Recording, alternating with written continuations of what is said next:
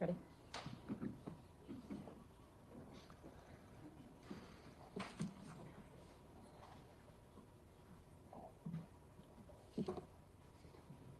Detective Thaddeus Schimmels.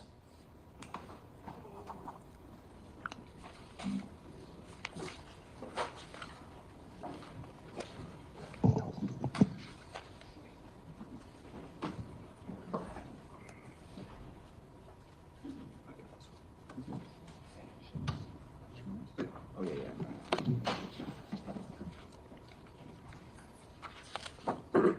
Do you solemnly swear that the testimony you give in this matter will be the truth, the whole truth, and nothing but the truth, so help you God? I do. You can please be seated, state and spell your name for the record.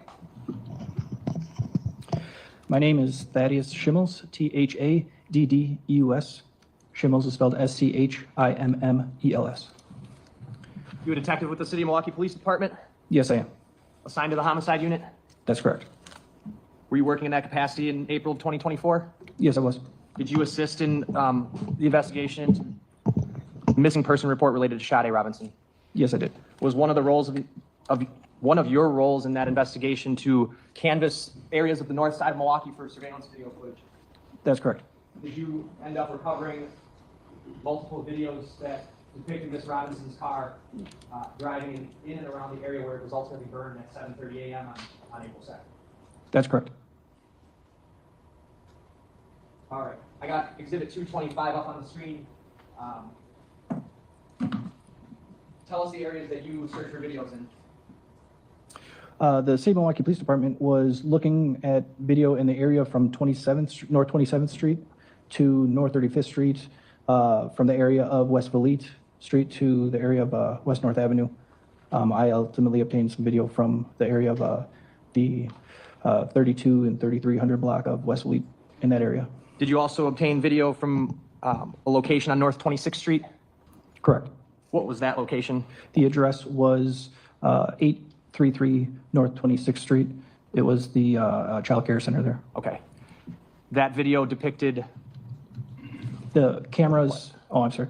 The cameras on the building were facing North 27th Street and captured Ms. Robinson's vehicle traveling northbound on 27th Street at approximately 4:50 a.m. all right, to orient us, we're kind of looking at the southern part of this map, right? Correct. So this is a little glimpse of I-94 here. There's an exit on 25th and Clybourne. Wisconsin Avenue is here, correct? Correct. Where is this children's center for the daycare?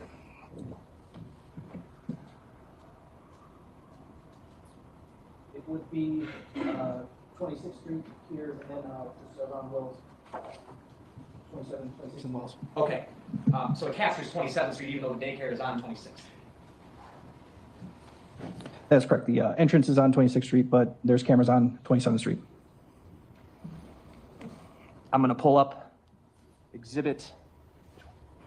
196. Okay, thank you, Your Honor. 196 on the screen here.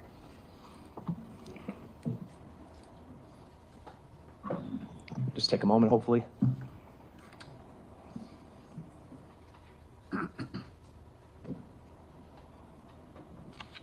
What are we looking at? This is a camera mounted to the west side of the building. It is facing westbound. The street in front of the street that's in the camera view would be North 27th Street. Okay. It's on the west side. It's facing west? Correct. Okay. All right. So where's the freeway? Off to the left side or to the right side? It would be to the left. And what are we going to see?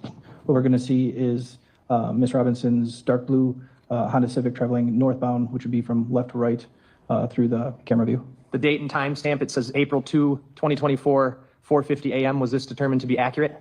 Yes. I'm going to play the clip, the first of two clips.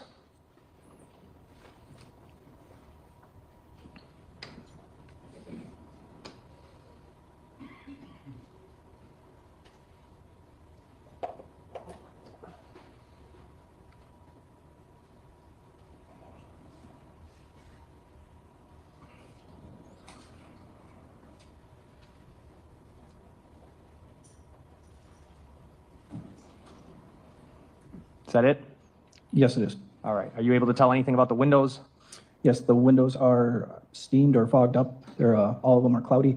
I can also tell that the passenger side rearview mirror is not mounted fully. It's hanging on the side. Was that something that you were specifically looking for in videos? I mean, was that something you had known prior to your video canvas? It was developed during the video canvas, but yes, we became aware that there's those distinctions noticed about the vehicle. Playing it again.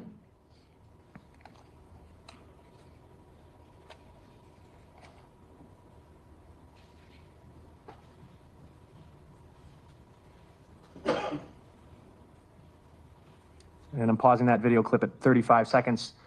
Timestamp is 4:50:36 a.m. and I'm going to play the second clip.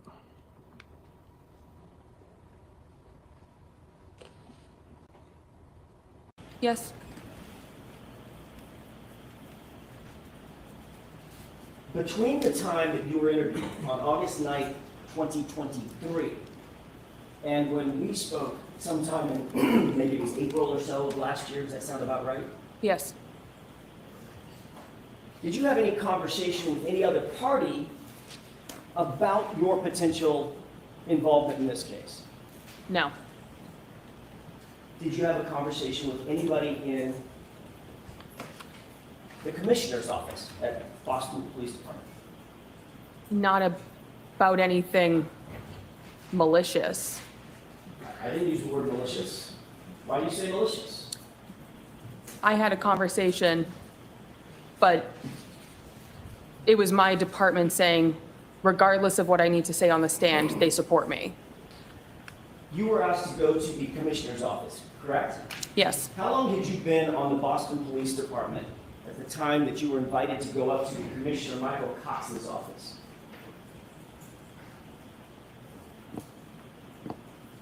It had to have been before the first trial, so, and I know it was when the agency released information to outside people. That's not my question. Okay, so I don't recall. Okay. You don't recall how long you had been on the force, generally, at the time that you were called up to the commissioner's office, on the Boston Police Department? No. Was it 5 years, 2 years, 2 months? Give me a ballpark.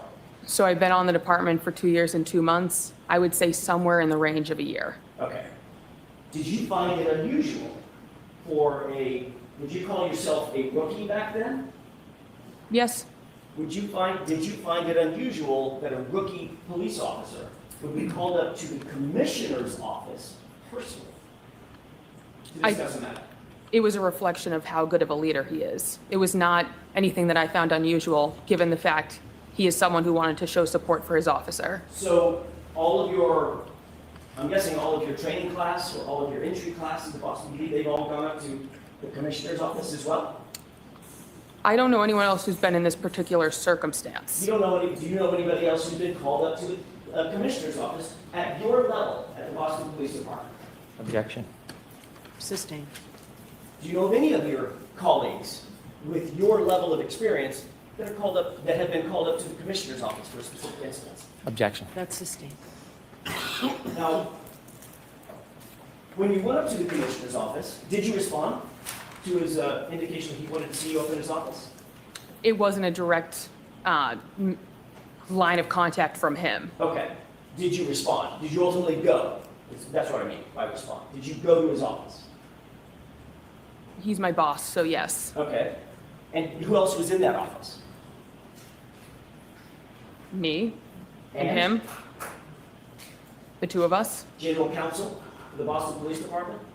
No, it's just me and him. During the conversation that we had last year, did you say that general legal counsel for the Boston Police Department was also there?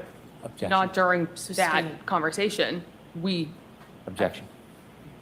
Next question. Sure. Was there another time that you went to the commissioner's office where general legal counsel was there?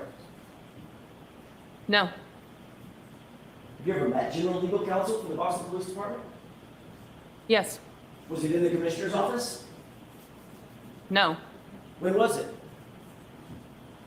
During my conversation with the agents. You took a lawyer with you to talk to this other law enforcement agency? I'm going to see you at sidebar on this.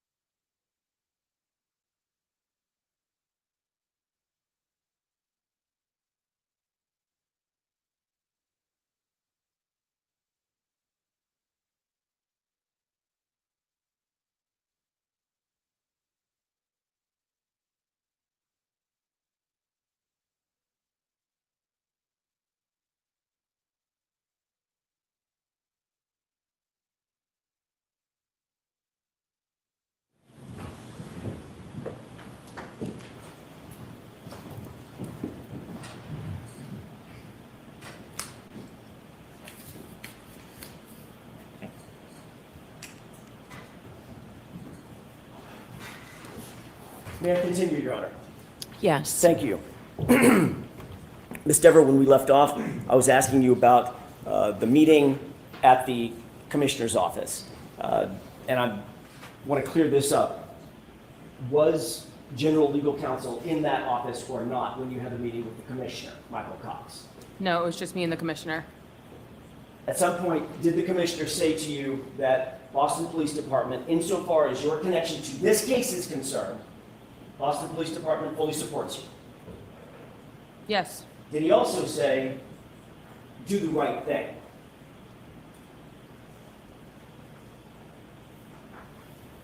that's a direct quote, so I can't recollect if he said a direct quote 2 years ago. A year ago, when you talked to us, the defense, did you tell the defense that when you were called up to the Commissioner's office, he told you two things? Commissioner Cox told you, number one, Boston Police Department supports you, and Officer Deaver, do the right thing. So he said my name correctly, he said Dever, and That's my mistake. Let's see, like, you want me to repeat the question so I get So, that right? Mr. Jackson, let's go ahead and answer, please. yes, and he said nothing with the intent of guiding me one way or I didn't the ask you other. what his intent was, madam. I asked you what he said to you. What were his words to you?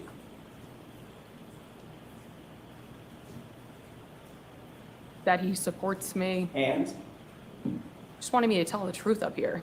his words were, do the right thing, correct? I don't recall.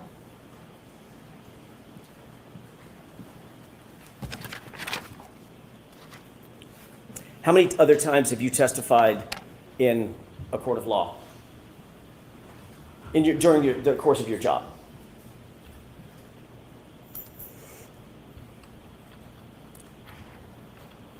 2 dozen, 3 dozen. In Actually testified probably ballpark a dozen times. any of those other cases, has Commissioner Michael Cox called you up to his office to discuss your testimony in any of those cases? Yes or no?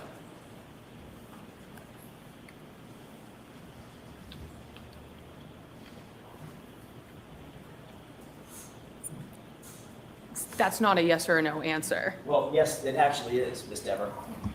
So no comments, okay? Just, You understand the question?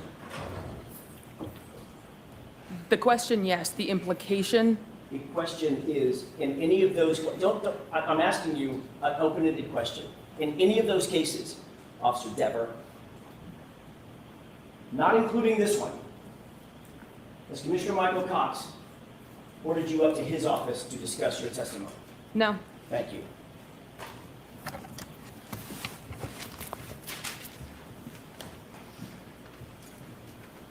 all right, Mr. Brennan?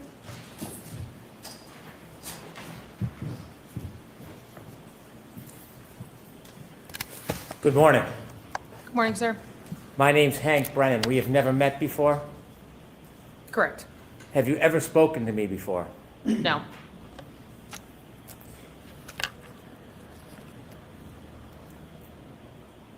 The defense team, Attorney Jackson asked you some questions this morning. Yes. It sounds like you've met them before. Only by phone call. How many times have you spoken to Attorney Jackson or anybody on the defense team before today? Prior to the first trial, it was one phone call where we discussed the case. Outside of that, there may have been one other phone call before the first trial, but it wasn't a discussion of the case. And then prior to this trial, I received a phone call that said, confirm you will be available for one of these days. Other than confirming you'd be available, was there any discussion before this trial with anybody on the defense? Not about this case, no. So the conversation, the substantive conversation was before the past event last year? Yes, a year and a few months ago. You worked at the Canton Police Department? Yes, I did. You were a police officer? Yes, I was. And it sounds like on January 29, 2022, at some point you were asked to attend the desk? Yes. The desk is at the front of the police department where you see people coming in and out of the police station? Yes, there's glass windows. that night, did you have any difficulty with your memory of the specific things that you saw that night? I was never on the scene. I never spoke to a witness. I never met a victim. I never spoke with a suspect. This was just a random shift for me 3.5 years ago at a desk that I wasn't asked to recollect for about 1.5 years after the occurrences of that night. Did law enforcement, not the state police or Canton police, did law enforcement ask you about your memory sometime after that night? The agents asked me about 1.5 years later. It was the August of 2023 meeting. So actually 1 year and 8 months later was the first time I ever spoke about this case. When they spoke to you 1 year and 8 months later, did you suggest or share or tell them that you might have seen Chief Berkowitz and Mr. Higgins near the Sally Port area? I told them on the day of that I saw that. I didn't make any indications it was anything bad. I just said I saw them. And it was in good faith that I believed I saw that. That was the extent of that comment. So you had told them you believed you saw Mr. Berkowitz and Mr. Higgins in the Sally Port area that day? On January 29th during my day shift, yes. Did you then learn any information that helped you remember when your shift ended that day? So I know my shift ended at 3:45 p.m. So I know that I left then. That wasn't ever one of my questions. The defense released a timeline right prior to the first trial that the vehicle on that day did not arrive in the Sally Port until about 1.5 hours after I left, meaning it is not possible that I saw that. When you saw this information, did you think about your memory?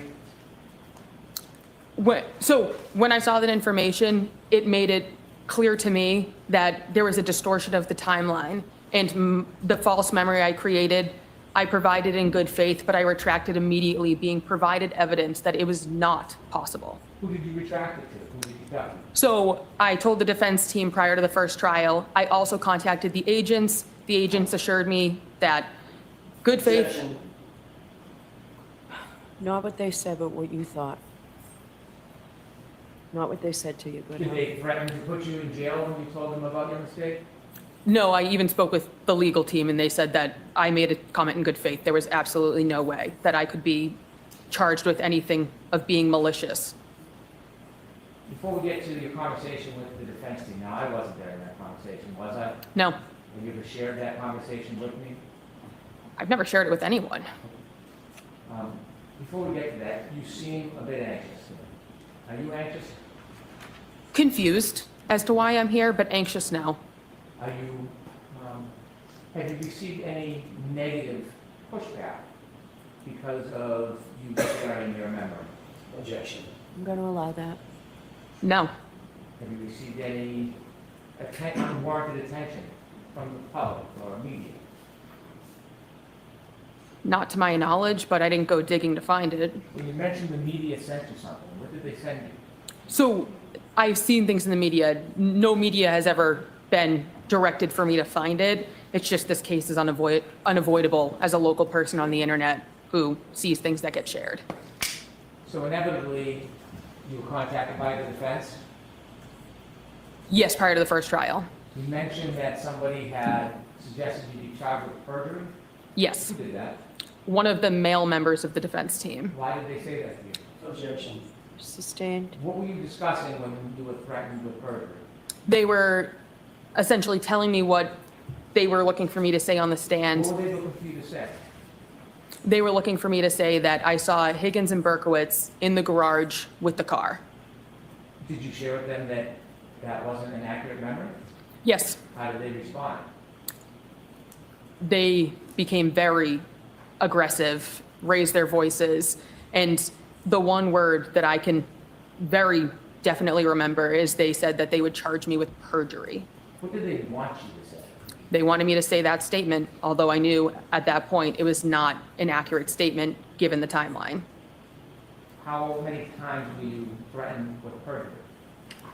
At least once during the phone call, but once you say it once, it was enough.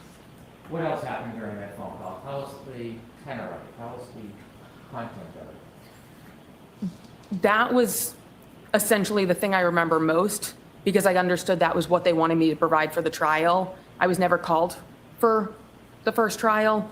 Therefore, I'm not exactly sure what else there is for me to say when the one thing that they wanted on the stand, it is factually not correct and cannot be provided. When they threatened you to charge you with perjury, tell us what your state of mind was, your demeanor. Disappointment that legal counsel would go that route with someone who is, from a factual timeline, saying something is incorrect. There was no retracting based on emotion. It was very clear, given the timeline, it could not be correct. Now, you work for the Boston Police Department? Yes. And by the way, when you were with Canton, did you ever talk to anybody about reading or planting evidence or doing anything like that? No, and this conspiracy theory came out a year and a half later. I was gone. Did anybody from Canton ever try to suggest to you you should or shouldn't say something to help her side of the case? No, because I was never spoken to until far after I left. Did you ever see anybody in this case or any time when you were with Canton doing something improper and tampering with evidence? Not in this case or any case. If you had, would you have reported it? Yes. Sustain. Move to strike. I'll strike that, ladies and gentlemen. So you transferred to the Boston Police Department. Has anybody from the Boston Police Department ever suggested that you should lean your testimony one way or another? No. Has anybody from the Boston Police Department ever given you any rewards or favors for defying the defense position? No. Has anybody ever suggested that you should say anything whatsoever that would be unhelpful to the defense? No. Has the Norfolk County District Attorney's Office ever encouraged you to testify in any way other than the truth? No. When you spoke to the chief of the Boston Police Department, did he in any way ever tell you to shape your testimony? Not at all. When you met with the Boston Police Department Commissioner, did he ever ask you the substance of what your testimony would or wouldn't be under oath? He made it very clear he did not want to discuss the case at all. When you spoke to the people at the Boston Police Department, have they ever weighed in any way on what they think you should or shouldn't say? No. As you're testifying here today, are you under any tension, undue influence, stress, threat? There is discomfort with the way that there's attempting to guide what my testimony is, but I don't feel any need to fall into it because I'm here to speak the truth on the stand. That's my livelihood. When you were threatened with perjury, how long was that conversation with the defense? I believe it was just about an hour on the phone. My phone log on my physical phone would not go back far enough for me to be able to retrieve the date or the time that that phone call took place. That conversation lasted an hour? Approximately. How did it end? Not on a good note in the slightest. I remember it was a pretty hasty hang up on both ends.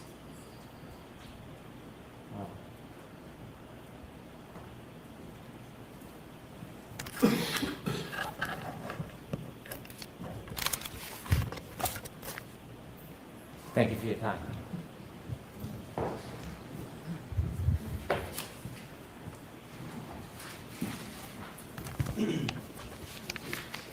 May we approach briefly? Yes.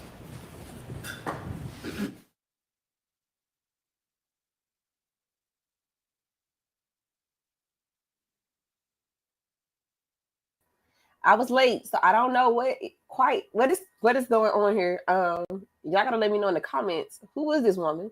I think somebody told me she's an officer, but what's she doing on the stand? And what was she lying about?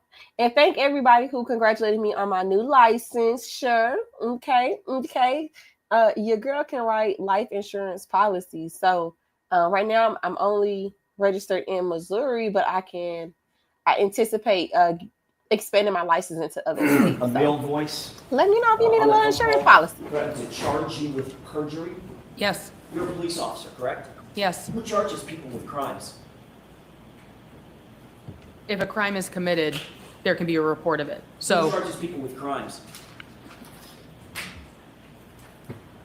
in the end, it's going to go through the court system, so the district attorney, the ADAs, that's who pursues it in a court Right. setting. Have you ever seen a defense attorney charge anybody with a crime? So you can seek out reporting someone for it. Have you ever seen a defense attorney charge someone with a crime, ma'am? Personally, no. Right. Fact of the matter is, nobody ever threatened you with perjury, did they? Oh, they did, yes. That's it. 'Cause That's I it. contacted the FBI regarding it. Oh, did you? I did. You have a report? I have an email conversation where I sent the 2 questions I had. She responded, I will pass these along.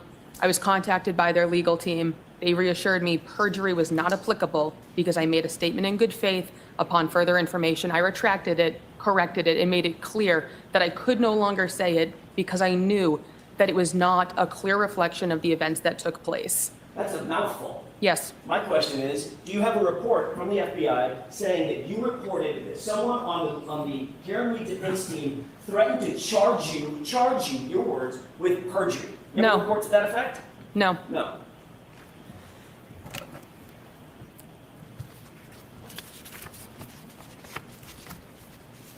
Your job as a police officer is to be objective, isn't it? yes, You're not supposed to take an adversarial position against one side or the other, correct? I don't. Just right down the middle, just the facts as you know them, correct? Yes, You feel like you're being unbiased in your testimony here today in front of these jurors? I'm telling the truth. You think you're being fair to both sides?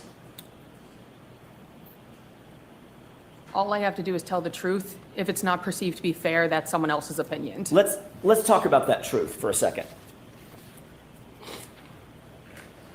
What you told those law enforcement agents on August 9th, 2023 was, quote, you recalled seeing Higgins at the station later that day on Saturday. Dever thought it was also weird that Higgins and Chief Kenny Berkowitz were by themselves in the Sallyport of the police department, by themselves while Karen Reed's car was parked inside. Higgins was a witness and present at the gathering where O'Keefe was found dead outside, and then he was in the presence of important evidence. You were sitting at dispatch by yourself and saw on the camera outside of the Sallyport when they walked in. Objection to the entire reading.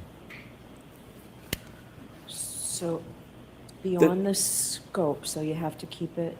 There's more to the statement, Your Honor. Do you remember making that statement to the officers? My recollection of the time was that, so yes. Okay, great. Did you go on to say, speaking of being truthful, did you go on to say, I'm objecting. All right, so you have to ask differently, but I need to see you for a minute with this and bring that with you, please.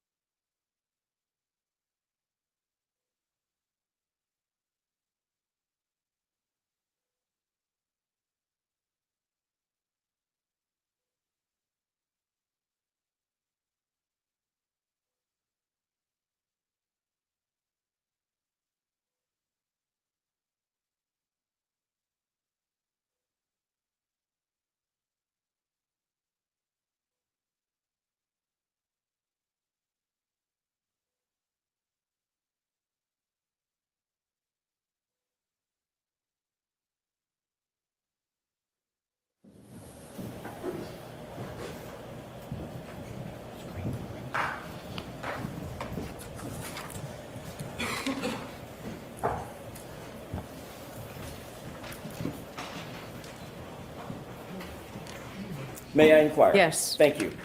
Officer Dever, did you go on to say in that interview, quote, you never saw them leave, them being Brian Higgins and Chief Ken Berkowitz. You never saw them leave, but you recalled thinking to yourself that they were in the Sallyport for a wildly long time together in there, end quote. Did you say that? That was my recollection of the time. Okay. So yes, Have you ever heard of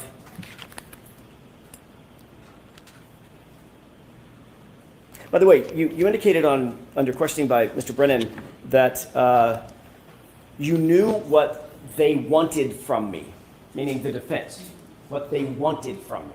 You yes, understand that? yes. You remember on that phone call that we read directly from the exact same report that I just read from? You remember that? And I told you the same thing then. That's not Yes. a question. Objection. Sustained. My question is, just answer my question, Officer Dever. Did we read to you, were you read the exact same thing that I just read to you on that phone call? Like you can't remember my name, I don't remember. I can remember your name, Miss Dever. Okay, so the answer is I don't remember. No The answer is a little comments. more than that, Judge. I think we all. All right, so I'll no, ask no you a question. comments, just questions, please.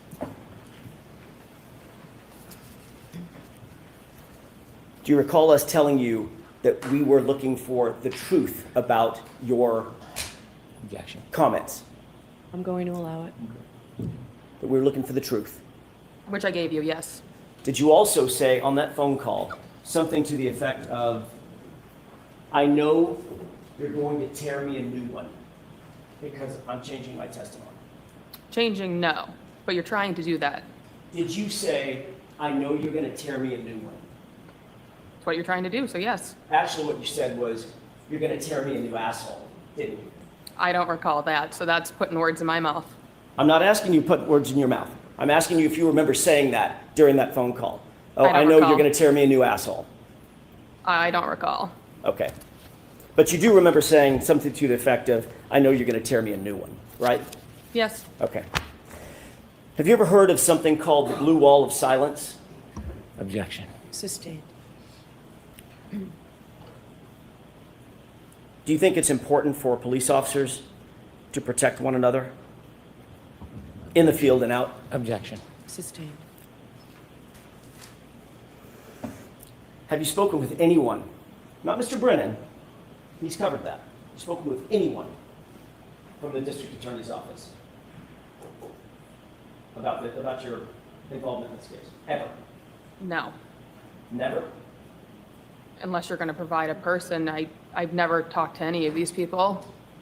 Have you talked to anyone at the DA's office at all, in any regard?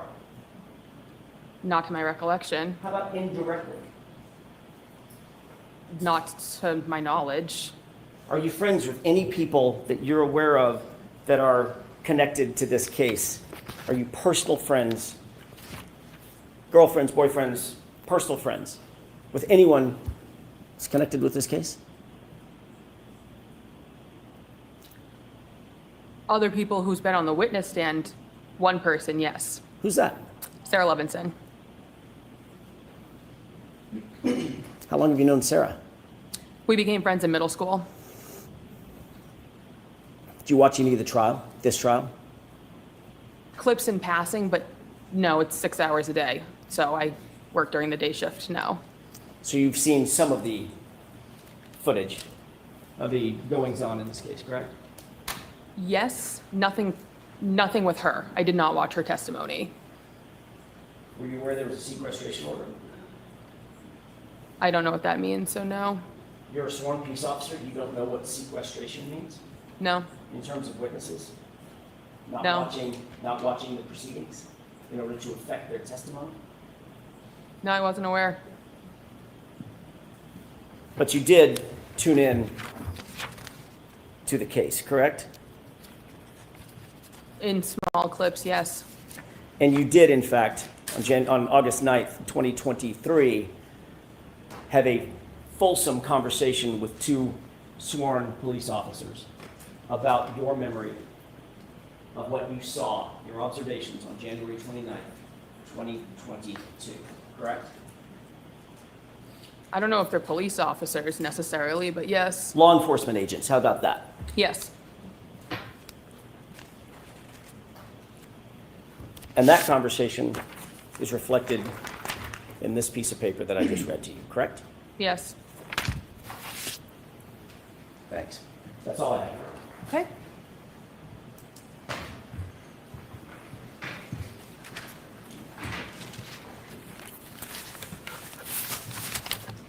Were you subpoenaed by the Commonwealth in this case? No, You were subpoenaed by the defense. yes. Did they tell you that there was a sequestration order or that you shouldn't watch any of the footage? Did they fairly inform you about what the ground rules were? No, and I wasn't part of the first trial, so I had no idea about anything to do with this trial. When you spoke to those law enforcement officers back in 2023, do you know that they made a report where you had informed them that you knew Sarah Levinson, and that report had been provided to the defense a long time ago? Did you know that? Yes, I informed them very clearly. So the question about if you know Sarah Levinson, that's no secret in your world, is it? In that form, I'll sustain it. That isn't a secret, is it? Not at all. That's something you were open and candid about? Yes, You understand that regardless of what you say, it doesn't matter as long as it's the truth. Do you understand that? yes, The Commonwealth in no way is asking you to accommodate it or please it in any way. Do you understand that? yes, If there was something that may be perceived by others as adverse to the Commonwealth, you understand we would want you to tell that if it was the truth, don't you? Sustained. You understand, well, the Commonwealth has never intimated, suggested, or advised you to say anything other than the truth, have they? no, Have you been given any consideration or reward because you remedied your memory? no,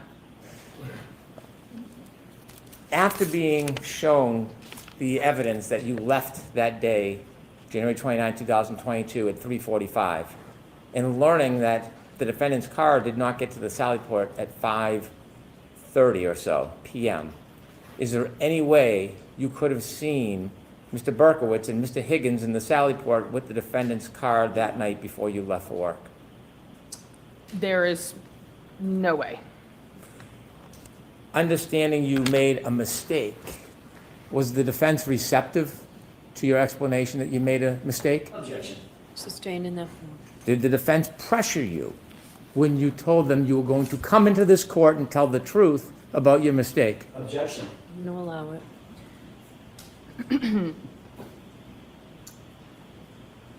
Can you rephrase it? Yes. When you told the defense you had made a mistake about your memory, did they pressure you? Yes, Did they pressure you to say something other than the truth? yes, they wanted me to repeat a lie at that point, given it would have been with malicious intent to repeat it. Understanding a lawyer has no power to charge with contempt, does that change the reality of whether or not you were threatened? Let me ask it a different way. You were asked questions about whether or not you knew who could take out charges for a crime. Yes? Yes, Okay. Regardless of whether an attorney has that power, were you threatened that there'd be a charge of perjury if you didn't comply with the defense wishes in this case? yes, And knowing you were going to come into court, given this experience you had with the defense, is that why you felt like they were going to tear you? Is that the phrase we used? yes, because they did not want me to tell the truth. So I told them that knowing they were kind of trying to eat me alive into repeating something that is not the truth. Rather than to come in here and be attacked, wouldn't it have been easier just to said what you had earlier thought was true? Objection. I'm going to allow that. Wouldn't it be easier just to come in and accommodate them rather than be threatened? Well, of course. So why did you come in here? My entire job revolves around what I say on the stand right now. If I was to lie, I lose my job. I lose everything. I'm here to tell the truth. I cannot lie while sitting on this stand. Thank you. All right, One question. okay, Your entire job revolves around what you say on the witness stand. Is that what you just testified to? Yes, And if you agreed that what you said to those two law enforcement agents on August 9th, 2023, you would be implicating not one, but two police officers, law enforcement officers, correct? If So- you agreed with what you said in August of 2023 on this witness stand, you would be implicating two officers, fellow officers, correct? so I'm confused as to what you're asking. You would be implicating, if you agreed with me, you have not agreed that that was the truth. You've now indicated that what you told to law enforcement agents in August of 2023 was a lie. No, If you agreed with that statement here on the witness stand, you would be implicating two officers as having been in the Sally Port, weirdly, for a wildly long time with the SUV, implicating not one, but two fellow officers, correct? That's what you would be doing.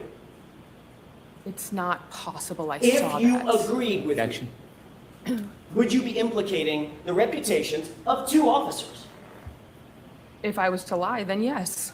And your entire job revolves around what you say on that witness stand. That's what you said, correct? I'm still, That's what you just said, Officer Dever, correct? I still don't really understand the question. You just said, all I'm asking you is what you just said. I wrote it down. You just said, my entire job revolves around what I say on the witness stand, correct? Yes to that Thank question. you. That's all I have. I'm confused. When you spoke to those agents, you didn't implicate Chief Berkowitz and Mr. Higgins with doing anything criminal, did you?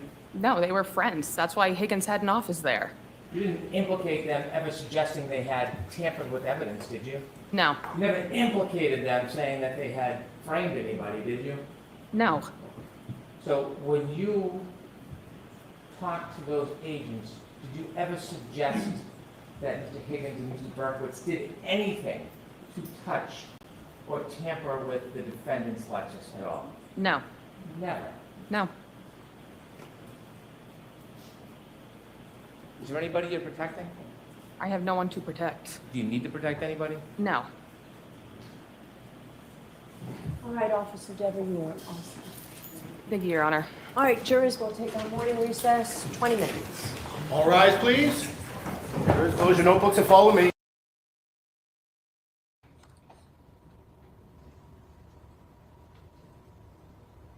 And that's the vehicle going through?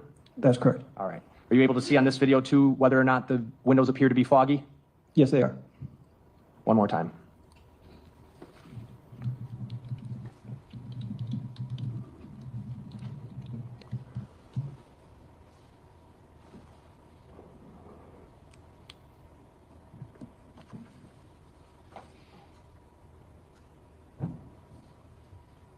Did you recover video from 3220 West Fleet Street?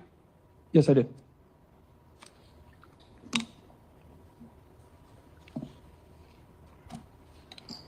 I'm going to pull up here Exhibit 199.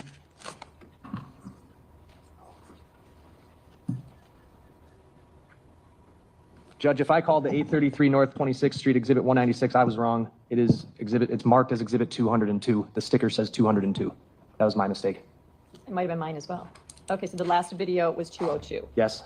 Got it. And this one's 199? This one is 199. What is 3220 West Fleet Street? The location is Community Care Incorporated. And its video cameras face where?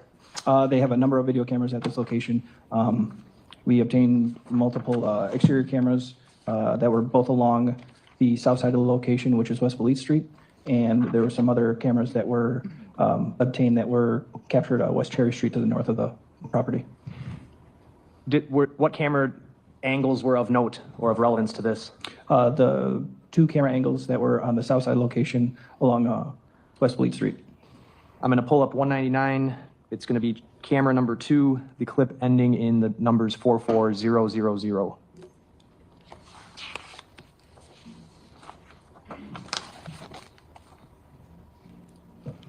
All right, orient us if you can. Do you want the map? Well, why don't you describe it first, then we'll go to the map. Again, the building itself is a larger building. This would be located, the camera's on the south side of the building.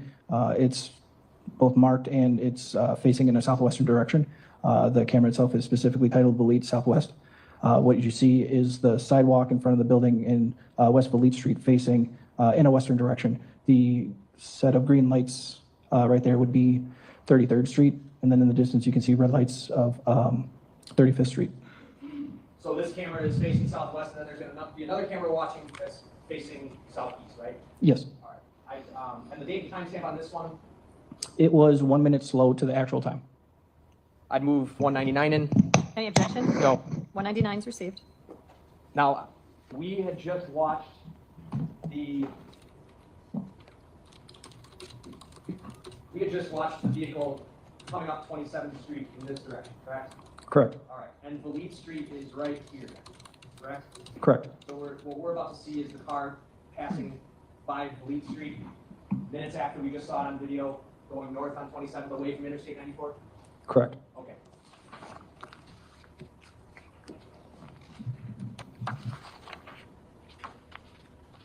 I'm going to advance this to 16 minutes and 49 seconds. The time up on the top here says 4:56:49, but that's probably more 4:57:49, correct? Correct. Okay. Playing from there.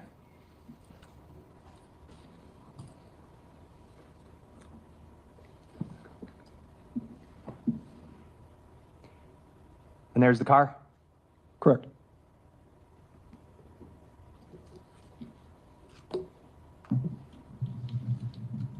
So it went through 33rd Street then, Yes. up to 35th?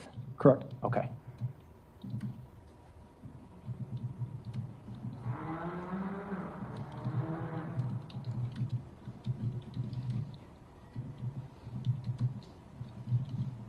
It's at a red light? That is correct.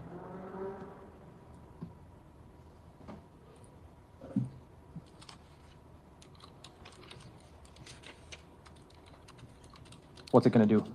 Once the red light changes in the distance on North 35th Street, it's going to make a left turn to travel southbound on North 35th Street.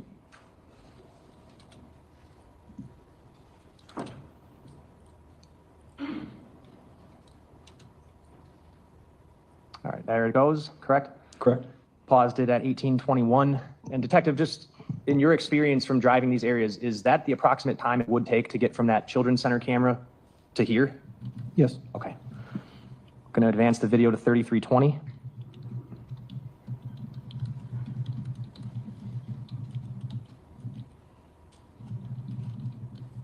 Playing from there. This would be roughly 5:14:20 a.m. That's correct. And what are we going to see off in the distance there? The vehicle, I believe it goes, is going to travel. Turn south there? Yes, it was traveling eastbound on West Fleet Street, and then it turned south on North 33rd Street. There's another camera we're going to watch that's going to show that same turn from that intersection, right? Yes, that is correct. Going up to 35:15. 5:16:12 a.m. Correct. There it is again, right? That is correct. Do you know where it came from that time, based on your knowledge of the other facing camera? Yes, it was actually traveling northbound on North 32nd Street, had turned left to travel westbound on West Valete Street, and is going to, again, turn onto southbound on North 35th Street. So this is its second southbound turn from Valete onto North 35th Street in like the past 15 to 20 minutes. Correct.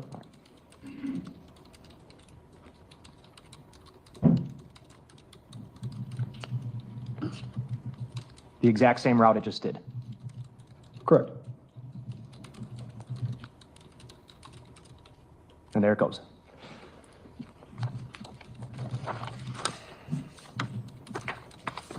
We'll go up to 38:30.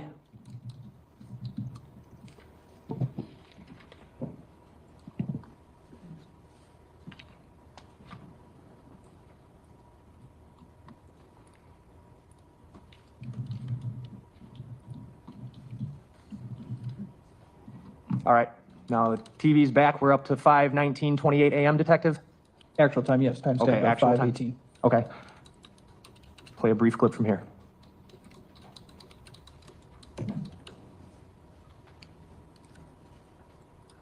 Paused it.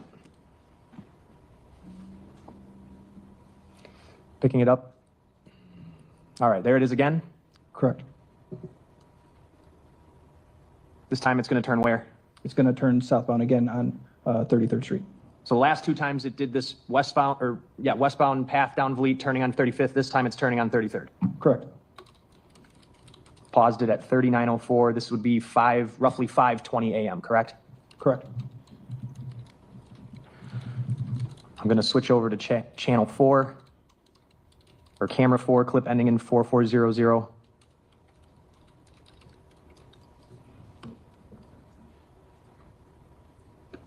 All right. Let me advance it to 1632.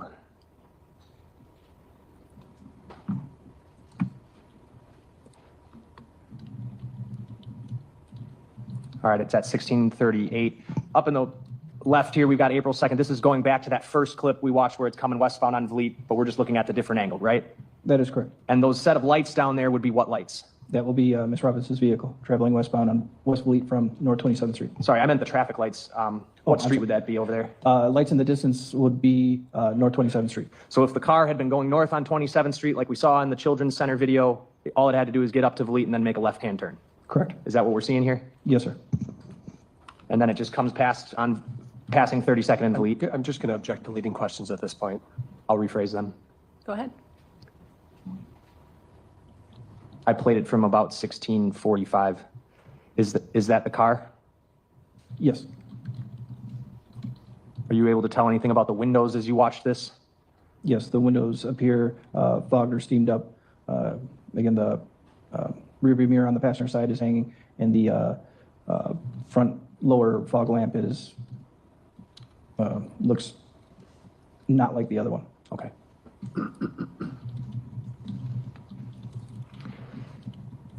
Next clip is camera 4, ending in 5737.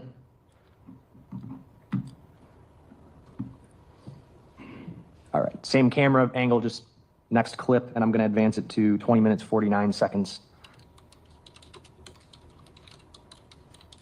20 minutes, 52.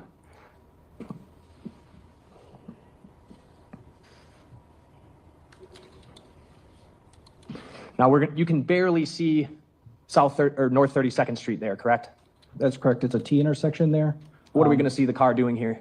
So you're going to first see the street light up as though there's a vehicle there, the headlights of a vehicle that's stopped there. It's going to be stopped there for what appears to be an extended amount of time, just for the fact that there doesn't appear to be any other cross traffic. And then the vehicle come into the camera view just momentarily as it turns left to go westbound on West Fleet again. So it stops right here, a little off camera, is what you're saying? Yes. And you're able to tell that how? Even though you can't see the car, how can you tell? Again, the street will illuminate with headlights from the vehicle itself. Playing at 2052. You see the lights? Yes. And are you able to see the windshield? Yes, the windshield is fogged and cloudy.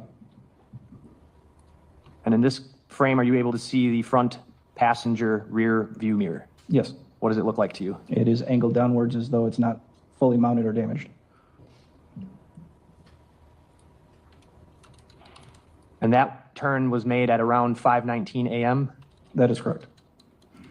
Are we going to see the car do the same turn? Yes. You're going to advance it to 20 minutes. I think I did the wrong clip first. I'm actually going to go to 1714. So that was at 5:19. We're going to back up to 17 minutes, 15 seconds. This would be roughly 5:15 a.m.? That's correct. Okay. Playing from there. What's the car doing? Again, it's stopped. There is the vehicle that's traveling westbound. And now there's no vehicles traveling east or west, but the vehicle's remaining there for some time before it makes its turn. Can you see the windshield? Yes. What does it look like to you? It's cloudy and fogged up. And on where I have it paused here At 17 minutes, 41 seconds, can you see the front passenger rearview mirror? Yes, it's angled downwards. It appears to be hanging. Pause it at 17 minutes, 45 seconds.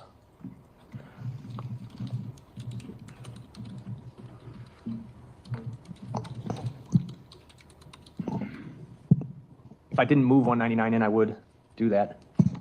You did 199, you didn't do 202. Then I would move 202 in. Any objection? No. It's received. I would, I could go on to the next one, but if you wanted to break here, I'd leave it up to the court. We can keep going.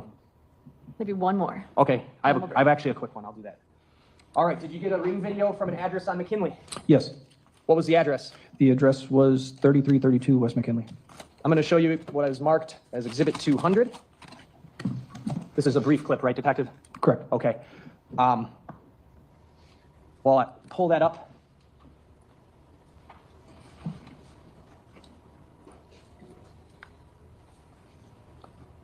Zoom in here.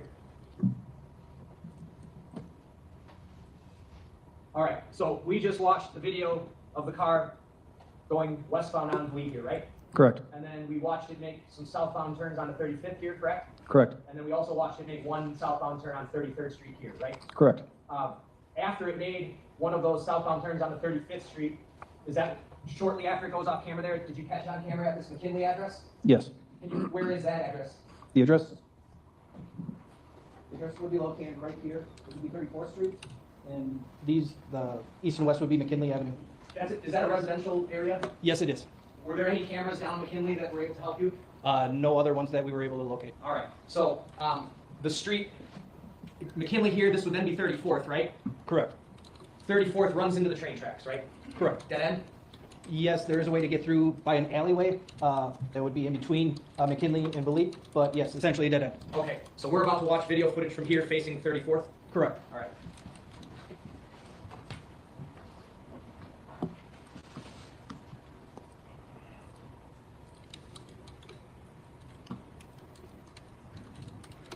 Is this the video? Oh, sorry, I gotta hit the button.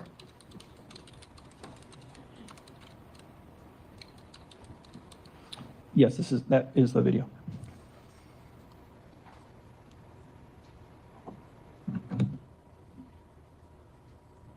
Let me get the volume on here.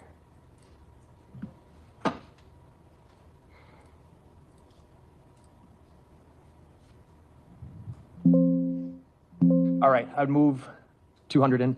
Any objection? No. Received. Off to the left side of the screen would be McKinley. Correct. All right, and then to the right side is sort of where that train tracks meet 34th Street. Correct. Is this the car right here off to the left? Yes. And what time and date is this? It is April 2nd, 2024 at 4:59 and 29 seconds. Would this have corresponded with the timestamps from the other video when the car is seen turning off onto 35th Street? Yes, it would. Playing the 50-second clip.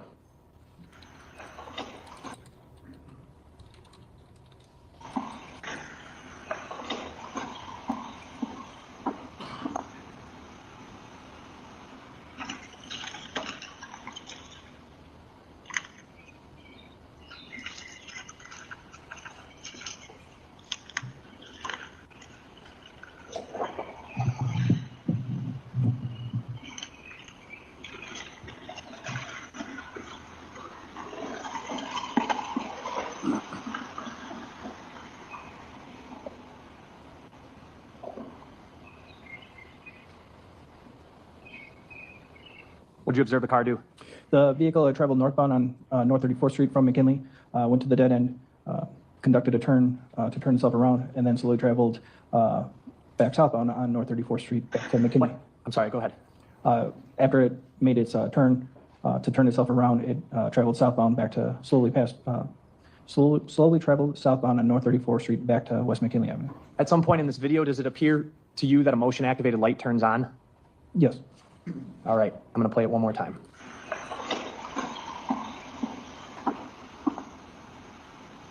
Right there?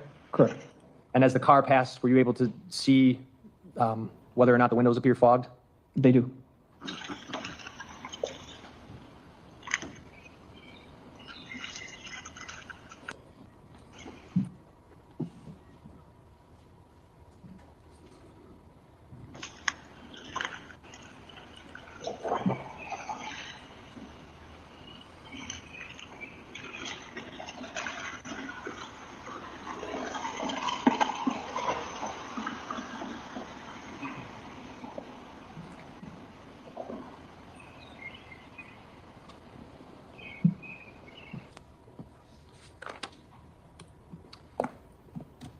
Okay, I think this is a perfect time to break. Again, the same admonitions, right? Don't do any investigation, don't do any research, don't do any blogging, texting, posting about our job here. Don't talk about it with each other. Wear your juror badges prominently. Go have a lovely lunch, put this completely out of your mind, and we'll kick back up. Today, we can start back up at 1:30. So we'll open up the jury room about 1:15, 1:10-ish. Yeah. Good afternoon, Judge. Maxwell Anderson with Anthony Cotton, Jason Finley. Good afternoon. It's my understanding there's nothing to address before we bring the jury in? Correct. Okay, we're ready for the jury. Are the pencils sharpened, Benz? I saw them passing ones this morning.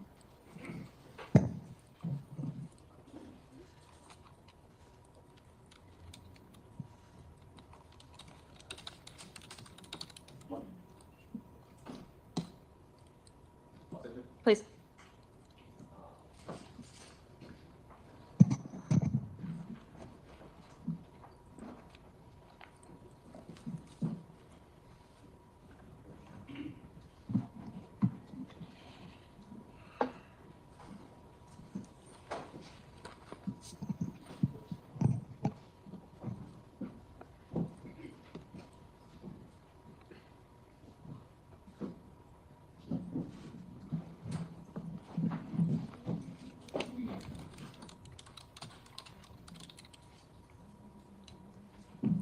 Going on the record, calling State of Wisconsin versus Maxwell Anderson, case 24 CF. I've been with the department for just over 8 years. Did you assist in the investigation of the disappearance of Sade Robinson in early April of 2024? I did, yes. Was part of your assistance trying to recover video from various locations? Yes.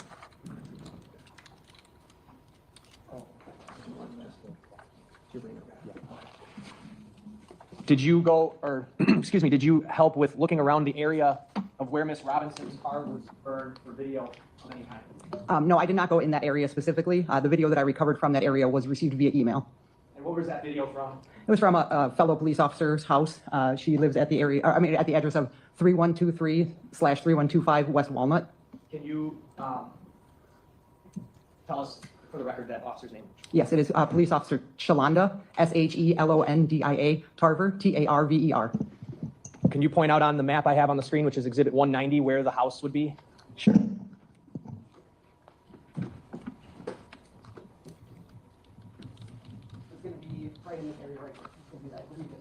Okay, and for the record, the witness is pointing to a house about 2 houses in from North 32nd Street at Walnut. Were you aware that through your department's investigation, the sheriff's office investigation, that there had been video of a subject walking away from the area where her car was burned? Yes. Is that why this location on Walnut was of interest to you? Yes. What were you aware of that made that of interest specifically? Sure, I was aware that the person left the area where the vehicle was burned on Lisbon and traveled in that direction on foot. Consistent with where this Sharpie line is kind of drawn there? That is correct. All right, so that individual, and I'm going to put up Exhibits 447 here, which has already been admitted, as well as 448. Are you familiar with these images? I am, yes. What do they show? Sure, they depict a subject walking. They're wearing all dark clothing with a tan backpack and shoes that have like a white pattern on the bottom. Did you get video, and then that subject would be walking in this area here, right? Yes. Okay, and he's heading west? That is correct. Do you pick up on the video from Officer Tarver's house, that subject continuing to head west? Yes. So, are any stops made, or that subject just continues walking west? Just continues walking west. Okay. I've got Exhibit 197 in my computer here. Can you tell us about what these clips are in terms of the video quality and how you received them? Sure. So unfortunately, Officer Tarver was having difficulty downloading the clips directly from the system. So what she did to not lose the video, she took a screen recording with her cell phone. She recorded it and then sent that to me via email. So they're pretty grainy? That is correct. Okay.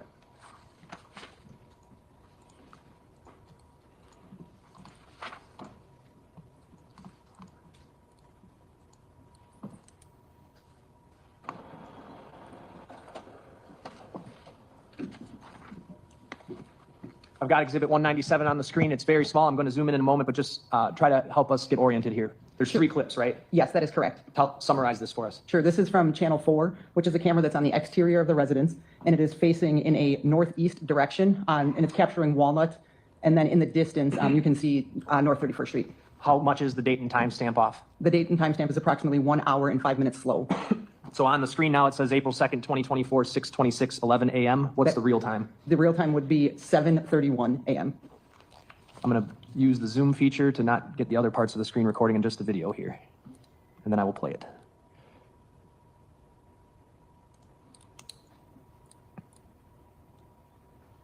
I'm going to play it one time in normal speed and then one time in sped up. Playing it at 2:07. The clip is 3 minutes, 57 seconds long.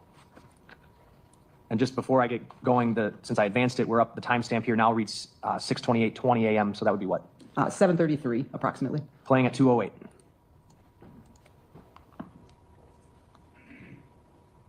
And if you could, Detective, stand up and just tell us where he's going to be coming, where the person is going to be coming from. Sure.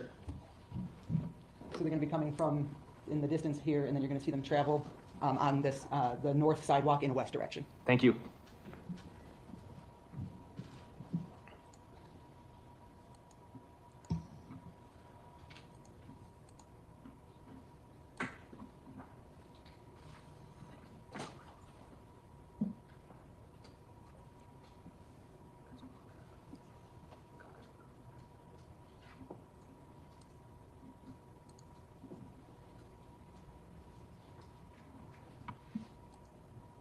You see him? Yes.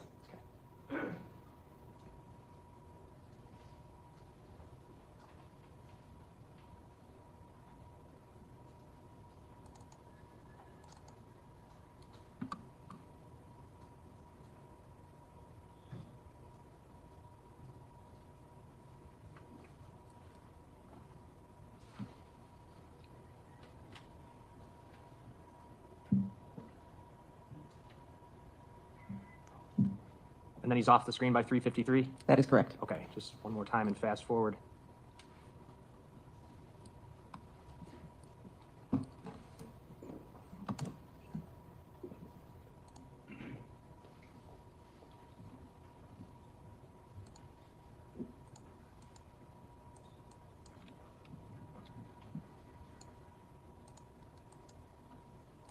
See him walking there? Yes.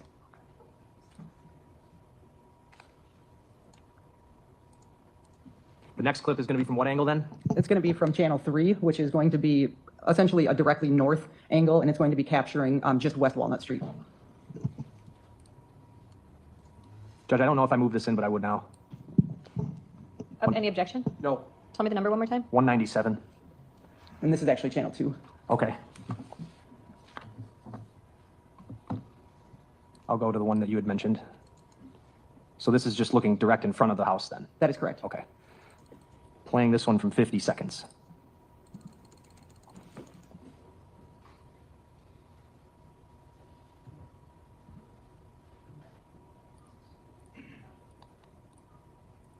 Are you able to tell anything about the description of this person based on this video?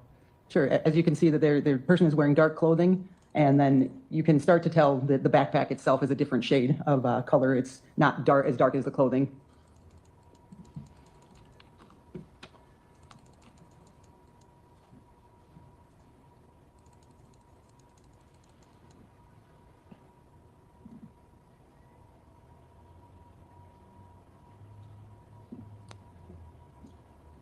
Last clip. Going to play it from 1 minute, 15 seconds. Where are we looking here? So this is channel 2, and this one is going to be pointing in a northwest direction, and this is capturing West Walnut Street and North 32nd Street. Does it appear the subject go anywhere when he gets to the intersection with 37th Street or 32nd Street? Sure. It appears initially that the subject begins traveling north, but then you do, just at the very top of the screen, see that the feet continue across North 32nd Street. Playing at 1:15.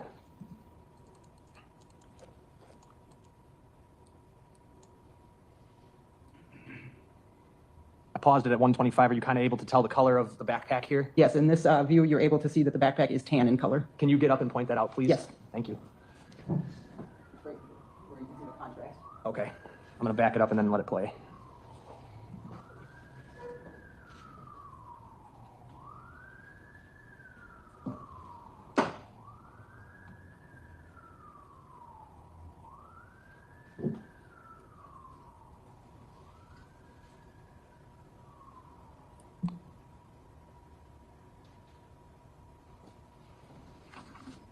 now he's at the corner? Correct. Okay.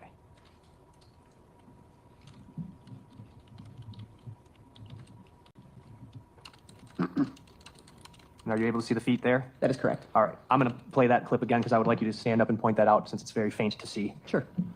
Backing it up.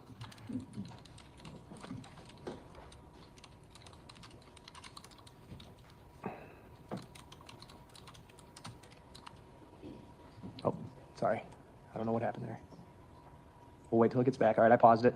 And just before I continue playing it, what's the timestamp in real time? The timestamp in real time is going to be approximately 7:35. Okay. Now, if you could, Detective, point out what you're talking about with him crossing the street, and if you can pull that mic to you, that would be helpful. Not that one. Actually, there's one right here.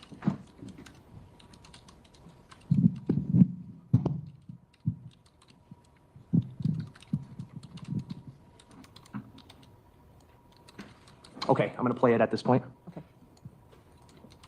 And so here you see the person walking, and then they appear to travel in a north direction. Then you're going to see a car travel through the intersection. And then as that car is traveling, you pick up the person walking again and crossing the street, and then they go out of camera view. Thank you, Detective. That street they're crossing is what street? That's North 32nd.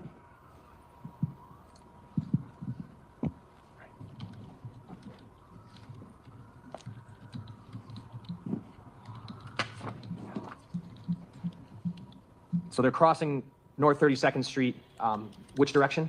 West. Would that be towards North 35th Street? That is correct, yes. Nothing else? Cross? So this person is somewhat near the 31st and Galena playground, right? At the beginning, correct, yes. And the person is just walking leisurely, Correct, not running, correct. not looking over their shoulder and glancing around and making suspicious movements. That is correct. Just appears to be on a stroll. That is correct. That's all. State? Nothing else? Thank you. Thank you, Detective. State, your next witness? The state's next witness is Detective Scott Schmitz.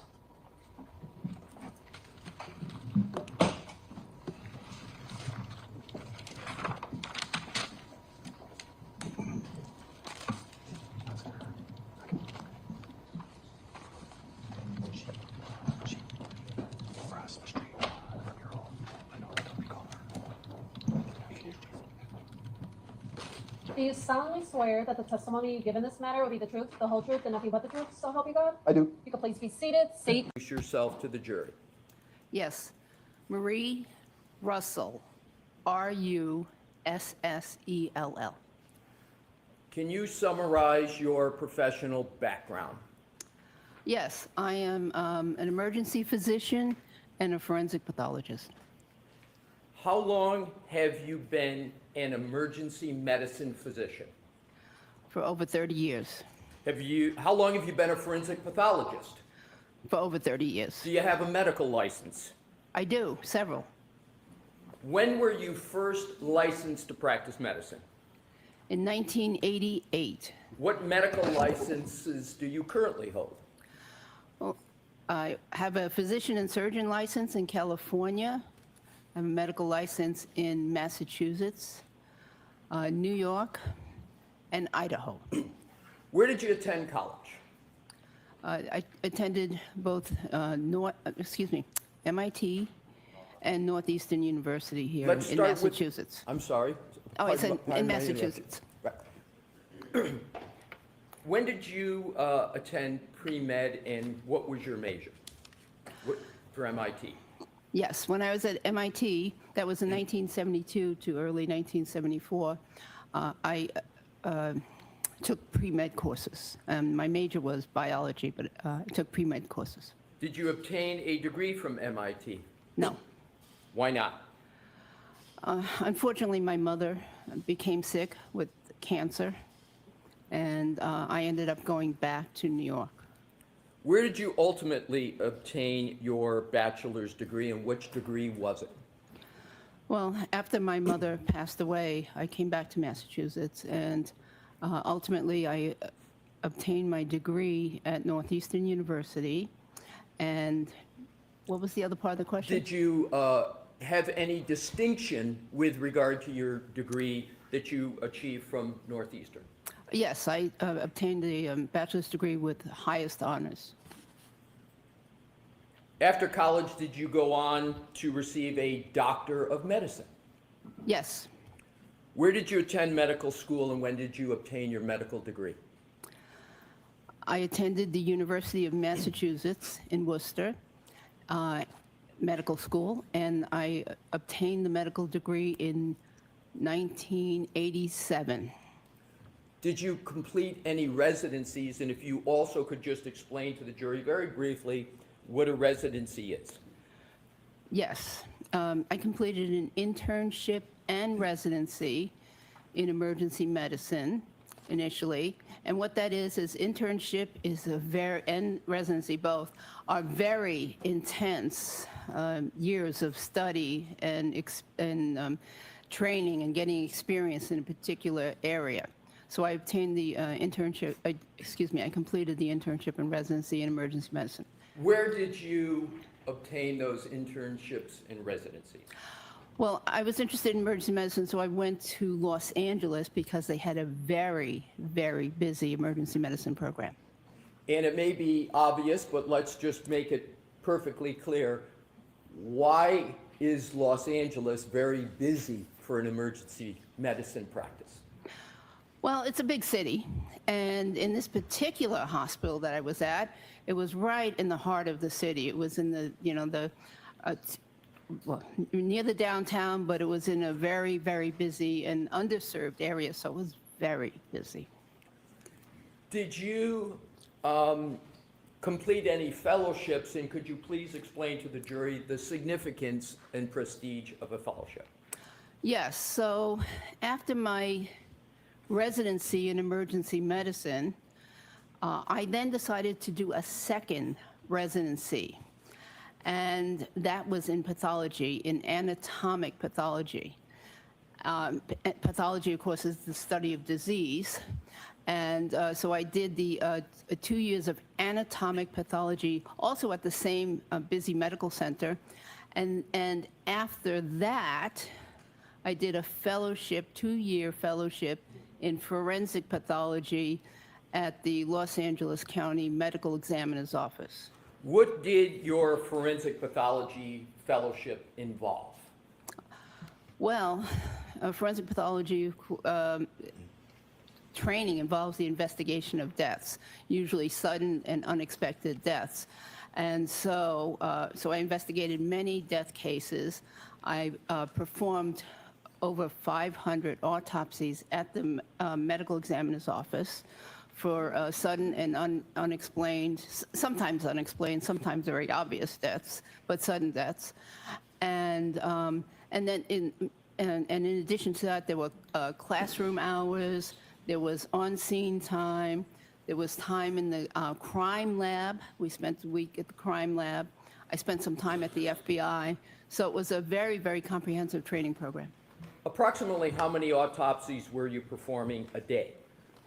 Oh, usually 1 to 2, unless there was another assignment. In addition to performing the 1 or 2 autopsies a day, did you attend any conferences or participate in any forensic case discussions as part of the fellowship? Yes, so it was very organized, and we had conferences on some, mostly Thursdays, but also sometimes on Tuesdays. Interesting case conferences or very structured lectures. You spoke of cases. Can you briefly tell the jury so they have an understanding of the type of cases that you would typically work on as part of your forensic pathology fellowship? Well, there were many unexplained deaths, so some of them would be natural deaths in somebody who might be a little younger than usual old age. And then there were cases where there might be a drug overdose. Many cases were accident victims, including car accident victims and other kinds of accidents. There were quite a few homicides, and in fact, many homicides, and quite a few suicides. Did any of those cases deal with wounds and wound patterns and wound identification? Many of them, in fact, I would say almost most of them, because part of the examination And a very important part of the examination is the external examination of the body. So before I was allowed to even start an autopsy, I had to do a complete external examination of the decedent's body, looking for any kinds of wounds or abnormalities. We'll come back to wound pattern recognition a little later. But again, I think it's probably clear to most people, but just to be ultimately clear, when you talk about external, can you just elaborate a little what you mean by that? So the external examination is of the exterior of the body, the skin, the hair, the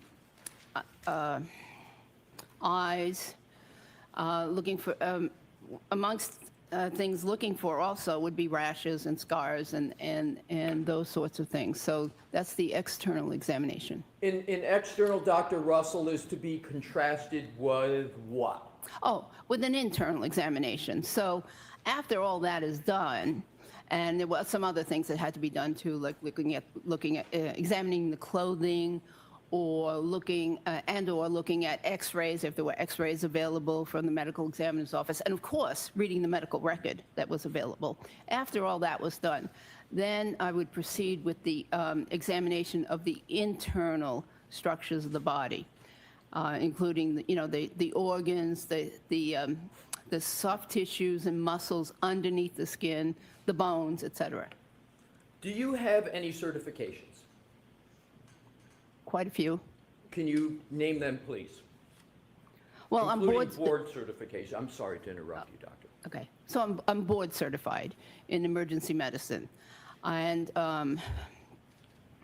that was after the residency training, had to take a qualifying examination, and then I've had to be recertified. I think it's 3 times now. I just recertified again, so I'm certified for another 5 years. What do you have to do to get board certified and maintain that significant certification?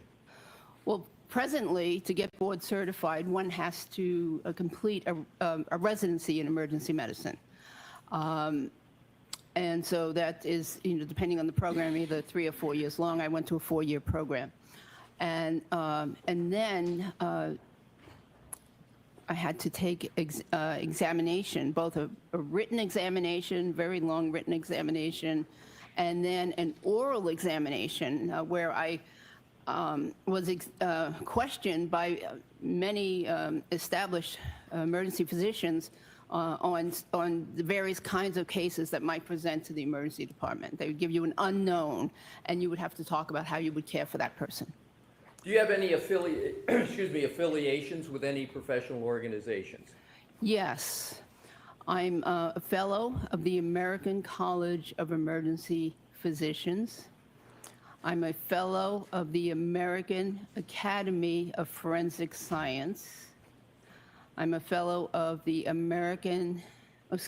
the National Association of Medical Examiners, and then I have some memberships in some other organizations. What does it take to achieve fellow status that you just mentioned? So in order to be a fellow, it depends on the organization, but in order to be a fellow, you usually have to be a member for a certain number of years, member in good standing. And then for some of the organizations, you have to have attended some of their national meetings. For some of the other organizations, and possibly have presented a study or a paper or something at the national meeting. Other of those organizations, it's a little bit variable, membership for a certain number of years. In addition to all of that education, background, experience, do you have any specialized training and experience with regard to investigations of death?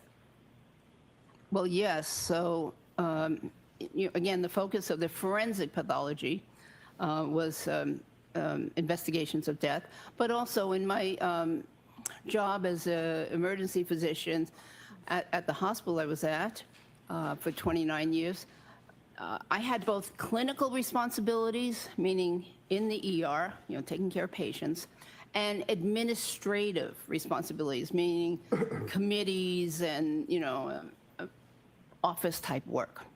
And so one of my responsibilities during that time was to be director of the Quality Improvement Committee. And as director of the Quality Improvement Committee, of course, I had to do death reviews. So analyzing, studying the people who came to the emergency department and was subsequently either pronounced dead or died in the emergency department. So now let's move to a slightly different topic. Let's discuss your work experience. What do you currently do for work? I work for the Medical Board of California, and I do some private consultation work. Describe your work briefly for the Medical Board of California, including what is the board, what's its responsibilities, and what do you do in your role in working for the Medical Board of California? So the medical board is a part of government, I think, that is established to basically police the doctors and some other health professionals. So what the role of the medical board is to protect the public health, to protect them from misdeeds by healthcare professionals, particularly doctors. So, would you like me to go on? So in terms of the medical board, just a last question with regard to that. What type of knowledge do you have to have with regard to the practice of medicine to be able to assist the board in evaluating whether certain doctors have met the standard of care in a whole host of areas of the practice of medicine? What type of knowledge do you have to have? Well, you certainly have to be up to date. You have to be quite knowledgeable on current treatment standards, what is considered the actual standard practice of medicine, and be up to date on literature and what, things that are currently accepted as the good practice of medicine. Prior to your current role, where did you work and when? Well, before becoming a doctor, Just so we can do it for maybe a little more for the jury, if you could go just before the medical board where you work, or do you want to do it from the beginning? Whatever way is best for you, doctor. Doesn't really matter. Most recently, I worked for the state of California, the prison system. I was the medical director of or what they call the chief medical executive of one of the high security prisons in California. I did that for 5 years after retiring from my Los Angeles County job, which I held for 29 years. And briefly describe generally your duties in that role. So as chief medical executive, it was my duty basically to run the medical department. So I hired physicians, I supervised the physicians, made sure that they were providing the standard of care to the inmates that they were assigned to take care of. I reviewed many of their charts. I reviewed transfers and requests for services outside, such as specialty services, orthopedic services, and other kinds of services. And I reviewed every single death that occurred during my years there. So just so you just said you investigated every single death that occurred at the prison during your time in that role? Yes. Approximately how many death investigations were there that you performed? I think approximately 60. Now, did you have any involvement there in examining or identifying wounds of deceased individuals? I did. My office was in the medical building, and it was very close to what was the equivalent of the urgent care center on site. And so when the patients would come in with an extreme injury, a very serious injury, or near death, I would frequently go over right to the urgent care because that was my specialty. That was, my interest. And even though there was a doctor or another practitioner assigned to care for the patient, I would oversee that. And I would also, examine the patients, look for wounds, look for, signs of injuries. There were some, in some of these cases, there were some deaths, and I would examine those bodies very carefully for any kinds of wounds, just like I had done in the coroner's office for those years. To move this along, before you became the chief medical executive at Corcoran, where did you work and what did you do? So I worked for 29 years, I worked at what's called the Los Angeles County USC Medical Center. Now, I know that's a lot to say. It was a county hospital that was affiliated with a medical school. It used to be called, prior to that, prior to when I got there, it was called General Hospital. It was a 19-story building, General Hospital, well known. And now it's actually called LA General or something of that nature. So, anyways, that's where I worked for 29 years. And as I said, I had a variety of different roles there. Can you just briefly name off the roles that you had while at the General Hospital? So, as I mentioned earlier, there was always a clinical component to what I did. I always had shifts in the emergency department where I had to see patients and supervise interns, residents, physician assistants, nurse practitioners. So in addition to seeing my own patients, I would also supervise them as they were seeing their patients. So that was the clinical role. Then there was an administrative role, and my administrative roles ranged from director of what they called life support training, which provided training to the trauma surgeons and the neurosurgeons regarding things such as advanced trauma life support, and also to ER doctors.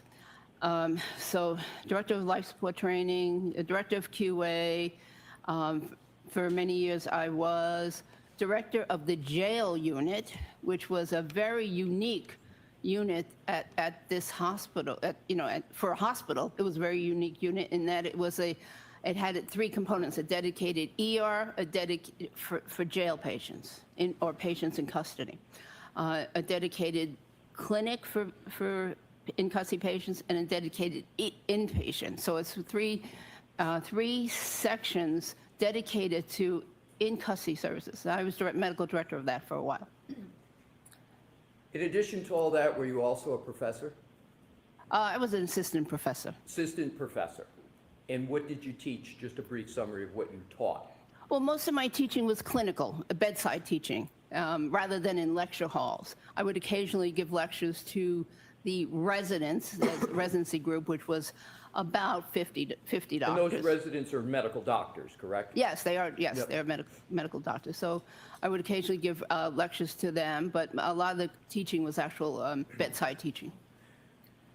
Switching gears just a little bit and segueing, over your course of your career as an emergency department physician and otherwise, did you treat individuals with animal-inflicted injuries? Yes. And did any of those animal-inflicted injuries involve dogs? Yes. And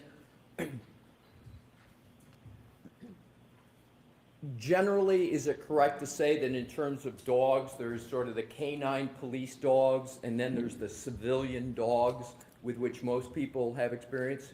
Yes. Are those two categories that you're familiar with, you're comfortable, as we discuss dogs, to have canine versus civilian? Yes, because the injury patterns are a little different. Okay. So what is the difference between a canine dog on the one hand and a civilian dog on the other? Well, generally, civilian dog bites are rather minor, generally. Puncture wounds, maybe, slight avulsions, skin defects, slight skin defects, usually not major. The whereas in the canine or trained police dog bites, the wounds we saw, the wounds I saw, were extensive wounds where there was extensive ripping, tearing, crushing of tissue, and many times even injuries to the muscles and blood vessels underneath. From your experience, do you know why the injuries from a canine dog are as you describe them, as opposed to injuries from a civilian dog? Well, in the LA area at that time, the dogs were taught to bite and hold. So they would, the canine dogs would get a grip on the individual that they were pursuing, and then hold on, even if the individual was trying to pull away. And so there were oftentimes tearing injuries to those, because that's how the dogs were trained at that time. Even with canine dogs, did you ever see injuries from canine dogs on humans that were not a complete bite, that were an incomplete bite? Yes, so if the dog missed on the first attempt at a grab, the teeth might only scratch the surface of the, usually extremity, by the way. And so you'd get what I consider an incomplete dog bite, because it was just scratch marks from the teeth. But the dog would then, try a second time and third time. Now let's go to civilian dogs, a term used for more dogs of household pets that people have. Can you describe from your experience the type of wounds from those civilian dogs that you would see, and contrast it with what you just described for a canine dog? Generally, they were minor. So a scratch, a puncture wound, maybe a little tearing of the skin, a little skin flap, but generally much different. In your 30, did you say about over 30 years experience in the emergency medicine department? Mm-hmm. What did you see more of? Civilian dog wounds on humans or canine wounds? Actually, it depended on where I was assigned at the time. So in the very beginning, because the jail unit was one of my first assignments, I saw these terrific, horrific wounds, many of them, I learned that what was in the textbooks about how to treat them was so wrong, because these patients many of them needed hospital admission, intravenous antibiotics, and many of them needed surgery. And what I was reading in the textbook was, that you could patch them up and clean up the wound and send them home with, sometimes with antibiotics, sometimes without. But anyway, so initially what I was seeing a lot of in the very beginning was the law enforcement dog bites, because I was assigned to jail ward. And also I was very interested in this because I used to be a police officer. And before going to medical school, I was a full-time police officer here in Massachusetts for 7 years. And so I had this interest in law enforcement type injuries sustained during the arrest process, et cetera, et cetera. So you had an early interest in, with regard to dog-inflicted wounds on humans and a police officer. Where were you a police officer in Massachusetts and when? In the city of Malden. I was appointed as the first woman police officer in 1977 to 1984, full-time. And while you were a police officer, were you doing that full-time and anything else while you were a police officer? Were you pursuing school while you were a police officer, your college education, or was it separate? No, I was a full-time police officer working the night shift. And I was attending Northeastern University part-time during the daytime to pursue my degree. Were you a sworn duty police officer? Yes. Full member of the police force? Yes. Did you attend academy? Yes, I attended the Boston Police Academy. In how many years were you a Boston police officer? No, I I'm sorry, wasn't. I'm not Boston, the Vault. I was a Malden police officer for 7 years, full-time. Now let's go back to your emergency department and other experience.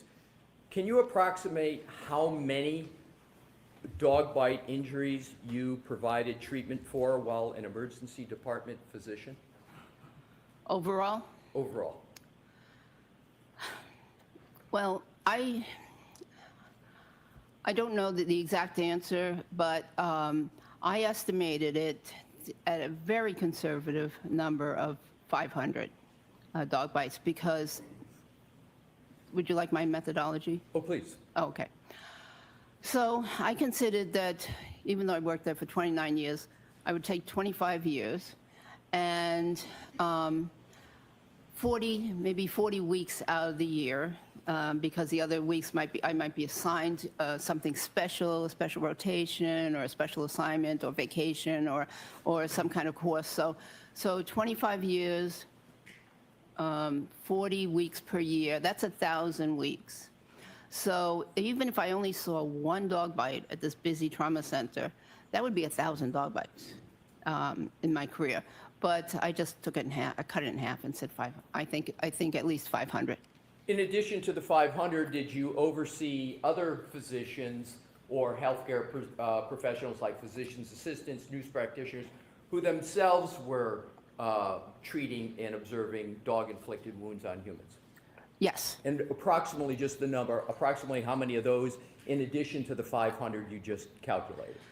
Well, I generally supervised about 3 to 4 people per shift. Med students and interns, residents, whatever, all those people. And so I would say very conservatively another 500. In terms of other work, I want to shift just a little bit in the emergency department. Did you encounter injuries from persons involved in motor vehicle accidents? Many. And you mentioned you were in Los Angeles, and in terms of those, can you approximate how many humans you saw and treated and diagnosed in the emergency medicine department from motor vehicle accidents? Well, it was a very busy level 1 trauma center. What is a level 1 trauma center? So level 1 trauma center is the highest designation that a trauma center can have. And there are many requirements in place in order for a medical center to be a level 1, including 24-hour in-house neurosurgery, 24-hour in-house orthopedics, and an active research program, and many, many, many more requirements. And a certain level of training for all of the ER docs and all of the trauma surgeons. So we were level 1 trauma center, one of the busiest in the west of the Mississippi. And the hospital was located near some major freeways. So we saw lots of patients from motor vehicle accidents. But if I were I would say, if I took the 1,000-week number again, if I saw, at least 3, motor vehicle accidents per week, that's 3,000 at least. And that's just me. That's not the interns, residents that I'm working with. So, shifting again a little bit, as medical director of jail medical services at General Hospital, can you just describe a little bit about the work there? Similar to what you just described, or is it a little different? So in the jail medical services, we dealt with people who were in custody. Some of them were also, drunk drivers and under arrest. Some were, they're arrested for a variety of reasons. Anyways, and if they were in custody, rather than have them in the main emergency department, we had a special emergency department for them. And so we would see, interesting cases there. In terms of being a professor, is that your time as an adjunct professor at Cal State Los Angeles? Is that where you were an adjunct professor?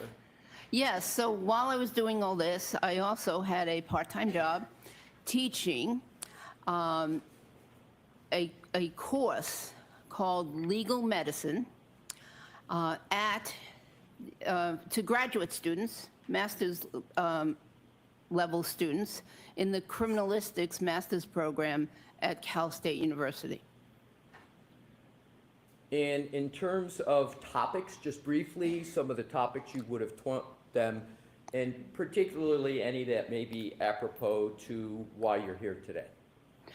So knowing that many of these students were going to go on to work in crime labs or be crime lab directors someday, what I needed to do was to teach them about the aspects of a crime scene that dealt with a body or someone who was injured or killed, and so we dealt with things such as time of death, post-mortem changes, wound analysis on the body, looking for different patterns of wounds or types of wounds that could direct them into, to steer them in their investigation.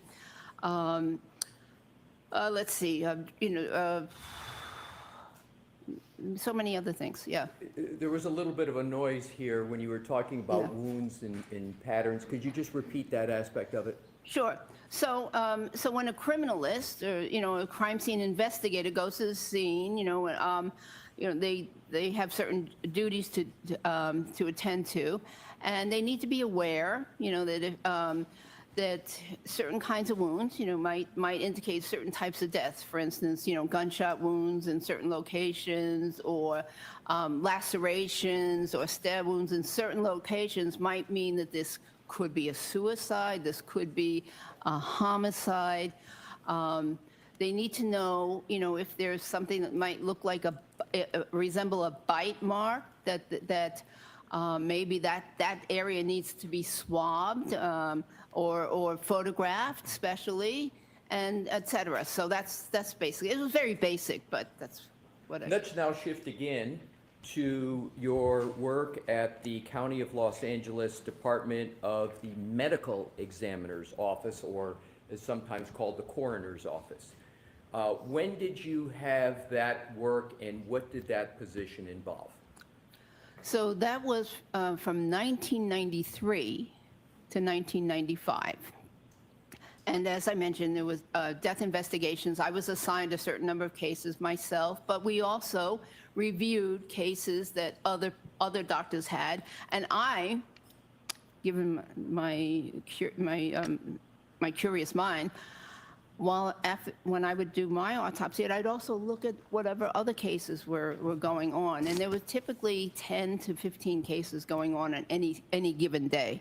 And so so I learned a lot, not only from my cases, but from other cases. Did you ever conduct an autopsy of any individual that sustained dog-inflicted wounds? Yes. Please describe that autopsy. That was a case I'll never forget. It was a young boy who had been attacked by 3 dogs, large dogs, but not specifically canine, law enforcement trained dogs, but 3 large dogs. And the wounds there were extensive wounds all over the body, or as best I can remember, including a wide variety, puncture wounds, some scratches, abrasions, contusions. There were a number of different types of wounds. So let's now go, we talked about dogs and motor vehicles. I want to go back, please, to motor vehicles. Did you, as a forensic pathologist, did you ever conduct autopsies of decedents that were involved in motor vehicle accidents? Yes. Approximately how many? Hard to say. I would I'm not sure, really, but probably at least, well, motor vehicle accidents, probably at least 20 or 30. Did you conduct autopsies of victims of motor vehicle pedestrian incidents? Yes, Now, prior to working at the coroner's office, you worked at the jail emergency department at General Hospital that you described, right? yes, And in that position, did you provide treatments to persons that suffered dog-inflicted injuries? yes. And just approximately how many? And then we'll move on to the next topic.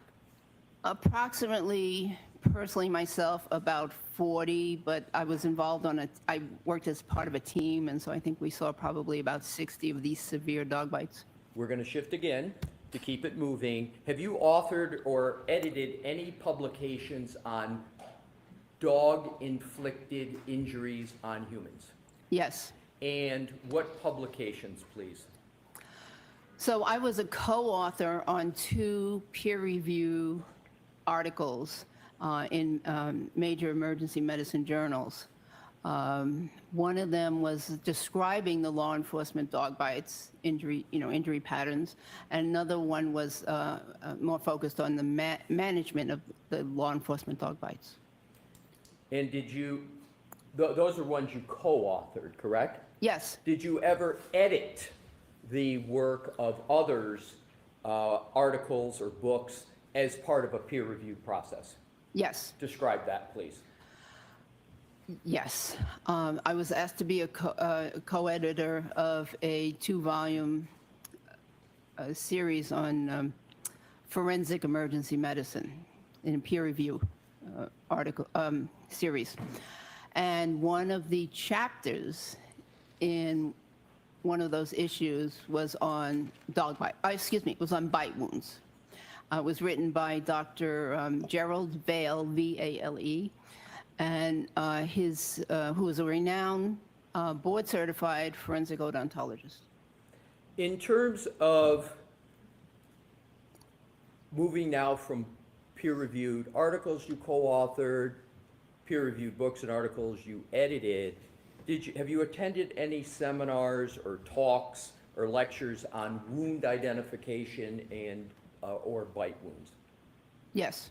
Just briefly describe a couple to give the jury a flavor of what those were.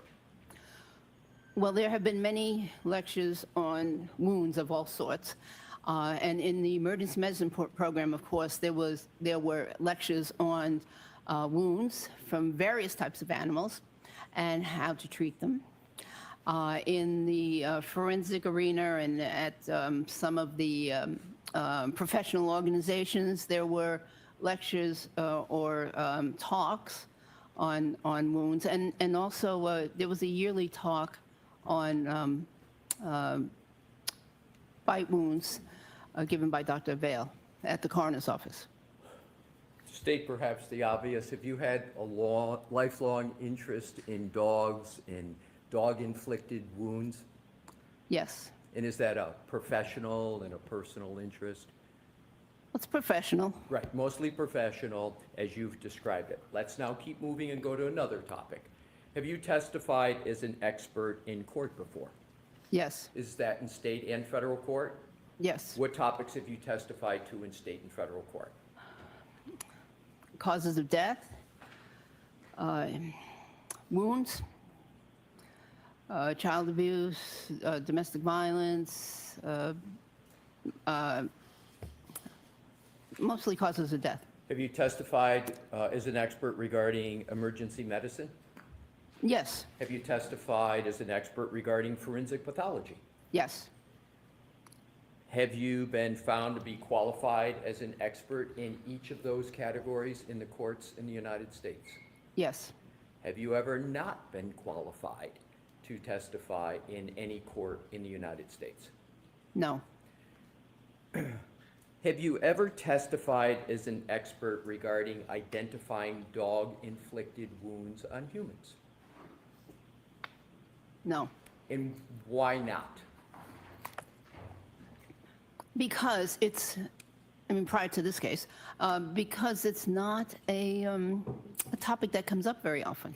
So although it comes up often in your practice, in terms of whether it's an issue in court, is it, my understanding from your answer, it just doesn't come up that frequently?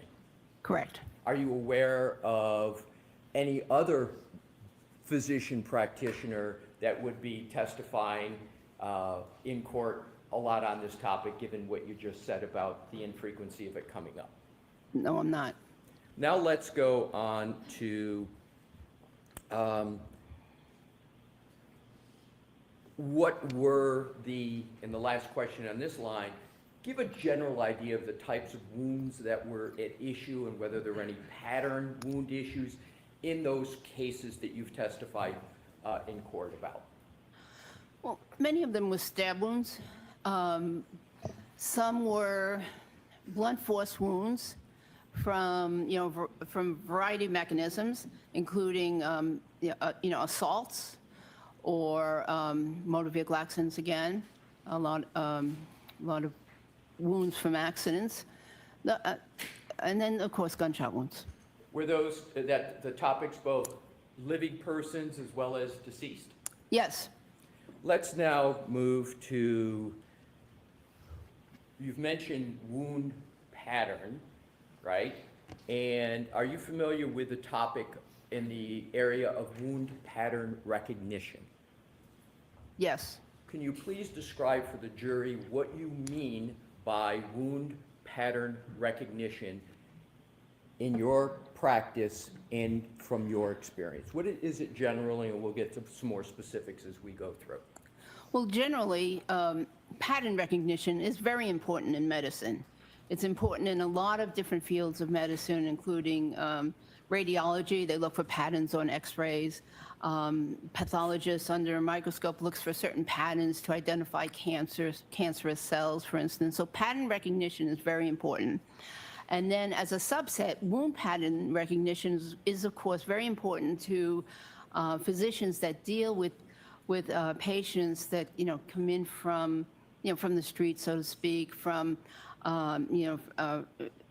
who may have been assaulted, may have been child abuse victims, may have been domestic violence, elder abuse, those kinds of victims, because sometimes it's important to, or you learn that what actually happened is not what the patient or the relative or the presenter said happened. And so you have to discern or figure out what happened in a case. And so you have to be able to identify certain patterns and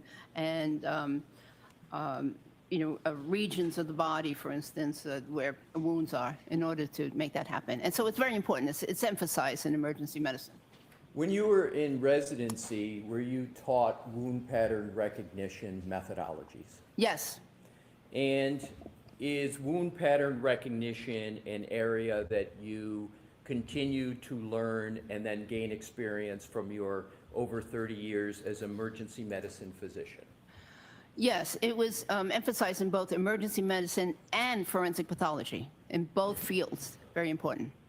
Is wound pattern recognition a generally accepted methodology that is applied in the practice of medicine?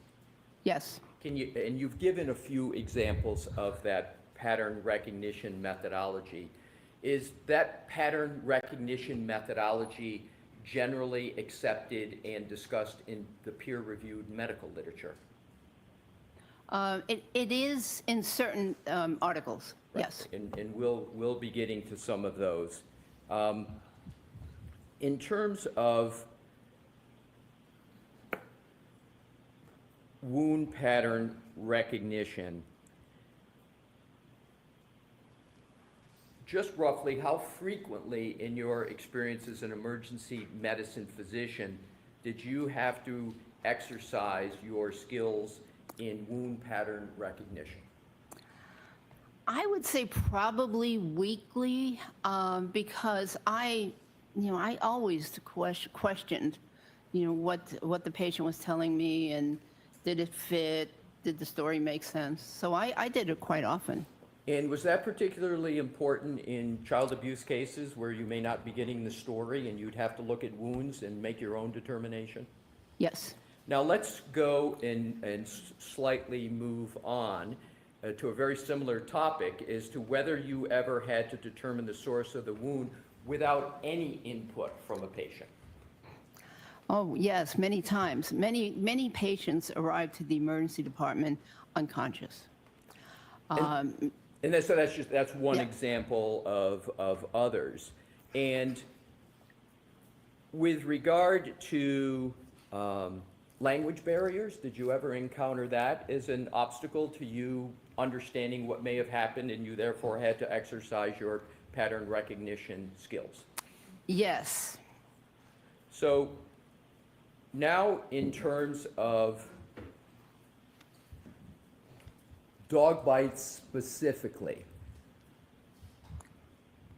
how often, if at all, did you have to look at a patient without input from anyone to determine whether it was from a dog? Occasionally. And can you recall any specific instance, or is it just you're recalling that you generally had to do it, but you can't recall a specific instance? The second of that, that I generally had to do it. Sometimes, you know,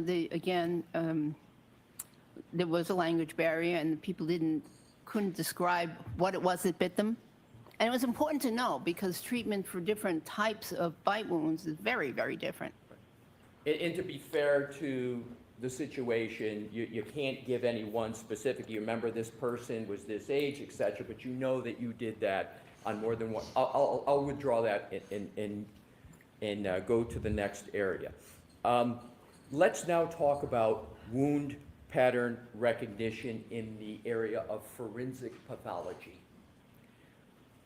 What role does pattern recognition play in forensic injury analysis? And could you please just let the jury know what you mean by forensic injury analysis as regards pattern recognition?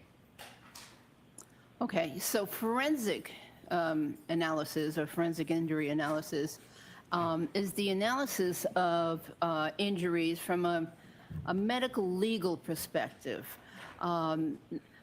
In some areas of medicine, the doctors are taught to just treat the injuries, and no figuring out about how it happened or what caused the injuries, so much as they treat. But in my case, both the emergency department and the forensic pathology training, I was interested in how the injury happened. That was a very important factor to me. Why is pattern recognition important in the field of forensic pathology? Well, you could look at a wound all by itself, an abrasion, for instance. Abrasion is a scratch. And in and of itself, it might not tell you how the wound occurred, all by itself. But if there are a series of scratches or a series of lacerations or cuts, they can tell you more about how it happened.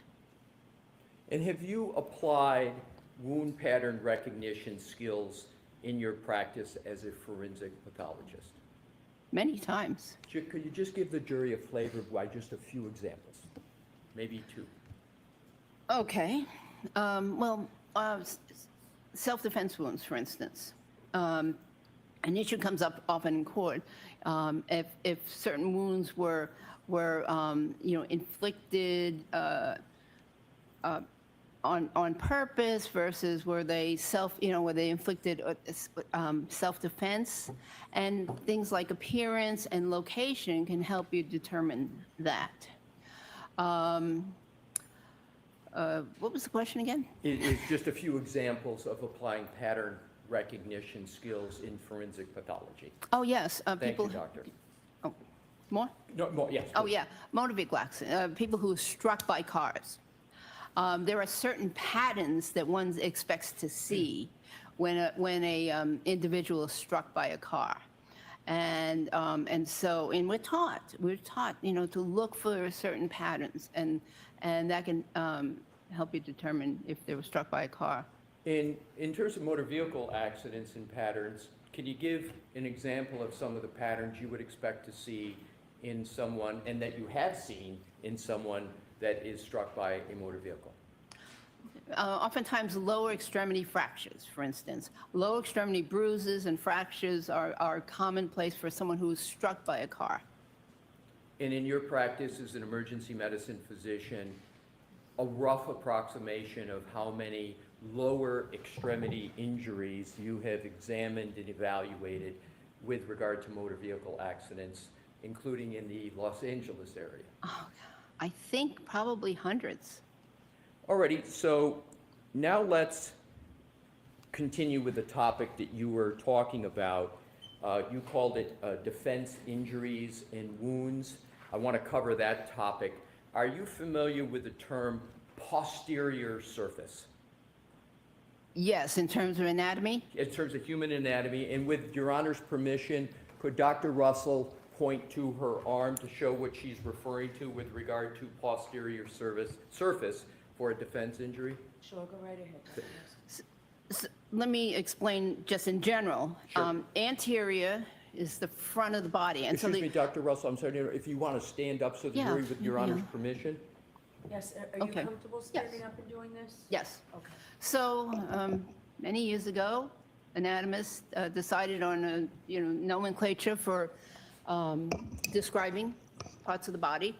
And so the way the body, the descriptions go is that you take a person in what they call the standard anatomic position, which is upright with their arms, their palms facing forward. Palms facing forward. So that is the standard anatomic position. So anything in the front is anterior, anything in the back is posterior. Could you point to the arm when you talk about anterior and posterior, please? Yes, so with regard to the arm, if the palm is facing forward, that's the anterior. So the posterior part of the arm would be the back part that I'm touching right now. This back part of the arm and the back part of the forearm would be right here. So that's the posterior of the arm. In what relation does the posterior of the arm have in determining whether or not a wound is a defensive wound? Well, oftentimes, when someone is being attacked, they will put their arm up to defend or protect their face, their neck, their chest, their vital organs, the vital parts of their body. So they put their arms up. And in doing so, the posterior part of the arm becomes presented to whoever is attacking them or whatever is attacking them. So this is the part of the arm that oftentimes gets injured when someone is defending themselves. Thank you, doctor. How often have you observed and concluded regarding defensive wounds to the forearm? Many times. I don't know. I don't have a number. Is 20, 30, I don't know, in terms of decedents. And then in terms of live people, many, many more. And if we just start with the posterior part of the forearm that you've described and you encounter wounds there, are those wounds indicative or highly indicative of anything? Well, they're indicative of defensive wounds being caused in during a defensive action. In your experience as a resident, a fellow, emergency room physician, and a forensic pathologist, and your time at Cochrane, have you experienced and taught the topic of defensive wounds? Yes. Now let's move on to another topic. do you have knowledge of the dental features of dogs? Yes. Where did you gain your knowledge about the dental features of dogs? Generally from reading articles. And in terms of examining patients with dog-inflicted wounds, did that inform you anything about dog dentition or not? Not specifically. In terms of dog dentition, Your Honor, may I approach? Okay. Thank you.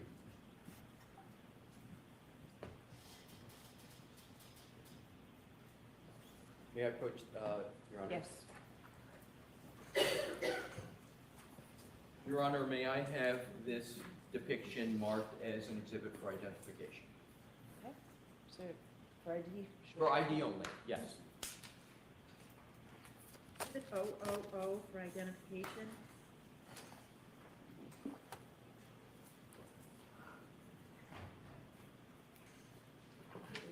Thank you, Madam Court Reporter.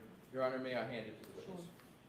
I'm handing you Dr. Russell, what has been marked for identification as 000, as in orange. Dr. Russell, do you recognize that depiction? Yes. What is it?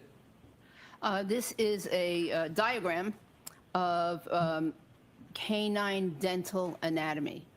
And could you please, just for the jury, briefly describe dog dentition and what we mean by the term dentition? I think most know, but just for the record. So I believe dentition just means the teeth and the shape of the teeth and of the mouth of the animal or a person. And what this diagram shows is that in general, dogs tend to have a triangular mouth, meaning it comes to a narrowing towards the front of the mouth. It shows how many teeth a normal dog will have, and what they look like. There are different kinds of teeth, just like humans have different kinds of teeth. In Your Honor, to assist the jury in the understanding of what Dr. Russell is speaking about, with Your Honor's permission, could we publish this as a chalk for the jury? Is there any objection? None, thank you.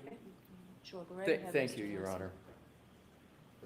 And will enlarge Mr. Woke Dr. Russell, where would you like to start with regard to this, just to give the jury a brief discussion of dog dentition? Which part of this should we zoom in on? I think the lower half around the triangular upper and lower jaws, right there. Right there? Very Yeah. good. And Mr. Woke, if you could just, to start with, pull it down just so we can see the headings, and more importantly, the jury can see the headings of those two diagrams that Dr. Russell has pointed out. Yes, and just enlarge that. Can you read what's on the left and what's on the right? It's slightly blurry.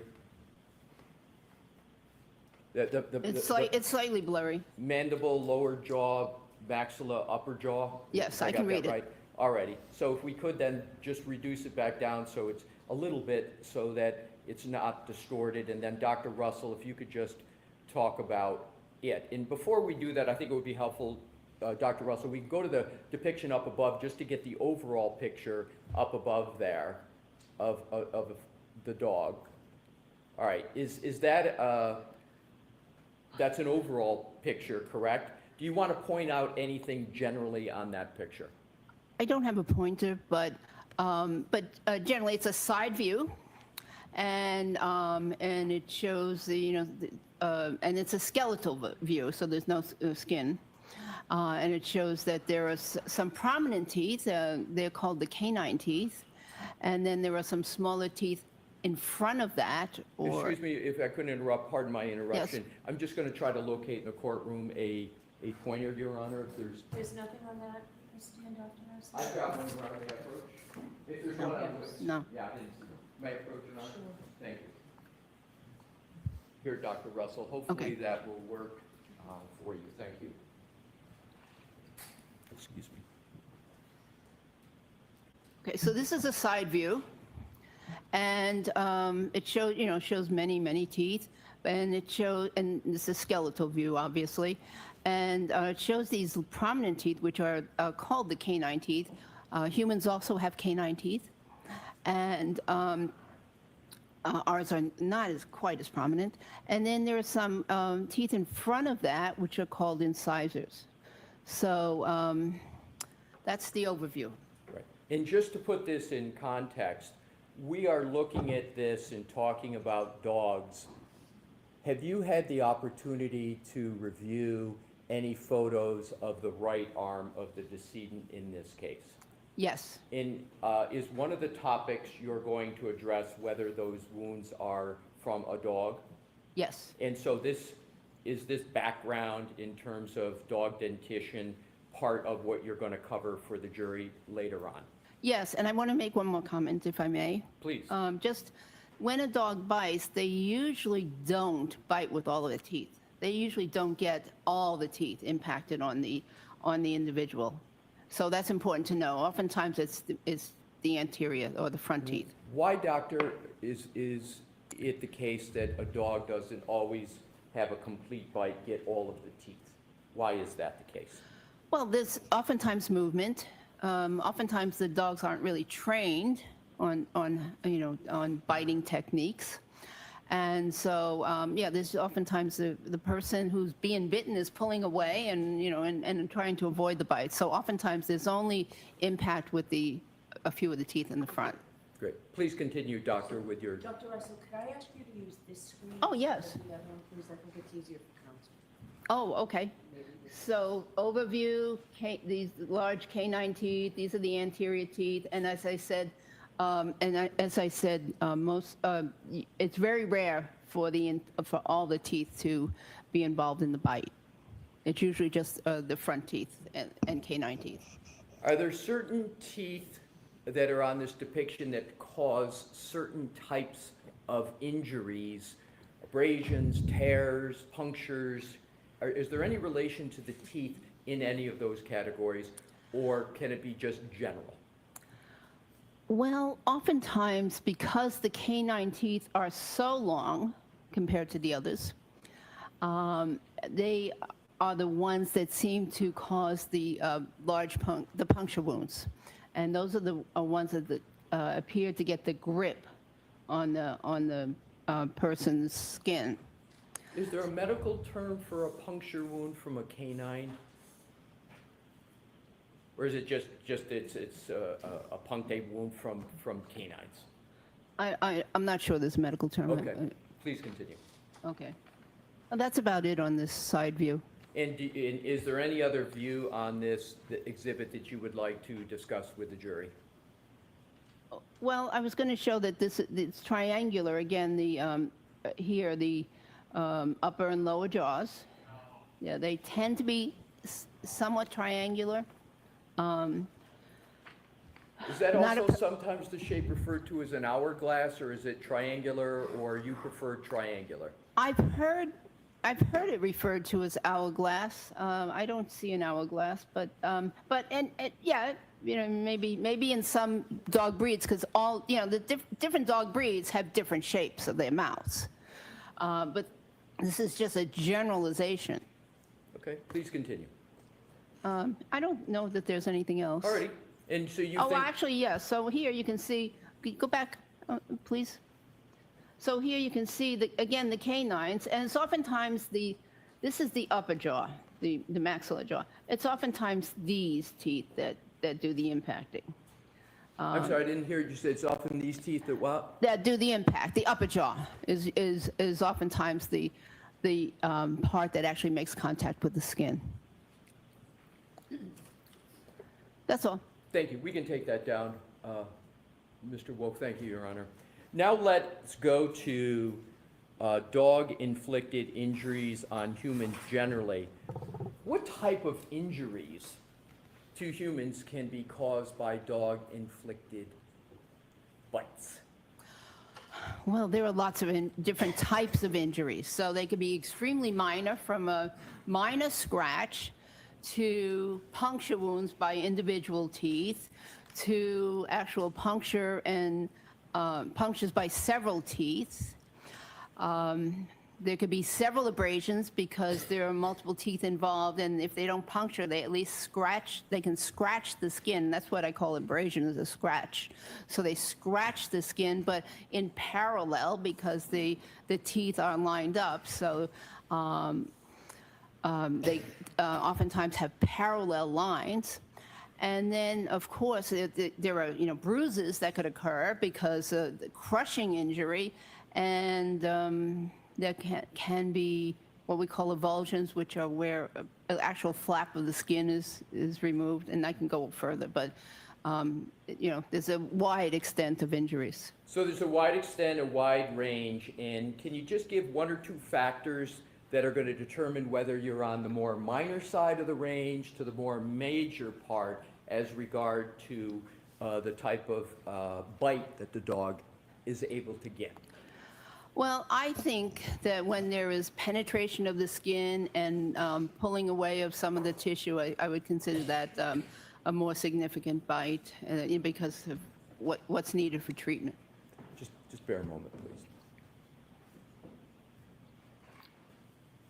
Thank you.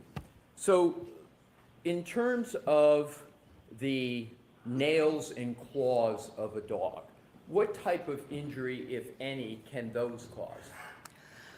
So the nails they're also somewhat pointy or triangular in configuration or shape, and so they can cause scratches, and actually they can cause even deeper wounds if the nail catches the victim's skin a certain way. But most of the time, just scratches. From your experience, what type of medical experience, peer-reviewed article experience, your whole professional experience with dog-inflicted wounds on humans, do you have experience with just a part of the range or the whole range of injuries that a dog can inflict?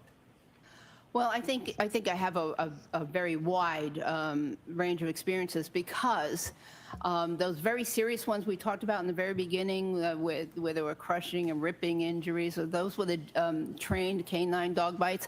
Most emergency physicians don't even get to see those. They're so uncommon. But because I was assigned to jail ward, that's how I got to see them. But in the majority, in the main ER, most ERs and our main ER, we saw the more minor type of injuries. So in terms of if someone is bitten by a dog, where are they? Again, I think most people understand this, but just to be clear for the record, when someone gets a dog-inflicted wound, where do they usually go? Well, Sustained. Ask it differently. Doctor, are you aware of the medical facility from your experience where people go who have dog-inflicted wounds?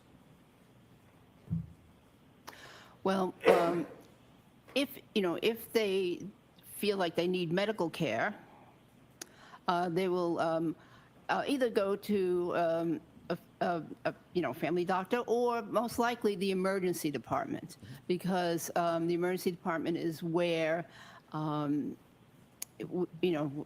resources are, the people that with the experience. They go to the emergency department in general.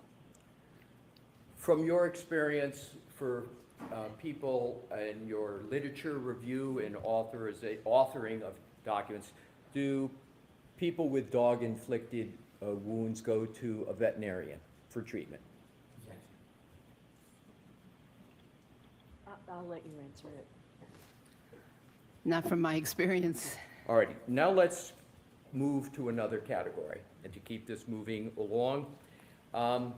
How did you initially become involved in this case? Well, very interesting. I live in Los Angeles, and I saw something in the Boston Globe about this case, but I really didn't pay much attention to it.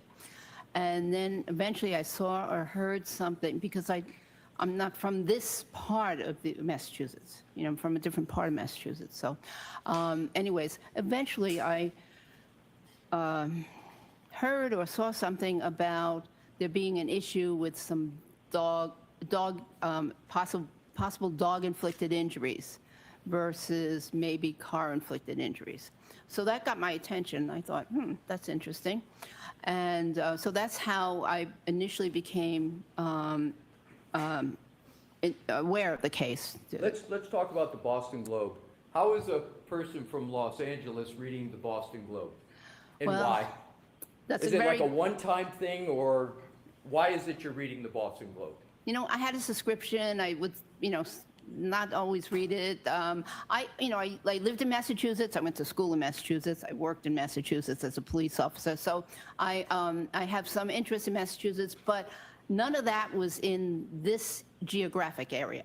It was all north of Boston. So that was the area I mostly paid attention to. Did you reach out to anyone after reading that article? And what do you recall from the article in the Boston Globe, if anything? I'm going to sustain that objection. Did you reach out to anyone after having read something in the Boston Globe? Yes. Again, I thought the question was interesting.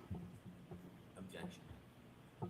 I'll let that stand, but just answer Mr. Alessi's question, Yes, please. yes, I did. Go ahead. Andrew. Okay. Yes, I reached out to one of the DAs in Los Angeles County. And at that point, what, if anything, did you know about this case? I didn't know much.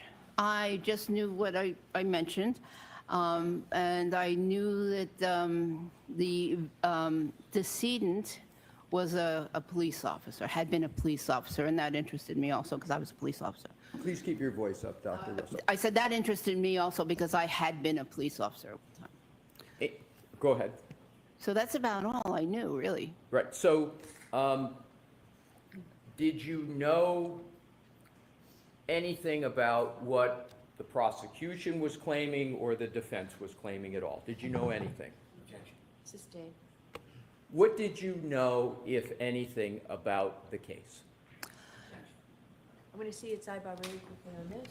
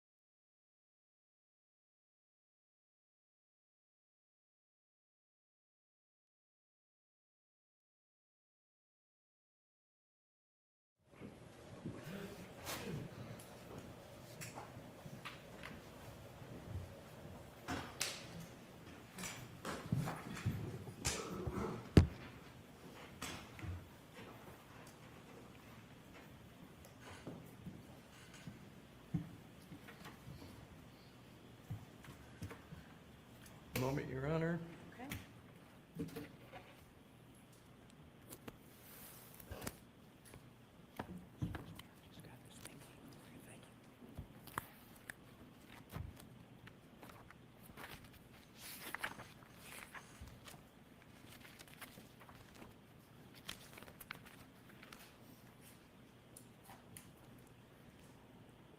Doctor, in terms of, Mr. Wolk, if we could please, and Your Honor, may we publish what is already in evidence, which is Exhibit 167? Okay.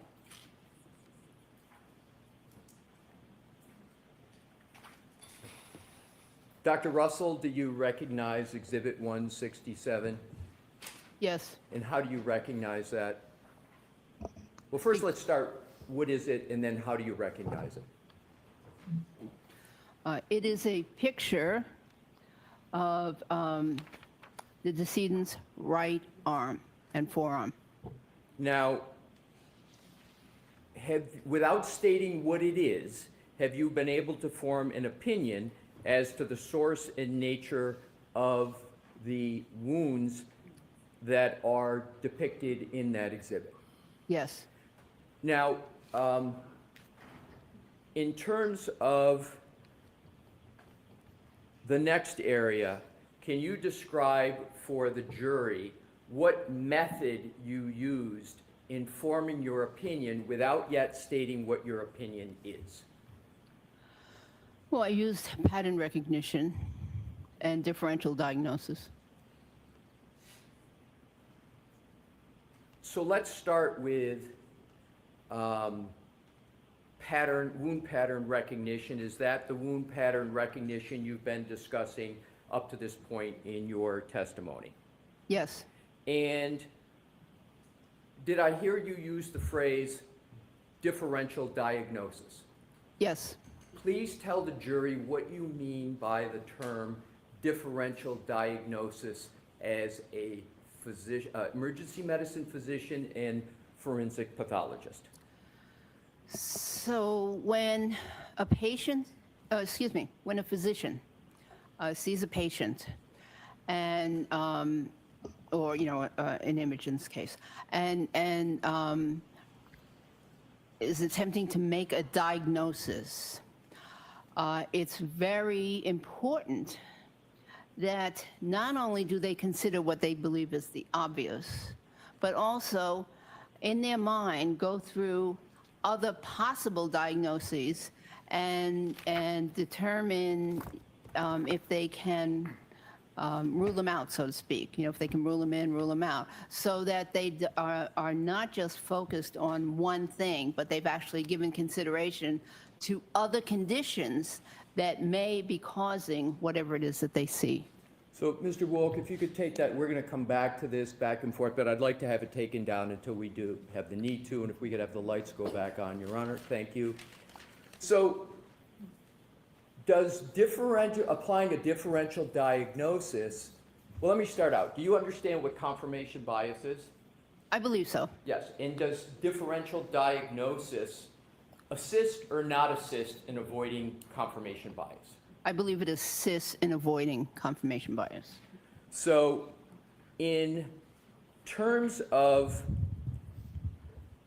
differential diagnosis, did you apply that concept in the beginning of your analysis of this case? Yes. How did you apply differential diagnosis to, among other things, avoid confirmation bias in this case? Well, in my mind, I went through other possible things or causes of wounds on an arm, and what they would look like, and the configuration, the patterns, etc. And then I figured out why these other potential causes of wounds in the arm, did not fit this case. So is a phraseology a synonym for differential diagnosis, what doctors call ruling out something? Is that another way to say it as well? Yes. So we're going to come back to the differential diagnosis. I just wanted to have that question first. Now let's switch to the materials that you considered in forming your opinion about the nature and source of the wounds to Mr. O'Keefe. Describe what you looked at in terms of coming to your opinion, conducting a differential diagnosis, and avoiding confirmation bias. What did you look at? Well, I looked at pictures similar to this. So there were pictures taken at the hospital. There were pictures taken at the medical examiner's office. I looked at the medical records. I looked at the autopsy report. And I looked at other reports from the Massachusetts State Police. And then, that's what, those are some of the things I looked at. Did you look at any photographs, including of clothing? Of what? Clothing? Oh, yeah, clothing, of course. What clothing did you look at? So there was a shirt, like a hoodie shirt, that I looked at that had many defects in it. And when you say defects, what do you mean by defects? Is there a more layperson's term? Holes? Thank you. Did you look at any history of any dogs with regard to any municipalities and dog incidents? I'm going to sustain that, Mr. Lassie. Did you look at any municipal records with regard to your review in this case? So that's sustained. With regard to other documents, if any, could you describe any other documents that you looked at? Well, I also, I'm going to see you at Cyber.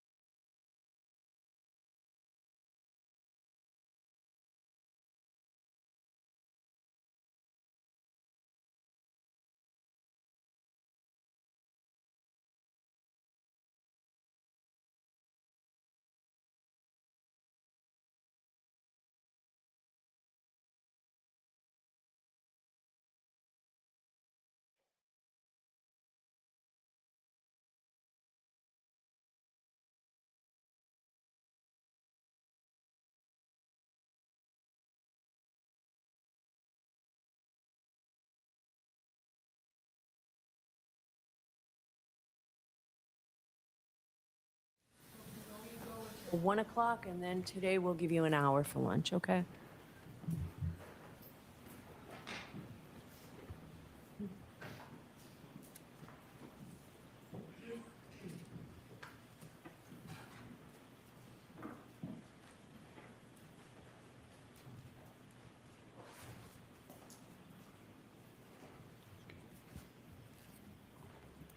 May I continue, Your Honor? Yes. Thank you. Thanks for your patience, Dr. Russell.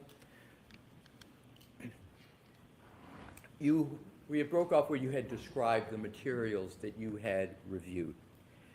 Based on your, and Mr. Woke, if we could please put the exhibit that we just had, and with Your Honor's permission, republish it. Thank you. Based on your review of all the materials that you had described and your experience that you had described, without stating it, were you able to come to any conclusions or opinions about the source and nature of the injuries that you see depicted on that exhibit? Yes. And what is your opinion and conclusion concerning those injuries? Those wounds were inflicted as the result of a dog attack. I'm sorry, I didn't hear you. Can you speak a little louder? They were inflicted as the result of a dog attack. And how did you form that opinion? Just describe your thought process to the jury. Well, there are multiple groupings of wounds. Do you have the pointer? I there? do. And if you could use the screen that Her Honor has requested.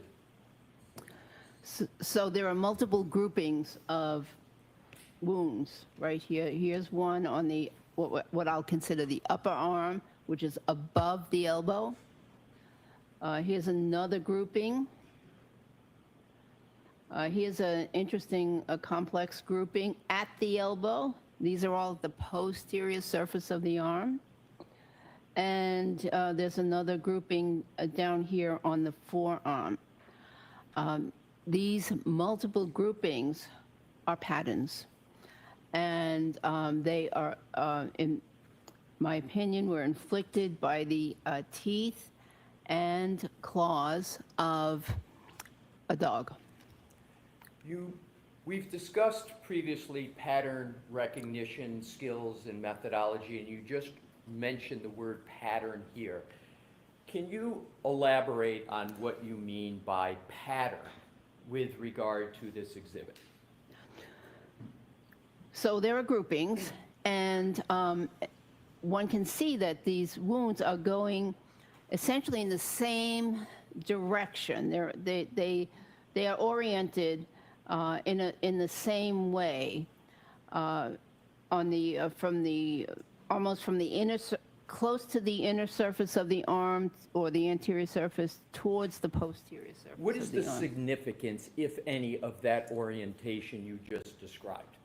So what that gives me direction, and that tells me that the dog's teeth were over here. Over here. The dog is over on this side of the arm, and the teeth started their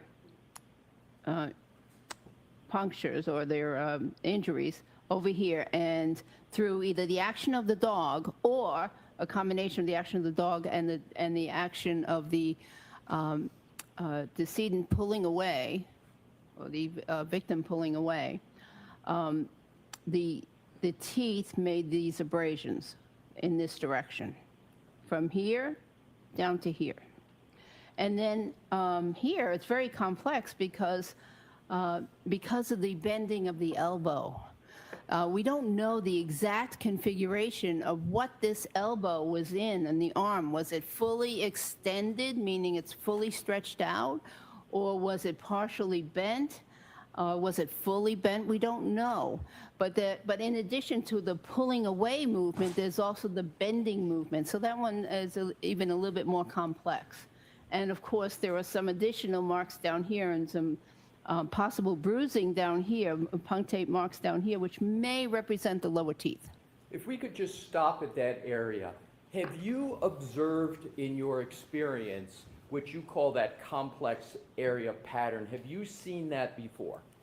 Not that exact pattern, no. But have you seen any that is similar to it?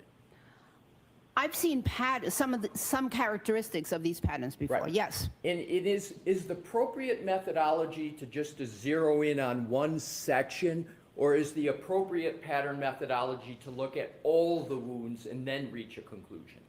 The second, to look at all the wounds. And Okay, could you so- please describe? Why don't we take our recess? Okay, Your Honor. Okay? Thank you.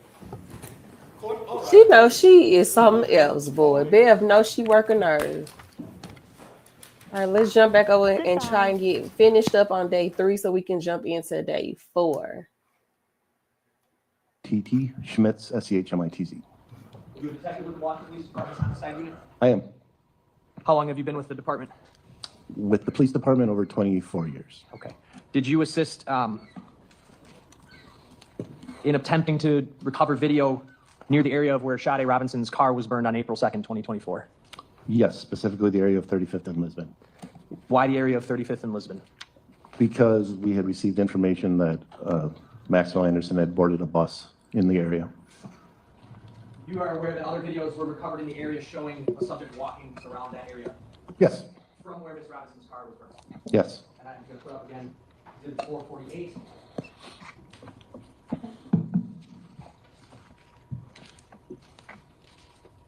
This is an image you've seen before. yes, Were you kind of tasked with trying to find video to see if you could pick up this individual walking anywhere else? yes, we were. And based on that clothing description, were you able to find video depicting that person? Yes, we found video from a corner store on the corner of 35th and Lisbon called the Key Spot.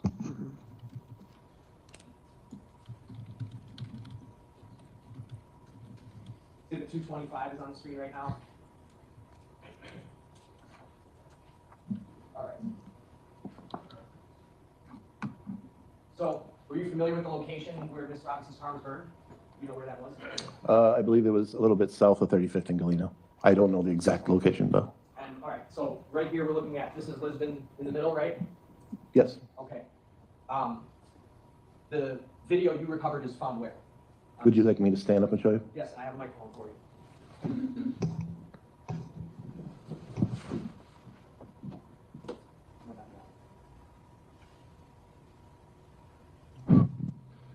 So the corner store where we found video, this is Lisbon, and this is 35th Street, so it would have been on this corner, so the northeast corner of 35th and Lisbon. Can you point to the corner of 30th and Lisbon? 30th and Lisbon. Okay, so 5 blocks away from the corner of 30th and Lisbon is where you got this video from. That's correct. All right, you can have a seat, Detective, thank you.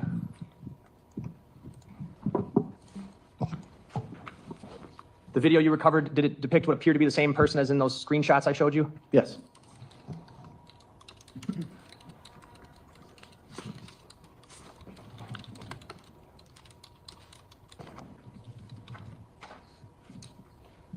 There were multiple clips?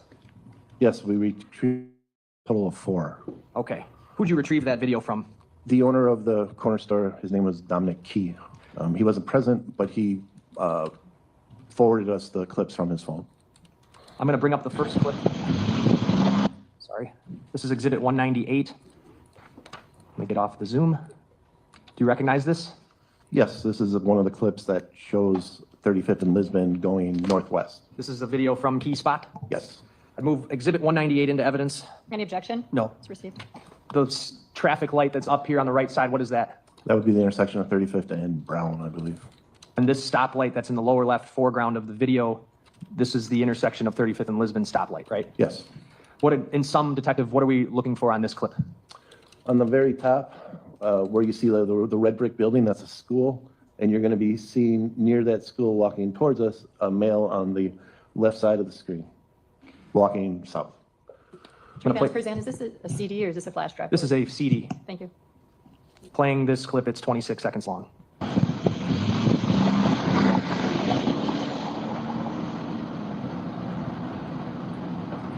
If you could, Detective, stand up and point out what you're seeing. So there's a subject walking right here, walking towards us. All right. Next clip, that first clip was titled Key Spot, Channel 4, and it ends in 250. And the next clip is titled Key Spot, Channel 4, and it ends in 621.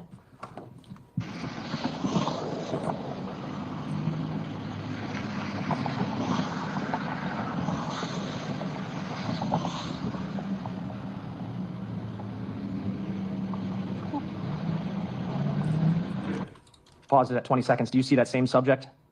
Yes, Did this clip just pick up where the last one left off? it did. Okay. And the date and timestamp, is that accurate? On these two, they are. In the other two, they're an off by like an hour and 2 minutes. Okay, but this one's accurate. So this one is 8:07 a.m.? Yes.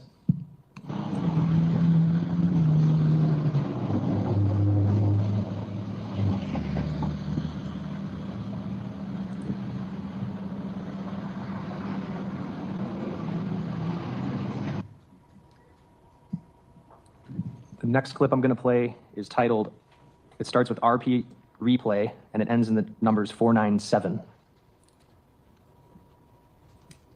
Before I play that, this is a different camera altogether, right? It is, and this view is going to be, I believe, an hour and 2 minutes behind. So on this, it'll say 7:05. And what's then the real time? 8:06. And so this picks up where the last camera left off? Yes, And do you see that same subject on this clip from the beginning here? he's right here. You're pointing to the upper right side of the screen? Yes, I'm sorry, right. Okay. The upper right-hand corner. I'm going to play this clip. It's 54 seconds long.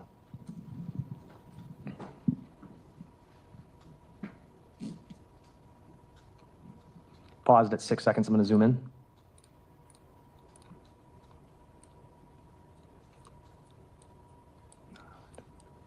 If I can.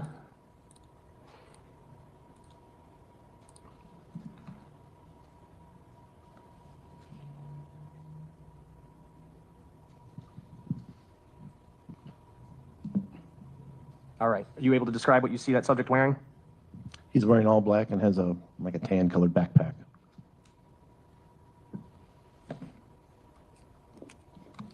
See right here where I'm circling with my mouse? Yes. And what does he do? What are we going to see next? In the next clip, you're going to see him standing at the bus stop until the bus comes.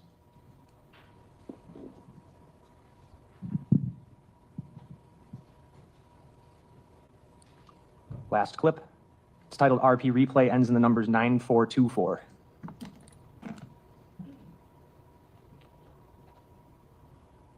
That Adrian Wojnarowski notification was on the video that was sent to you, right? Yes, it's from whatever, the owner's cell phone.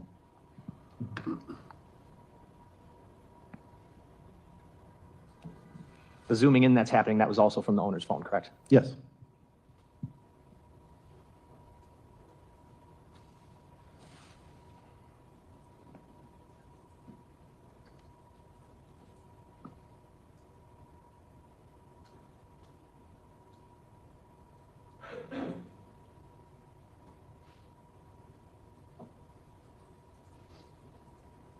What just happened? He made a move towards getting on the bus. A Milwaukee County Transit bus? Yes. Nothing else? Cross? Okay, so the video footage we were watching was from the Key Spot, right? That's correct. The neighborhood store on 35th Street in Lisbon. Yes. And you spoke with somebody named Dominic Key, who just cooperated fully with law enforcement, just turned over videos, right? Yes. Okay. And then the videos that we watched show a person walking to a bus stop. Correct. That's all. State? Nothing else? Thank you. State your next witness. Detective Michael Brownrider, the state will recall.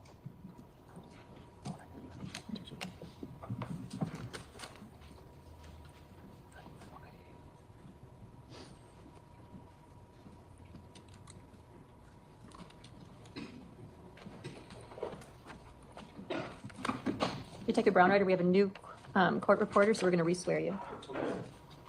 Do you solemnly swear that the testimony you give in this matter will be the truth, the whole truth, and nothing but the truth, so help you God? I do. If you could please be seated, restate and respell your name for the record.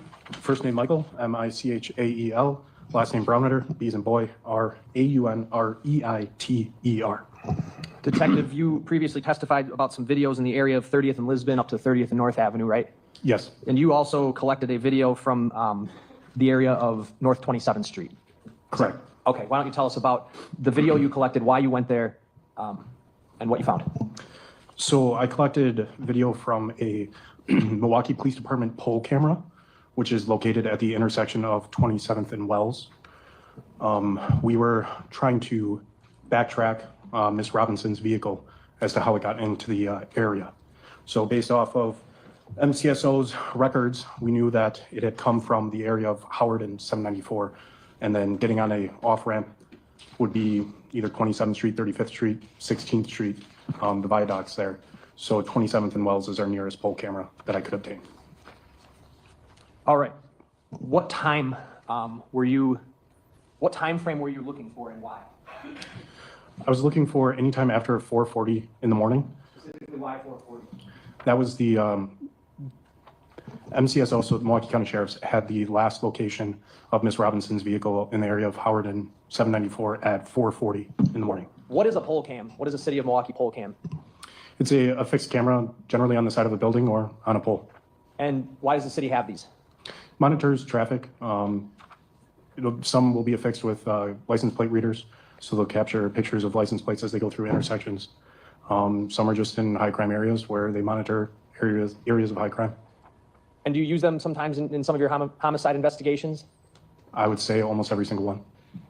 Are they typically put in busier intersections? Yes. Main thoroughfares? Yes. Okay. Can you tell the jury, I have exhibit 225 up on the screen here, where this pole camera was? Yes, can I step down? Please, actually, There's a microphone. Oh, sorry, Judge. I was just gonna say the same thing. Take that microphone and just turn it on, please. Okay, 27th and Wells is this, it's actually marked here with Daddy's Soul Food and Grill. Specifically, the pole camera was on the southwest corner of 27th and Wells. So right here where I'm pointing. So you were basically trying to check any possible route you could check for how the car would have gotten from, what was the area you said originally? MCSO last had her vehicle or her phone records in the area of Howard and 794. Near St. Francis? Yes. And so you're trying to find a route that would take from St. Francis to the area where her car was burned. Is that a fair statement? Correct. What freeway exit would one maybe use? The one that we had spoke of before, which exits at like 25 in Clybourne, 26 in Clybourne. You would come up, closest would be Wisconsin Avenue, then you would take a left turn, and then the first major thoroughfare north and south is 27th Street, the blue right here that turns gray. 26th Street and 25th Street are not busy streets? No. Okay. Did you in fact find video showing that? Yes, I did. And I'm going to pull up exhibit 196 here.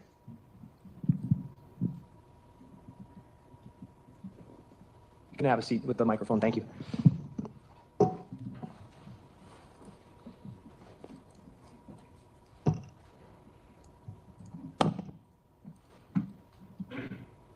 All right, I'm going to bring up first the video file that is labeled as camera 1. What are we looking at, Detective? So this is 27th and Wells. It's facing southbound. So in the top right corner of your screen here is actually going to be the intersection of 27th and Wisconsin. And then across the street, so on the other side of the screen is that Daddy Soul Foods that I had spoke of. And on the left corner of the screen is pretty much the intersection of 27th and Wells. I'm going to bring this video, I'm going to move 196 in, first of all. Any objection? No. It's received. I'm going to advance this clip to 4 minutes, 40 seconds, which would correspond to what time, Detective? There's no stamp on the video, but what time are we looking at here? The video should have started at about 4:45 in the morning. If you look at the label or the name of the file, it says 4:44 and 59 seconds. So it would be roughly 4:50 in the morning. Have you yourself driven the route from KK and Howard to this intersection? Yes, I have. Taking the interstate and the highway? Yes, I did. Taking the 25th and Clybourne exit? Yes. And approximately how long did it take you? 10 minutes. I'm going to play clip 1 from 4 minutes, 40 seconds, which would be 4:40 a.m.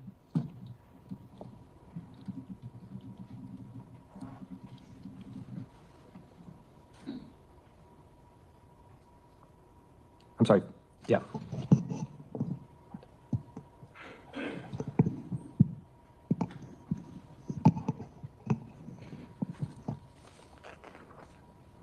What do we see? That would be Miss Robinson's vehicle. I paused it at 5:05. Did I misspeak on the time? You did. The video started at 4:50 in the morning there, sir. So the vehicle had turned off of Wisconsin Avenue and then turned northbound on 35th Street. All right. And if I'm zooming in on the vehicle here, what can you tell about the vehicle? What do you see? The windows are foggy, and it appears that there's some sort of blanket or covering over the rear driver's side window there. Playing at 5 minutes, 5 seconds. Are the wipers going? Yes.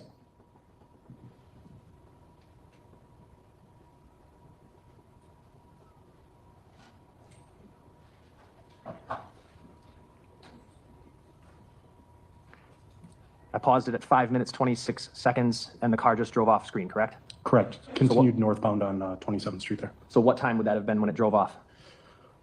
It should be about 4:51, 4:50 and a couple of seconds there. Between 4:50 and 4:51 a.m. Correct. Okay. I'm gonna go to the next clip. This is labeled camera 2. I'm going to advance it to 5 minutes.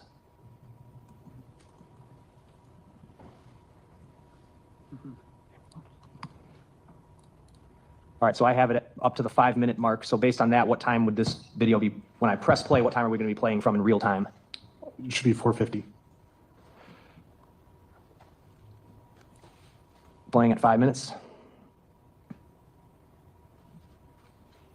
I paused it. The TV has gone out. All right, it's back. It's paused at 5:06. I'm gonna zoom in. On this angle, detective, did you try to ascertain any information about who the driver of the vehicle might be? I did. What did you see? You can see that the driver is wearing dark clothing. Appears to be a lighter skin tone, most likely a white male or female. All right, and if you could step down with that microphone, I'm gonna have you point out exactly what you see as it plays. So the car we know from the last clip stops at this intersection for a period of time, correct? Correct. Playing at 5:06. So while it plays, you're going to see the left hand of the individual driving that's going to move around inside of the vehicle. You're going to also see a shadow of the face. Again, you're not able to make out an identity, but you're able to see that it's a lighter skinned individual. And that TV went out, so I'm gonna back it up and do it again.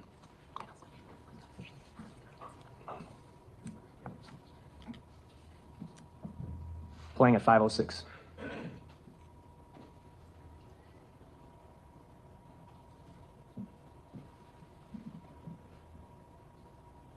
You can see the face there as it moved, and then the left hand in the corner of the window there. Okay.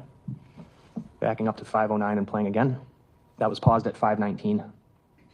As well as, I don't think I mentioned before, but you can see here that this doesn't appear to be the fog or the moisture on the windshield. You can see how that color is, whereas the difference in the rear driver's side window here looks to be like some sort of blanket or some sort of covering the window.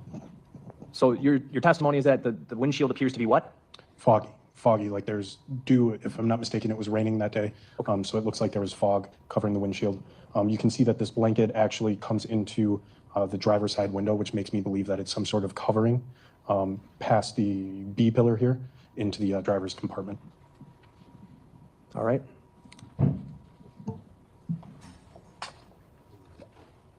Okay, I got the TV back, so I'm going to play it at 5:08. And if you can point out what you notice about the driver when you see it. So it's going to be right there. When you pause it, it's a little bit blurry, but it appears that the driver kind of tilts his head or their head to the left, which you can see a skin tone there that appears to be a lighter skin tone. And then that was the hand that had just moved as well. Off the camera. All right. I'm going to do it one more time.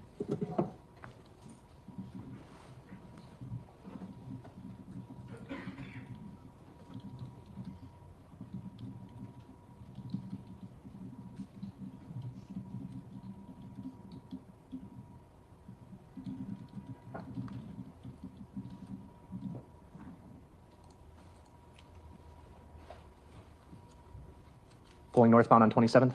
Correct. Last clip, this is labeled camera 3. I'm gonna bring this up from 20 minutes, 20 seconds. This one's timed a little differently, Detective, correct? Yes, it is. Can you tell us how, as I This clip bring this starts up? at 4:29 and 59 seconds. So 4:29 a.m. And then, so if we advance it 20 minutes from there, that's roughly 4:50 in the morning. Okay.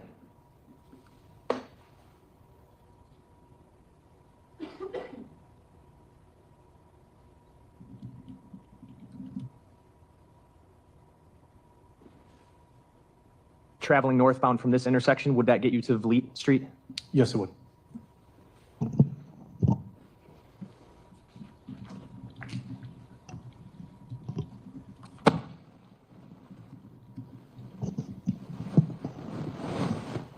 All right, Detective, I have Exhibit 225 that's going to be on Elmo.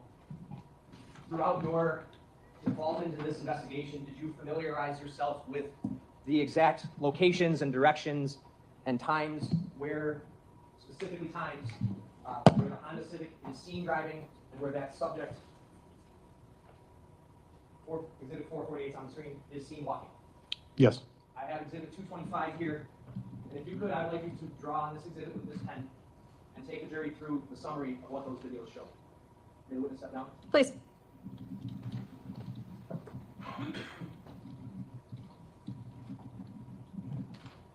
I want to use this red pen here. I'm going to put the microphone in front of you. Make sure it's on the TV. Oh, sorry. So as I had just testified, the vehicle is northbound at 4:50 in the morning on 27th from Wells Street here. Then it is captured on video. It would be westbound on Vliet Street here. And then it circles around, and the first time it's captured right here off of 34th and McKinley in a back alleyway off of a Ring camera. The vehicle then appears to kind of circle in this area off of Vliet Street between 35th and it would be about 28th. The vehicle then is last seen at 5:19 a.m. It is coming northbound, and then it makes a westbound turn on Vliet. And after that, from 5:20 to when I testified earlier today, we do not have the vehicle on camera. We then capture it, as I testified earlier, northbound on 30th Street from Walnut passing Lisbon Avenue. Let's stop you there. So, let me just move the map for you. 5:19 is when you last catch the vehicle passing 32nd and Vliet here, is that what you said? Yes. And then about 5:20, it disappears from camera until when? Until it should be 6:50 in the morning. Okay. And where does it pick back up on camera at 6:50 in the morning? Traveling northbound on 30th Street, approaching Lisbon Avenue. And how close is that location to where the body parts were found? A block and a half. Okay, so it reappears on camera a block to a block and a half from where the body parts were found. Yes, if you'd like me to mark where the park is Yes, on the please. camera. So the park is right here. This is 30th Street northbound, where I had testified that we capture it traveling northbound. And then it circles in this neighborhood here off of Brown Street and 30th. Do you have a Sharpie to write it on darker? It's really hard to see. Sure, I'll give him a marker. Or we have one right here behind you, Detective Brownrider.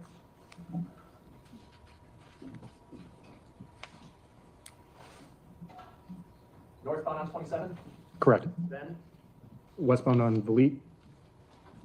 It's captured in this alleyway here off of a Ring camera at 4:59. It's then circling, or appears to be circling, the area off of Vliet Street here. The last time that we captured on video is 5:19.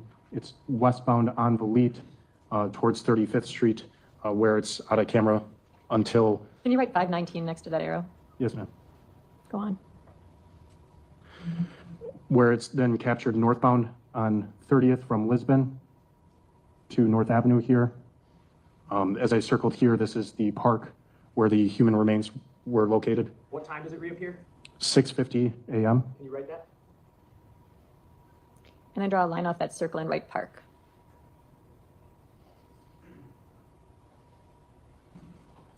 Then what? It's captured traveling kind of in a circle around here off of 30th and Brown. And then it pulls into the alleyway, the location of the fire. I'll put an arrow here. That's at about 7:23 a.m., where then we see shortly after MFD approaching. Okay, around a little after 7:30? Correct. Then, I don't know if we have a different color. You want to use blue? Use the highlighter here, Use sir. the highlighter. Let's talk about the subject walking after the fire at 7:30. Can you draw on the map where that subject is traveling to? Yes, that subject is seen traveling southbound on 30th from Lisbon. That pops up, okay. And then that subject then travels westbound on Walnut Street and then northbound on 32nd Street, or appears to turn northbound on 32nd Street, where we then do not have any other video. That subject then is picked up again, coming southbound on 35th Street from Brown, and coming to the intersection of 35th and Lisbon Avenue. Can you circle the 35th and Lisbon Avenue intersection in pink, please? At what time is that subject walking southbound from Brown towards the intersection of 35th and Lisbon? If I'm not mistaken, it's approximately 8:06 a.m. And is that the time that the person gets on a bus? I believe that individual gets on a bus at around 8:11. He waits at that stop and then gets on the bus? Correct. Okay.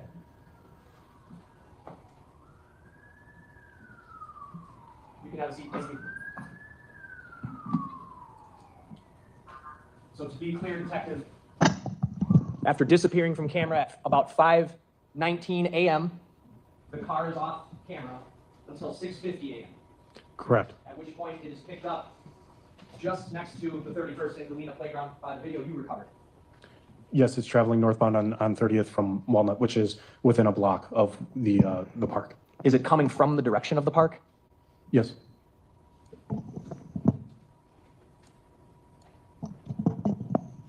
And one last topic, Detective. The area of that playground was canvassed for video, is that correct? Yes, it was. Were there any videos able to be recovered that depicted any part of that playground? No. Nothing else? Cross. Yes. Good afternoon, Detective. I want to talk the video that the state had played of the Honda Civic, and then you described that the person inside the car, you said, is lighter skin tone, correct? Correct. And you got to admit that the conditions at this time it's pretty rainy at that point, right? Correct, it is. I mean, if you could see in the video that it looks like some of the lights that are reflecting from like the street lights are kind of bouncing off the car, right? Yes. And that window of the Honda is rolled closed, correct? It appears to be closed, yes. I mean, it's kind of hard to tell, but best guess is that it's probably rolled closed, correct? Yes, it appears to be closed.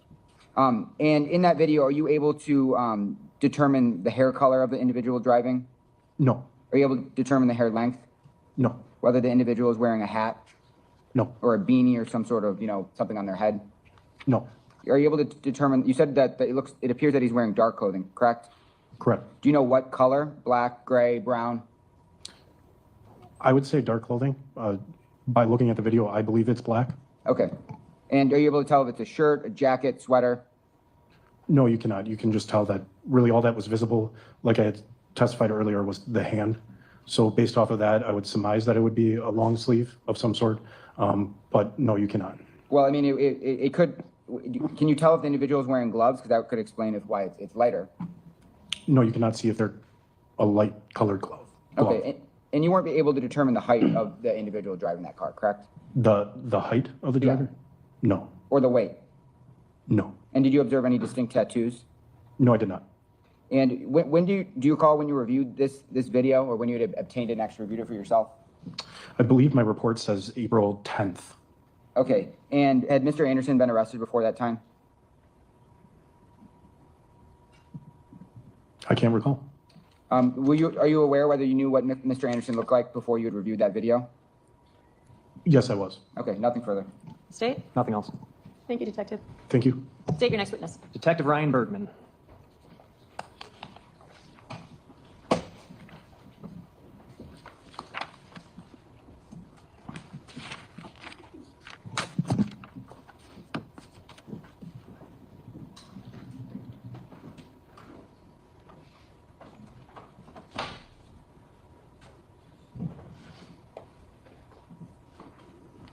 Do you solemnly swear that the testimony you give in this matter will be the truth, the whole truth, and nothing but the truth, so help you God? I do. Please be seated. State, spell your name for the record. Ryan, R-Y-A-N, Bergman, B-E-R-G-E-M-A-N-N. Are you a detective with the Milwaukee Police Department's homicide unit? Yes, How long have you worked for the department? since April of 2003. Through your work as a detective, do you oftentimes find it useful to recover video from Milwaukee County Transit System buses? Yes, In fact, so much that they've actually given your department access to their camera system. Is that a fair statement? correct. I believe there's 6 of us that have access to that. And were you a participant in the investigation into the disappearance of Sade Robinson in the form of trying to see if any Milwaukee County Transit bus video could assist? Yes, Did you recover videos from the Milwaukee County Transit System? I did. Did they show anything of note? They did. There were two buses in particular that you recovered video from, is that right? Correct. Can you tell the jury what two bus routes those were? Sure. The first bus video that I would have recovered was from bus Route 57, and that would have been the bus that traveled at the time westbound on West Lisbon Avenue. And then the second bus that I would have recovered would have been the 35 route bus, and that would have been the bus that traveled southbound on North 35th Street. I have exhibit 225 on the screen here. The bus that travels down Lisbon, that's what you were talking about? Correct. It's actually, they call it the Walnut/Appleton route bus, but it travels down Lisbon. Because Lisbon turns into Walnut somewhere around 24th, right? Correct. Okay. I'm going to bring up exhibit 203 on the screen.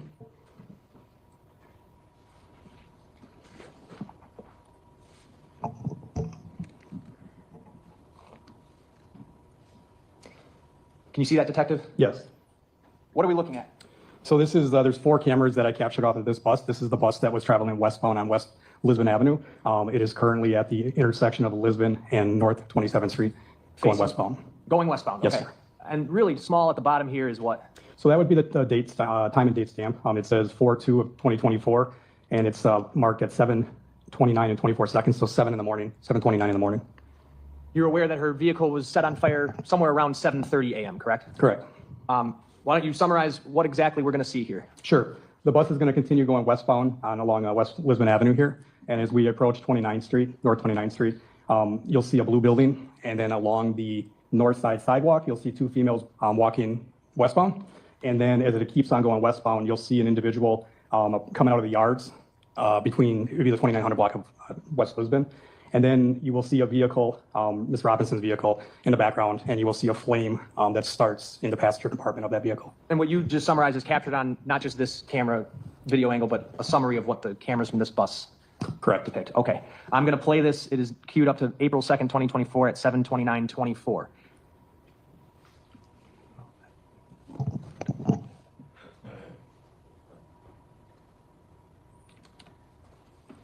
All right. We're heading west? Yes, and then the blue building on the right side of the screen is the blue building I referred to. Those will be the 2 females walking along the sidewalk westbound. And then shortly you'll see a male subject approach out of those yards between the white building and the blue building.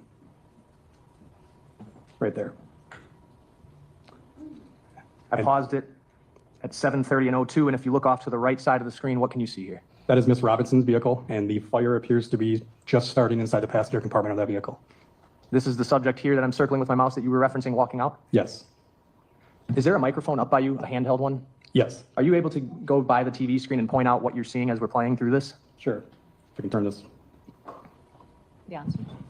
I'm going to back it up here to 7:29:55.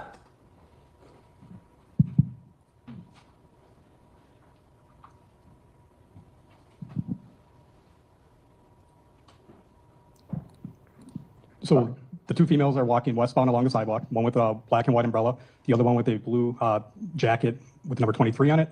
And then to the right side of the screen is Ms. Robinson's vehicle. You can see the fire is starting in the passenger compartment of that vehicle. And then in front of the 2 females, there's a subject, a male subject wearing a black hooded sweatshirt and a large camouflage backpack. At some point in maybe this clip or other clips from the same exact bus, are you able to tell any demographics about that individual with the backpack? Yes, it would be outside the curb side view of this bus video. Okay, I'm going to keep playing the video. Pause there. Are you able to tell anything about his shoes there? Yes, you can tell that it has a white bottom sole, and then there's a darker top part of the shoe, and then also dark pants. I'm going to move over to the curbside. All right, so I'm on the curbside view now? Yes. This is the woman with the umbrella up here? Correct. The woman with the LeBron James jacket is behind this tree? Yes. Okay, playing from there. 7:30:06. Do you see the subject with the backpack? Yes, so you can see the backpack a little more clear here. It's going to be a tan camouflage backpack. And then you can also see that the tops of his shoes are also that almost similar tan color. And as I advance the video, the bus has now passed, what, 30th Street? Correct. And what do you see in the upper left? That would be the car, Ms. Robinson's vehicle becoming more engulfed in flames. Okay.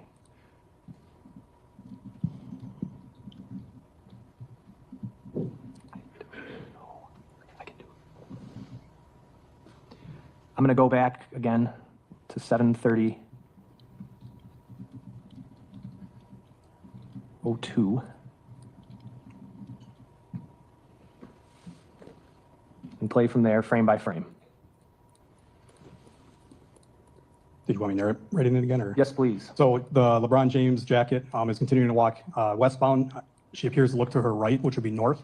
And then the male subject comes out of that lot and stands next to the bus. And then as the bus passes, he crosses the street, which would be southbound across Lisbon.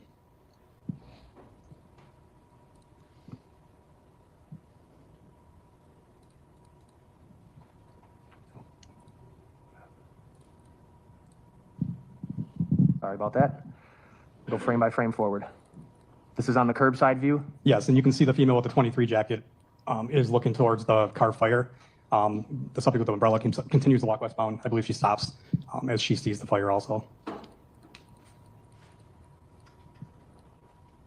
And that would be the male subject with the tan backpack. It appears he's waiting for the bus to pass him so he can cross the street.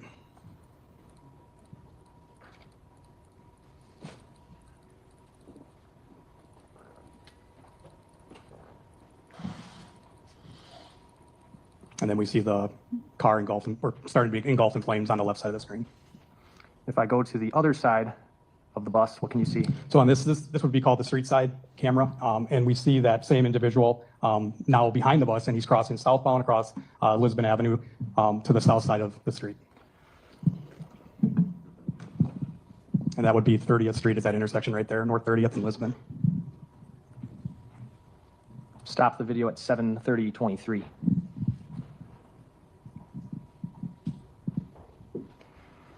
Let's talk about the 35th Street bus. Yes. Where does that bus travel to and from, if you know? It's all along North 35th Street. The video that I had got, it was just north of 35th and Lisbon. And then on the video I got from 8:11 a.m. all the way to 8:36 a.m. for that date. So it travels all the way to the south side of Milwaukee, south of Oklahoma, probably even to Howard. It just continues on 35th Street.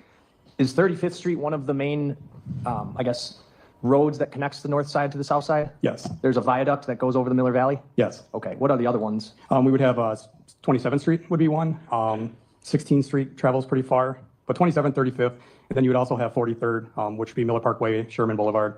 Those would probably be your main ones. Are you aware of what Mr. Anderson's listed residence was? Yes. Where was that? I believe it was a 3100 block of South 39th. Okay, how far away would that be from where one could get off of the bus that travels on 35th Street? So the two options to get off on around that address would be on 35th in Oklahoma and then 35th in Ohio, which is, I believe, a 3300 block. A logical bus route to take if you were on 35th in Lisbon and you wanted to get to the 3100 block of South 39th Street, what bus would you take? The 35th Street bus. Okay. I have the next bus video queued up. This is the 35th Street bus. I have it timed at, I'm going to back it up a little bit here. 8:11:55. Can you orient us a little bit? What are we looking at? Sure. The bus here would be looking southbound. It's traveling in a southbound direction. We're on North 35th Street, and then we would be approaching, I believe the lights are going to be Lisbon. You aware of video that was found showing a subject waiting for the bus at 35th and Lisbon? Yes. Tell us what you were aware of when you were looking for this. So this video I found prior to that. Once we see the subject standing on the corner, then we went and retrieved more video regarding that. But this was the first video that I found on the bus, and then we retrieved more. But it shows the subject walking to the corner here and waiting for the bus. Not this video, the video that you were aware of. Correct. Thank you.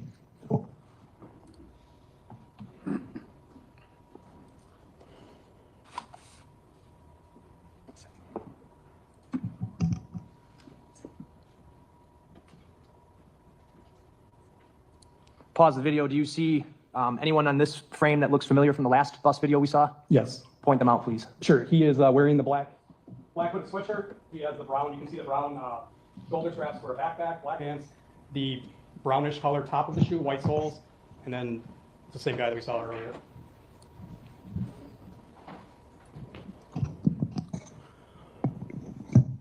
Going over to the, what is this camera? So there's 10 different cameras that I downloaded off this bus. You have 4 exterior cameras. You have the windshield, curbside, street side, and then you have a rear facing camera. And then there's 6 interior cameras on this one. So the one we were looking at just a minute ago was the windshield camera. This would be called the front door camera. And the There's also cameras that face back into the bus where the passengers sit? Correct. And then on the interior cameras, there is audio. Okay. Let me make sure I have that on.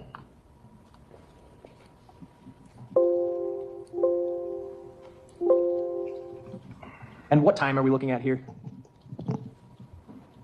Oh, it'll come back. There it is. It is 8:12 and 15 seconds, so 8:12 in the morning. Playing from that timestamp.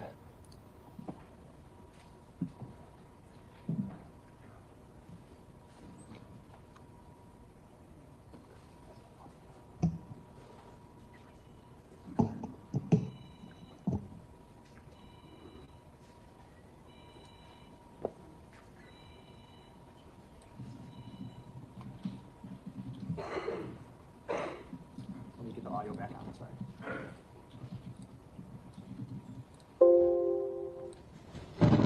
All right, there we go.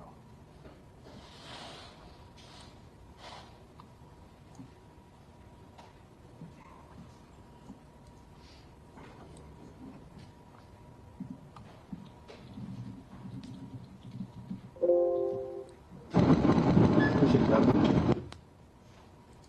We're gonna watch it. We're gonna watch it not extended.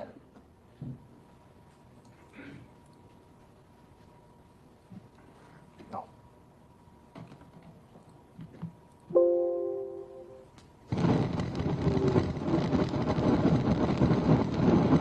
Appreciate that. Yeah, you ran last week. Yeah, you did. What about you?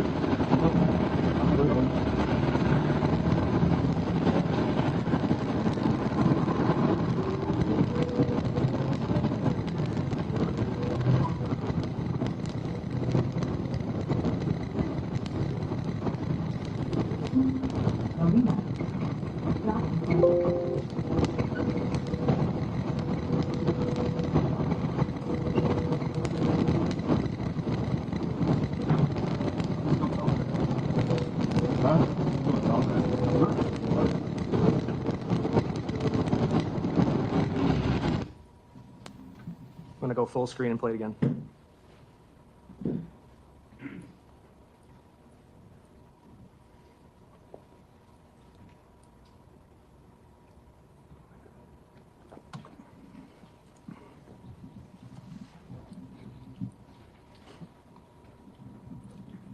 Yeah, you ran last week.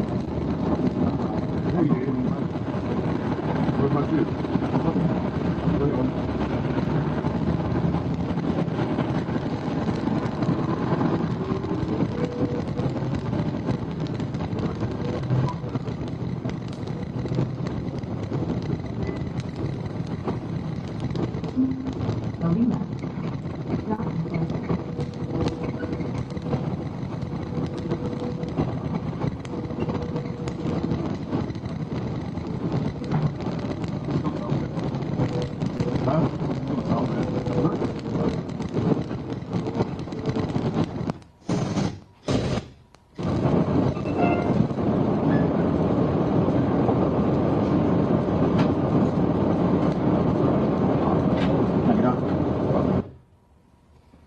All right, detective, the subject did what in those clips?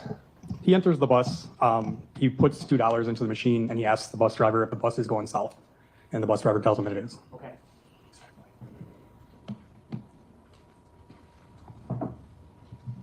He then goes in the back and sits down? Correct. And are you able to see clearly the clothing he's wearing now? Yes. Have you watched this entire clip from when he sits down until he gets off the bus? I have. Does he ever pull a phone out? He does not. I'm going to play through I'm going to skip through this, but play various clips starting at 8:13:34.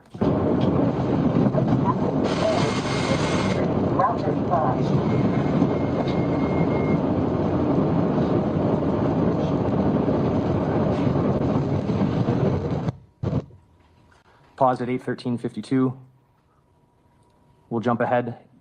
8:15.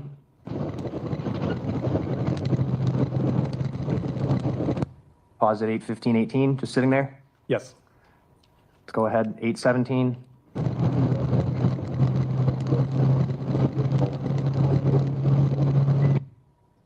Pause at 8:17:19. go up to 8:20.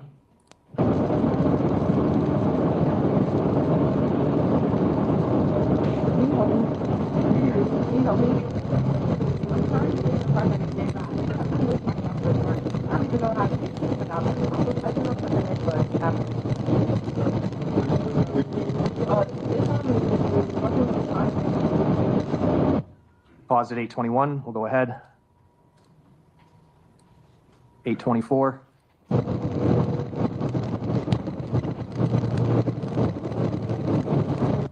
Go ahead to 8:27.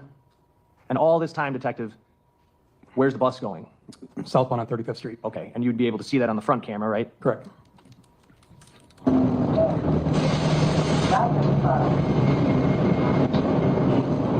Paused at 8:28:04. Playing at 8:28:52.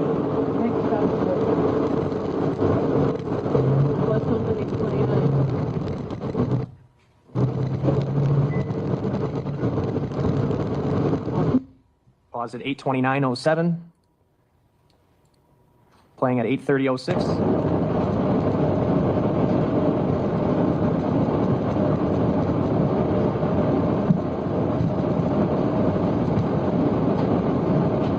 Pause at 8:30:21. Playing at 8:31:25.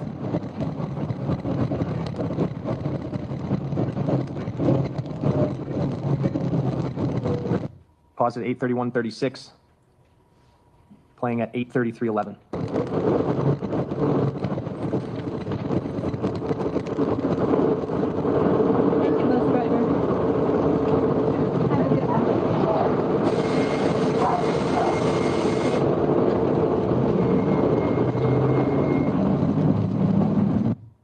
Pause at 8:33:35. What's happening now? He is approaching the front door of the bus to get off.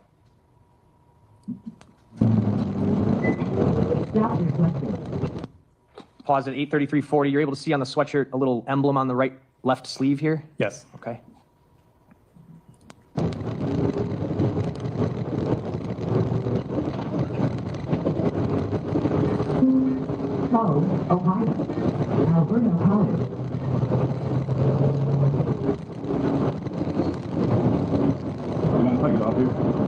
Paused at 8:34:02.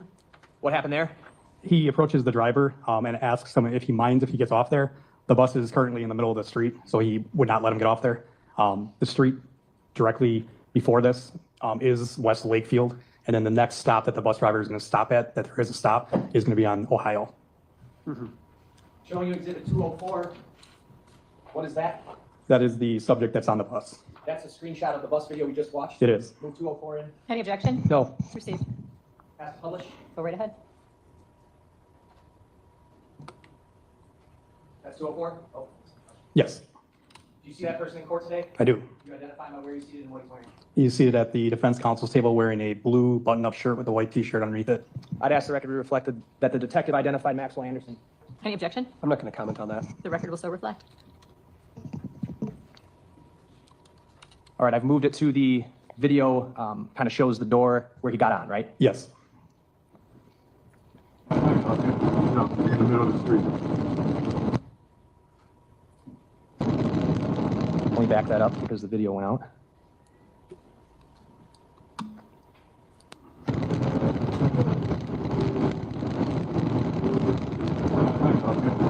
In the middle of the street.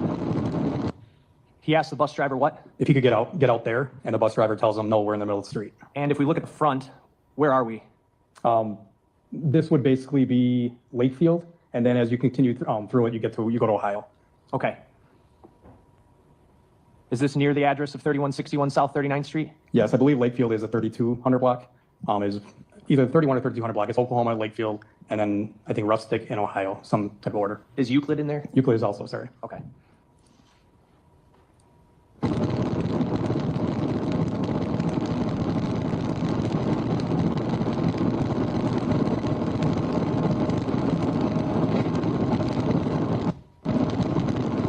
Paused it.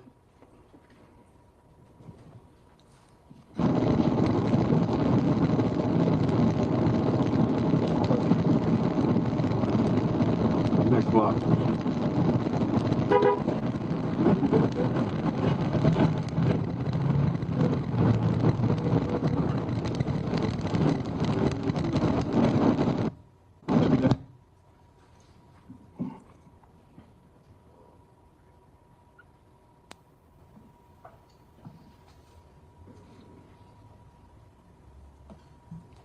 As well.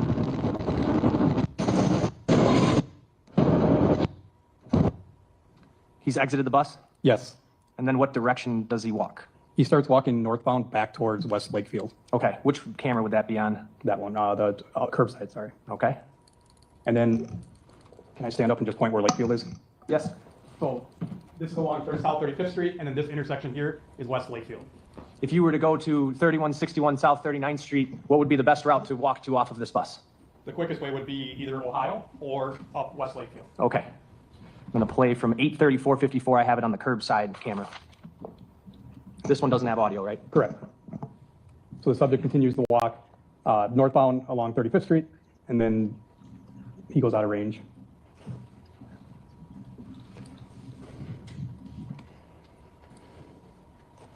I'm going to bring up a map that's already been introduced and admitted as Exhibit 443.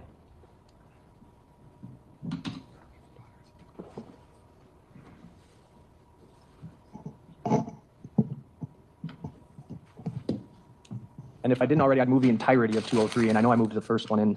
Any objection? No. 203 is received.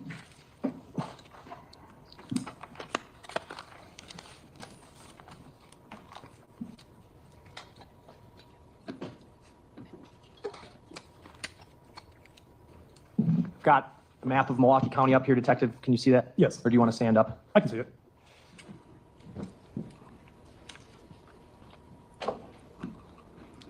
Where the subject boarded the bus, who you've identified as the defendant, was where? The 35th and Lisbon, so along, it would be on the west, or the northwest corner of 35th and Lisbon at that intersection. Can you use the microphone? Sure. So it's an intersection of 35th and Lisbon along the northwest corner is where he would have boarded that bus that was going southbound. And what direction is that on this map? If you could point it out here as I move the map. It would be going down. All right. Passing Interstate 94 there. Yes. Passing National Avenue here. Yes. Greenfield Avenue. Yes. Burnham. Yes. 35th and Greenfield. Yes. 35th and Forest Home here. Yes. Jackson Park's right next to that, right? Correct. Continuing south 35th in Oklahoma. Yes. Where's Lakefield? It would be this street that goes like this. All right. So if one wanted to get to 3161 South 39th Street, where would you go? So this street, Lakefield, goes westbound, and then that 38th Street and 39th, it's an alley. So that would get you to the back of your house, basically through the alley. And you could also walk down 38th to Euclid and come over crossing 39th Street there, correct? Correct. All right. The 3100 block of South 39th would be between Euclid and Oklahoma, is that right? Correct. Oklahoma is 3100 and Euclid is 3200. So it's almost in the middle of the block.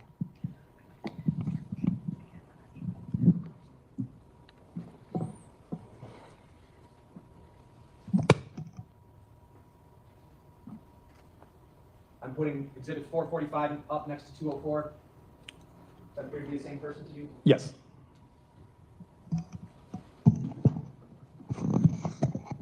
Nothing else. You know, I think this might be a perfect point to take a break for 10, 15 minutes, take a quick bathroom break, and then we'll come back, okay? So leave your notebooks on your chair, please.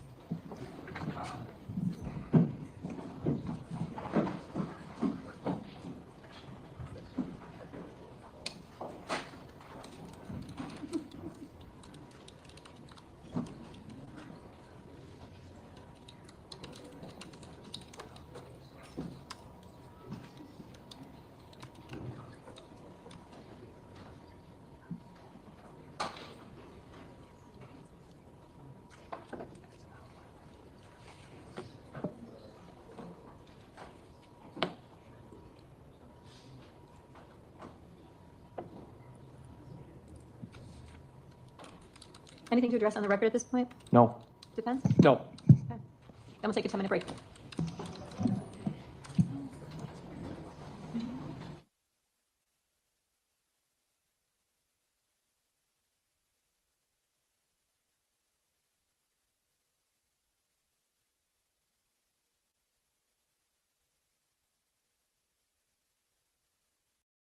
Correct, he would be just north of that sidewalk on the field. Just by like 1 or 2 feet, pretty close. I would probably say it's more than 2 feet. As it's pulling up and you clear that blue building, you can see him coming out of the field. So I'd probably say it's closer to maybe 10 feet into the field. Okay, okay. And then you also can see on the video, it was a woman in an umbrella, correct? Correct. And it looks like, you know, the individual and the woman in an umbrella are pretty close. They're almost like right by each other on that sidewalk. At first, yes. Okay, and what the video doesn't show that individual ever exiting that car, correct? Correct. It never sees him driving it, right? No. Certainly doesn't show that individual lighting the car on fire, correct? Correct. And you can't see that individual, he's not standing right next to the car, correct? No. You don't see him toss anything into the car? No. You don't see him, you know, putting any liquid anywhere around that car? No. You just see him walking, you know, just about onto that sidewalk where he'll eventually cross that street, correct? It would be the general direction away from the car towards the sidewalk, I guess would be Okay. the most accurate way. Yeah, thank you. And this individual, he's not running, right? No. He's not, you know, doesn't appear to be panicked or looking over his shoulder. I can't tell that from the video. Okay, but you're highly trained, you know, as a detective to, you know, look for that kind of suspicious behavior, correct? Correct. I mean, I think the common term that you use is furtive movements, right? Correct. Like people, you know, maybe glancing around, right? Right. People blading their body, right? Correct. People running. Correct. And like an example is like like an example of something that's suspicious is when you see someone walking towards, like a police officer, when they see that police officer, they run the other way. Correct. And this individual we see on camera doesn't do anything like that, right? Yeah, there's no police officer in the area. Okay. But what we do see is we see an individual walking in one consistent direction, correct? Correct. And that individual eventually walks to a bus stop, right? Correct. And waits at a bus stop, correct? Correct. And this area on Lisbon, very busy, like street in Milwaukee, right? It's one of the busier ones, yes.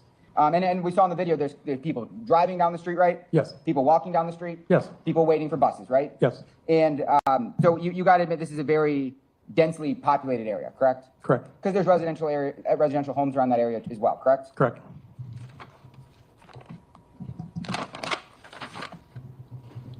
And so when you see this individual, I mean, it's fair to describe that he's simply just walking calmly, right? I mean, he's not running. He's not running, he's walking. Okay. And so now I want to talk about it's Exhibit 204. If we can, it's State Exhibit 204. If we can bring that up. How do we get that? 204 is the still photo. Okay. This is 203. 203. I'm sorry. Okay. All right. So we have Exhibit 203 up. Yes. You can just, what portion do you want when he gets on the bus? Okay. That's where we're at.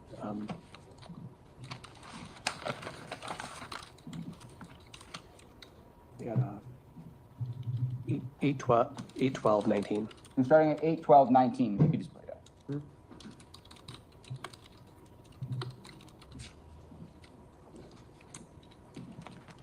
Good.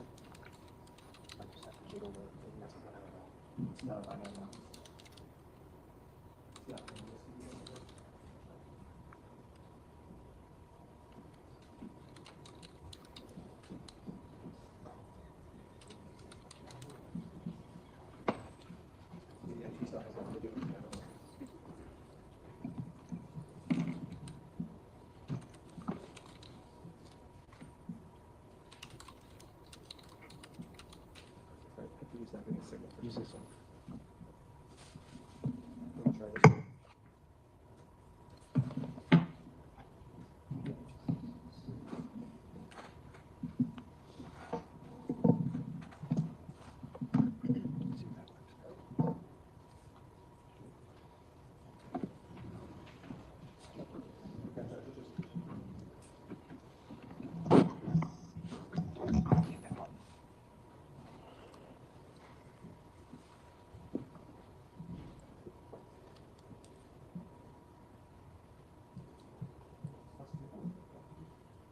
It's on.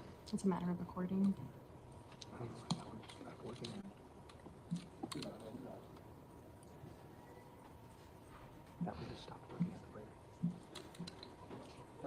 You just utilized the HDMI cord from the state, correct? Yeah, that's what I did now. That TV is usually going to see something on the remote. I can push source or. This one goes on and off by touch, correct? We can try turning it off and turning it back on. Do you want to help, friends? Thank you.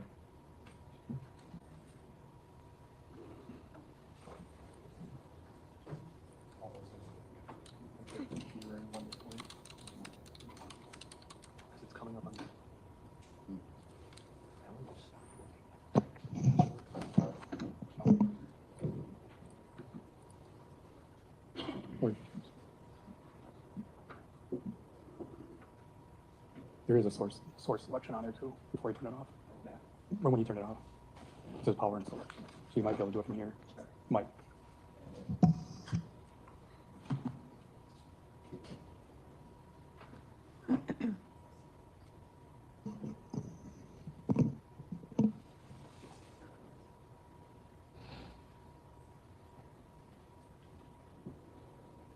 Otherwise, it's not ideal, but we can do it over here if the jury isn't, it's not perfect, but I mean, if you're asking the witness questions.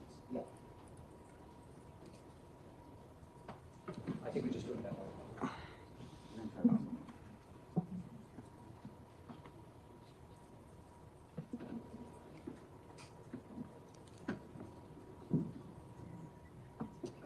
Right, it's not TV, so we'll just do it. Is that okay with everyone? See, that's not. Let's just do that. Yep. Interesting, 8/12/19.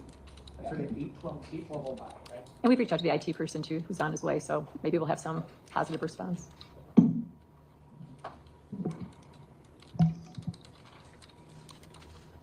Oh, we got it back. Okay. I think it's when we expanded that screen. That's when it's Thank you. last. Thank you, Deputy Benz. All right, so I just want you to watch the video. We already saw State put on in direct. Yes.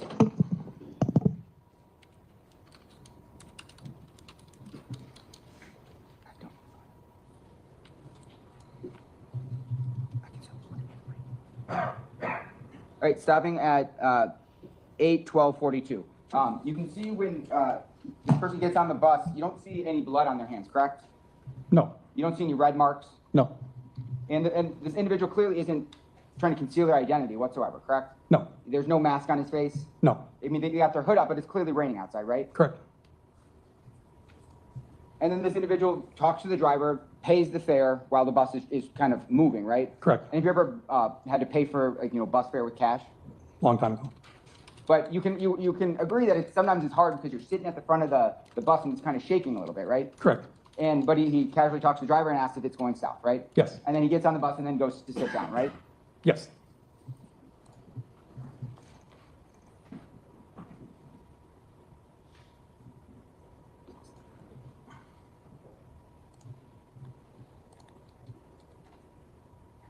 Mm-hmm.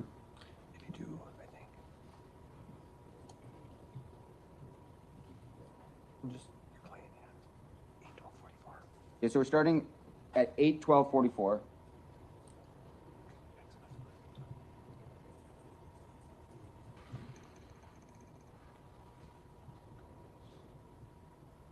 And so what we're looking at here is this is just the back of the bus, right? You can't see the fare box, right? Correct.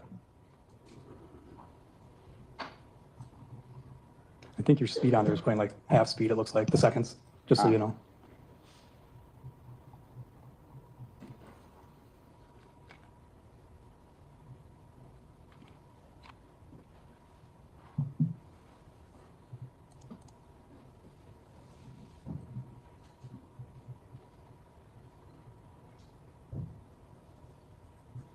All right, so I got it frozen at 8/14/57. So he's just sitting on the bus, right?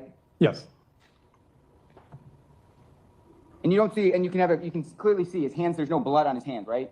Correct. And you didn't observe any blood on his shoes, correct? Not like copious amounts of it. I can't tell because it's a dark color, if there's anything on there. Okay, but you can't sit up and testify that you see blood on his shoes, correct? Correct. Or on his pants, correct? Correct. And you can't see any mud on his shoes because you can see the white soles, correct? I can't see the bottom of the shoes. Okay, but you can see his white soles, correct? The sides of his shoes, correct. I'm talking about the white. Correct, the side part of the sole, yes. Okay, and you can't see any mud on there. Not on the side parts, no. Okay, and on this backpack, you've watched this video lots of times, right? Yes. You probably spent hours reviewing this with other detectives as well. Yes. And you don't observe any blood on this backpack, correct? Not from the video. And no mud, correct? No. No sand, correct? No.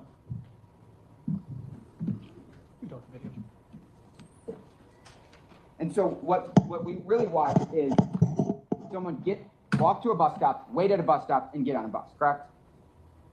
That's the second part of the bus video, yes. Okay. And then goes to his house, correct? Well, he doesn't go directly to his house, goes to a stop, gets off the bus, correct? Correct. And then walks towards the direction of his home, correct? Correct. I don't have anything further. State? Can you see what's in his massive backpack? No. The person that he's referring to is this individual, that's the defendant? Correct, that's Maxwell Anderson. Nothing else. Defense, anything? And then, when you watch this, after he gets up and gets off the bus, you don't see any blood on the seat, correct, where he was sitting? I can't see the seat good enough to say there's nothing there. Okay, well, did you ever go back and go to this bus? No. Okay. I have nothing further. State? Nothing else. Thank you, Detective. State, your next witness. State calls Angela Sawyer.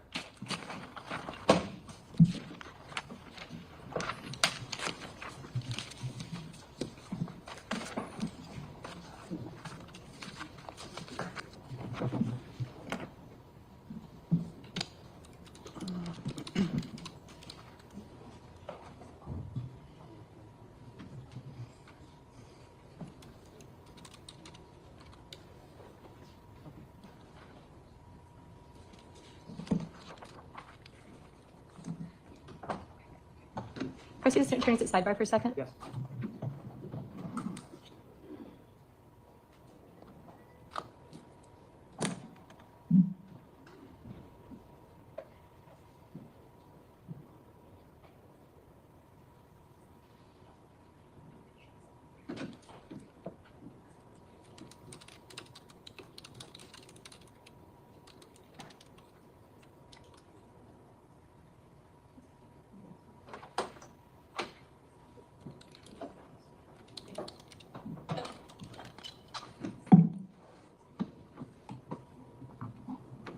Ma'am, I'm just gonna have you remain standing and raise your right hand. Do you solemnly swear that the testimony you give in this matter will be the truth, the whole truth, and nothing but the truth, so help you God? I do. So please be seated, state and spell your name for the record. Angela Sawyer, ANGELASAWYER. Ms. Sawyer, I need you to scoot right up to that mic, please, and talk right into it. You're soft-spoken, and we need to hear what you say. Okay. State, please proceed. Ms. Sawyer, do you remember the day of April 18th, 2024? I do, Why do you remember that day? because I left work and went to the beach and found unusual. I'm just gonna help you with your microphone. It's hard to project your voice, so I'm just gonna ask you to speak right into that. Okay. You were walking on the beach? I left work and I went to the beach, correct. What beach? I actually don't know the name. It's down on the South Milwaukee. Okay, you were in South Milwaukee? Correct. Is this a beach that you frequently go to? Yes, did. Did. Had you been there before? Yes, Do you remember the last time that you were there? yes. When was that? It was 2 days before, on the 16th. On April 18th, you found something. Correct. What did you find? I found part of a body, Do you know what part? the torso and the arm. What did you do? I called my partner first, What's their name? Shiloh Falk, Can you spell that for us? SHILOHFALK. Then what happened? I waited for him to come and we called 911. And where did you wait? I waited by the body. Did law enforcement come? Yes, And you spoke to them I did. and showed them what you found? Correct. Do you remember what time of the day you described this as being after work? When was that? I got off of work around between 6 and 6:30 a.m. I don't know what time it was because I didn't bring a phone or my watch. I mean, down to the. I didn't look. And when you testified that you had been there before, 2 days prior, Correct. you didn't notice this body part. No. Can you describe what the torso looked like? I don't know how to describe it. That's okay. Nothing further. Cross? No. Thank you, Ms. Sawyer.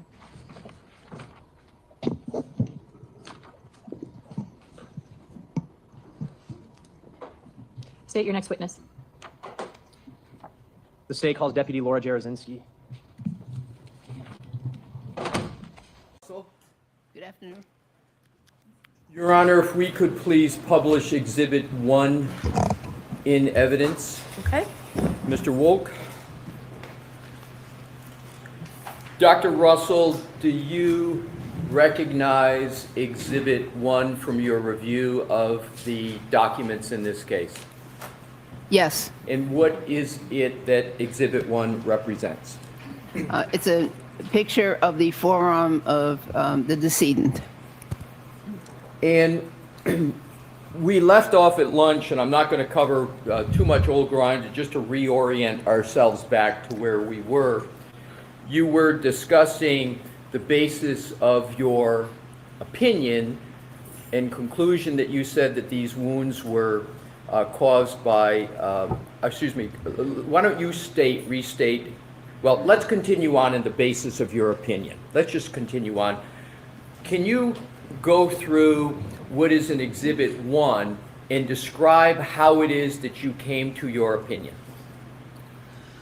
Well, I observed multiple patterns of striations or linear abrasions. I'm sorry to interrupt you so soon. Do you have the pointer in case you want to use that available? Thank you. Thank you. So there's multiple groupings of linear abrasions, and linear means like a line, linear. So there's multiple of those, and here's one. Here's another one closer to the elbow. Here's another one closer to the wrist. And here's another array of linear abrasions near the elbow. In terms of these wounds, in assessing their source, do you look at them individually, collectively, or both? Both. I look at them individually, and then I put them in context of how they relate to one another. And how they relate to one another, is there a name of that methodology that you use in terms of how they relate to each other? Well, I think it's a pattern methodology, pattern recognition. And what pattern is it that you see here with regard to all of these wounds on the right arm? Well, I see multiple linear groupings together in a area from the mid arm to the mid forearm. Is there any analysis of direction that is involved in your analysis? Yes. What is it? I believe that these wounds were initiated closer to the anterior surface or the front of the forearm. I'm sorry, Dr. Russell, to interrupt you, but there's a fan back here which I can hear, but if you could just keep your voice up, that would be great for me. Yes, I believe they all started closer to the anterior or front portion of the arm. Like they started up here, up here, and the direction is towards the posterior portion of the arm. Now, if we could just go back briefly, I want you to do a comparison. If we could go back, Your Honor, please, back to Exhibit 157 that we had up earlier. Okay. I'm sorry, 167. As between 167 and 1, which one is closer in time to when Mr. O'Keefe was located? The previous one. All right, so let's go back to the previous one. So that one is closer in time to when Mr. O'Keefe was located on January 29 of 2022, correct? Yes. And so January 29, 2022, if we can go back to Exhibit 157, or 67, excuse me, 167, can you tell when this picture was taken from the depiction? Well, it says January 31st. Okay, so is that the basis for you saying that the Exhibit 1 was closer in time to when Mr. O'Keefe was located? Yes. All right, so I want to do another comparison, have you do another comparison of the two. If we can go, if you can look at what is depicted in Exhibit 167, and now go back to 1 and see if you see any differences at all as to what's depicted. Do you see any differences with regard to the wounds on the arm, or the arm just in general? Let's go back to, see that now, let's go back to 167. Well, the coloration of the photograph is slightly different. And what do you mean the coloration? Well, the skin tones here are more yellow than they are in the previous photograph. And what, I'm sorry, what is, do you have a conclusion as to why there is a difference in skin tone in this exhibit compared to Exhibit 1? Well, it could just be technique, lighting technique. I do see some lividity on the chest, postmortem lividity, and that's what that means is pooling of the blood, which happens after death. Can you explain to the jury what lividity is? Yes. So, blood follows the laws of gravity, and the blood will settle to the dependent parts of the body. In this case, the body, the body of Mr. O'Keefe is horizontal, and so the blood is going to settle from the top of the chest, which would probably be up here somewhere, down towards the back, which would be the inferior portion of the chest in that position. And likewise, it would happen on the extremities too. So you just mentioned the extremities. Do you see any lividity on the extremity here, the right arm? You know, actually, there is discoloration over here in the elbow area. I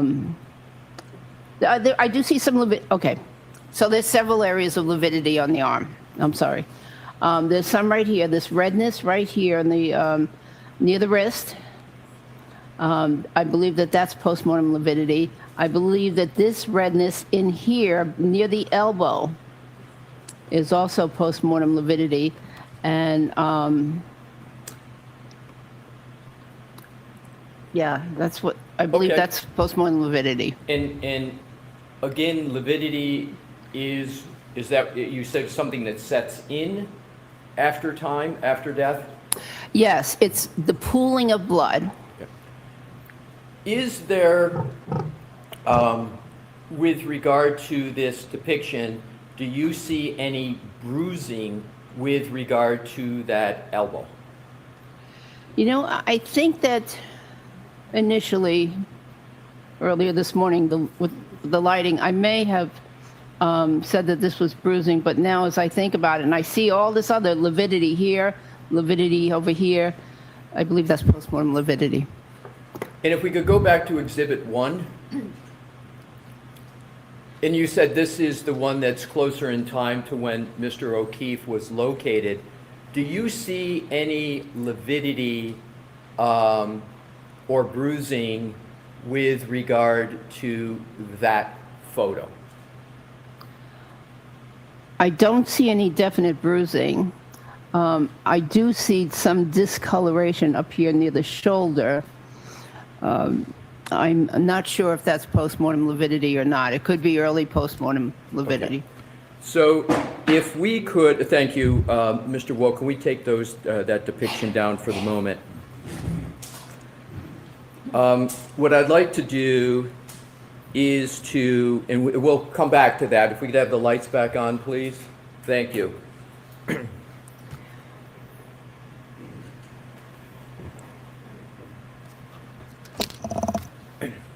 Have you had experience prior to this case in performing your pattern recognition methodology skills with regard to dog-inflicted wounds on humans? In other words, have you seen dog-inflicted wounds that have a pattern on humans? I've seen dog wounds that have had a pattern. I didn't need to do it, utilize that skill, because I also had other information about the case. You know, for instance, police officer or the victim himself said, you know, I was attacked by a dog. Right.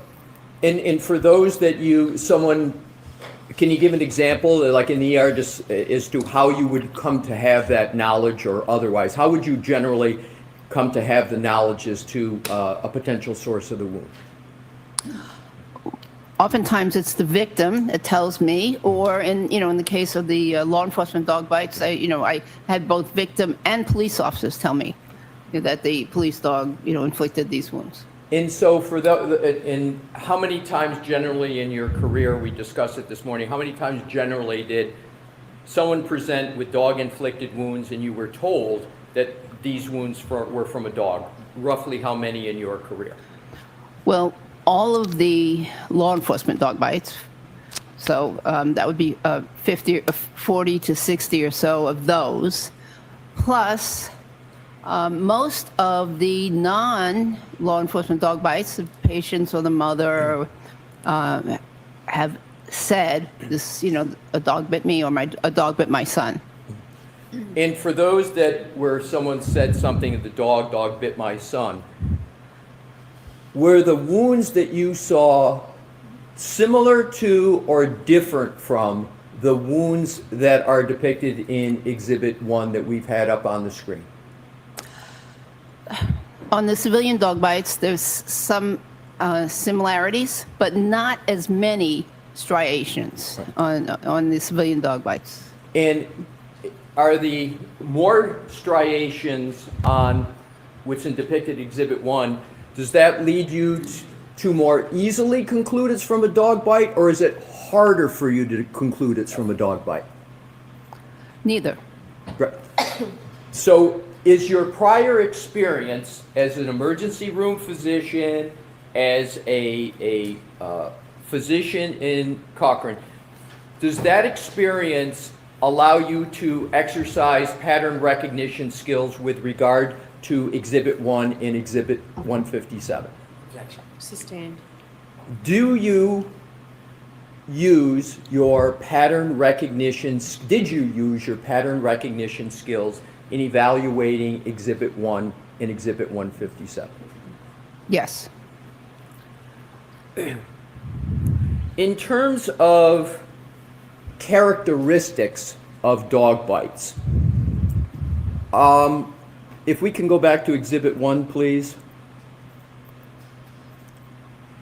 Is Exhibit 1 highly characteristic of a dog bite or lowly characteristic of a dog bite? Yes. Sustained. How would you describe the characteristics of what appears on Exhibit 1? What I see on Exhibit 1 is multiple strikes from a dog.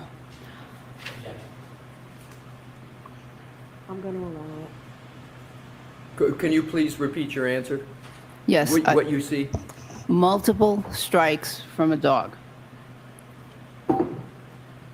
And with regard to, do you see any characteristics in terms of a medical observation with regard to those strikes? I don't understand the question. Are you familiar with the medical term pathognomonic? Oh, yes. What is the definition of pathognomonic? Pathognomonic in medicine means that the characteristics of a condition are so highly specific and unique that they basically say that it can only be from a certain condition and no other condition. So to the exclusion of all other conditions. That's what is meant by pathognomonic. At least that's my understanding. Do you consider these wounds pathognomonic? Yes. Sustained. how do you evaluate these wounds in terms of what you call their characteristics? I characterize them as highly specific for a dog attack.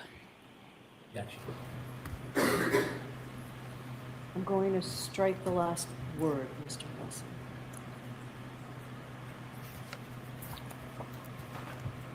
In terms of the characteristics that you have talked about, are there any other aspects of dog dentition that you can discern from Exhibit 1?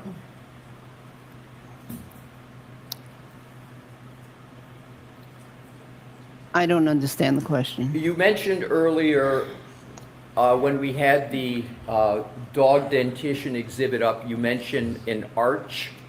Is there any aspect of Exhibit 1 that concerns an arch?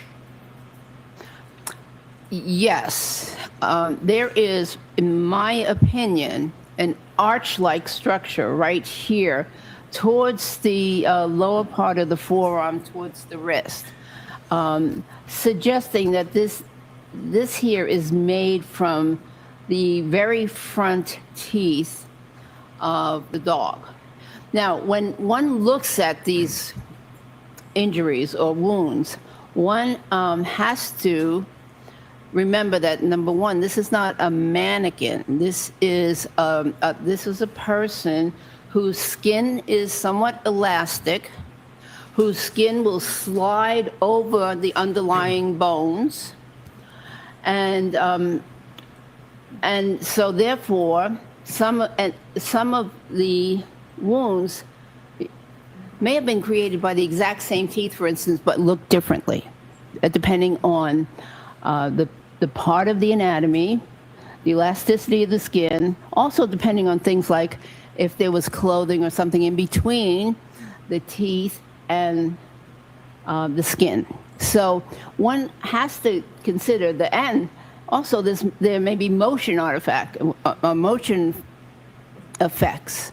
The living victim could have been pulling away from the dog. The dog could have been, pulling or jumping and only catching a glimpse, a little slight bit of the skin with his teeth. So there's a lot of movement and things that one has to consider when an injury is inflicted on a body. Objection, move to strike. I'm going to strike that. Can we approach, Your Honor? Sure.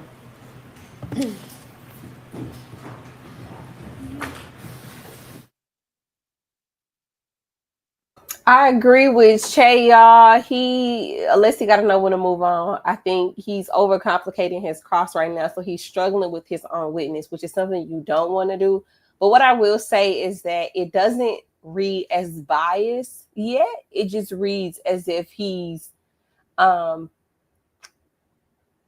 don't want to say biased. I feel like that was the wrong word to use. It doesn't read as if he's trying to hold something or keep something away from the jury. It just seems like he doesn't know where he's going. Like he seems, to me, he doesn't know what she wants. She doesn't know where he's going. She seems lost on the stand, and he needs to meet his witness where she's at. That's what I'm trying to say. Sorry. So hopefully he can pull it together and get back in sync with his witness. Now, Rain entered the chat, y'all. I don't know if you had a chance to see her, but make sure y'all say hey to our girl Rain. She popped in for a minute to tell us that she miss us and just show some love. So we was happy to see you today, girl. Shay says, I don't even know what's being struck. Where's the arch? Yeah, I think he is doing too much. Excuse me.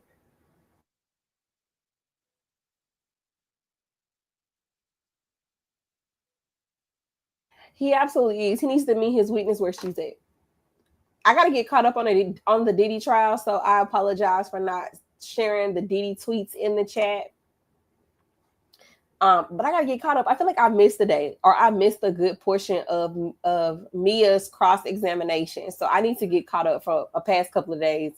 And I didn't get to go live Friday because I had to do a whole bunch of dropping off. So nothing is fresh in my mind at all about it. Also, I went through a training class over the weekend for my license. And child, I didn't forgot everything they're doing on. I didn't forgot the girl Mia was still on the stand. So I'm gonna get caught up in there. Hopefully I'll be able to give y'all some updates on that.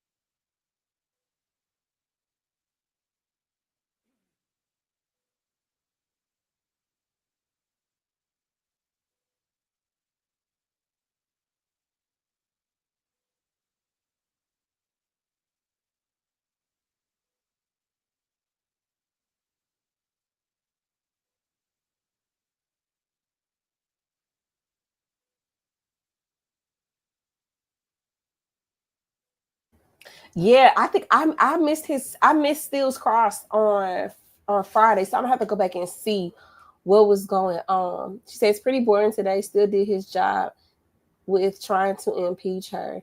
Nothing amazing happened. Still is pounding me over and over. Today was worth missing.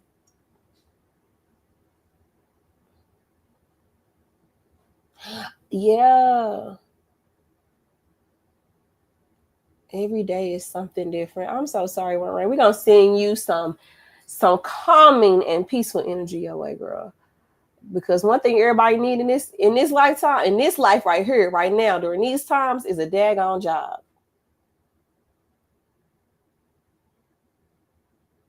The jurors don't like Mia. They said the jurors are rolling their eyes, don't like her. Still is acting like Alessi.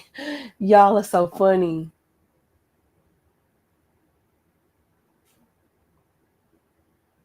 And Kim says, hey, Rain. A lot of folks, they just sent a lot of folks back to work in the office. So we haven't been seeing a lot of people. If y'all notice, we haven't seen Cindy in here in a while because our girl Cindy had to go back into the office as well.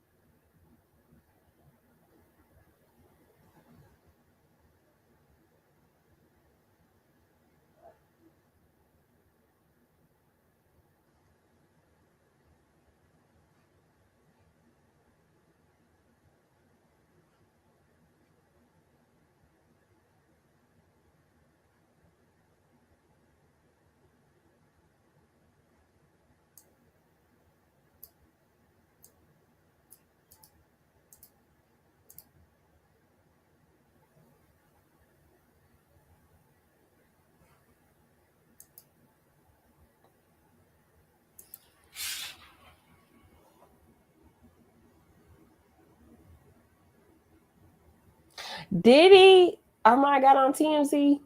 That's what's up.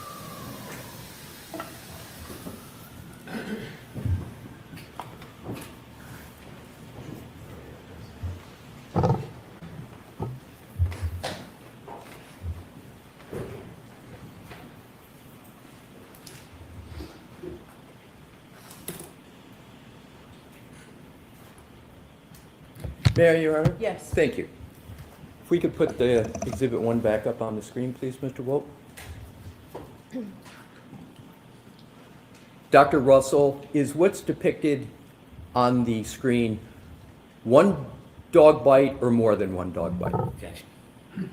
Ask it differently, Mr. Wilson.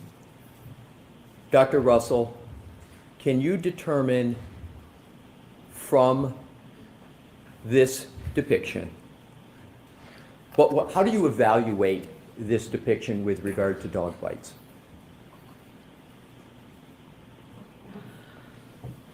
Well, I see several groupings of wounds. Here's one grouping up near the shoulder. Here's another distinct grouping near the elbow, but above the elbow. Here is a third grouping around the back of the elbow and the upper forearm. Here's some additional marks. I think they're separate, but I don't know exactly if they are separate dog bites or scratches. And then there's another grouping around the posterior forearm near the wrist. So 1, 2, 3, 4. There's at least 4 different types of either bites or combination bite and claw marks. You mentioned claw marks. Is there any evidence of claw marks in this exhibit? It's hard to say exactly what what these marks are. This one here, and even to a certain extent, this one here has some characteristics of both claw marks and bites. So, Even though you may not be able to determine whether it's a claw mark, can you determine, or the specific type of mark, can you determine that those are from a dog? I believe they are, yes. So now let's go. You mentioned we'll switch. We can leave that up for just a moment because we're going to come right back to it. And Dr. Russell, earlier on you used the phrase incomplete dental impression. Do you recall that? Something like that, yes. Yeah. What phrase would you like to use? Because you were describing whether a dog or not had a complete bite. What phrase would you like to use? But that's okay. Incomplete bite, I Okay. might Do you consider. see any evidence of an incomplete bite on Exhibit 1? I believe all of the bites here are incomplete. Why do you come to that conclusion? Because in my opinion, they don't penetrate the skin, which I would consider more of a bite or more of a complete bite. So they're just scratches on the surface of the skin. When you say they don't penetrate the skin, we see the marks that are on there. What do you mean that they don't penetrate the skin? They don't penetrate the full thickness of the skin and extend into the soft tissue underneath. And what, in terms of incompleteness that you just described, have you observed incomplete dog bites in your career? Many. Roughly how many incomplete dog bites have you observed and treated in your career? Over 100. In our incomplete bites, the majority of bites from civilian dogs, or are they a minority of the bites from civilian dogs? I believe they're the majority of the bites of civilian dogs.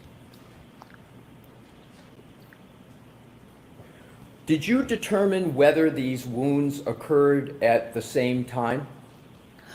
I believe they did. Why do you come to the conclusion that they occurred at the same time? Because of the wound characteristics, the coloration of the wounds, the tissue reaction to the wounds. So they all, timing are at the same time, around the same time. Did you determine whether these wounds were sustained by Mr. O'Keefe before or after he died? Before he died. How do you reach the conclusion that these wounds were suffered by Mr. O'Keefe before he died? Because they have what we call a vital reaction. So there is an ever so slight vital reaction or inflammation around the edges of the wounds. And so that determines that that supports the fact that they were inflicted during life.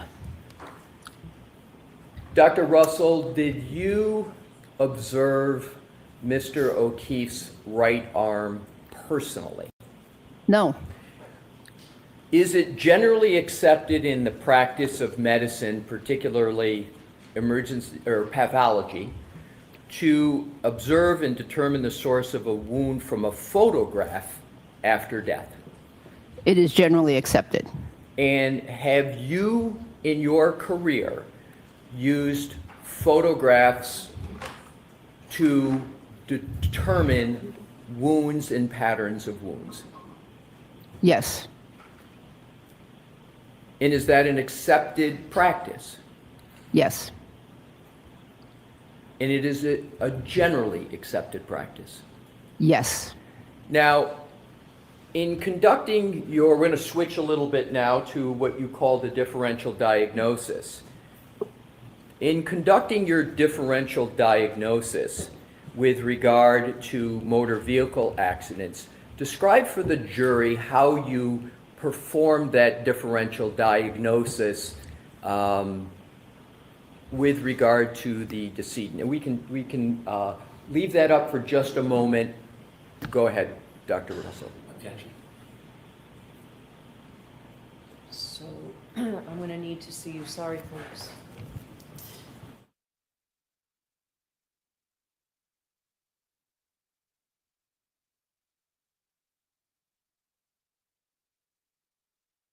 Exactly, Shay. The dog could not get a grip. They're incomplete. So their scratches, their grooves. But here's what gets me. It's the depth of the wounds that kill me. Because clearly, if something ripped into his skin like that, I feel like if it was by a car, one, it would be longer, and two, something would have broke off somewhere. You would have found a piece of something inside those wounds, but they didn't find nothing. Not a thing. Yeah. He was getting hit with a left hook, D Wood.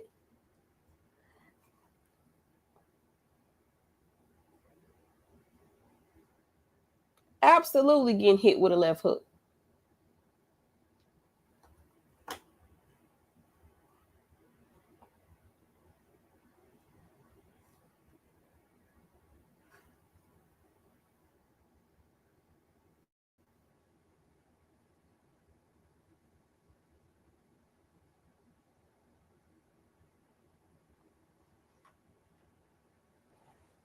Man, today the last. I'm going back pescatarian tomorrow too. I'm gonna go cold turkey. Jeez. I'm ready. I gotta make sure I thaw me out some shrimp. Cause Lord knows I'm gonna be shrimp, cod, salmon, up.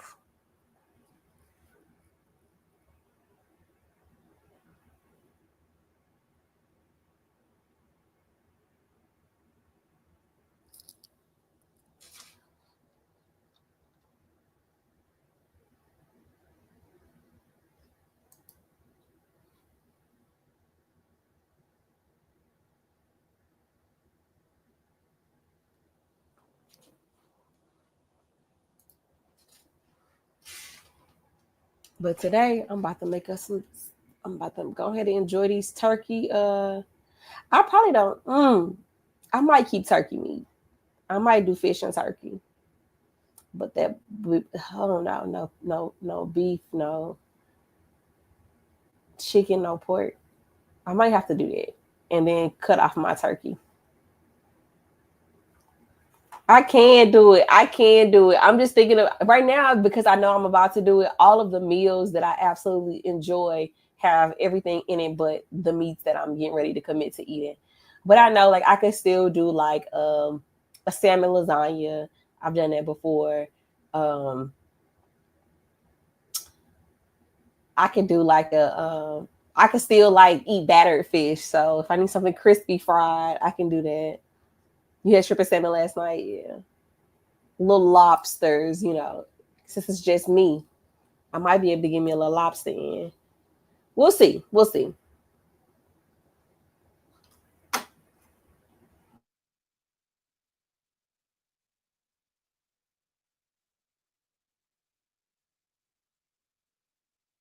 They taking a little minute. Let's see if we can finish up our trial over here for day 3 for this one, and then we'll jump back over when they get off their sidebar because we almost finished with this day.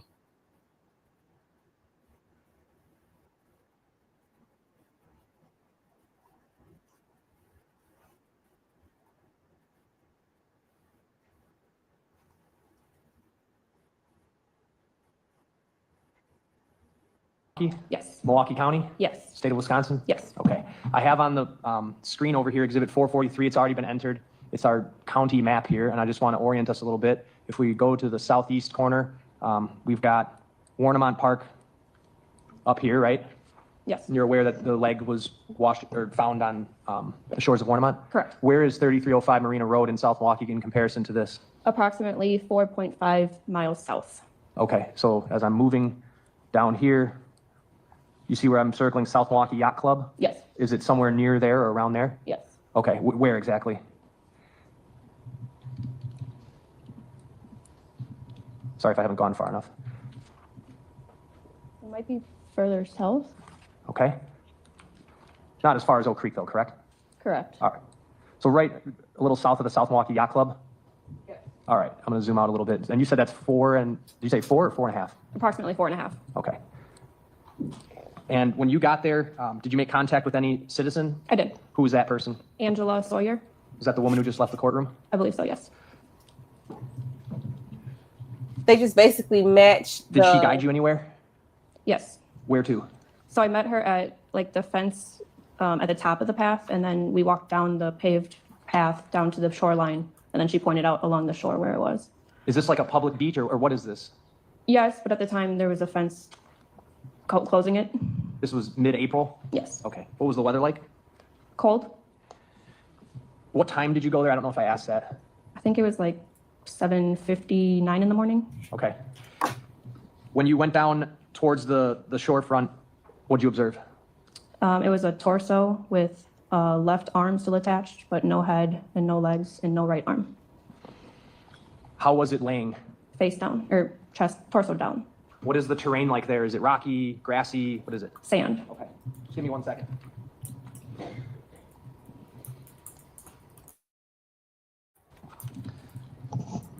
After viewing the torso, what did you do? I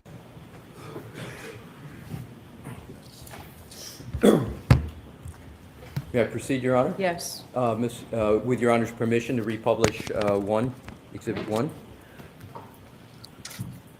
Thank you for your patience, Dr. Russell. Is what the wounds you see on Exhibit 1 consistent or inconsistent with what you have seen from your experience with regard to motor vehicle accident victims? Inconsistent.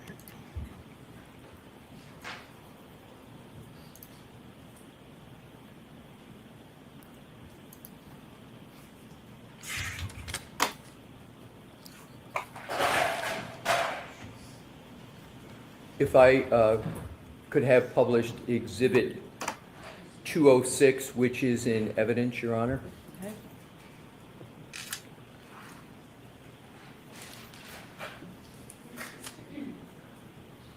Do you recognize Exhibit 206? Yes. Did you review that as part of any report in this case? Yes. And can you describe how you reviewed this document as part of your evaluation of this case? Well, I reviewed the injuries, which are, so this is a decedent, a picture of a decedent, a different case, not the decedent in this case, totally separate case. And So is this from Dr. Welcher's report that you reviewed? Yes. All right, so continue, please. And so this is a person deceased, looks like in the street, and he's got multiple injuries. And this is allegedly from an auto versus pedestrian accident.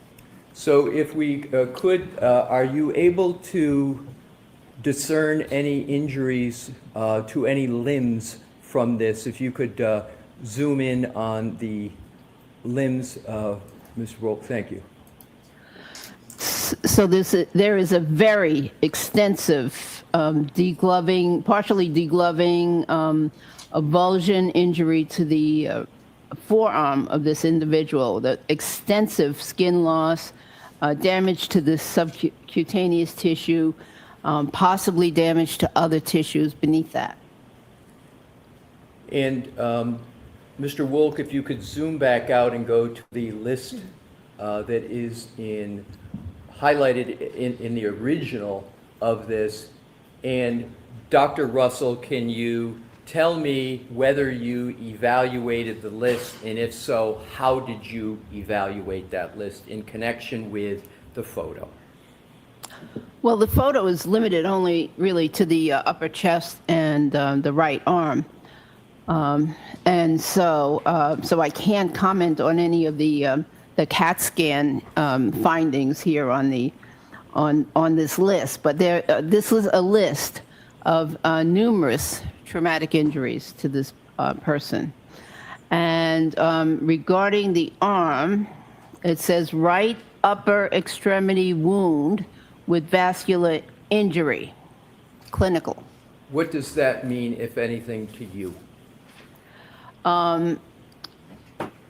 Well, that suggests it's a soft tissue wound.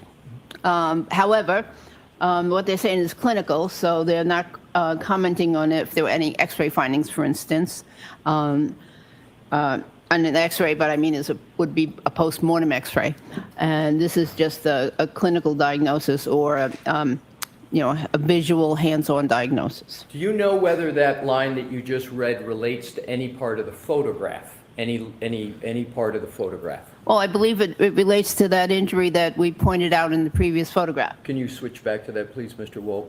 And if you could just zoom in and just what does... So this is the wound that they are talking about. It's a large gaping wound, soft tissue wound. If we could go back to the list, please. Zoom in, thank you. But, Please continue. no. What I was going to say is that there are multiple other injuries in this person. Multiple serious, significant injuries, subdural hemorrhage, subarachnoid hemorrhage, intraventricular hemorrhage, liver laceration, hemopneumothorax, that's blood and air in the chest cavity outside of the lungs. So it's in an area where it shouldn't be. This person had numerous injuries. Are you able to compare these injuries in that photo in this Exhibit 206? And did you compare them to your review of the autopsy report and other medical records of Mr. O'Keefe?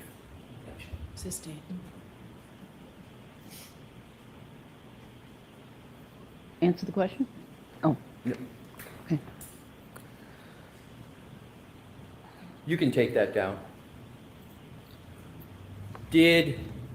From your review, did Mr. O'Keefe sustain any liver laceration? No.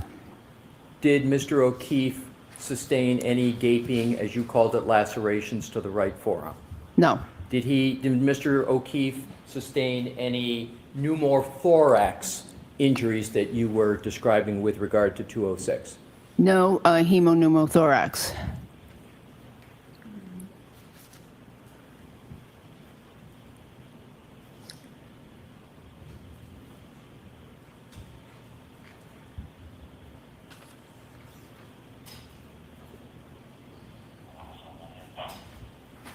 Let's switch to another topic. Let's talk about clothing of the decedent. In forming your opinion, did you consider Mr. O'Keefe's clothing in relation to his wounds? Yes. If we could, Your Honor, have Exhibit 150 in evidence published. Okay. Do you recognize what's depicted in Exhibit 150? Yes. And what is it? It's a picture of part of the hoodie, sweatshirt or shirt that Mr. O'Keefe was wearing at the time, And wearing when? at the time of his death. And did you evaluate this photo as part of your review of the autopsy report? Yes. And we're going to come back to this. If we could please switch to, Your Honor, 147C in evidence. Okay. Thank you. And what is 147C? So this is a close-up of the sleeve of that shirt that we just saw on the previous image. And there's a hole or defect here in the sleeve, which I'm circling with the pointer. And there's a label that labels it number 1. And so I see this hole that is rather round and appears to have some fabric coming out of the hole towards the exterior of the jacket or the shirt. Did you attribute any significance to the shape of the wound, and if so, what significance? The shape of the hole, yes. So it's rounded. I actually attributed a lot of significance to that. Describe a lot of significance that you attributed to this hole. Well, I believe that this hole was made by a canine tooth, and with the tooth going into the shirt, reaching the skin, and then coming out of the shirt, pulling out some fabric with it. And we'll come back to this, if we could, Mr. Wolk, go to 147D as in David that's in evidence. Do you recognize this photo? Yes. What is it? A round hole in the shirt, again with some fabric fibers pointing towards the outside of the shirt. Is this the same hole that we just saw on 147C or a different hole? Could we go back?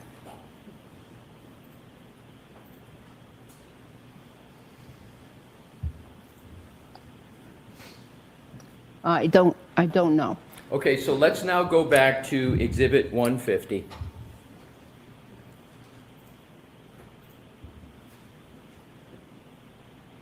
What significance, if any, do you give to the various triangles that are on the hoodie? Could you describe to the jury what those are and what's their purpose? So the triangles are labels that were placed by either the police or the crime lab or someone, and the point of the triangle generally is pointing towards a hole in the shirt.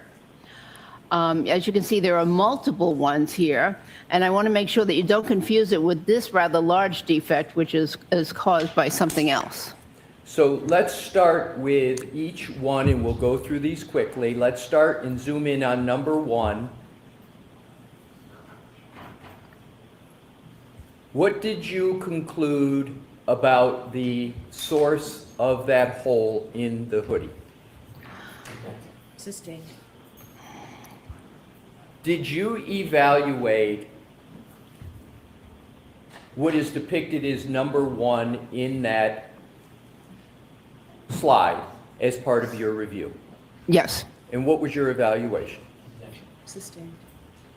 Let's go back and zoom out.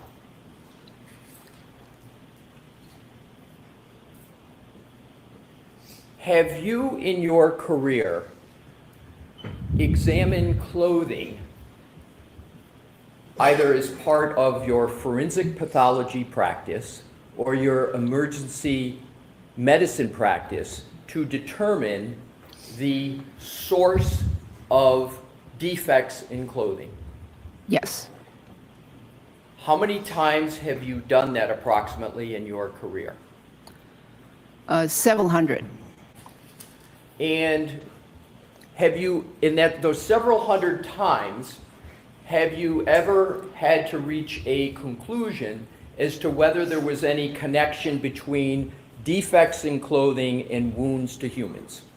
Many times. Can you give some examples of the many times you've had to look at clothing and defects in clothing to assist you in determining wound recognition in a human? Yes, so let me clarify. It's mostly used in forensic pathology, not so much in emergency medicine. The clothing and the cause of the wound is as important as in emergency medicine as the treatment of the wound. But in forensic pathology, it's a key component to any examination where you think that it was an unnatural death. So, so I've done it in gunshot wounds, in stab wounds, multiple times, looking at the defects, looking at the direction of the, of what I think the bullet, bullet track was, determining entry and exit wounds. In stab wounds, I've utilized them to help determine offensive and defensive wounds or injuries. So yes, many times. Have you ever performed that analysis? You mentioned, testified earlier, 500 to 1,000 evaluations of dog-inflicted wounds on humans. Have you ever performed the analysis of defects in clothing and compared them to wounds on humans in the context of dog-inflicted wounds on humans? I don't think so. Perhaps. Well, yes. So in terms of, have there been any instances of doing that in your career? Have you done that at all in your career?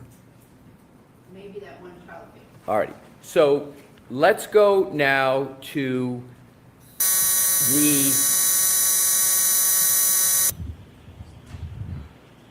you were discussing the defects in the arm as well as the wounds in the arm and then the defects in the clothing.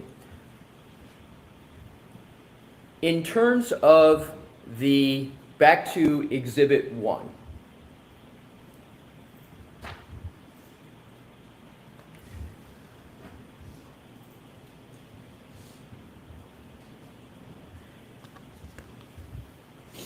In terms of that pattern that is in the arm, and in terms, let's go back to the hoodie, I'll strike that.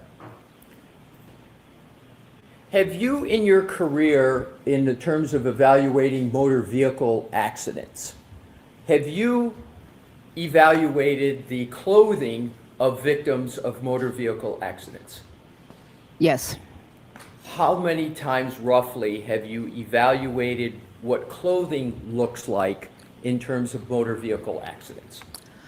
Well, in many cases, I had to cut off the clothing in the emergency department, so I observed the clothing then.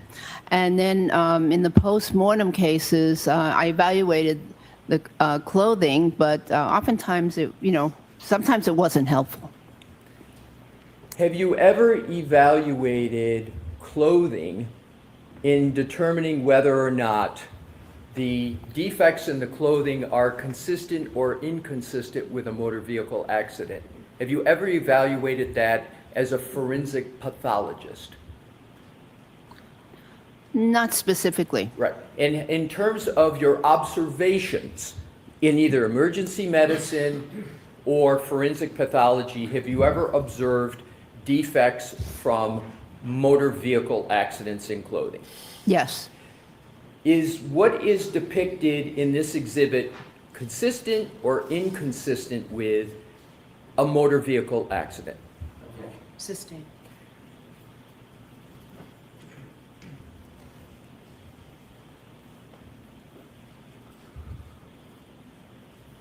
In determining, let's go back to Exhibit 1, please. In determining and reaching your opinion with regard to the source of these wounds, is it necessary for you to reach that opinion to see a specific dog to determine whether the wounds are from a dog in general? No. And in your experience that you talked about earlier today, the 500 to 1,000, was it ever necessary in that experience to go locate the dog, to see the dog, to treat or evaluate the patient? No. Why is it, well,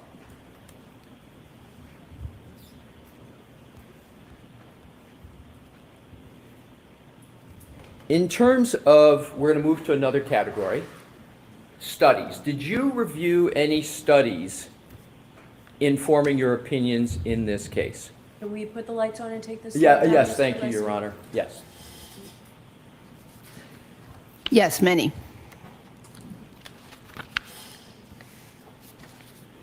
And did those studies that you review support or not support your conclusions in this case? Yes. Sustained. Which studies did you rely upon? Well, I reviewed quite a few, 10 to 20 in depth, and I relied a lot on 2 of the articles. Do you recall the names of the lead authors in the studies that you said, that you just referenced? Yes, one of them was Demuniak. Could you spell that, please? I wish. Demunnyck, I believe. And was there... And then there was another one, Pollack, Pollack.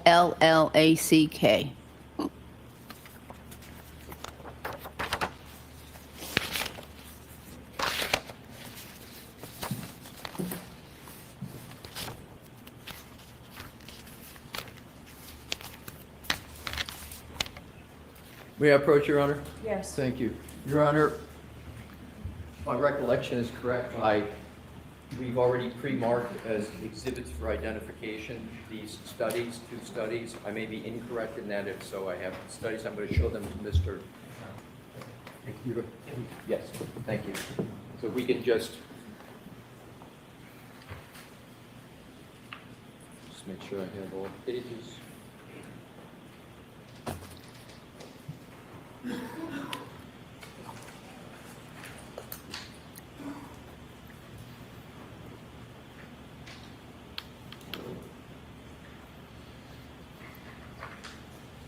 Do you have these handed out for the quarter? Oh, I have no. Okay. If I can just have them, Your Honor. Okay, I've got them. These are them. If I could have marked for identification as one document, please. Exhibit PPP for ID.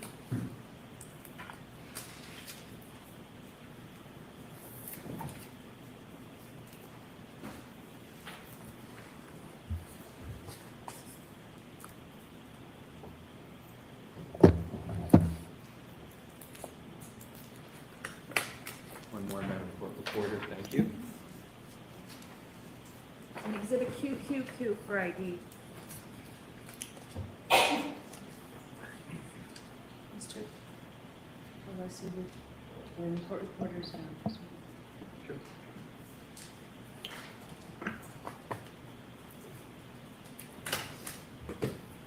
Yes, Your Honor. Which is what?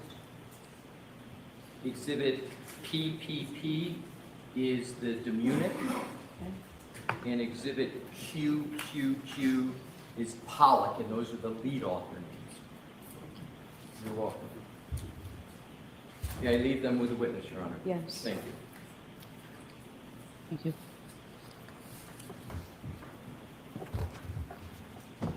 Dr. Russell, I have provided you with those 2 exhibits.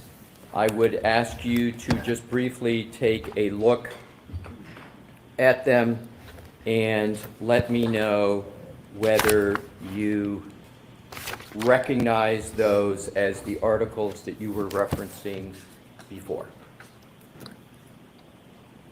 Yes.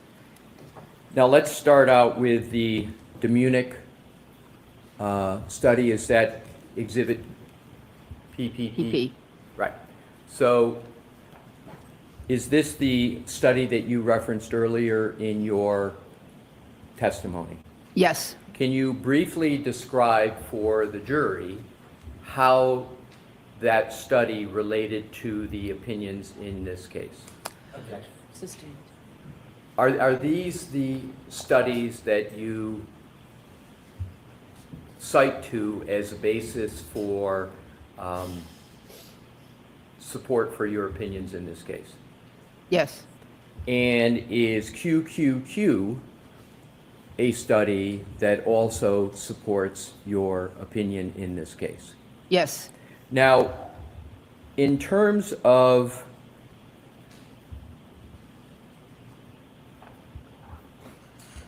your conclusions with regard to, if we can go back once more to exhibit number 1.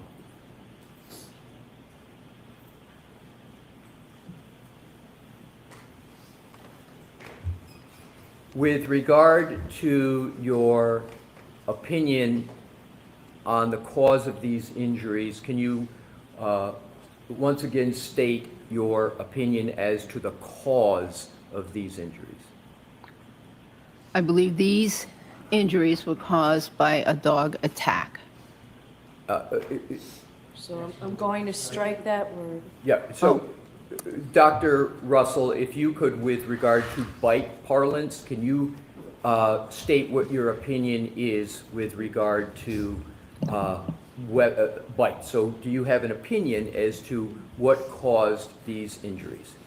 Yes, I believe that these injuries are the result of dog bites and or claw marks. And do you hold that opinion to a reasonable degree of medical certainty?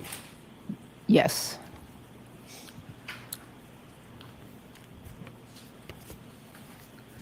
That is all the questions I have for this witness at this time. All right. You want these? Okay.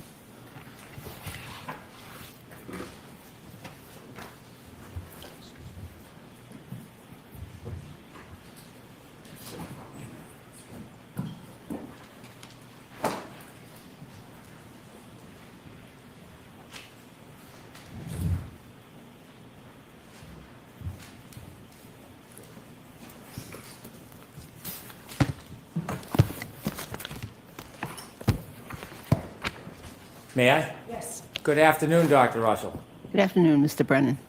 Dr. Russell, we've met before. Yes. I've asked you questions before.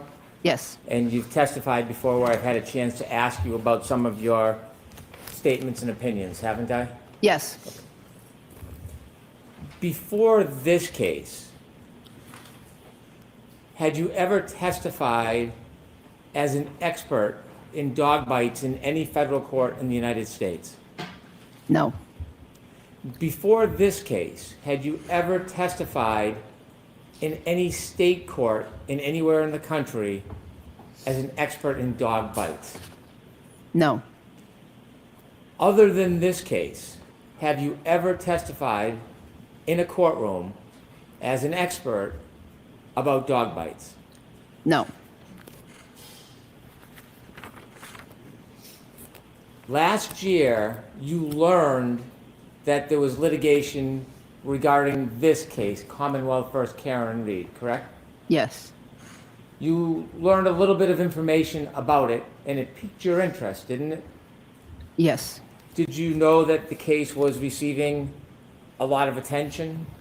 No. Did you know that it was on television? I had no idea until I got here.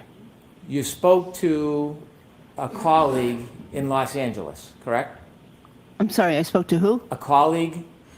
I spoke to a district attorney in Los Angeles. And did you just bring up the subject, or did that person bring it up to you?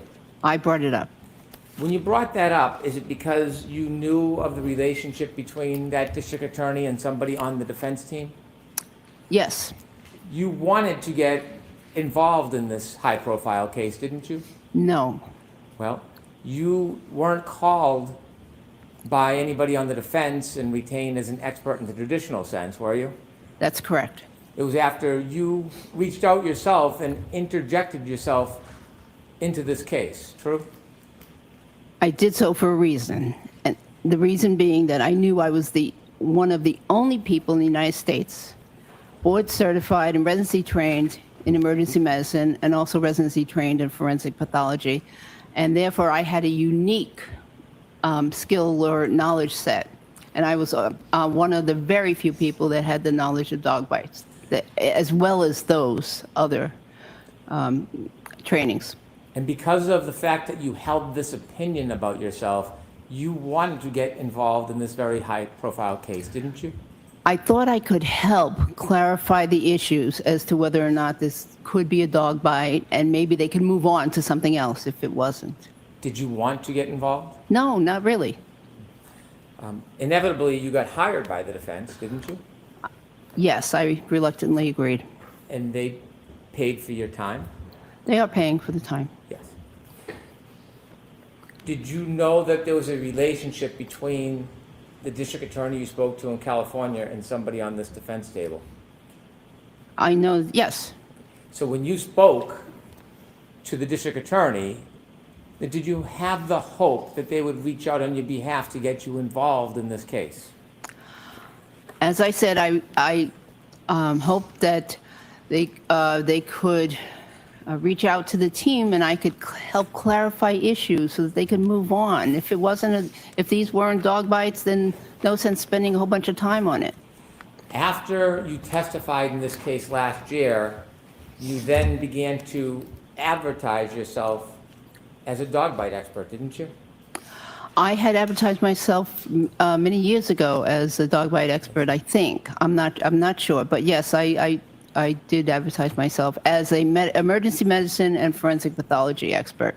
Did you take with other, sub interests? Sure. Did you take a photograph of you testifying at trial and put it on a website to promote your accomplishments?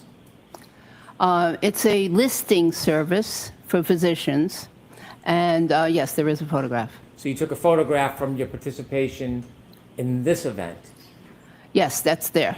And you used that photograph in your participation at this event to try to procure future work, didn't you? I wouldn't say that that was the reason, no.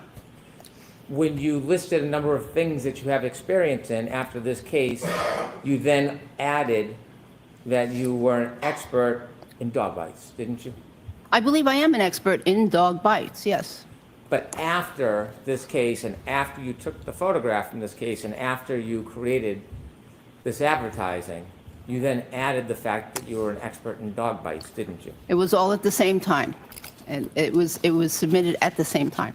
Right. After this case, after you participated or volunteered to involve yourself in this case, you then used it as a marketing opportunity, didn't you?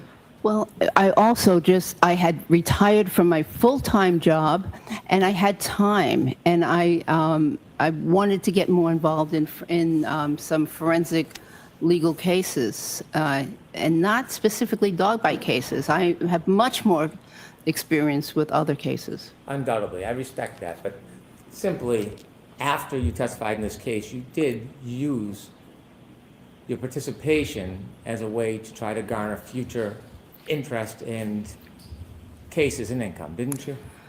I did, but I did not mention this case. Have you testified in any other court since this case as a dog bite expert? No. You had written a few articles that were peer-reviewed on dog bites back in, is it the 1990s? Yes. And they involved law enforcement canines? Yes. And you describe in those articles how a law enforcement canine grabs and holds, is that the technique they call it? Yes. Where they lock their jaw and then they pull and hold on to the subject that they're attacking or holding? Yes, that's what they were trained to do back then. And you would agree that there's a difference between, generally, the way a domestic dog bites and a law enforcement dog bites? Generally, yes. Since those two articles in 1990, have you authored anything else regarding dog bites? No.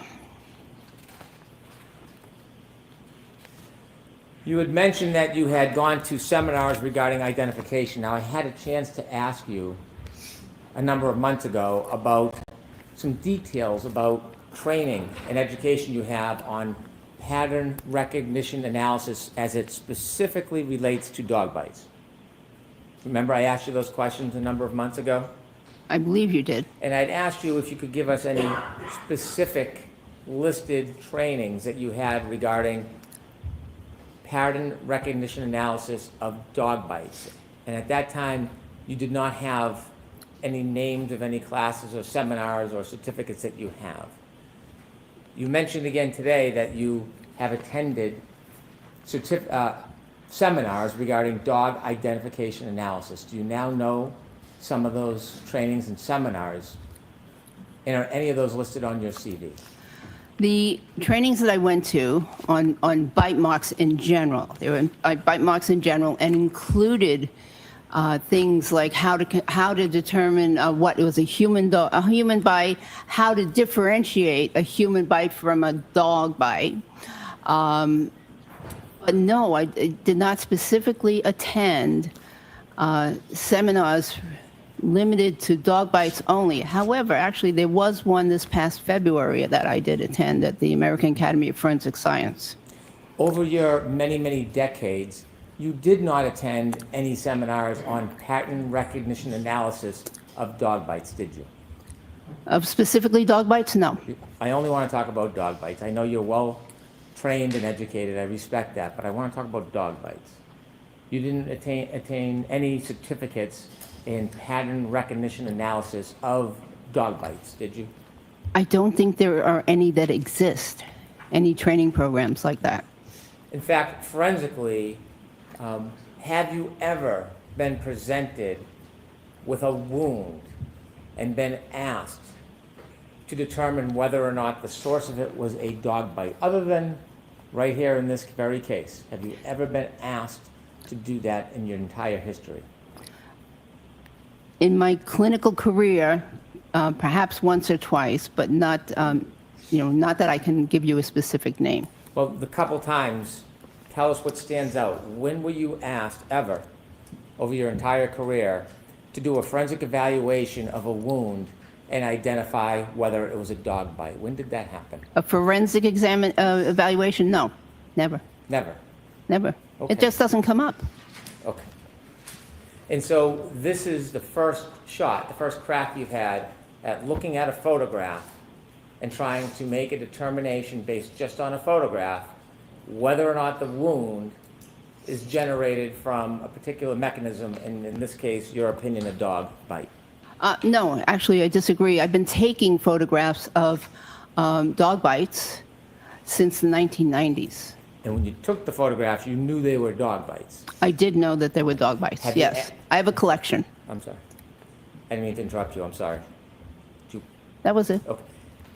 So, not when you knew it was a dog bite and you took a photo. I know you have an interest. I'm asking, other than this case, there was never, ever a time in your career where you were presented with a photo and asked to give an opinion whether the mechanism of injury was a dog bite, other than this case? That's correct. So this is not a pattern recognition analysis engagement that you have any experience in before this effort? I've recognized that pattern many times. I appreciate your opinion, but I want to ask my question. You do not have experience over your long, accomplished career in the effort of pattern recognition analysis of dog bite wounds. Isn't that fair to say? Okay. You mentioned before, and you just mentioned again, so I want to ask you some more questions. You believe that you are uniquely qualified to look at a photograph and give an opinion about the source of the injury. I'm not uniquely qualified. That's done all the time in forensic pathology. Many forensic pathologists do that. Did you just say you're one of the very few physicians in the United States who has both the forensic and the clinical experience to look at a photograph and make a determination, the mechanism of injury? No, I said, if I said that, then that was incorrect. I meant dog bites, dog bites. But your question just now was not specific to dog bites. You're right. Postmortem photographs are used all the time in forensic pathology for second opinions. You're right, my apologies. Did you say today and before, have you said that you believe you're one of only few physicians in the United States who could authoritatively distinguish between causes of wounds when it relates to dog bites? I did say that, and that's because of my unique training. I don't know of another doctor in the whole United States that did 2 residencies, one in emergency medicine and one in forensic pathology, and has a lifelong interest in dog bites. So, Dr. Russell, from your perspective, as far as you know, you were the only person in the entire United States of America who is qualified to look at a photograph and make a determination whether the wound was derived from a dog bite. No, I am one of I'm the only physician that I know of that can do that. There may be, a few others out there. There may be, but I don't know of any other physicians that can do that. Do you recognize anybody other than yourself who has this very particular expertise to be able to do this kind of work? I'm not aware of anyone.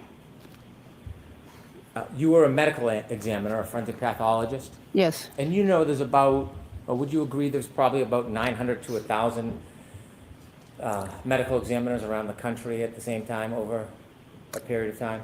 I believe that there might be, there's probably, I think there's around 500 or 600 practicing forensic pathologists. And do you think because they are forensic pathologists, those 500 or 600 people have the unique qualifications as you do to be able to give an opinion about the genesis of a wound? Wounds in general, perhaps. Dog bite wounds, I doubt that very many of them have a specific interest in dog bite wounds. And so you think that of all those forensic pathologists, medical examiners, you think that qualification and experience itself is not enough to qualify somebody to give an opinion on a photograph about the genesis of a wound related to dog bites? Well, if a forensic pathologist has autopsied 1 or 2 cases of dog bite wounds versus my experience with over 500 to 1,000 cases of dog bite wounds, I'm not so sure that person would be a very good expert in that kind of a case. Have you ever heard of a doctor named Dr. La Posada?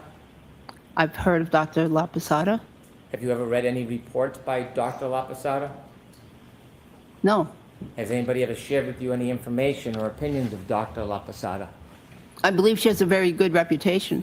Have you ever, well, how do you believe that? Who told you Because that? I've heard of her name at national organizations. I believe she's given presentations nationally. I've seen her name, over a dozen years or so. Do you know whether or not she has any participation in this case? I believe she does. Well, so you know when you're providing accolades that she has maybe some involvement in this case? You know that? I would provide those same accolades if she didn't have involvement in this case. Do you know that she has involvement in this case? I believe she does. The attorneys have not shared everything with me Well, in terms of who the witnesses are. somebody must have shared her name. Who shared her name with you? I'm very familiar with her name outside this case. Who shared her name that she may be a participant in this case? I don't remember. I don't remember. Well, somebody might. I think I got a file or something, but yeah. So when you were reviewing this case, did you get materials from any of the attorneys authored by Dr. La Posada? I don't think I read a report. I was very interested in reading a report by Dr. La Posada. I was very interested, but I didn't see one. So when you received materials in this case, you didn't read all the materials the defense gave you? I don't believe they gave me the report. What report? Any report that Dr. La Posada might have written. Do you know whether or not you've received the report or not? I received something that had her name on it. I don't remember what it was, but I was looking for a medical examiner's or a report, or an actual report, and I did not see one. Dr. Russell, you are meticulous when you look and examine things. Right. So you would know what you've received and what you've read and what you haven't. So the fact that you're telling us that you saw something with her name on it, can you give us a little more information and share with us what it is you actually received about this Dr. Sade? What did you get from the defense? I saw something, I think it was the name of a file folder, but I looked for a report and there was no report in it. Did you ever ask for one? I didn't ask because I didn't ask. I really wanted to read it, but I didn't, it wasn't given to me, so I didn't ask. Were you ever told what other people's opinions might be regarding those photographs? I'm aware that there was a Dr. Sheridan involved in a previous proceeding, and he believed that those were consistent with dog bites. Did you ever receive any reports from the defense about what other persons' opinions would be in this trial about dog bites? Oh, yes, I received a report authored by a non-physician, yes. So when you say non-physician, you're trying to make the point because you think that person might be your opponent in this case? I don't have any opponents. Okay, so why did you qualify him as a non-physician? Because I believe that in order to really understand wounds on a human being, one needs to have treated wounds, seen lots of wounds, and I think that the person that is best qualified for that is a physician. So a medical examiner wouldn't cut it, in your opinion? Medical examiner is a physician. So you think a medical examiner has enough experience to come in and give an opinion on Some- dog bites? Some, but in their case, I would hope that they have had actual clinical experience with autopsying some cases where there were dog bite wounds, because I don't think they worked in the emergency room or any other clinical setting where they treated people. So I'd want to see if they had experience with dog bites. Non-doctor as a disqualification. How about a dog trainer? Would a dog trainer who's not a doctor have the experience in your mind to come in and give an opinion about photographs and the genesis of the wounds? Objection, Your Honor. I'm going to allow it. How about a non-doctor, as you said, you've made a distinction. Uh-huh. They're simply a dog trainer, maybe even an uncertified dog trainer. Would that person have the qualifications in your mind to be able to look at photographs and determine whether or not the cause of the injury is a dog bite? There may be a certain small subset of people who have, very much experience with dog bites that could qualify as suggesting that these are consistent with dog bites, but I don't think that they could definitively. I think that someone could, who dealt with many dog bites in the past on humans, could possibly say that they were consistent with. Even if they didn't have the clinical experience? Well, I'd prefer to hear that information from a physician, but I wouldn't rule out that only doctors, only a physician, MD, could say that something was a dog bite. It seems like the standard is now kind of changing a little bit. Because when I asked you, Objection, Your Honor. Sustain. You mentioned the other person, you disqualified the person because they weren't a doctor. It seems now in some instances, you're willing to accept a non-doctor into your very select group of experts. If someone, well, I can explain. If someone had looked at perhaps hundreds and hundreds of wounds inflicted by a dog that they know was inflicted by a dog, and they saw the resulting photographs on a person, I think that particular person may be able to make some comment as to whether or not some wounds are consistent. However, if in terms of a medical examiner, if they've autopsied one case or two cases of dog bites and they're trying to testify based on some pictures, I would be a little concerned about that. Does qualification for this type of business, in your mind, depend on who hires you? Absolutely not. Suffice to say, you've never taken a class in the forensic analysis of dog bites. I don't think any class exists. But I'm asking about your experience. Well, that's correct. You haven't, have you? That's correct. I can't take a course that doesn't exist. You've never engaged in any type of opinion, looking at photographs, and then had that opinion peer-reviewed by other dog bite experts, have you? No. Do you have any experience in veterinarian medicine? I'm aware of it. That's my experience. Do you have any accomplishments like degrees? No. Now, you've testified a number of times in this case, haven't you? Yes. And when you testify, you know there's a court reporter and there are transcripts, correct? Yes. You originally testified when you first came out and volunteered to testify last year, and there was a hearing before trial, wasn't there? Excuse me? Say again, When please. you volunteered to come out last year, there was a hearing before you testified at trial, wasn't there? Yes. Do you remember that was on June 18, 2022? Sounds right. And then you then testified at trial on June 21st, 2022? Yes. I didn't have the privilege of meeting you on either of those events, did I? No. But since then, we have met. Yes. And we had a chance to speak at a subsequent hearing on December 12, 2024. Yes. And then after that, we again had an opportunity to discuss this on January 7, 2025. Yes. When you reviewed the case, when you first reviewed it before you testified last year, you had very limited information, didn't you? Yes. You had just an autopsy report, photographs from the coroner, photographs from the hospital, an emergency room report. Yes? Yes, I had more than that. The medical examiner file had a toxicology report? Yes, and there was more. Okay. I believe there was a dog bite, a town of Canton report. Okay, so when you had an opportunity to look at the medical examiner's report, you yourself had been a medical examiner, correct? Yes. And there was a unique advantage of actually conducting an autopsy as opposed to just looking at photographs, isn't there? Yes, there is. And if you are actually conducting the autopsy, you firsthand can make observations about injuries, make measurements, and see things that don't always appear in photographs. That's correct. And when you would do medical exams, you had a distinct advantage over people who would later see your work, a written report, or photographs, because you were there actually conducting the investigation.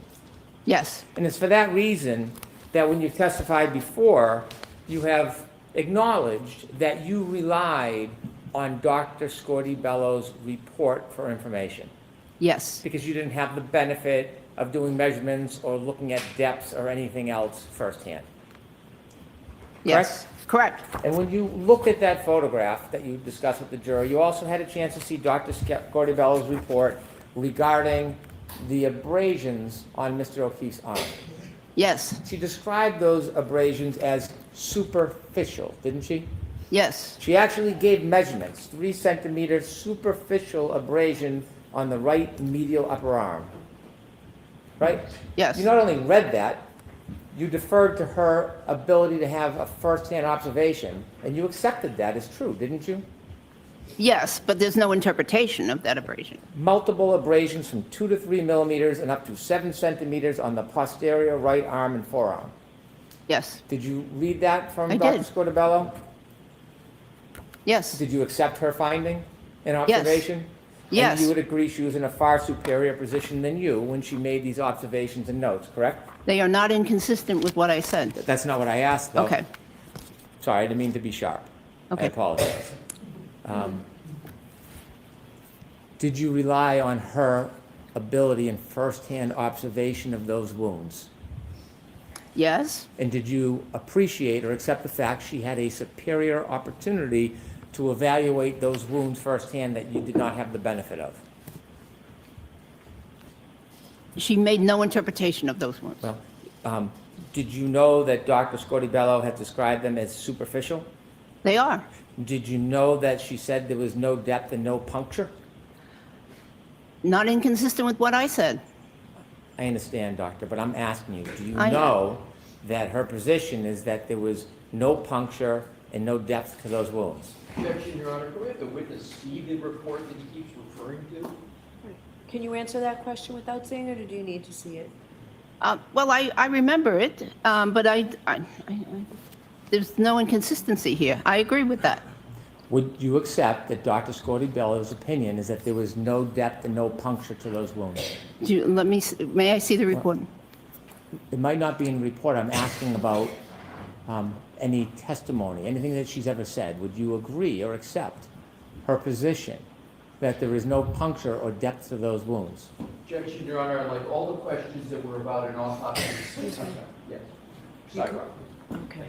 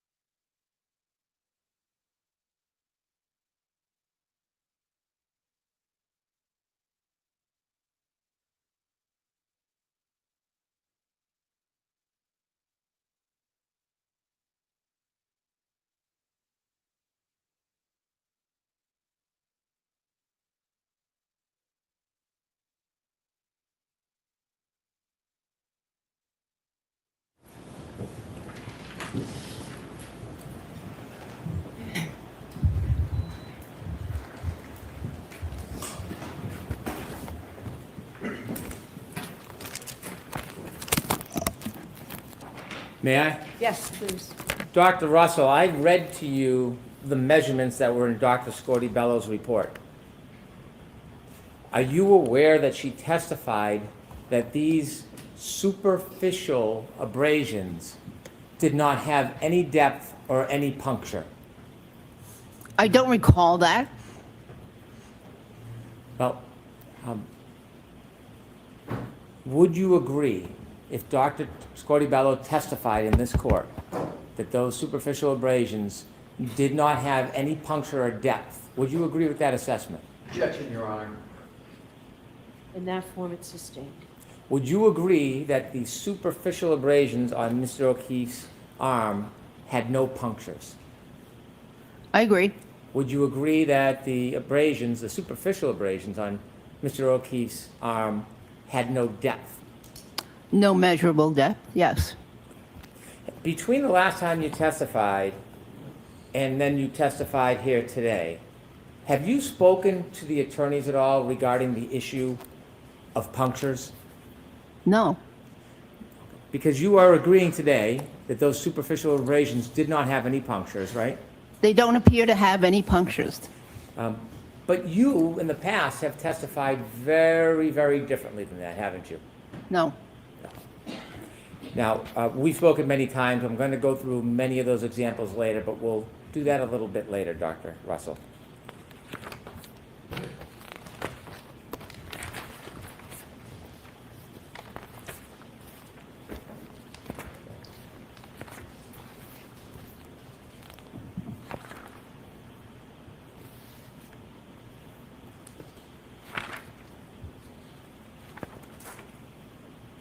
Over the course of your many testimonies under oath, would it be fair to say that you have changed your opinions about the superficial abrasions to John O'Keefe's arm many times? I don't believe that's fair to say. In the past, when you were describing Mr. O'Keefe's superficial abrasions on his arm, did you give varying and different opinions about the cause of each individual wound, area of wound? I don't believe so. When you first gave opinions, that was before the last proceeding. You came in and you were questioned before you testified in that initial proceeding, right? I'm trying to be as specific as I can. You testified last year? Yes. And Please. There was a hearing and then there was a proceeding. Okay. That prior hearing, can we call the first event the prior hearing and the next one the prior proceeding? I'm confused. I don't want to confuse you. I'm just trying to follow the rules. You testified twice last year, didn't you? 3 times. 3 times. Okay. The first time you testified was just before the judge? Yes. Okay. When you first testified before the judge, do you remember that you had uncertainty about how each and every one of those wounds was caused? I don't remember that. And do you remember when you then testified a couple days later at the proceeding that some of your opinions changed from the first time you testified? I don't believe that. And then when you later met me and we had a chance to talk over the last 2 events, December and January, would it be fair to say that your opinions regarding the individual areas of wound changed? I don't believe so. Okay. At some point before or during our conversations in December and January, you wrote a report, didn't you? Yes. When you wrote that report, you hadn't written a report before the first time you came in and testified, had you? That's correct. And it was between those hearings in December and in January where you wrote your first report. Sounds correct. You dated that report December 9, 2024. Does that ring a bell? Yes. When you wrote that report, you did not write that report alone, did you? I did. You had some help, didn't you? Not in the content of the report. Well, you sent the report back a number of times for review and revisions, didn't you? In terms of organization. And some of the language in this report is really not your language, it's the language of somebody who helped you write some of this, isn't it? You know, if somebody helped me write it, it would have been much better written than that. Didn't you agree that you had some assistance with the report? Haven't you testified to that before? And no, and in terms of organization, there was some comments, though, this sentence belongs, you know, with this paragraph or the, you know, whatever. But in terms of content, that was my work. Well, it was your report, correct? It's my report. And when you write a report, it's your words, not somebody else's. Isn't that true? That's correct. But nevertheless, you had somebody assisting you. True? In terms of organization, yes. Who was helping you with the report? It was somebody from the law office. Well, it was this gentleman right here, Attorney Alisi, who just asked you questions. He helped you, No, didn't he? actually, it wasn't. Was it from his law firm that somebody helped you? I believe so, but it was in terms of organization. Do you remember who was helping you with your report? I don't remember her name. Would you agree that after that report was written, many of your opinions changed? No. In your report, you provide your background. Yes? Yes. And you've been licensed to practice medicine since 1988? Yes. As a physician? Yes. And you've been licensed to practice medicine as a surgeon? It's called, in California, it's called physician and surgeon license. Mm-hmm. Do you have a physician and surgeon's license? I do. Okay. Have you ever practiced as a surgeon? Well, in the emergency department, we do surgery. We have to do some surgery sometimes. We have to open up people's chests and, you know, and compress the heart sometimes when they have gunshot wounds to the chest. I've had to put chest tubes in. I've had to debride dog bite wounds and other wounds. So yes, there is a component of surgery. If you do stitches, that's considered surgery, isn't it? Maybe. Well, medically speaking, stitches is surgery. I don't know, maybe. Okay. Do you have a surgeon's license? I have a physician and surgeon's license in California. Now, when you first looked at this case and testified, do you remember when you were looking at Mr. O'Keefe's superficial wounds, you said that you thought they appeared to be consistent with an animal attack? I do remember that. And when you were describing animal attack, you were a lot less specific than you were today, weren't you? Yes. You were less sure about your opinion when you first testified about this case than you provided to this jury today. I was certain that it was a dog attack. However, as I mentioned before to you, in medicine, we're taught never, you know, nothing is 100%, and therefore never say, you know, anything's 100%. So that's why I gave that generalization. However, I have reviewed the case, but I personally was certain that that was a dog, that those were dog marks. Now, I have reviewed this case over and over and over again. Plus, I've read additional articles more than once, and which substantiate, again, my findings. So, so my degree of certainty perhaps increased. So when you first testified in this case, back in June of 2022, are you agreeing that your testimony was less certain than today? I believed that it was a dog attack at that time. When you testified, you didn't say dog attack, you said animal attack at the beginning, didn't you? Yes. And when you were asked about the cause, you said that it could be bite or scratch wounds. Correct. So back in June, when you were looking at individual wounds, you, at that time anyways, were unable to differentiate between bite and scratch wounds. They are very similar. I understand, but today, you seem pretty unequivocal. So I want to go back to the beginning and see the evolution. I'm asking a question. All right. So the argumentative part is out. Ask the question, Mr. Wood. I want to go back to identify the evolution of your opinions. So let's start at the beginning. Your Honor. So, question, please. At the beginning, before your opinion evolved, you started with an opinion that this could have been either bite or scratch wounds, right? Yes. And if there was actually a methodology where you could identify superficial abrasions and make a determination whether it was from an animal or a dog, there would be something definitive, specific, where you could identify a scratch from a bite wound, wouldn't there be? Not unless there was a piece of tooth in the wound or a piece of nail. There would otherwise not be any specificity. You talked about patterns when you first testified back in June of last year.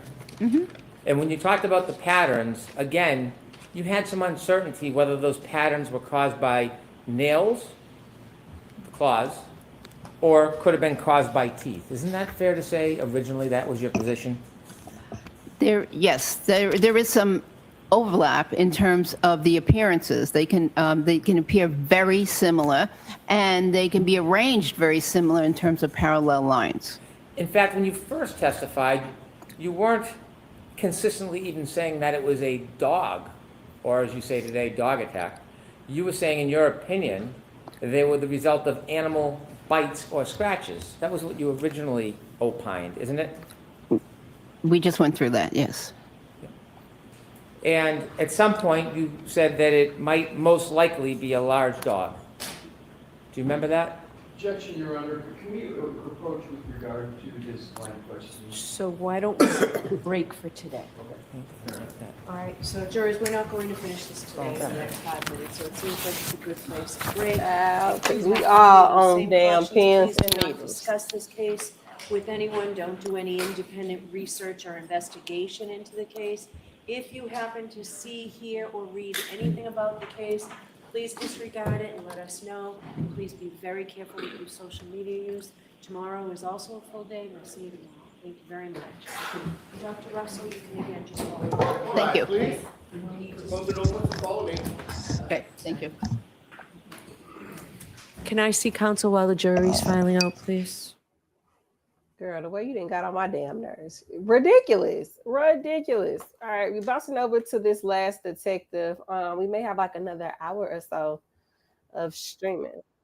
But we're back over to the Sade Robinson trial.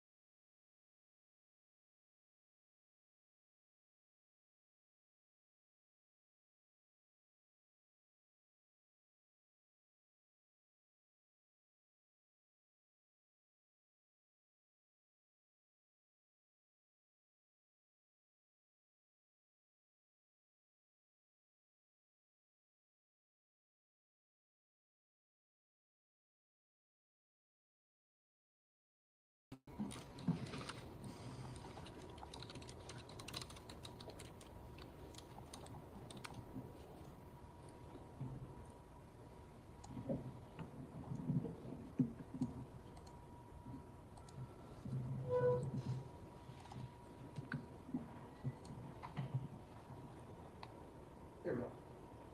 This was a screenshot of a text, correct? Yes. All right. Do y'all got sound now? Her fingernails were visible. Yes. There was a text from her to Philip Wilder about getting her nails done, right? Correct. She wants pizza shuttle to fix them. Yes. Were you able to view the fingernails on the torso and determine You if they got looked like sound? Okay. I was. And what do you see? That they matched entirely from the photo. I'm going to show you exhibits 242 through 257. What were the numbers again? 242 to 257. Thank you. Can you just look through those silently to yourself, take a moment, and then tell me if you know what they are?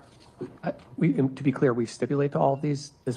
I'll move them in then. Thank you. At this point, they are all received. I can take those. Okay, that's cool. Go right ahead.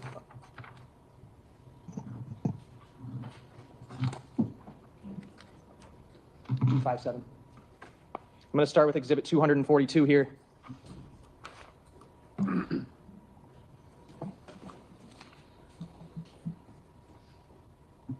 All right, what are we looking at here? That is the top of the paved pathway. This is where you would have parked to go down towards that beach? Correct. 243? What is that? That's just inside the fence on the way down as well. 244, further down? Further down. And when you get to the bottom, it turns, and we get to 245? Yes. And there's 3 individuals in front of you there, one wearing a medical examiner jacket, another deputy, and another woman, right? Correct. There's a group of people off in the distance. Would that be to the north? The way the picture is, that would be, yes, to the north. Okay, is that where the torso was? Yes. 246? What is that?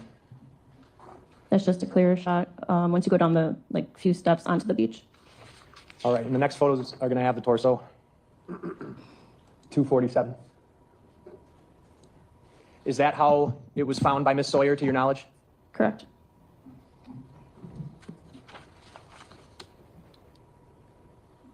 $248.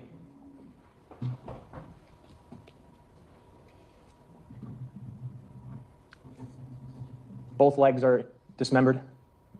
Correct. And her right arm? Correct. What about her head? Dismembered. What about her neck? Dismembered. 249, that just looks north? Yes. Okay. From this photographer would be standing where the torso was found, Yes. essentially? Okay. And then 250, we're just looking south? Yes. 251. This is how her hand was when you found it? Correct. Okay. And you were able to then, putting up 252, examine her nails a little more and compare them to the Philip Wilder photo that he sent you? Correct. Is this what you're talking about? Yes. You were aware that Sade Robinson had a tattoo on her chest as well? I was. And what was the tattoo? It's a saying, sometimes you've got to fall before you fly. And there was a bird above it and a bird below it. You had gotten pictures of Sade to view this tattoo yourself from Mr. Wilder as well? Or were those from somewhere else? It was from her social media. Social media, okay. I've got exhibit 33 here. This is the phrase right here where I'm pointing? Correct. And she had a bird on her shoulder? Correct. And 34. A little better there, a little clearer, right? Correct. Okay. Exhibit 253. Were you able to read the tattoo? I was. And what part of her body are we looking at? That is her right shoulder, right side of her chest. That's the same tattoo from those photos? Yes. 254. Tell us about her right breast. It is cut off. 255. This would be looking from the top? Yes. Okay. And her head is gone? Yes. 256. Would this be her opposite arm? Or leg? It's hard for me to see from this angle. Okay. And lastly, 257. You're able to see the tattoo? Yes. And it matches directly the tattoo on Sade's chest? Correct. Nothing else? Cross? No. Thank you. You may step down. I think we've had enough for today. I think we're going to call it at this point. Okay. So at this point in time, those admonitions. He's right here and he's wearing a gray long sleeve shirt, button down. I'd ask the record to reflect the witness identified the defendant and pointed at him. Yes, that's fine. The record will so reflect. So you had lived in Texas and then you moved back to Wisconsin? Yeah, once I finished college, I did, yes. And that's how you found this apartment? Yeah, post online, made by Maxwell. Did you reach out to him? Yeah, I reached out to him. He told me to come over. I looked at the place. It worked out. The rent was cheap. I liked it, so I took it. When was this? What year? I can't. 2023, I believe, and I lived there for 2 years, or 2022.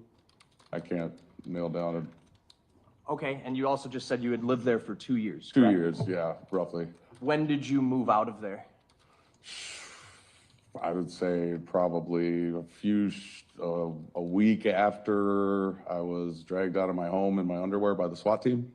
Okay, would that have been in April of 2024? Yes, And so you lived in the lower unit? I did. Who lived in the upper unit? Maxwell Anderson. Would you pay rent to him? Yes. How would you do that? Pie check usually. Once a month?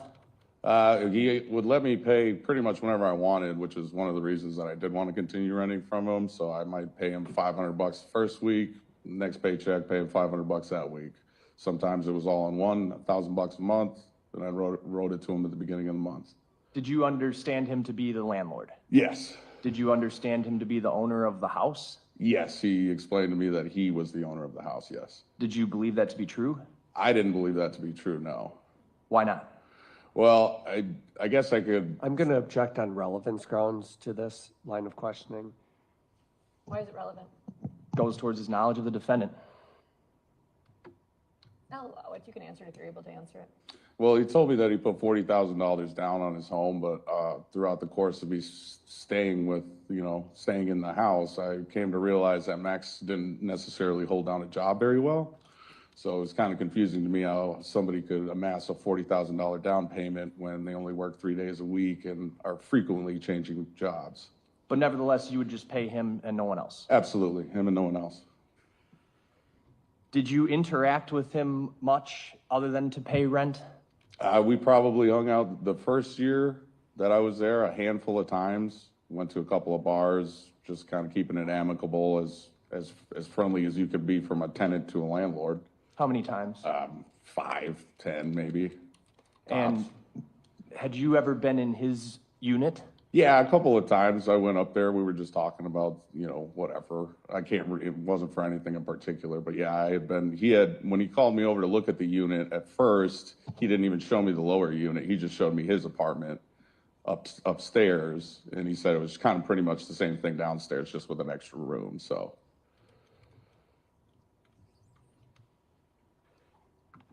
You stated that you had hung out with him a couple times the first year. Did you not hang out with him after a period of time? Yeah, after about the first year of living there, he came to be what I would call just an insufferable landlord. He would basically have people over. I'm going to object again. This is getting into impermissible character evidence. I'll ask a more pointed question. Okay. You stopped hanging out with him after about the first year, right? Yes, that is correct. Did you understand him to, I think you said he had worked jobs. What did you know him to do for work? I knew that he was a bartender. He just worked at a bunch of different locations, which isn't uncommon for bartenders to do, but. Did you know what bars? I knew that he worked at Victor's. That was really the only one that I can remember right now. But like I said, he went through a couple. Did he have a car? Yeah, he had a black SUV. Do you remember what kind? Hyundai, however you say that. Did you have a car? Yeah. What car did you have? I have a black Honda Civic. And would you park it at the residence? Yeah, usually, it could go either way. Some days I would park in the front street, and then some days I would park in the back by the garage. I want to talk to you about the layout of the residence. I'm going to show you a few exhibits here.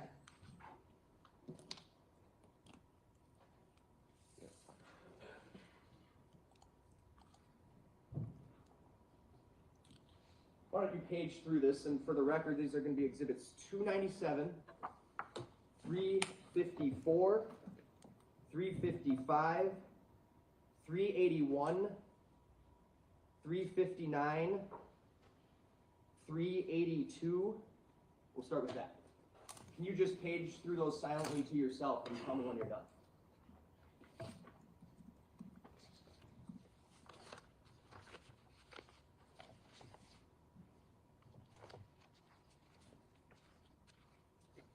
All right.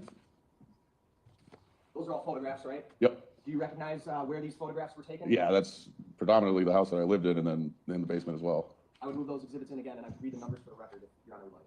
I have 257, 354, 355, 381, 359, and 382. It was 297. Okay, that made no sense to me because 257 was already in, so Okay. that makes more sense. All right, good. Any objection? No. They're received. Ask to publish. Go ahead. I'm going to start with exhibit 297 here. Mr. Worthington, can you see that TV, either the one to my right or the one next to I can see it just fine. Okay. 297, what are we looking at, sir? That would be the front yard of my home, or where I lived at Maxwell Anderson's home. Who's this person right here? That person? Yes. Is that me? That is me. That's absolutely me. Okay, all right. So this is where you live? Yep. And you are standing on the front cement porch? Yep. That door that's next to you, is that a door into your unit, the upper unit? Where does that door go? That door goes specifically to my unit, the lower unit, and it did not go upstairs. And that's the door that I use the majority of the time. So that unit, that door, you couldn't get into the upper unit from that door? Not from that door, no. Okay. Did you use that door predominantly? Predominantly, yes. Over here, there's a gate. You see that? Yep. Is there a side door? There is a side door about 10 feet inside of that gate once you walk into it, on the right. Where does the side door lead into? The side door, once you open it, you can either go to the middle floor, which would be my unit. You can go downstairs into the basement, or you could go upstairs to Maxwell's unit. Were you known to use the side door at all? Very infrequently, only probably to go to work if I was parked out back. A lot of the time, like I said, I was parked out front anyway, because it's easier for me to just walk through the front door. So you would use the side door, but it wasn't common? No, it wasn't, and I actually would let my dog out of the front door as well. There should be a cable there, so I use the front door more often than not, yeah. You had one dog? I had one dog, yes. Did the defendant have any dogs? He had two dogs. Where would those dogs stay? Usually in the basement, that's where their kennels were located, but when Maxwell was home, he would take them upstairs with him. What kind of dog did you have? I have a large American Bulldog. And what kind of dogs did Mr. Anderson have? I believe it was a black lab and some kind of pit bull terrier. Both female, if Okay. that matters. Let's talk about your apartment first. Can you just kind of summarize the general layout of it? Yeah, if you were to walk in that front door right there to the left, you've got my living room. It's kind of set up in like an X. There's 4 rooms in the 4 corners. The room on the right would be my bedroom, and then you have the bathroom in the middle, and then you have my home office in the far right corner of the home, and then the kitchen in the far left-hand corner. Where's your bedroom? My bedroom is right there. As soon as you open that front door, you're going to walk into a wall. It's on the other side of that wall, so right there on the right.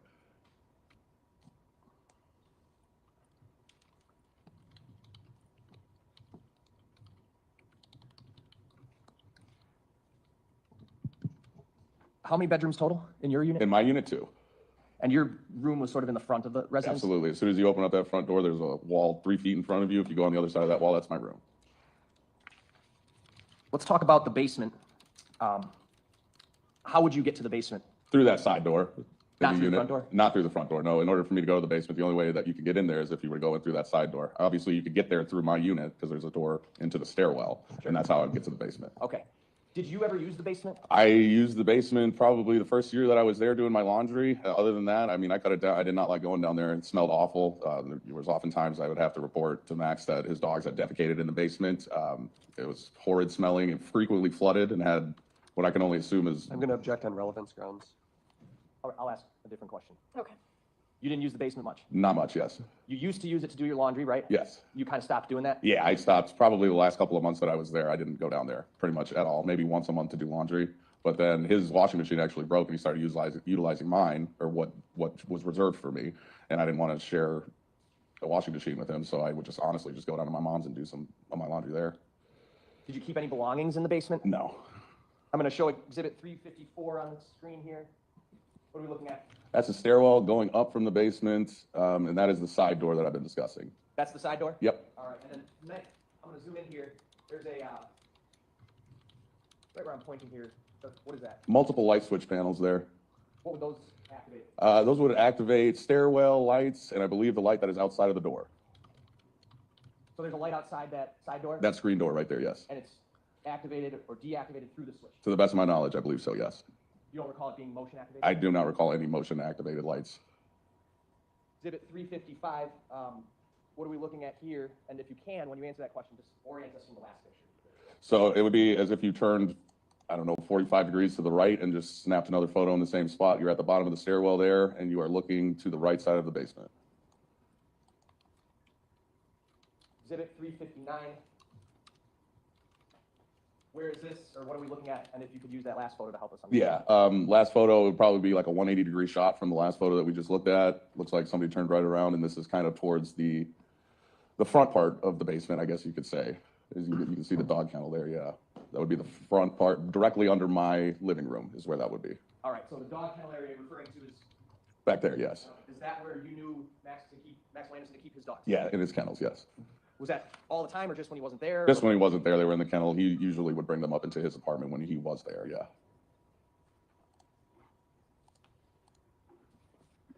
381? What are we looking at here?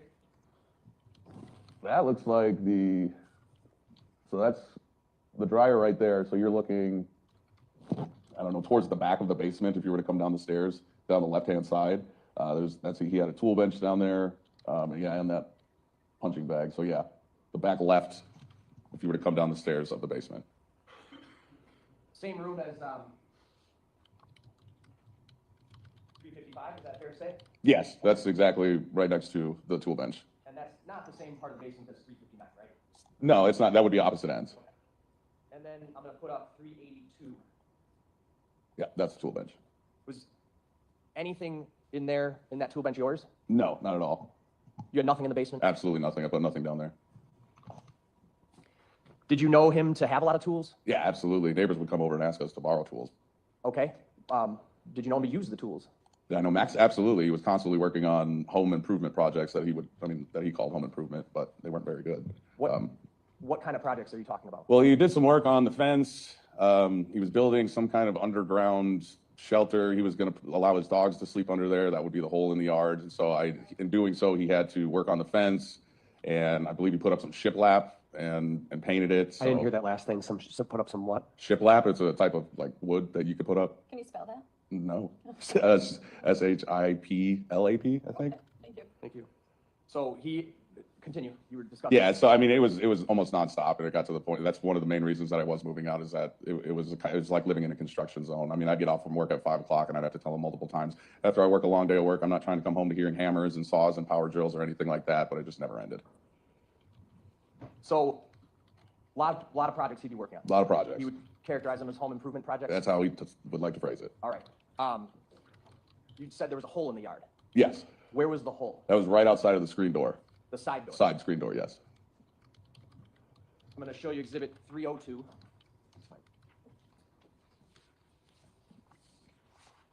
you recognize this photo? Yeah, that's the whole discussion. I moved 302 and asked to publish. Any objection? No. It's received, go ahead. 302 is on the screen here. So the camera person is standing just outside the side door facing 39th Street. Correct. Okay. And where is this hole, if you could just describe? And if you need to get up to point. Yeah, it's right in that back corner right there. You can see the shiplap that I just brought up. It's a lighter texture than the rest of the fence because it was a fresh cut. He was freshly putting that material up and he freshly painted it. As you can see, the rest of the fence is a bit darker. Sorry. It's a bit darker. He had just done that. Now you see, take your finger to the right there. Yeah. Step up. Sure. Absolutely, I sorry. think we have a microphone. If you just give me 1 second. Turn it on. Why don't you point out what you're talking about as the hole? As best as I can explain, this is the hole that he started with. So this was here even before I even moved in. This was here, I saw it there. He told me he was going to have it fixed up and he was going to put something there, but obviously that never happened. But as you can see here, this is a natural brown, a darker brown, because that fence has been there before I even moved in. And you can see here, these are the shiplap, and he put them horizontally. And so this has been done new because this started to cave in before he could even do anything with this. So this fence started to come down, so he had to fix that. So that's what he did. He put up this new shiplap, whatever this lumber is, and as you can see, it's a totally different painted color because it's been painted at 2 different times. This was the most recent project that I can remember that he had. I can take mine. Yeah. Actually, you know what? Why don't you keep it near you just in case you got to use the screen again. And then the hole is sort of between the camera person and the shiplap that you're referring to. Yeah, that's correct. Okay. What did he tell you the hole was for? He told me he was going to put some sort of, I guess, shed or something there. He was going to build a shed to keep like a lawnmower in, any kind of yard tools that he was using. And then underneath that, he was going to allow his dogs to go down there, and that's where they would sleep, I guess, and maybe stay warm in the winter. The idea didn't make much sense to me when it was explained to me either. He was going to have his dog sleep in the hole? From what he told me. Was he planning on connecting it to the house or something? I do not believe so. I think it was just something while they were out there that they could utilize. I don't think he planned on keeping them there and like having them live there permanently or anything.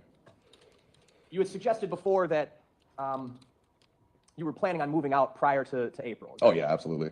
And how much prior to when you actually did move out were you thinking about leaving? I mean, two months before, I had asked Max if he would write me like a letter of recommendation to the new apartment complex that I'm currently staying at. So you had already looked for a new Oh, apartment? yeah, I already got one, signed the lease and everything. I was on my way out.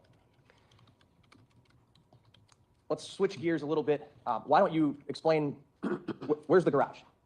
So the garage from here is, if you turn 180 degrees and look straight back, it's an unattached garage, so it is way in the back. I'm going to show you exhibits 450, 451, and 452. You look at these three photos and then tell me if you recognize those. Yes. Yeah, this is the outside of the fence. This is where the garage is located in exhibit 450. That is the garage there. Are all of these pictures photographs from the residence? Absolutely. I'd move those three exhibits in and ask to publish. Any objection? No. So they are received and go right ahead. Let's start here with 452. What are we looking at? This is the view into the backyard outside of the back fence. Just inside the fence to sort of the left side into the, that would be where the majority of the backyard is, right? Yeah, if you were to walk in and take a left, that's where most of the backyard is, correct. And were there any other projects going on back in that part of the yard? He said, so right here on the left where you see the bent license plate, he told me previously that he wanted to turn that into like some sort of outdoor bar, but the only thing he did was basically dig a hole. Dug another hole? Yeah, a smaller hole than the first one, of course, but there was nothing there other than a hole. How long have you been working on those projects? Objection, relevance. I'll allow it. You can answer it if you can. He'd been working on them since before I was there. I mean, he would go out there. I mean, the holes were open before I moved in, so I would say it's definitely longer than 2 years. I can't give you a definitive answer, but. Exhibit 451, what are we looking at? This is, if you look on the left there, that's the actual garage. And then, yeah, just another view of the back fence looking into the backyard. Where the camera person is standing right now, is that kind of a parking slab? That is a parking slab, and that's where I would park my Honda Civic some nights. And then other nights you would park on the street? On the street, yeah. Depending on how I was feeling that day, yeah. In front of the house? In front of the house, correct.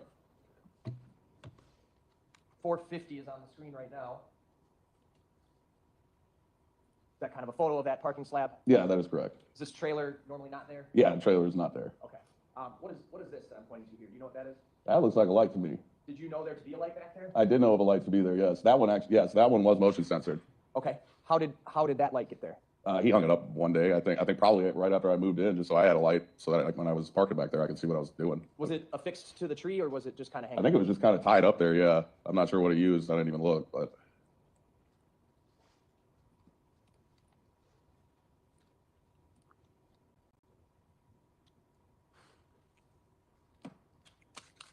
Do you know where the power source for that light was? I have no clue.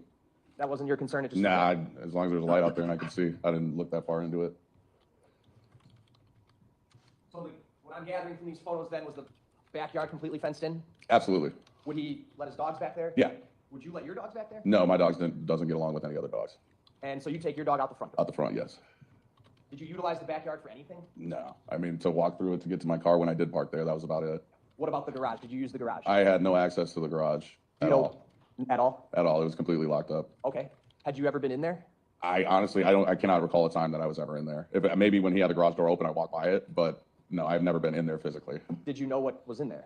I knew that he had an older truck in there, and then there was just no space because I wanted to originally park in there, but he had his car, and then he had an older truck there, and I believe he had some kind of electric bicycle or something as well. So, was the older truck even functional to your knowledge? No, it wasn't. It was all taken apart in the garage. I think it was a project truck or something.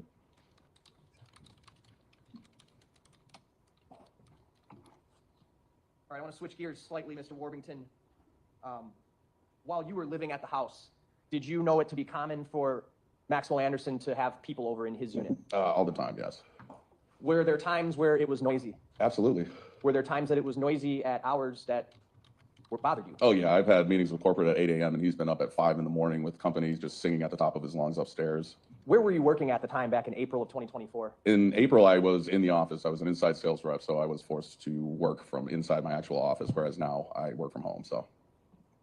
You had suggested before that there were times where you were working out of your apartment? Yeah, absolutely. If I have to go out on projects or meet with clients, stuff like that. And at strange hours, they would be loud? Always. Okay. How often would he have people over? I would say, I mean, 2 to 3 times a month, there was probably a night where I didn't get any sleep until 3 o'clock in the morning. Because why? Because of the noise and the carrying on. I mean, drunk people coming over, falling down the stairs in the hallway. I had to hear all that, knocking stuff off the walls. And this is separate from the project? Yeah, this is completely separate. Okay. It was not uncommon then for you to hear noises coming from his apartment, Not uncommon at all. particularly even at night? Even at night, yes. Okay. I want to take your attention back to around the time that you indicated you had been removed from your apartment by police. Mhm. That week, where were you working that week? That would be in office. So I was in my office in Menominee Falls. What was your daily routine in your work week? I assume it was Monday through Friday? Yeah, Monday through Friday. 7:30 is the time that I start, so I'm usually up at 6:30 getting ready, and then I'll leave, and then I drove to Menominee Falls from 39th Street. I would stay there until about 3:30, 4 o'clock, and then make my way home. So Menominee Falls, how long a drive? 20 minutes? 25? 25, 30 maybe. You had to be there by 7:30? I had to be there by 7:30. That week that you were removed from your apartment, did you work each day that week? or- Each day was in the office, yes, correct. What time would you get up? Right around 6:15. And that week, do you recall what day of the week that the police came? I believe that was on Thursday, the 4th or so. April 4th? Yeah, April 4th. Earlier that week, just follow the same routine? Same routine as just like any other week. Okay. At any point in that week, did you recall, well, actually, let me ask this question. What time would you go to bed?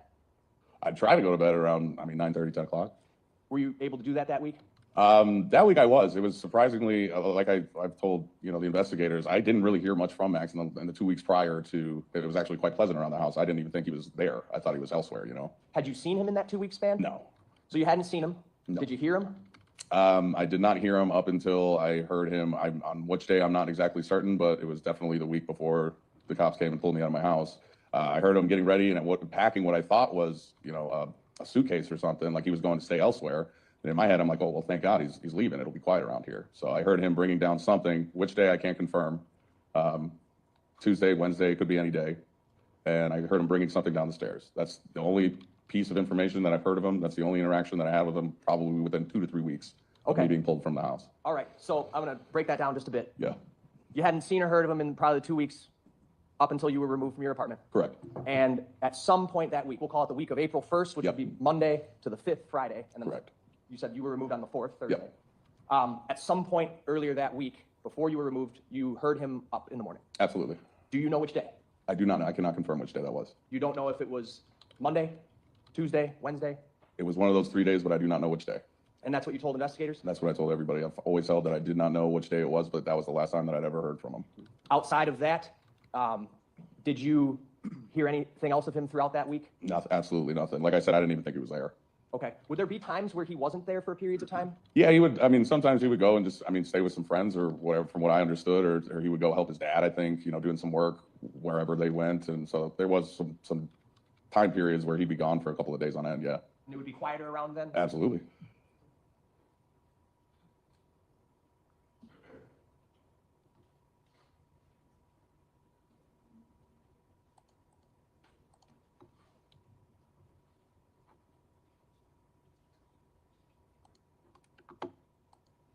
I'm going to show you Exhibit 403.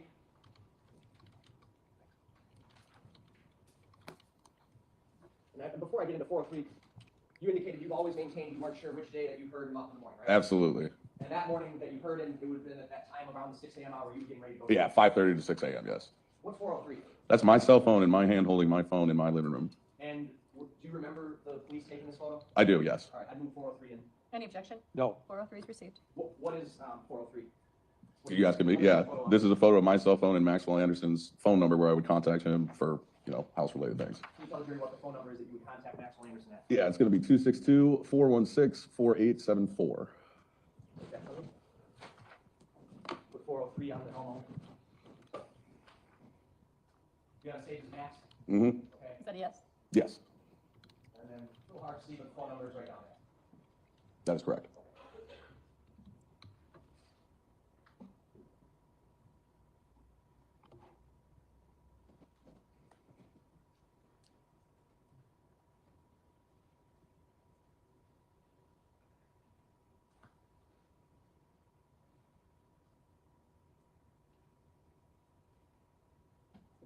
All right, I just have a few more questions, sir.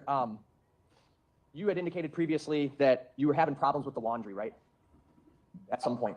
I wasn't having problems with my laundry, but one of his washers had broken, and so he started to utilize, obviously, there was 2 washers and 2 dryers in the basement. So 2 obviously were reserved for me, 2 were reserved for him. One of his I think his washer broke or something, so he started to utilize mine. Well, I go down there and I try to do laundry, and I'm staring at a thing full of his clothes, and I just didn't want to deal with that, so I stopped even going down there to do laundry. Was that happening all the way up until the time you had moved out of there, or no? I would say it only happened like that thing must have broke like 2 or 3 months before all this even happened, so. How did you communicate with him about that? I didn't say anything about it. I would just turn the clothes over if it was, and then after a while I just got sick of it, and I mean, it didn't matter what I brought to his attention. He wasn't going to change anything, so. Did you ever move his laundry? Yes. Would you let him know? Yeah, I'd shoot him a text and say, hey, I just put your stuff over. I just need to dry something real quick or whatever. Sure, okay, as a courtesy. Yeah, All right. Would you do a lot of woodworking? always, yeah. Objection, relevance. He's a woodworker or not. I'm sorry. He said, what did? Objection, relevance. Okay, It is relevant. I can ask a different question, though. okay, ask a different question. He had a lot of power tools? From what I understood, yes, he had to have. Tools used for what? Used for cutting, sawing, drilling, you know, things of that nature. Like we were just talking about the fence. That was some fresh work that he did. And would he use these to do the woodworking? Yes, I believe so, yes. Do you know exactly what kinds of tools? I do not. All I could do is hear him through the walls. How often would you hear him using power tools? I mean, there would be definitely 2 or 3 days a month where he was going on and on. That, back gate here, 451 on the screen, up here. This back gate, to your knowledge, did that door latch or was it loose? So the back fence door, I believe it was loose. The locking mechanism had shut. However, Maxwell would put like, I guess like a little socket or something, at least so it would be secure and wouldn't blow open. Okay. But I would say 9 days out of 10, it was just wide open like that. Okay, and I'm pointing to this door here. Is that what you're talking Correct. about? So it wasn't a secure door? No.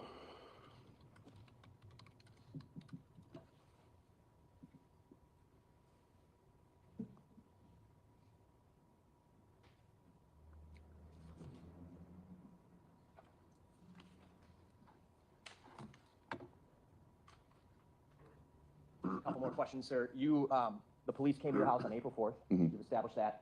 They pulled you out of your apartment, right? Yes, Were you otherwise cooperative with them? absolutely. And did they ask you for permission to search your apartment? They did. And did you let them? I did.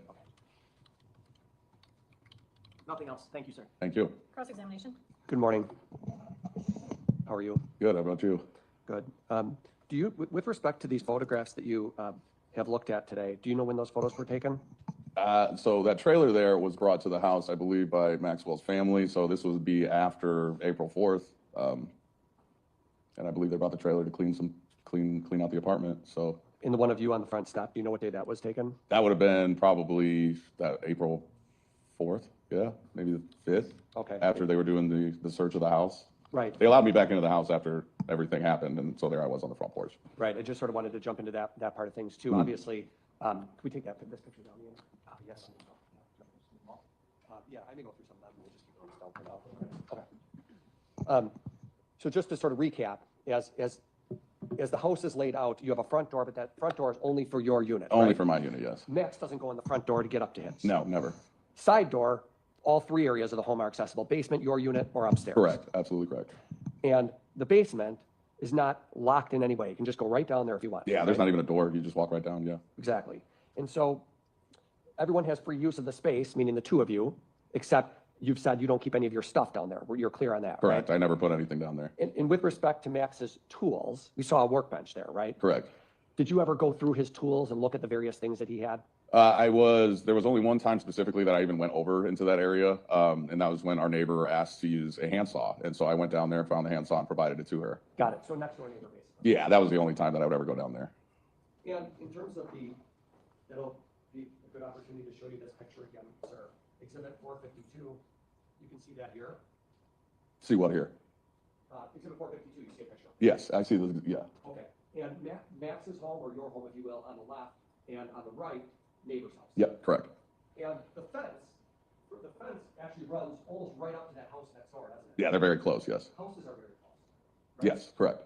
And that's common in this area. If you were to go up and down the street, all the houses are just close together. That's right? correct. These aren't big acre lots with tons of space. This is correct. It's a working class neighborhood. Absolutely. Okay. And if you look at the home to the right side, as we're looking at the picture, the home on the right side, there's even a window right up there, isn't there? That is correct, yes. And there's even windows right on the side of the home that look sort of I don't want to say into your house, but at your house, right? Absolutely, yes.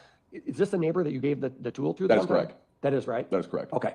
And so this was somebody who obviously was comfortable enough to come over and knock on the door and say, hey, do you got a saw I can borrow? Yeah, well, not so much maybe with me because I'm just the tenant, but Maxwell lived there for a large portion of time and he knew her, yes. Right. There's no bad blood between them. No, not at all. She's the sweetest lady I've ever met. Okay. And you knew Max's dad because his father had coached you in Little League? Yeah, in Little League. Right? That's correct. Okay. So you knew the family? Well, I knew his father, not so much his mother or his father's new girlfriend, but yes, I know his father, yes. Okay. And so just so it's clear, that upstairs patio that we see on the left side of your guys' house, that's Max's, That's right? all Max. I've never even been up there, no. And you're the basement guy coming all the way back to the backyard, right? That's true. This window right here, that's my kitchen. On the first floor there, that's my kitchen. You could look right out that window, right out those 3 windows, you could look right into the backyard. Yes. And there's a walkway, there's a path that goes, as we're looking right now, the path that goes from garage to the house. Yep. Straight shot. Yep. Directly alongside a neighbor's house, right? Yep. That's a yes, right? Yes, sir. Now, if one wanted to go out into the front of the home, a person could go through the gate at the end of the walkway. That is correct. If a person wanted to go to the alley, they would just walk down this path and they would be in the alley. That is correct. First, they'd go past a garage on the right-hand side, but then they'd be in an alley. You are correct. And you could park your Honda Civic. You had a Honda Civic? Yeah. It's a common car, right? Yes. You could park your Civic in the back if you wanted to, but often you would choose not to, right? Yes, that is correct. But if you wanted to, you could park it right on the slab there, couldn't you? Yes. And just walk up that pathway and get in the side door. Yes, absolutely. In that side door, a couple things I want to point out about the side door, if you remember, okay? Number one, you can see there's an overhang over that door. Isn't there a little white metal awning, if you will, hanging over the door? Yes, that's correct. And that door actually had a hydraulic arm, if you remember, that would control it opening and closing. Well, right? it did, but then it came off, and I asked Max to fix that, and he never did. Right, he didn't fix it. No. That was seems like, I'm just going to go out on a limb here and say it seems like you were bothered by him in some respects as a landlord. I mean, it was, like I said, it was a trade-off. I knew that I was living in a place that I didn't want to live in because of how loud and disruptive he was, and Max was going to do whatever Max wanted to do at any time of the day. But the trade-off is he was very lenient, flexible with payments and stuff like that. Me just getting my foot in the door in professional America, I needed that at the time. Right, and I don't want to ask where you work, but it's a corporate type job. Yes, absolutely. You have clients. And Thank you for your discretion. I said thank you for your discretion. And Yes. you have clients and a schedule, though, is the point, right? Yes, absolutely. And the hydraulic arm on the door, Max didn't fix it. No. The reason why that was a problem is because then instead of the door sort of halfway closing, it just... Slammed shut and would wake me out of a dead sleep no matter what. Right. And so you do remember the SWAT team coming to the home. Absolutely. Because that's the only time that's ever happened. Do you? That's the only time it's ever happened to me in my life. And it was a very chaotic event, if you will. Yeah, I had just gotten home from work and I believe I was taking a nap and then I just heard some beating on the side door and I initially thought Max had just like lost his keys or something and needed to be let in. But then as I go out there, there's guns and helmets and Kevlar vests and whatever. And they removed you from just knocked on the door. I opened the door. I said, hey, what's going on? I don't know what you're here for, but I know it's not me. So what can I help you with? So. And then is it your testimony that was April 4th? Is that what I understand you to have said today? That was Thursday, April 4th. Thursday the 4th, correct. Okay. You also spoke with the police further on Saturday, April 6th. You would agree with that? I believe so, yes. And there was a time where law enforcement sat down with you. It was actually, I just want to explore if you remember this. Yes. You sat down with a few different officers that were present to interview you, right? 3 or 4, yes. Right, exactly. 3 or 4 officers. And they actually interviewed you in the lower level of that house. Yeah, on my living room couch, yes. As opposed to making you come to a police station and answer questions there. This is correct. And did they tell you that they were audio recording your interview or did they not tell you They that? did. They absolutely notified me in that. And then they actually placed the recorder in front of me. So you could see it. It was very apparent. So if we need to refresh your recollection, we can always play that, okay? Yeah, absolutely. And did you have any objection to the officers recording you? No, not at all. And would you describe this interview as a consensual meeting, meaning you were willing to answer whatever questions? Absolutely. I've been nothing but, coherent with the law enforcement since the day that this happened. Cooperative. Cooperative. I'm sorry. Thank you. Coherent's good too. Yeah. Either way. And you explained to the officers that you have in fact been upstairs to Mr. Anderson's residence in the past, right? Yes. And you testified to that today as well. Yes. In fact, there was even a time when you were letting him use your internet, so you had access up there for that reason. Yes. Yes. He would call me anytime that his internet didn't work. My internet always worked, but for some reason Right. he wouldn't get internet working up there. So I went up there a time or two to see if I could fix anything, but I couldn't anyway. So. Now you estimated that you were up there maybe 10 times in the past. Is that fair? Maybe. 10 seems a little steep. I'd say maybe even 5 or less. Okay. And you did provide a phone number for Max, and you've testified to that Correct. today as well, right? Correct. The method of payment that you would write a check and put it on a windowsill in the hallway, that was all just a normal way in which you pay Correct. rent, Correct. right? And So the court reporter can't take it down if you speak at the same time. So if you could just take a breath before you answer and give it a second. Oh, you got it. My apologies. I think you just did that to me. Huh? Did I? Yeah, you did. Oh, I'm sorry. Just take a breath. It's okay. Go ahead. Your next question, please. Thank you. And the officers were asking you questions about your history with Max leading up to this incident. Is that fair to say? That's fair to say, yes. They zeroed in on questions about the night of April 1st. Do you remember that? I remember the night, yes, but I don't have anything to report on that night. Sure. I'll just ask some questions. Yeah, about go it. ahead. Go ahead. If you have nothing to report, tell the jury. Yeah, you have absolutely. Okay. So my question was, the police sort of zeroed in on that night of April 1st, which would have been a Monday. Correct. And we already know that based on your schedule, you worked a normal, if you will, corporate job. Correct. At that time. Correct. With a regular schedule of, I think you said 7:30 to roughly 3:30 or 4 o'clock, give or take, right? Correct. Some people wake up very early in the morning to get their workouts in or whatever they end up doing, go for walks. Your schedule was, if you work at 7:30, you get up at 6:30, right? Correct. Get yourself ready, get to your vehicle, drive to work. Correct. All right. That we all have routines. That was sort of your routine during the work week. Yes. You are, and you told the police, you are a light sleeper. Very much so, yes. Very much so. Right? Yes, correct. And what you've said is that you are a very sensitive person to noise. You could hear, just in general, that's how you are oriented. You hear noise very, very frequently. That's correct, yes. You used an example of even if Miss Max's dog was chewing a bone on the floor, you could even hear that at times. That's correct, yes. And that there were times where you would text Max or say, knock it off. Absolutely. I'm trying. 50 times, if not 100, yes. I'm trying to sleep. Yeah. Max is you always knew Max as a bartender. Yes. Bartenders, for better or for worse, often have a different schedule than us working folk. Which I understood and I respected, yes, you're correct. And it can get bothersome at times. A person bartends till 2 a.m. They bring people home from the bar and you're trying to get up a few hours later to go to work. That's correct. So the two of you had different paths in life, if you will. Yes, very different. You mentioned Victor's as one place that you knew that Max had worked. Yes, that's correct. As a bartender. As a bartender, yes. And the noise coming from upstairs, there's really not a whole lot of soundproofing as far as you could tell in this house, right? No, older house, I mean, anytime he moved, I mean, and I understood what a tolerable level of noise is, but even still, I mean, so much as him walking around, I could hear it up there. Yeah, the walking around. Yeah, just even walking around, which, I mean, I wasn't complaining about that. I was complaining about the louder stuff, so. Yeah, nobody's saying you're texting him saying stop walking. Yeah, exactly. Okay, but you could hear a lot of Absolutely. noise. And law enforcement zeroed in on that night of April 1st. We talked about that, sort of that Sunday leading into Monday, that time frame. And I think what you've said here is that there was perhaps one day that week where it's your opinion, you heard Max at, say it again, at 5 a.m., 4:30? Yeah, right around 5:36 a.m. I would say that I heard him bringing what I thought was a suitcase. I thought he was packing and leaving or something like that for, a couple of days, which he was known to do. Yes, 5:30 or 6 a.m. 5:30 to 6 a.m. And that's the reason you can identify that as a time is because of your work schedule being a 7:30. I'm up at 6, and I can remember there was a day Yes, where it was like 6 a.m. and Max, or maybe 5:30, and Max is up.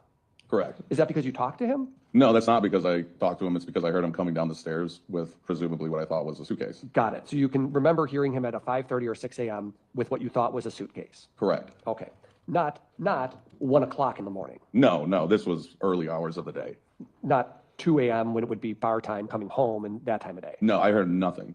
Or midnight. Nothing. I've heard absolutely nothing that night. Okay.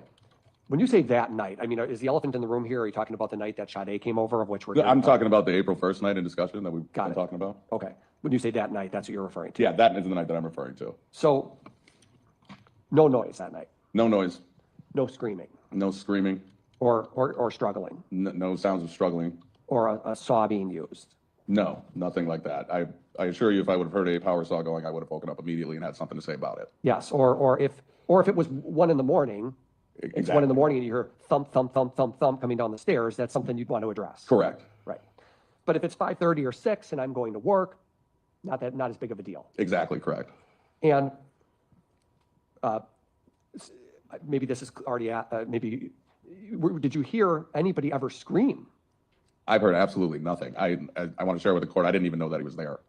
It was that quiet. It was that quiet. Not any, and that's coming from you, the light sleeper. Yes, correct. And similarly, you didn't hear someone rummaging around the basement collecting a bunch of tools. No, nothing like that. Or or anything in the basement at all. I didn't hear anything in the basement at all. And actually, if Max were to exit the house, the only way Max is getting out of his unit, other than jumping off a balcony or a window, is to go out that side door. Out that side door, correct. With the hydraulic arm that doesn't work. You are correct. Right into the neighbor's home, literally right up to the neighbor's home. You are correct, yes. So, and then down the path to his car. Correct. Did you hear him dragging a body down the stairs at 1 a.m? I did not hear anything at 1 a.m. The only thing that I heard was what I thought to be a suitcase or something coming down, like I said, at 5:30 in the morning, 6 o'clock in the morning. And you don't even know what it is because you didn't see it. You're correct. I have absolutely no idea. All I know is that something large was being transported down the stairs at approximately 5:30 to 6 a.m. I cannot testify and say I knew what it was, no. Well, Max had dogs, right? Correct. And you said 2 of them. I think you said, didn't he have 2 dogs? 2 dogs, correct. So dogs sometimes need to go out, right? That's correct. I know there's some accidents that happen in the house sometimes, but Max would take his dogs out of the house, right? For the most part, yes. But again, you didn't even look to see, is it dog running out with him? Is Max did you know if he let his dogs out at 5:30 or something? No, I didn't even, I heard the noise that he was leaving, and I was, in my mind, I'm saying, good, he's leaving. I can go to work and come home, and maybe it'll be peaceful when I get home. So I did not check or investigate or see anything at all. The only thing that I can say that I heard was, like I said, something such as a suitcase being brought down the stairs. And you've even described yourself as a, quote, pain in the ass when he's loud. That's how you've described yourself to the police, right? Describe myself? Yeah, that even if there's too much noise, you describe yourself, I'm a pain in the ass, I'll let him know. Yeah, absolutely. Yeah, absolutely.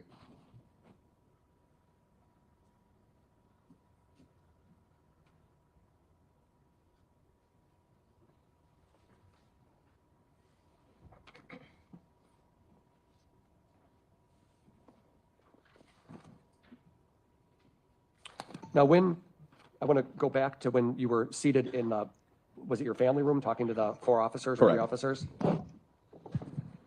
And one of the officers you remember was a female, right?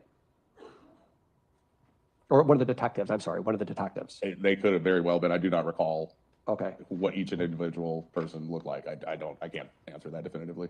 And you said, I heard no strange or loud noises coming from Anderson's residence Monday night, April 1st, going into Tuesday morning, April 2nd.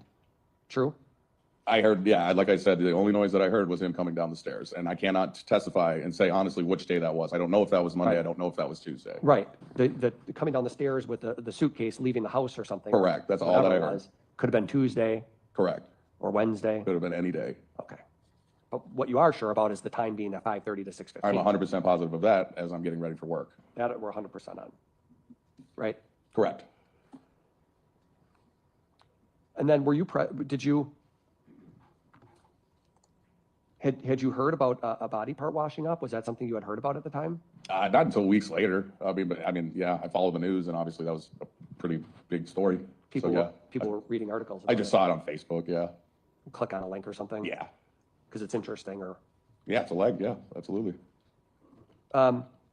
Now, in terms of you using the side door, there's some questions about your car being in front, but you would use the side door as well. Yes, correct. It's not like you never used it. No, I have before. I would say, honestly, it's probably a 50-50 crapshoot on whether I park in the front or whether I park to the back.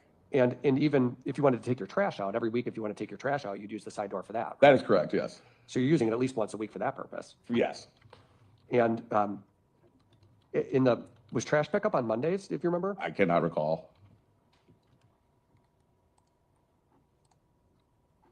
Or Tuesdays? You don't remember the date? I can't recall which day it was that trash went out. The cans were permanently outside of the garage, so we didn't have to take the trash cans out. The trash truck would just come by and take them from where they were currently sitting.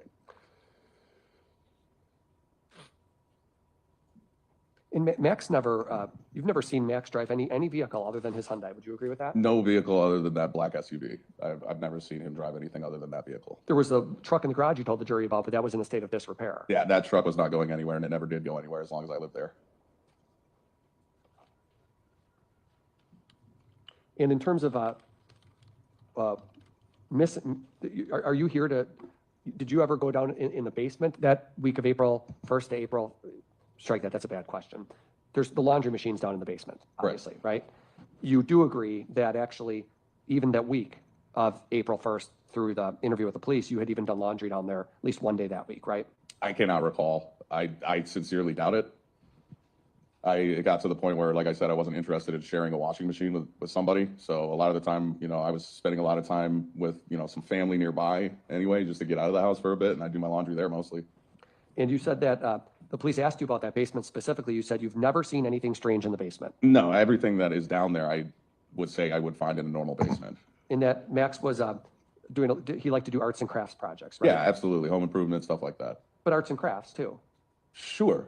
And home improvement. You said arts and crafts as well as home improvement. Yeah, I mean, he would draw, he would have drawings and stuff, not so much arts and crafts. I mean, for example, if this counts as arts and crafts, he had a cat one time and he made it a little cat house. Mm-hmm. So things like that, yes, that's correct. In that, there was the hole on the side yard where he was going to have a dog kennel, right? Yes, dog kennel / whatever Tool else. shed. Tool shed, yes, correct. And then a tiki bar in the back of the yard. There was Correct. an idea for that? Correct. 1 minute, Judge, please.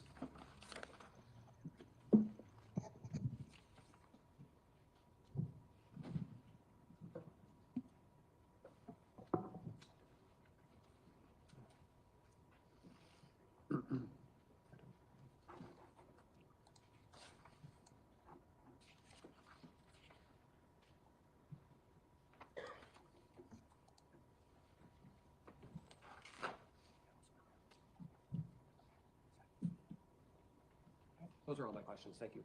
Mistake? Was Mr. Anderson aware that you were a light sleeper, so to speak? I believe so. The countless interactions that we had where I'm having to tell him to quiet down, I would assume he got the picture, yes. Your reason for assuming he would have gotten the picture is because of the times you had complained to him? Yeah, countless times, correct.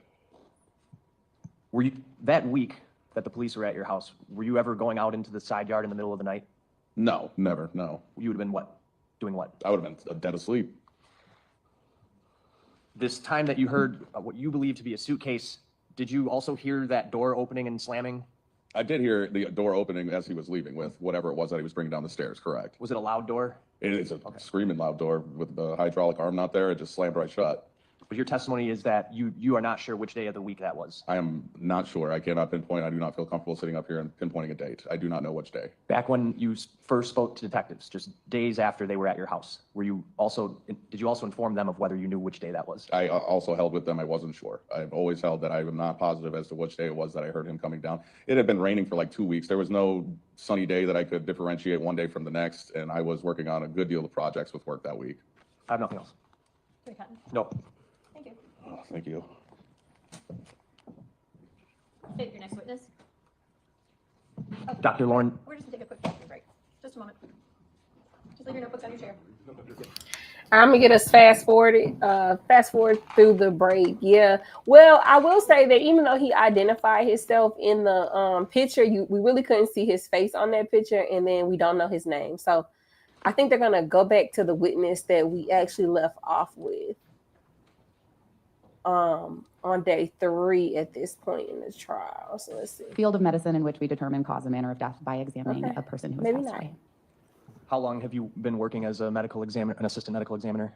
Approximately 7 years. All in Milwaukee County? No. Can you tell us where else? Yes, I worked for 1 year at the Cook County Medical Examiner's Office in Chicago, about 5 years in New Mexico at the Office of the Medical Investigator, and then I'm about 2 years into working here in Milwaukee County. How many autopsies do you say would you say that you have done in your career? Approximately 2,500. And have you testified as an expert in the field of forensic pathology before? Yes, I have. And you've testified about coming to determinations of cause and manner of death before? Yes. How many times? A little over 40. Can you tell us what the typical components of an autopsy are? Yes, the autopsy starts with an external examination. That's where we document how we received the body, what the body is wearing, what the body looks like, any injuries or natural disease we might see. Following that, we collect evidence. And then following that, we do an internal examination where we look at the organs, both inside and outside the body, to look for natural disease and injuries. And then after that, in some cases, other testing needs to be done, toxicology and microbiology, things like that. When a body comes to you, how does that typically happen? So usually our investigator is called to the scene. So those are people who go to the scene on our behalf. They gather information about how the body is found, information from family members. That body is then placed in a body bag, which is sealed at the scene, brought to our office, And then once it gets to our office, it's documented. We take photographs as they come in to the office. And then whenever the next day is, either it could be later that morning or the following day, the autopsy examination is done. The autopsy examination is, to the best of your ability, done as soon as possible. Is that a fair statement? Yes. Why is that important? The body can continue to decompose even if it's in a refrigerated environment. Any evidence it's important to collect that as soon as possible. The body, you had already said it, you're documenting it first as is, right? Yes. And what's the importance of that for you? To make sure that we know exactly how the body is received. So sometimes bodies are covered in dirt, and that might be helpful. Sometimes the clothing is a strew, and that might be helpful in some cases. You're doing the examination in-house, right? Yes. In your office? Yes. Okay. And so it's important to get the body there as it was seen at the scene, and then from there, what do you do? So usually we would, after documentation, of course, undress the body if they're wearing clothes, wash the body off, and get a better idea of any external signs of natural disease or injuries. That would be the external review? Yes. You conduct an internal examination as well? Yes. What does the internal examination entail you doing? So we start with a typical Y incision that you probably have all seen on TV. Then after that, we remove the chest plate. We take photographs of all the organs as is, look around, make sure that the organs are not injured as is, and then the organs are removed one by one and dissected outside the body to better look for natural disease. What kinds of tools are used during the internal examination? We have to use shears to remove the rib cage, and we use a saw, one that would be used in an orthopedic situation, to remove the skull cap. Why do you need to use tools for that? The bones are very difficult to, it requires tools to remove the bones in order to see inside the body cavities. In addition to the internal external examinations, do you review any available reports to get information about how this person came to you? Yes, so our investigator will write a report detailing what they have seen on scene. Sometimes law enforcement reports are important for us to review. How about medical records if available? Yes, medical records also. Did you conduct an autopsy into remains recovered that were determined to belong to Sade Robinson? I supervised the autopsy, but I was there, yes. Can you tell us about that? What do you mean when you say you supervised it? Yes, so just like I had to perform a fellowship in forensic pathology to be accredited, to become board accredited, we have fellows who work with us. In this case, a fellow, Dr. Rohr, was the one who performed the autopsy under my supervision. And for the record, that's spelling of Rohr is R-O-H-R-E-R. Yes. He was a forensic pathology fellow back in April of 2024? Yes. And when you supervised him, was a final autopsy report done? Yes. What do you call that report? The autopsy protocol. Who signed off on the autopsy protocol in this case? I did. I'm going to show you what's been marked as Exhibit 408.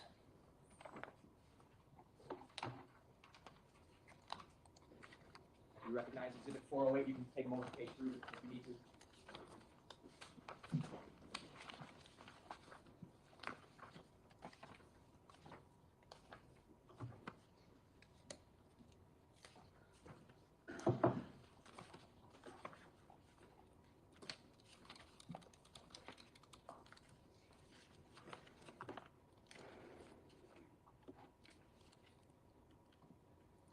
I do.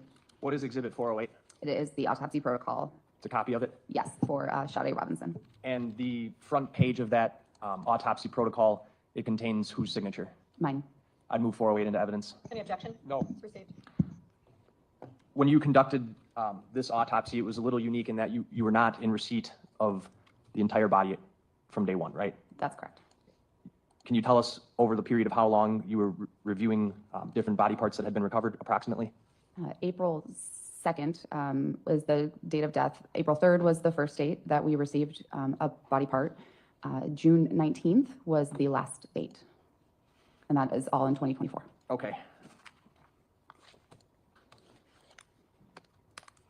This is sort of an unusual autopsy, correct? In that you were doing it over the period of a time period, right? It is very unusual. How many times have you had a situation like this? Once before. And typically you are just in receipt of the entire body that you can examine right then, very close to the date of death, correct? Yes. That's not what happened here. Correct. Because you were receiving body parts in the weeks after April 2nd, 2024, did you notice that there was decomposition? Yes. April 2nd, what body part was first recovered and brought to the medical examiner's office? A right lower extremity, so the foot and the calf and the knee of the right leg.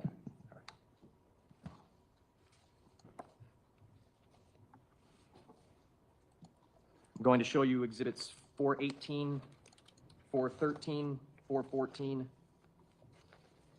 It's actually 413 through 418.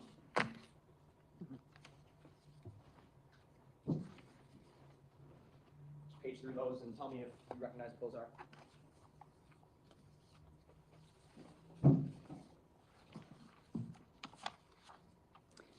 These are photographs taken at the time of autopsy of the case that is given the number 24-02296. It is a right lower extremity.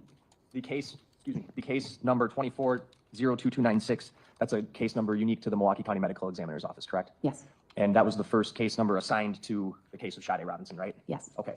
When other body parts were received by you at subsequent times, were they given different case numbers originally? Yes. At the end, when you prepared your autopsy protocol or your autopsy report, did you put all of those under the same case number? Yes. And was it that case number? It is, yes. Okay. I'd move 413 through 418 and then ask to publish. Any objection? No. We received. Before I publish these photos, can you tell us what you observed upon receipt of the leg and your external examination of the leg? Yes, so it is a right lower extremity. It had been amputated from the rest of the body at the level of the thigh. There are incisions at the amputation site, meaning that a sharp instrument was used to cut the skin and tissue. The bone itself was fractured, and there were linear markings on the bone that indicate likely due to the knife that was used to cut the tissue around the bone. I'm going to show you exhibits. We're going to start with exhibit 413.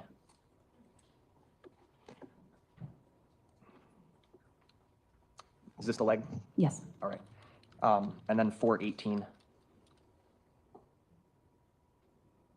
There's a measurement tool at the bottom of the page, right? Yes.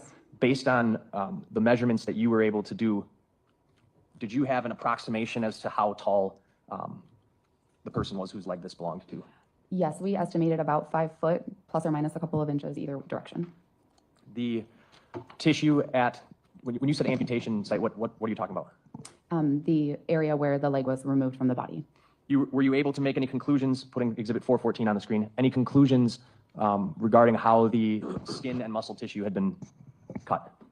You can see that the edges are very smooth. That is typical of an incised wound, meaning that a sharp instrument was used. There's no bleeding anywhere that we can see here, meaning that this was likely done after death. How is it that you were able to tell there was no bleeding? Just visually, there's no evidence of bleeding at the sites. You would expect it to be red. Okay. 415, what are we looking at here?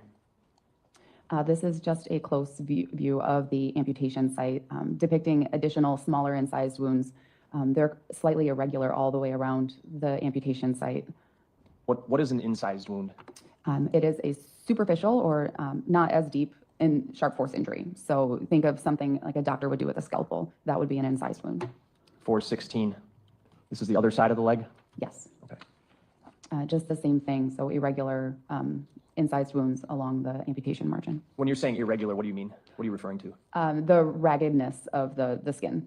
It looks like multiple cuts were made. And lastly, 417. Similar. Okay. Here it's less irregular, so more regular.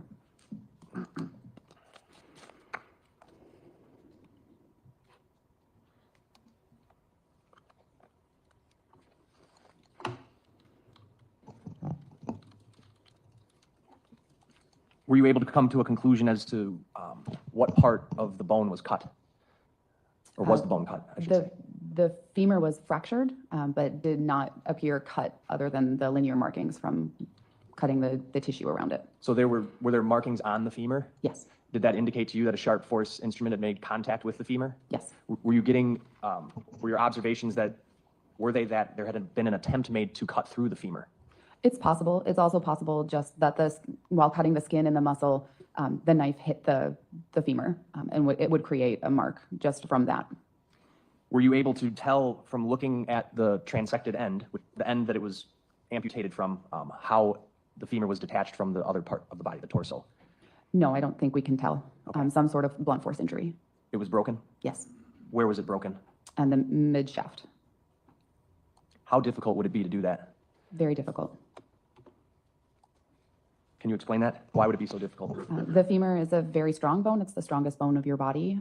We see fractures of the femur in young, healthy individuals in instances like car accidents. So you can think of that amount of force necessary to break the femur. That's what was done here? Yes. I want to briefly retouch on the vital reactions. You observed no vital reactions in that leg when you examined it, correct? That's correct. What is a vital reaction? You would see bleeding in the short term, and a longer term injury, you can see things like redness and swelling, scab formation.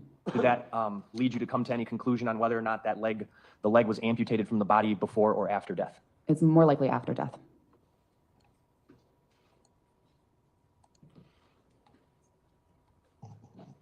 How much blood would you expect to see if that was done before death? A lot. Was there any visible here? No.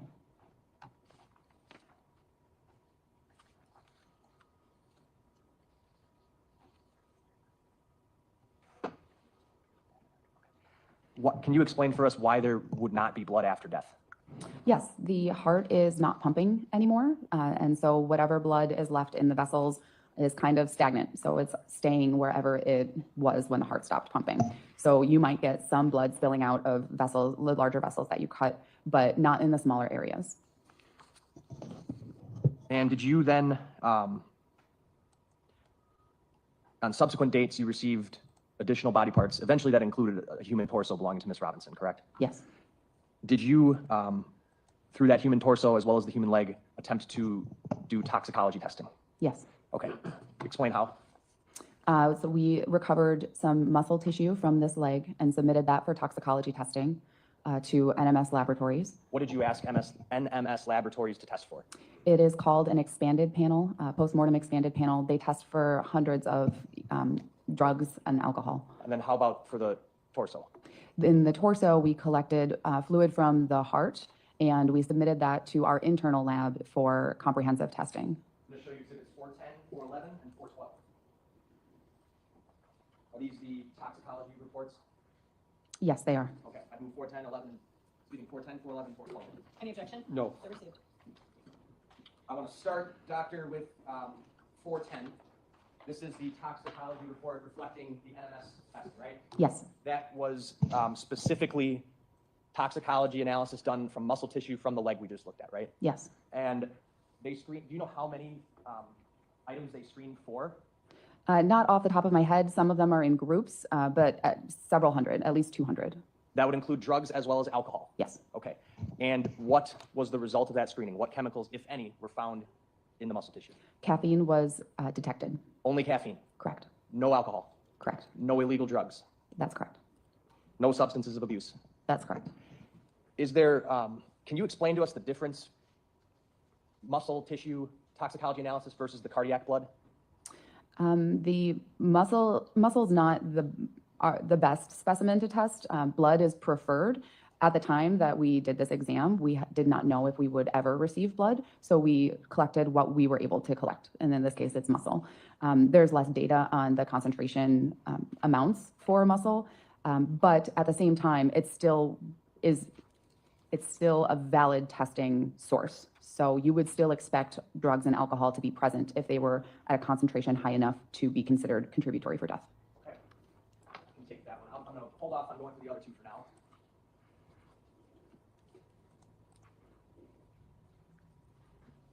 Chronologically, doctor, the next human body parts you received that were determined to be Miss Robinson's was a foot and some other tissue, correct? That's correct. Okay. Why don't you tell us what you received exactly? We received a left foot. It was disarticulated, meaning that it was transected through the ankle joint. And then additionally, a portion of skin with some underlying fat tissue, and then a separate portion of skeletal muscle. I'm going to show you exhibits 419 through 422. Are those photos taken during your examination of the body parts you just described? Yes, they are. I move 419 to 422 in. Any objection? No. Received. Go right ahead. 419, what are we looking at? This is a photograph of the left foot, specifically depicting the smooth edges of the incision at the amputation site. 420, what are we looking at? This view is the top-down view of the ankle joint, showing that you can see the joint surface, meaning that whoever dismembered this foot did not go through bone. Did not go through bone? Correct, just the joint. Okay. And were you able to tell what kind of instrument was used to do that? A knife would be adequate to perform this. And were you able to tell what caused the bone to break then? Or was there even a broken bone? There was not broken bone. 421. This is a photograph of the portion of skin and underlying subcutaneous tissue that was received. What were you able to notice about the cuts to this piece of tissue? Again, they're all incisions, and none of the incisions had a vital reaction. None of them had a vital reaction? Correct. Like the leg? Correct. Suggesting to you what? That this was done post-mortem or after death. And lastly, 422. This is a fragment of skeletal muscle. Do you recall what date that you reviewed these pieces of Ms. Robinson's body? April 8th.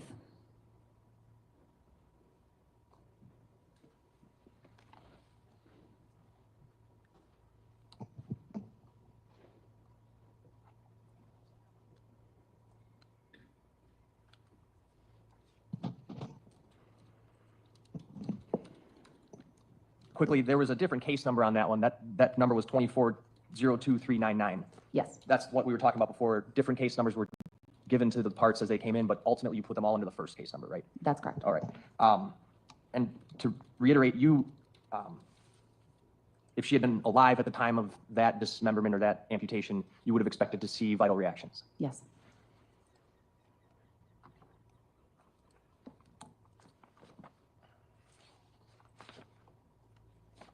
You then later on received a part of a femur bone?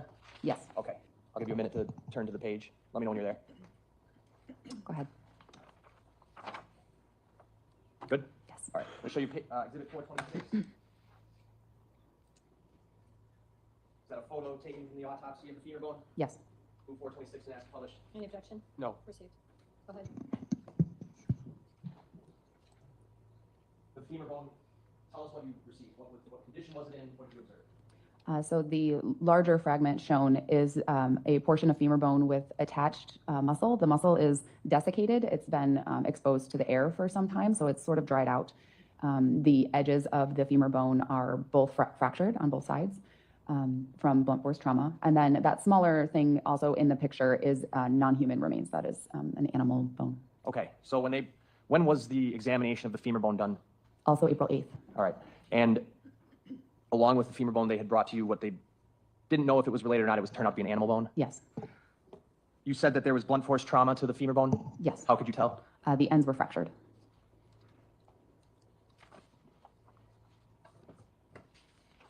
And how is it that you could discern that that was not just a human bone, but a femur bone? It has specific characteristics, but we did send most of the bones involved in either the transection sites or the amputation sites to anthropology for a full detailed report. Do you recall who the person was who did that? Dr. Jordan Carson. Were you able to tell just by the bone itself what leg that would have come from, left or right? Yes, we thought the left. Why'd you think that? Just because of the characteristics and the sighting. And then did you ultimately attempt later on to align that femur bone with other body parts that you eventually received? Yes, we did.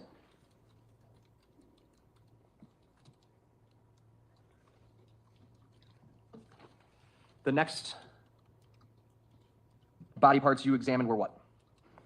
The next case is a portion of a left lower extremity from the ankle to just above the knee. Additionally, a portion of skeletal muscle was received and another fragment of a long bone. What date did you conduct this examination with Dr. Rohrer? Also April 8th. I'm going to show you exhibits 423 through 425.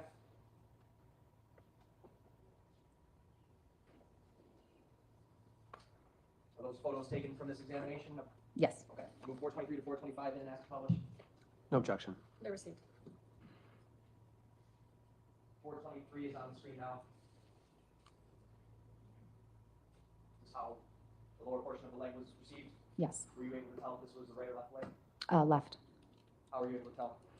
It did articulate with the left foot that we had previously received. When you say articulate, what do you mean by meaning that the distal end or the further down end where the ankle would be matched the joint space of the foot. 424, that's the distal end that you're referring to? Yes. 425, what end is that? That is just above the knee. We would call that the more proximal end. Were you able to observe whether or not any decomposition was occurring?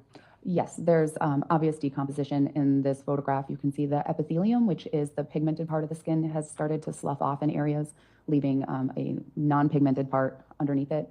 There's also some softening and brownish discoloration of the muscle. Did you observe that type of decomposition or discoloration in the foot or the leg? No. Okay. What were you able to discern as to how the transection ends? How were they done? Are you able to tell? So the distal end was through the ankle joint. The more proximal end, there's a fracture of that femur. I want to talk about that briefly.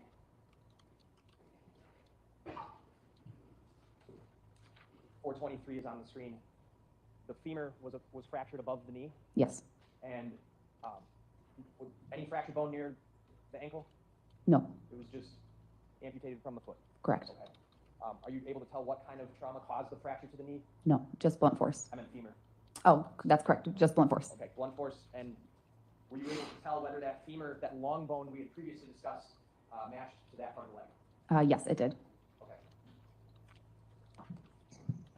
Did you examine the bone within the calf at any point?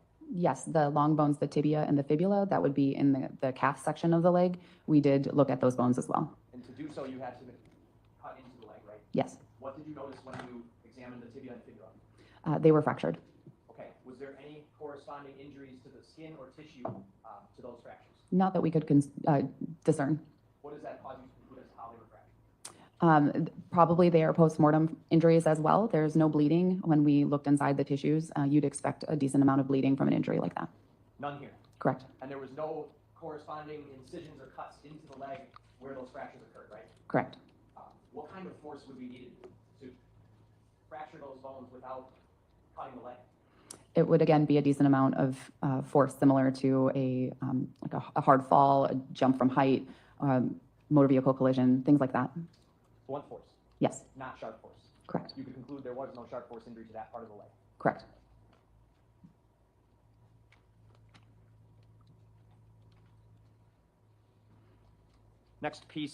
Next body part that you received was what? A portion of, it was labeled as proximal bone. It's a portion of the left femur, the part that articulates with the hip. Is 427 a photo of it? Yes. Move 427 in. Any objection? No. Proceed.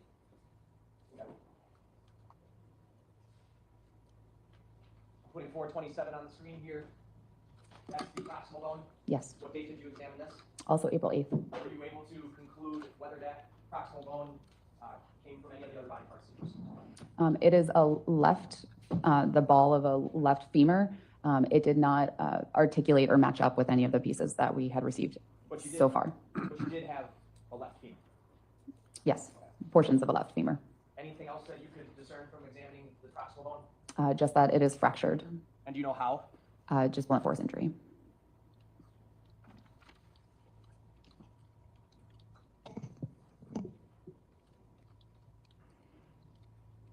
What was the next body part? Some time went by, and the torso is the next part that was recovered. And what day did you examine the torso? April 18th. This is the part of the body that you were able to get the sample of cardiac blood for, correct? Yes. I'm going to show you exhibits 430 through 434. I don't object to these either. Move them in then and ask to publish. Receive the numbers one more time. 430 through 434. Thank you. When you received the torso, tell us what you observed about decomposition. So more of that epithelial layer had predominantly come off the body. The torso appeared to be in water for a long period of time. So there's drying artifact on the part of the torso that was exposed to the air and not drying artifact on the part that was in the water. So you'll see a difference in the front and the back of the torso. There is more softening and discoloration of the tissues of the torso as well. And then there are shallow abrasions kind of covering the torso, which would be consistent with animal predation, such as fish. When you're saying torso, what body parts are we specifically talking about that you examined?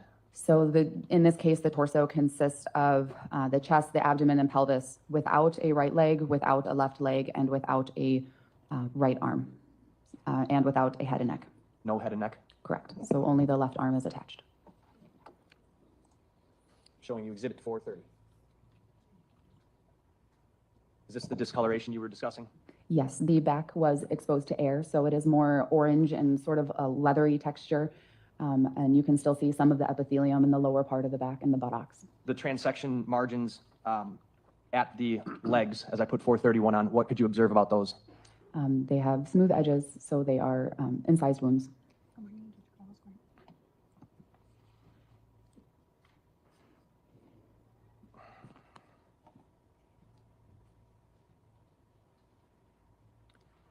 Can you discuss what you observed about the transection margin at the neckline?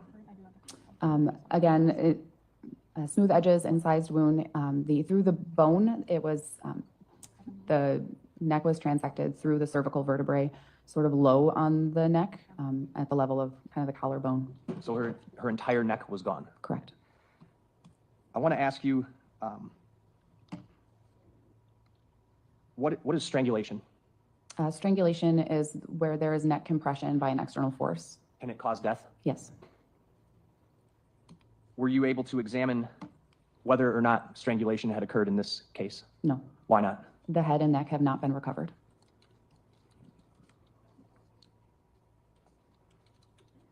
Was there another part of her torso that had been cut off as well? Yes. In the front? Yes. What was it? The right breast. Showing Exhibit 432.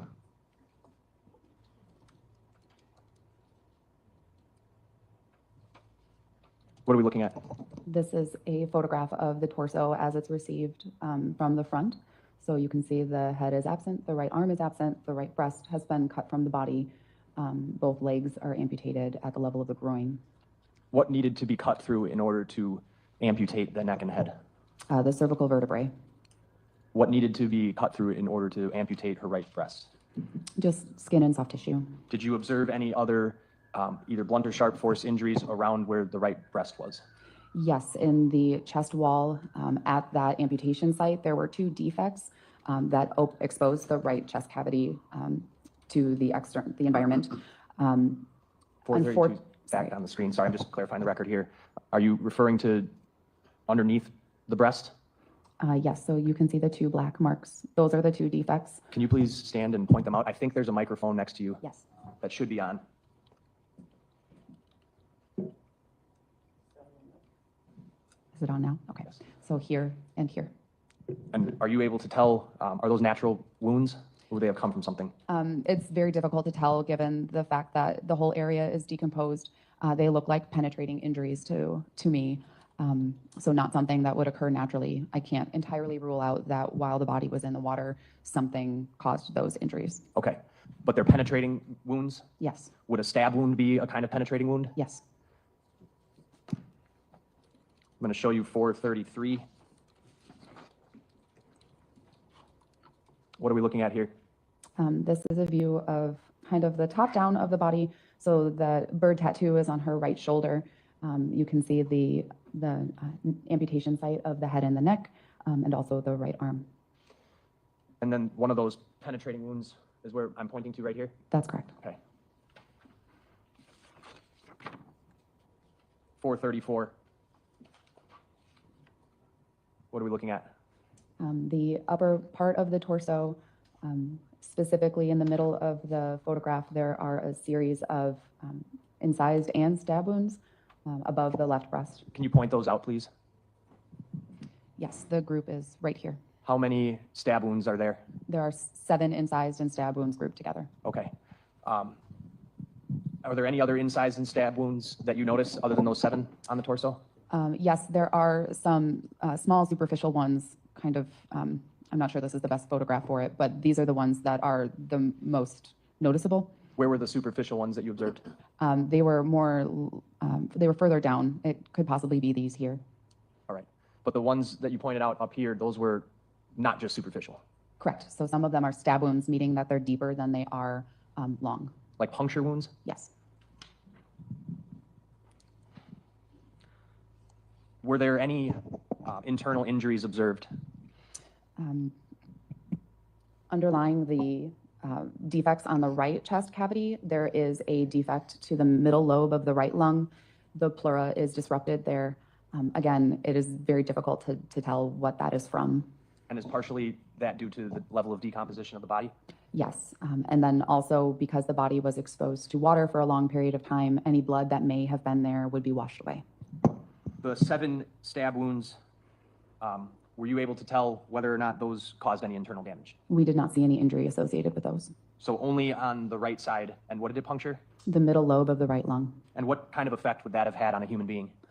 It would be difficult to breathe. You could get a pneumothorax, meaning air accumulation in the chest that prevents you from breathing. You could also theoretically bleed to death from an injury like that without medical intervention.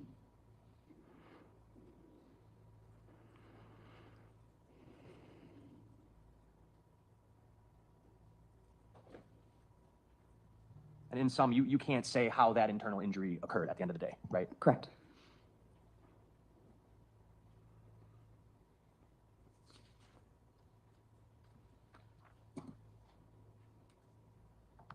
Any of the sharp force injuries or stab wounds, including the internal injury, were you able to come to any conclusion as to whether those would have occurred before or after death? It's impossible to tell. Tell us why it's not possible for you to make that determination. There is some decomposition, but mostly it's because the body was in water, and we would expect to see bleeding from these injuries if they were before death, and the water, again, would wash that away.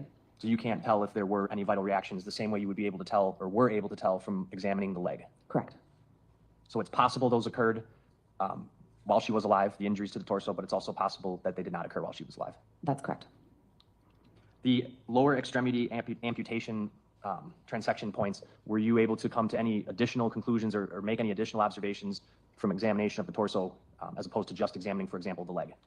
Not much more. Again, the right leg was cut, or the femur was broken, and that was the transection site. The left leg was disarticulated, meaning that the ball of the femur was removed from the pelvis. What would be, for lack of a better term, easier to do, cut through the femur or disarticulate at the pelvis? Disarticulation would be easier. Explain that, please. You only need a knife to cut through the joint spaces rather than needing some sort of tool to go through the bones. Were there any other superficial injuries you observed on the torso that we haven't discussed yet? Just scattered abrasions and contusions. I believe there are some contusions on the back half of the torso. And you were clearly able to tell those amputation locations were, there were sharp force injuries and precise cuts? Yes. Were you able to tell from what kind of instrument or no? Just a sharp force instrument, so knife is usually the instrument used for that. Were you able to conclude based on those observations whether those limbs were intentionally severed from Sade's torso? The presence of incised wounds would suggest that they are intentional. The area of the right leg, did that match up to the torso? Or, Yes. sorry, I meant, did that match up to the right leg that had previously been found? Yes. You were able to conclude that that right leg that you originally examined came from that torso? Yes. You then, sometime later, I believe in May, received the right arm, correct? The right arm washed up to the shore of Waukegan Beach on May 11th. We did not receive that arm until June. Because of jurisdictional issues, the Lake County Coroner's Office needed to positively identify the arm belonging to Sade Robinson before they could release it to us. Was that done? Yes. And then afterwards, was it transported to your office? Yes.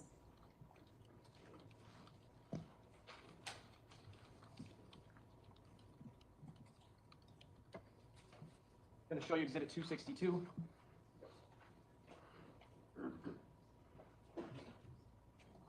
Is that a photograph of the arm you examined that had washed ashore in Waukegan, Illinois? Yes. Okay, move 262 in.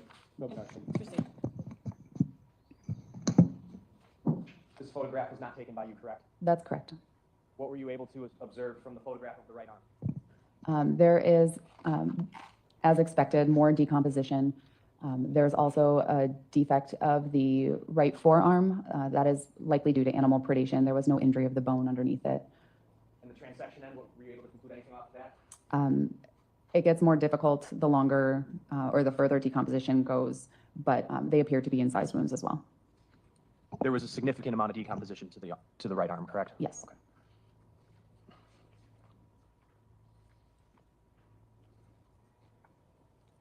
Was that amount of decomposition in any way a surprise to you if the arm had been in Lake Michigan for over a month? No.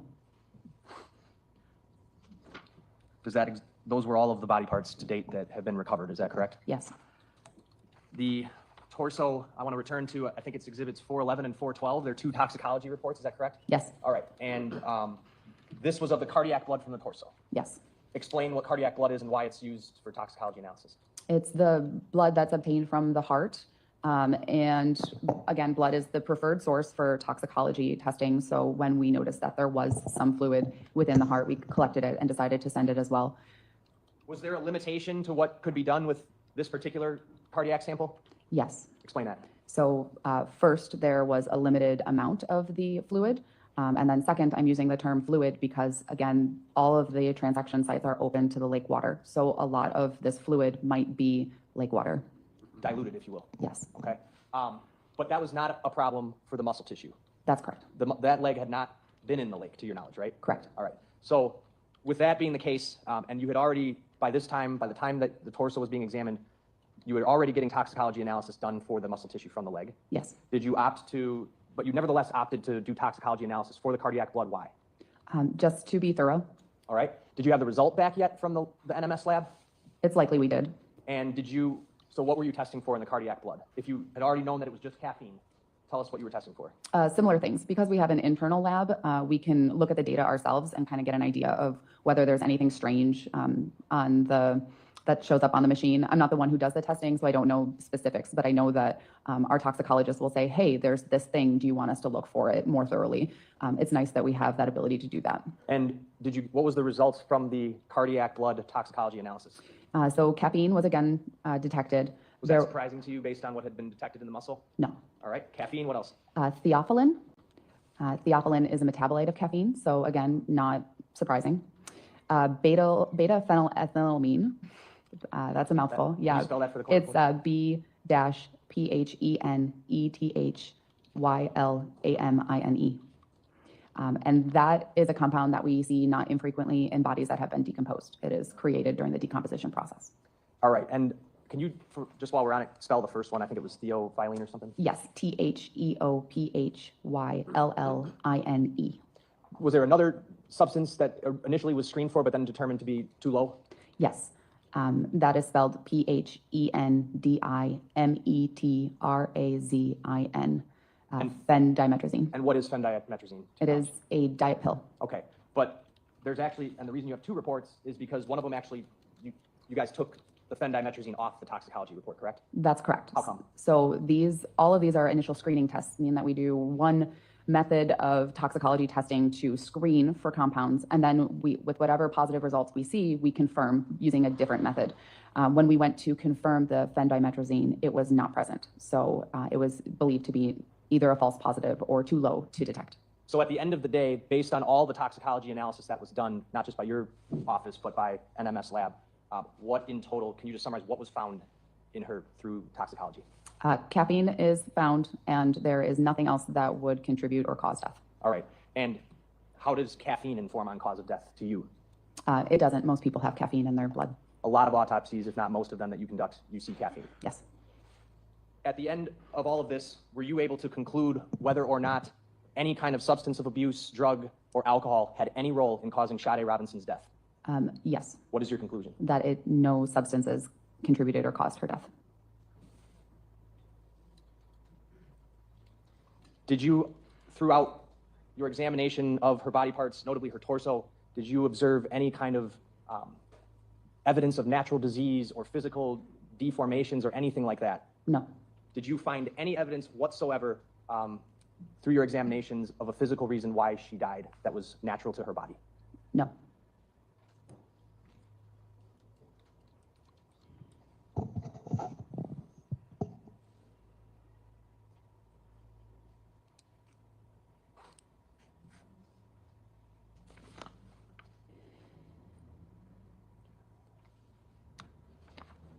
Before we move on from the toxicology, doctor, did you consider at all dilution? I know you had mentioned it when we talked about the cardiac blood.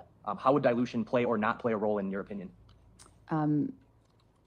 So if something were present and diluted, it would be difficult to interpret. I'm making most of my determinations on the toxicology results based on the muscle tissue. And that's because those would not have been in lake water and thus diluted. Correct.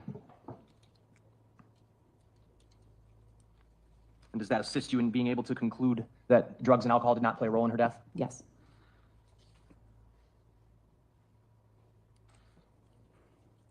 Can you summarize for us what body parts belonging to Sade Robinson you have not been able to examine?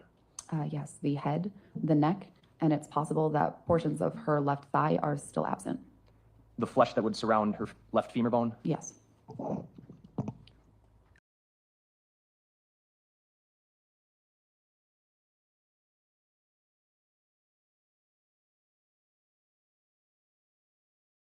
Force trauma couldn't have been determined? Correct. Strangulation couldn't have been determined? Correct. In your experience conducting autopsies, have there been times where there is some kind of trauma to the head or neck area that does not cause bleeding but nevertheless causes death? Yes. Can you summarize some examples of that or what you're talking about? I'm going to object on relevance grounds to this case. He's asking about other examples. Why is it relevant? Because she hasn't been able to come to a conclusion on what happened to Sade Robinson's head because she's never been able to find it. So it's relevant to hear what could have happened to her head and neck. It's speculation as well. It would call for speculation. I'm not asking the witness to speculate on what happened. You're asking for her opinion on other? No, I'm asking her in her experience what she has seen happen to others in the head and neck area that did not cause blood. I'll allow that. You can answer that. So strangulation often has internal injury, but no external signs of bleeding. Similarly, most types of asphyxia, so suffocation or smothering, could result in death without much injury. Bludgeoning? You'd expect some external bleeding, but it's possible that there might not be.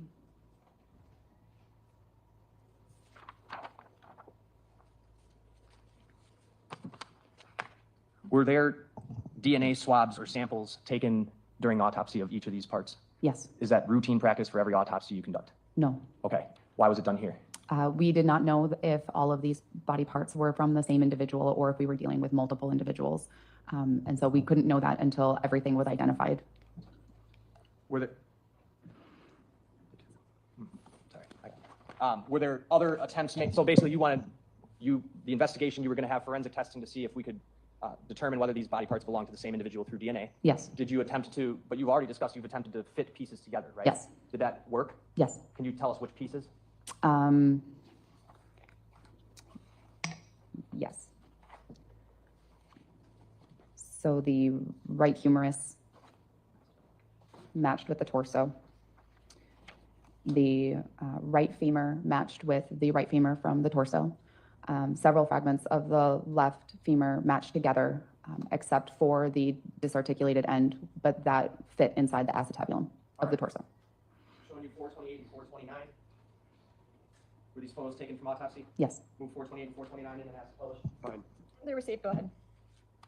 You attempted to see if the foot and leg recovered later on matched the original right leg. Yes. Here's 428. Did it appear to you that they were the same size and potentially one and the same person? Yes, visually they were the same. 429.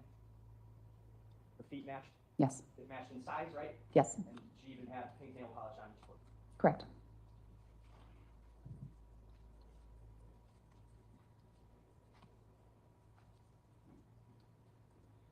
The DNA swabs that were obtained during the different portions of this autopsy, would those have been turned over to someone from the Milwaukee County Sheriff's Department? Yes.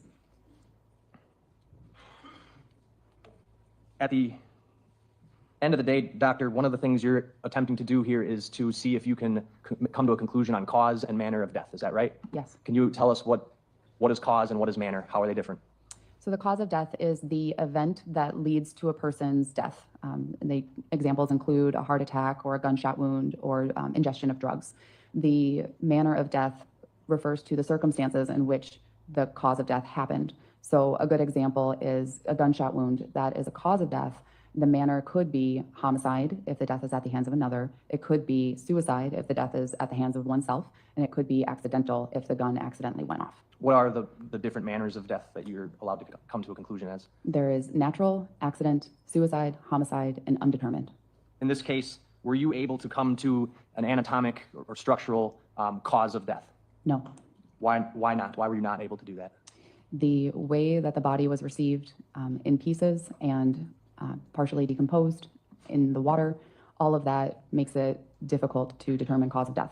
Did it also factoring into that difficulty was also the fact that you had never been able to examine her head and neck? That's correct. Were you able to come to a conclusion on manner of death? Yes. And what are you considering when coming to that conclusion?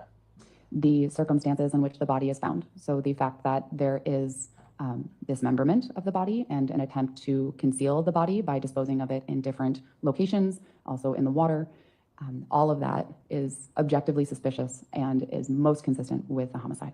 And were you also considering toxicology, environmental factors, natural disease, that sort of thing? Yes, all of that has to be ruled out for me to feel comfortable determining the manner as homicide. And did you rule out all those things? Yes. What was your final conclusion as to manner of death? Homicide. I have nothing else. Ross? To be clear, homicide by unspecified means, right? Yes, that is what the cause of death is listed as. That's your conclusion? Yes. Unspecified meaning no idea how it happened. Correct. And unspecified means no idea how it happened, right? Yes. Now, when you were asked questions before at the beginning, you were asked about how you conduct an autopsy, and you talked about how you do a Y incision typically to begin, right? Yes. And you talked about using a saw. Yes. Is that a bone saw? Yes. What does it look like? It's a circular saw with kind of serrated edges. It's a power tool. Yeah. And you said we need to use that. Why do you need to use something of that, something like that? So we use the saw to remove the skull cap. The skull is very thick, and there's no good way to remove the skull cap and visualize the brain without a saw. Okay, and you said that bones themselves are very difficult to remove. It requires tools to remove bones as well? The disarticulation would only require a knife. The rest of the limbs were fractured, so I'm not sure if a tool was used in those cases. How would one remove a leg from a human body without a tool? So you need a knife to disarticulate the leg, or potentially just breaking it. Okay, and what level of force would be required to break a leg off of a body? A high level of force. And what does that mean? I can't give you a specific number associated with that, but femurs can break in car accidents, and that's the best I can compare to. So you're talking like a high velocity motor vehicle collision?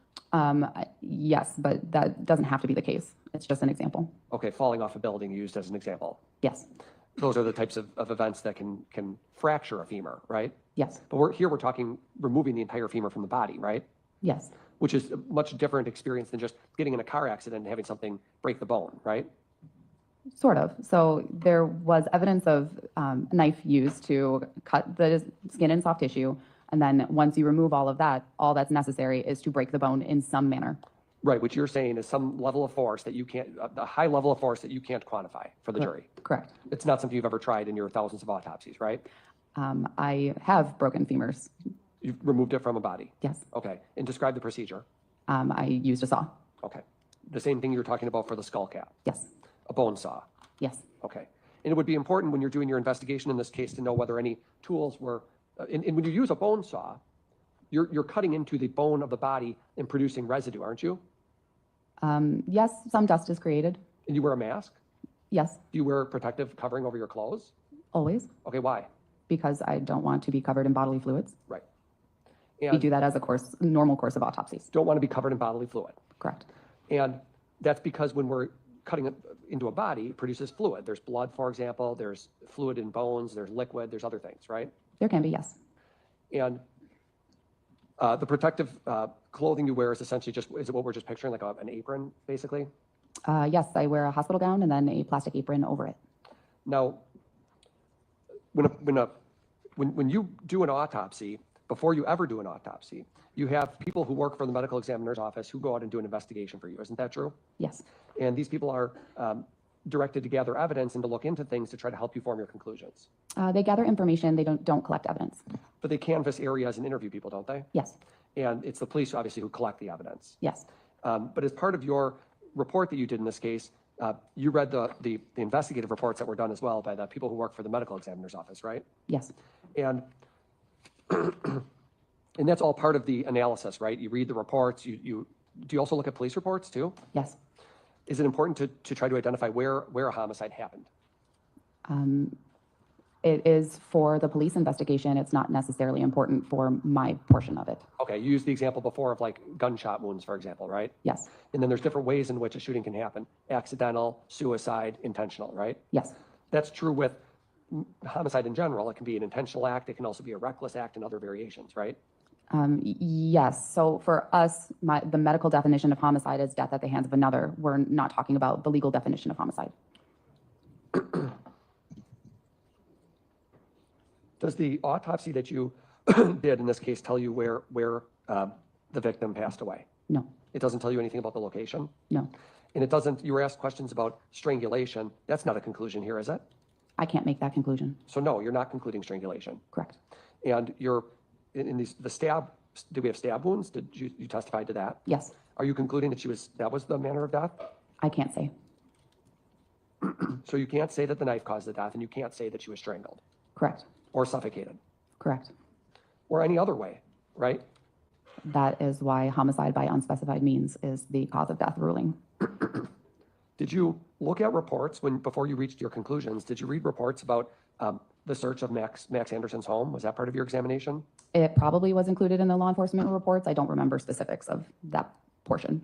Did you look at whether there were any tools ever linked to Mr. Anderson that could be connected to this crime? I don't remember that. You talked about toxicology. Excuse me.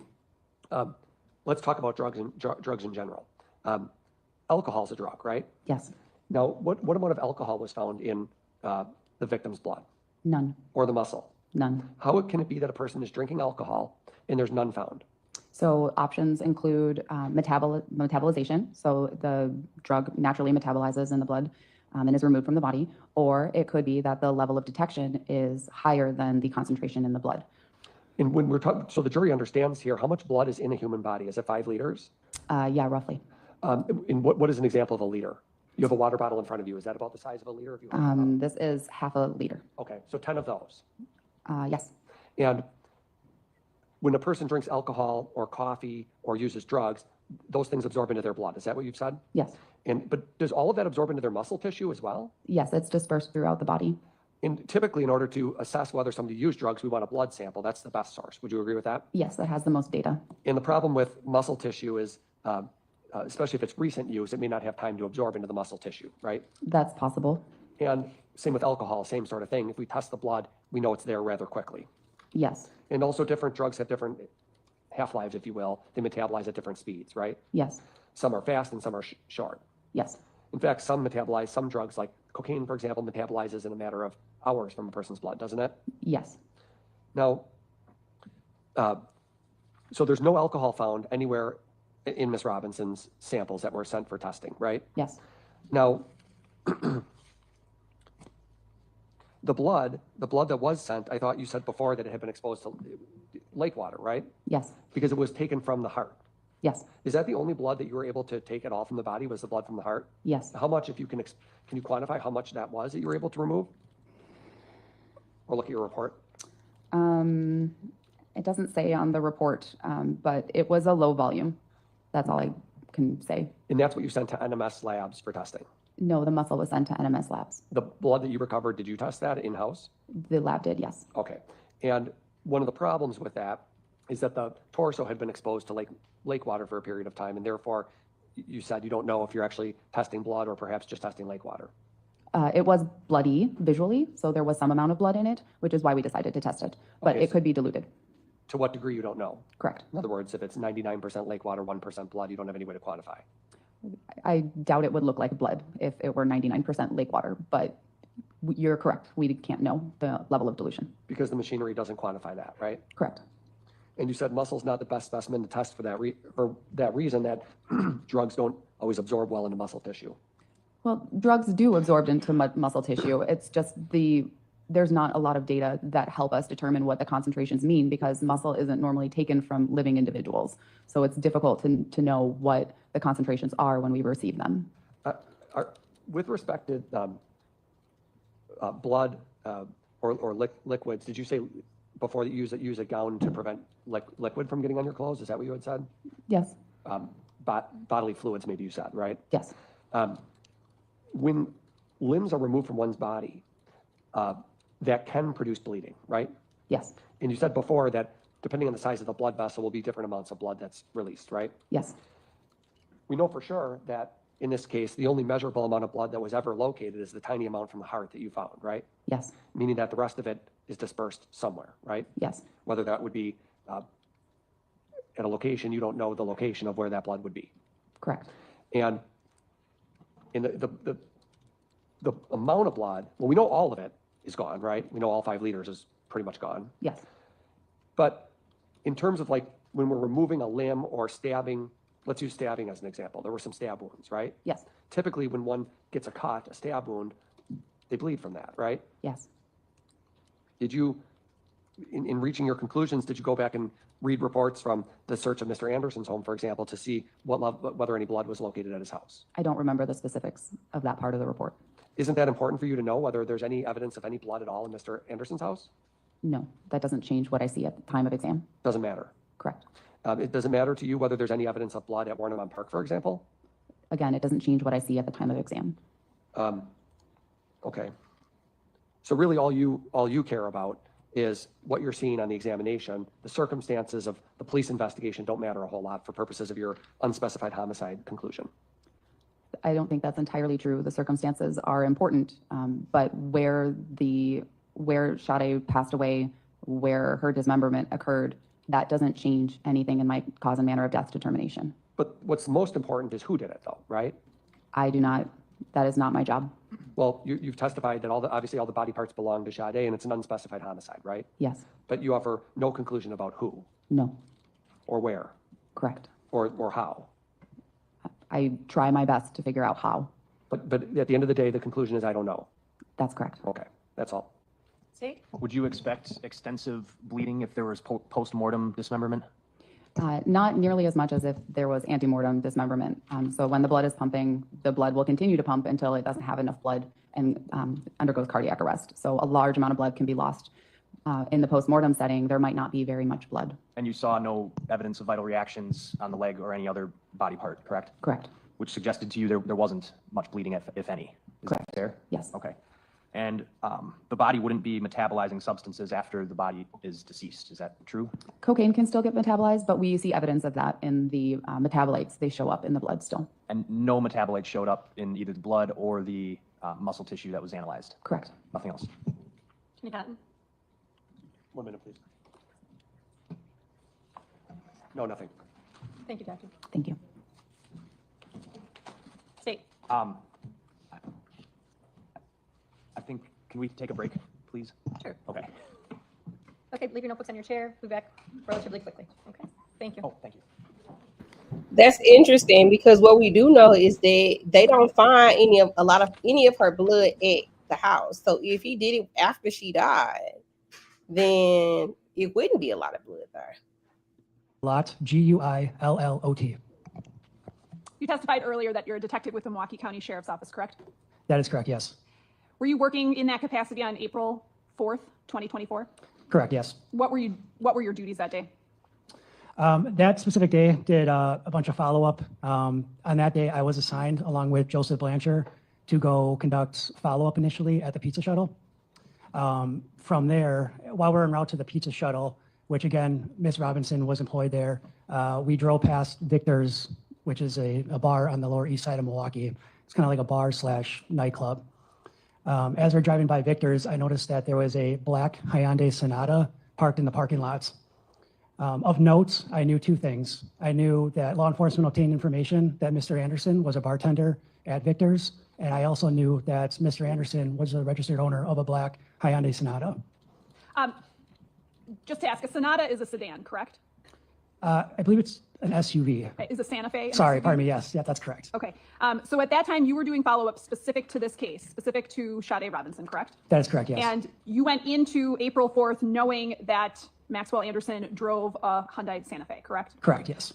You were also aware that he worked at Victor's. Correct, yes. Do you know the address of Victor's? Yes, it's, I believe, 1230 North Van Buren Street. Again, that's located on the east side of Milwaukee. And through this investigation that you were part of, were you aware that Maxwell Anderson was the last person to have contact with Sade Robinson before her death? That is correct, yes. Describe what you did as you saw that vehicle, that Santa Fe. So as we saw the black Santa Fe, we kind of circled around the block. We drove past the Santa Fe for a second time, and I noticed that the Santa Fe had a Wisconsin license plate of AMR 8083 affixed to the back of the vehicle. I knew based upon our investigation that specific vehicle was the registered vehicle of Mr. Anderson. So I was able to confirm that vehicle was Mr. Anderson's. Approximately what time did you see the vehicle? It's approximately 12:30 to 12:45 p.m. And at this point, how are you traveling? We are at this point in an unmarked squad car. We are going northbound on, I believe, Van Buren. Once we see the vehicle and once we confirm the vehicle, I also noticed that the vehicle is unoccupied. We essentially set up surveillance across the streets on Mr. Anderson's vehicle. What did you see? Myself, like I said, we were on surveillance for approximately 10, 15 minutes. At first, we didn't see any movements. After about 15 minutes elapsed, we saw, or I should say, I saw Mr. Anderson walking eastbound on East Juneau Avenue towards his vehicle. Mr. Anderson was wearing a black colored jacket. He had some kind of knit cap on, and he was carrying a backpack. When you're referring to Mr. Anderson, are you referring to somebody in the courtroom today? I am, yes. Can you describe where that person's sitting and what they're wearing? I'll stipulate. The record will so reflect. Thank you. Upon seeing Mr. Anderson, what did he do? Like I said, Mr. Anderson, he crossed over the intersection of East Juneau Avenue and Van Buren. He walked to his vehicle, entered into his vehicle, and he sat in his vehicle for approximately 10 to 15 minutes. Did you indicate whether or not he was carrying anything? Yes, he's carrying a backpack over his shoulders. Okay, can you describe what that backpack looked like? I believe it was a standard black and color backpack. Are you aware of surveillance footage that the Milwaukee Police Department obtained through this investigation? Yes. Are you aware of a camouflage color backpack that was depicted on certain surveillance footage? Yes. Was this that backpack? I don't believe so, no. After the defendant gets into his car, what do you do? Like I stated before, he sat in the vehicle for approximately 10 minutes, and then eventually he reversed his vehicle. The defendant, Mr. Anderson, again, was the lone occupant, driver of the vehicle. He started heading in a southern direction through the east side of Milwaukee / downtown area. At that point, Detective Blanchard and I continued to follow Mr. Anderson in our unmarked squad car. Once we got to the area of West Claiborne Street, Mr. Anderson entered the I-94 and began traveling westbound on I-94. As he's continuing to travel westbound on I-94, several other detectives assisted. They're also driving unmarked squad cars. We continue to follow Mr. Anderson to the 27th Street off-ramp, at which point he takes the off-ramp and starts begin driving southbound on 27th Street from I-94. Where does South 27th Street go at that point? We continue following Mr. Anderson all the way down to, I believe, Holt Avenue. Mr. Anderson started driving westbound on Holt Avenue to which point he gets to Lakefield Drive, and he's continuing to drive westbound on Lakefield Drive, at which point I know that Mr. Anderson's registered address is essentially just around the corner. So at that particular time, I also should note that I knew our detectives had secured a signed search warrant for Mr. Anderson's residence. So I believed also that Mr. Anderson was heading home at that time. You're aware his residence was at what address? I believe it is 3161 South 39th Street. And you were aware that other members of the Sheriff's Department were presently at that residence or going to be very shortly at that residence to execute a search warrant? That is correct. That was also a part of my thinking during my arrest operation. We had other sheriff's detectives at the residence. We had detectives following Mr. Anderson. And my whole goal at that point was not to let Mr. Anderson get back to his residence. Did you effectuate a traffic stop? I did, yes. You personally did in your squad car? It was in Detective Blanchard's unmarked squad car. We activated our unmarked squad car's emergency lights and in the area of North 38th Street and West Lakefield Drive. How far away from the residence of 3161 South 39th Street is that? I would estimate a block and a half. What happened? Mr. Anderson stopped. We, as in me and Detective Blanchard, exited our unmarked squad car. We approached on the driver's side while Deputy Ethan Stout approached on the passenger side. We made contact with Mr. Anderson. I asked Mr. Anderson to shut off his vehicle, to which he complied. I then asked Mr. Anderson to step out of the vehicle, to which again he complied. I immediately grabbed onto Mr. Anderson and I took him into custody by placing him into handcuffs. I think that's a perfect place to stop.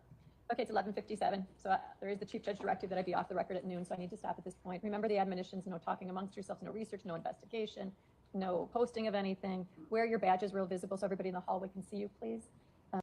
That is the same person that I arrested on April 4th, 2024, yes. And that is Maxwell Anderson? That is Maxwell Anderson. You testified that when he was arrested, or sorry, when you conducted surveillance on the defendant, you saw him with a backpack, correct? Correct, yes. Was that backpack ultimately recovered? It was, yes. And the backpack that can be seen in Exhibit 204, is that the same backpack as was recovered?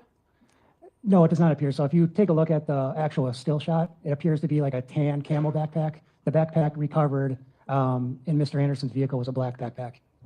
So let's go back to the traffic stop. You had interaction with him, correct? I did, yes. Okay, and when did that begin? So when we got to the area of South 38th Street and West Lakefield Drive, like I stated before, we activated our emergency lights. We exited out of our vehicle and we approached Mr. Anderson's vehicle. My partner, Detective Blanchard, informed Mr. Anderson for the reason of the traffic stop, to which I then asked Mr. Anderson, where are you heading to? Mr. Anderson responded by saying he was going to the Greenfield DMV. Are you aware of where the Greenfield DMV is located? Yes, I believe it's 5500 Grange Avenue in Greenfield. And at this point, you testified you were about a block or a block and a half away from the defendant's house, correct? That's correct, yes. Was he traveling in the direction of the Greenfield DMV? No, I believe that Mr. Anderson was heading to his house. Can you describe how the defendant appeared during your contact with him while he was still in the car? Yeah, Mr. Anderson was seated in the driver's seat, physically shaking as he was talking to Detective Blanchard and I. To which point, again, we then asked Mr. Anderson to shut off his vehicle. He does. We asked Mr. Anderson to exit the vehicle. He does. You testified that you told him what the reason for the traffic stop was, correct? That's correct, yes. What did you inform him? So we kind of did a ruse. We informed him that it was for expired registration, which was a valid traffic stop. You didn't come out and say you're wanted for the homicide of Sade Robinson. That's correct, no. So at the point where he's talking about going to the DMV and physically shaking, he wasn't aware of why you were actually investigating him, correct? That is correct, yes. Describe how he was taken into custody. He was asked to step out of the vehicle. He stepped out of the vehicle. He placed both his hands on top of the roof rack of his SUV. He placed, I believe, his wallet and a cell phone on top of the roof rack, at which point we brought down his hands. We placed his hands behind his back and then secured him in handcuffs. The wallet and the cell phone, were those items recovered? They were, yes. Who recovered those? Deputy Ethan Stout. Do you recall what kind of cell phone? Yes, it was a black, at least black in color Samsung. Did Deputy Stout then provide you with those items for you to place on inventory? That's correct, yes. Was the vehicle searched at that point? At that specific point, I don't believe it was, no. What happened to the vehicle? A tow company called Ray's Towing responded to the scene and they took possession of the vehicle, at which point another detective followed Ray's back to our substation, which is located in Wauwatosa, the secure substation, and the vehicle was placed in the substation, and investigators later obtained a search warrant for that vehicle. Where was the defendant then taken? Mr. Anderson was escorted to a Milwaukee County Sheriff's Office deputy squad car, at which point he was then conveyed to our detective bureau for further processing. Are you aware of certain demographic information about the defendant? Yes. Do you know his date of birth I and his do. age at the time of the arrest? Yeah, Mr. Anderson's date of birth, I believe, is November 26, 1990, and his date of birth, his age at the arrest was 33 years old. Are you aware of his height? Yes, What was that? I believe approximately 6'1". And are you aware of what his weight at the time of arrest was? Yes, at the time of the arrest, I believe it was around 180 pounds. What did you do with the phone and wallet? For the phone, I placed it into a secure evidence locker, which is located at our detective bureau, which is 821 West State Street. And then the wallet, I'm not completely sure. He might have, the wallet might have went with him with his property. You placed the phone on a specific inventory number, correct? Correct. Does 24001539 item 1 sound familiar? Yes, it does. And nothing further. Cross? Good afternoon, Detective. Afternoon. So I just want to just rewind back. You said that you saw Max's car parked in the Victor's parking lot, correct? Correct. And you had said that you were on your way to Pizza Shuttle, but you kind of just drove past Victor's, right? Yeah, we were en route to Pizza Shuttle to conduct further follow-up. When we were en route to Pizza Shuttle, we just drove by Victor's. Okay, and you could see his vehicle parked in the lot, right? I could see a black SUV parked in the parking lot, yes. And so it wasn't like hidden behind like the alleyway behind Victor's, right? That's correct. It was just in the parking lot. And his car was there because you knew he had worked there, correct?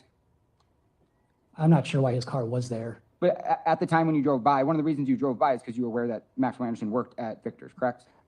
No, it was just more of a coincidence that we drove by. Okay. And then after you had seen that vehicle, that's when you called other squads or other detectives to kind of set up surveillance, right? Yeah, after I confirmed the vehicle's license plate and can confirm that license plate listed back to Mr. Anderson, that's when I requested additional detectives to come. And so you could see the license plate. The license plate hadn't been removed, correct? That's correct. Or covered up? Correct.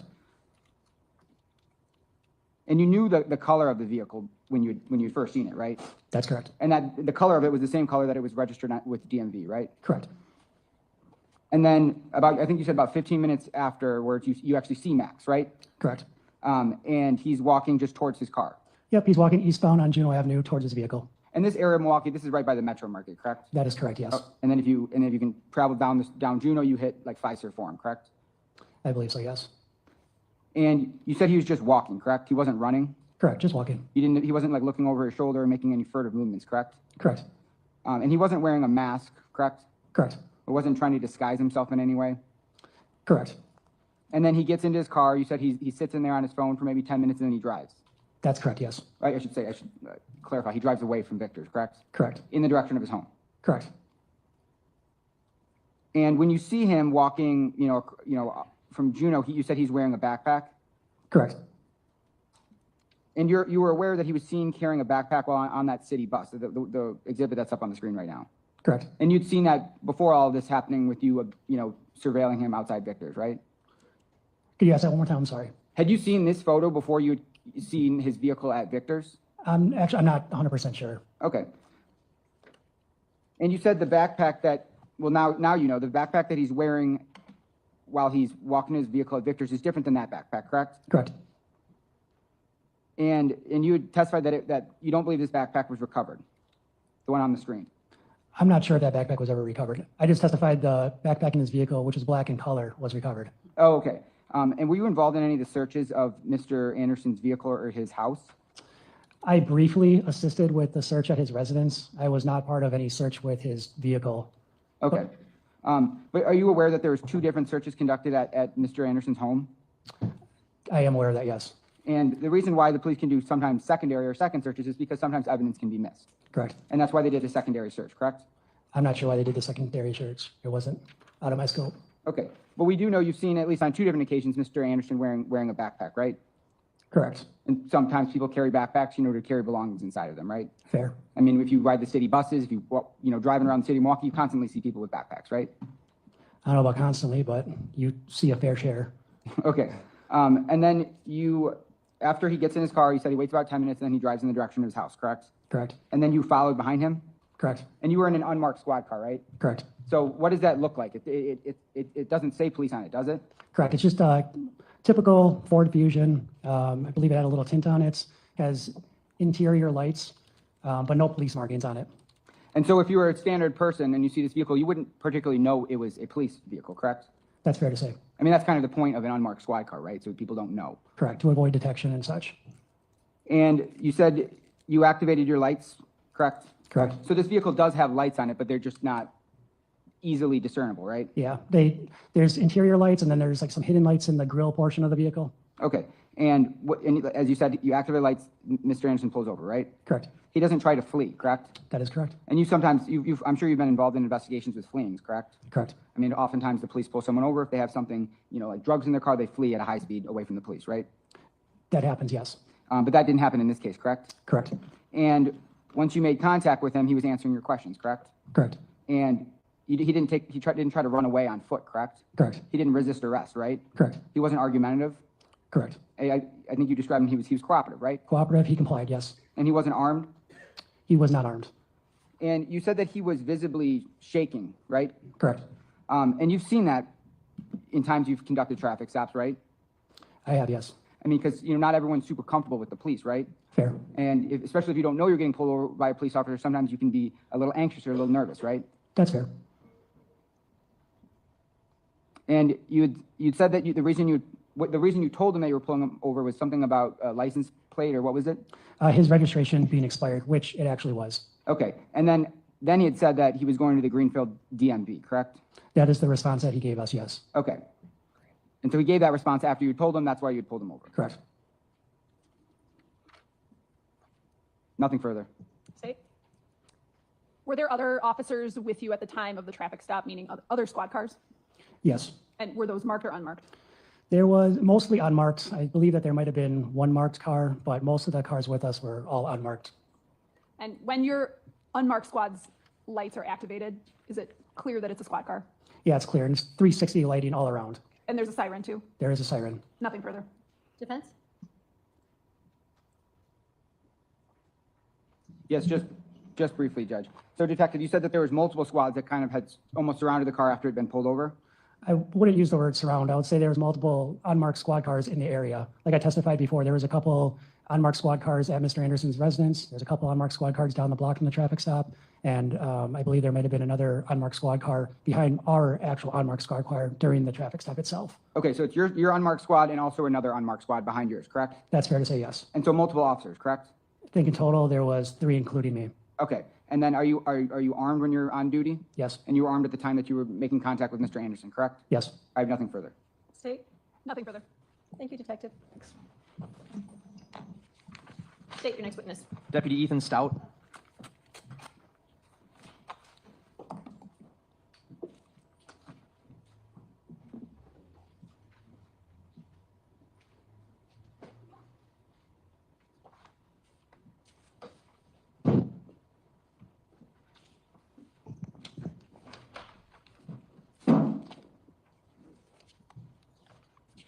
Do you solemnly swear that the testimony you give in this matter will be the truth, the whole truth, and nothing but the truth, so help you God? I do. You could please be seated, state and spell your name for the record. I am Deputy Ethan Stout, E-T-H-A-N, last name S-T-O-U-D-T. You a deputy with the Milwaukee County Sheriff's Office? I am. How long have you been employed by the Milwaukee County Sheriff's Office? Approximately 3.5 years. Were you working in your capacity as a deputy back on April 4th, 2024? I was. Did you participate in the arrest of Maxwell Anderson that day? I did. Were you present when he was arrested? I was. Is he in the courtroom? Yes. Could you identify him just for the record? I'll stipulate that. All right. The record will so reflect. Thank you. Where did this arrest occur? The arrest occurred in the area of South 38th and Lakeview, if I'm not mistaken.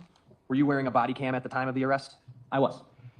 You were not the individual who made direct contact with Mr. Anderson at the beginning of the traffic stop, correct? No, I was a backup officer. So tell us what you did then.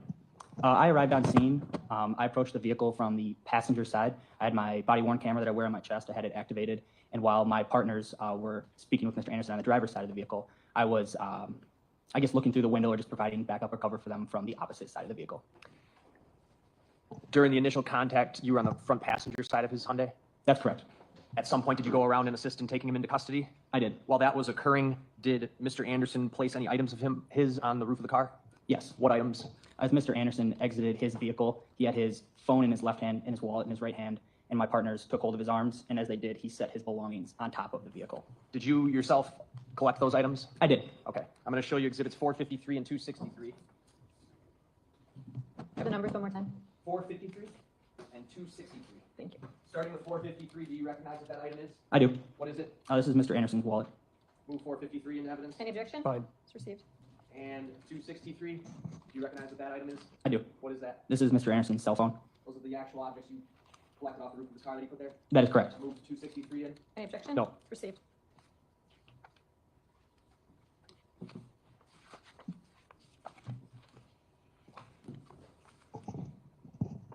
I've got on the screen next to you and over here, whatever TV you're more comfortable looking at, exhibit 449.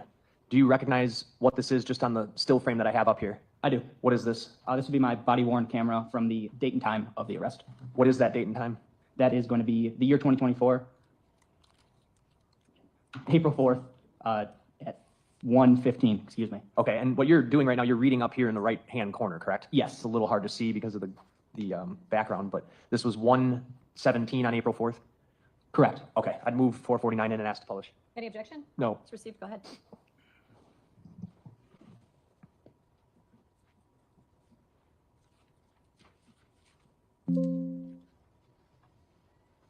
Playing it from 23 seconds is where I picked up the video.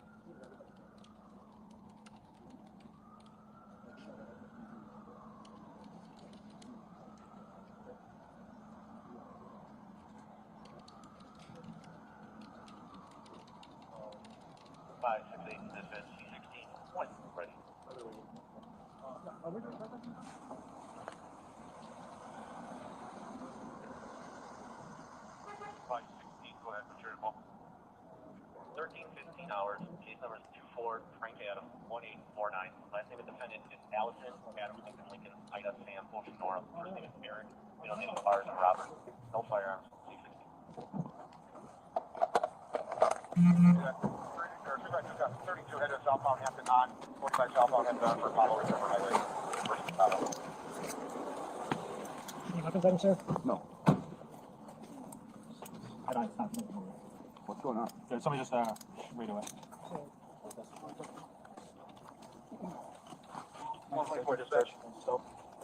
What's one up? The piece of ammunition?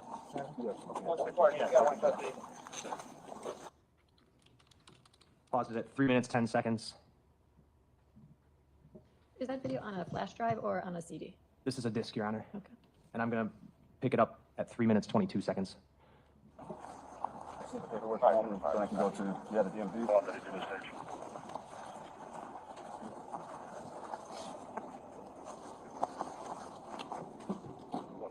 I'm just gonna unbutton it to search. Okay. Yeah. Go ahead. Said nothing on you at all, right? Nothing's gonna poke me or anything like that? Service 13, 17 hours. Last name of Banks. First name of Ronald. Middle initial of that weekend is C16. Copy that. 132 dispatch on it. 132, go ahead.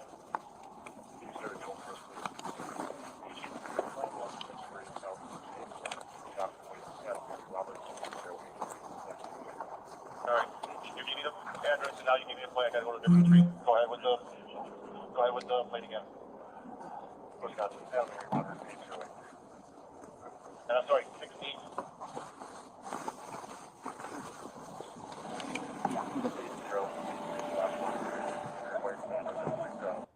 Paused it at 4 minutes, 52 seconds.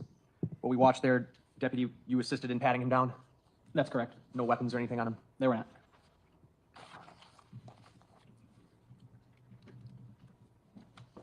I have nothing else. Cross. 1 minute, please.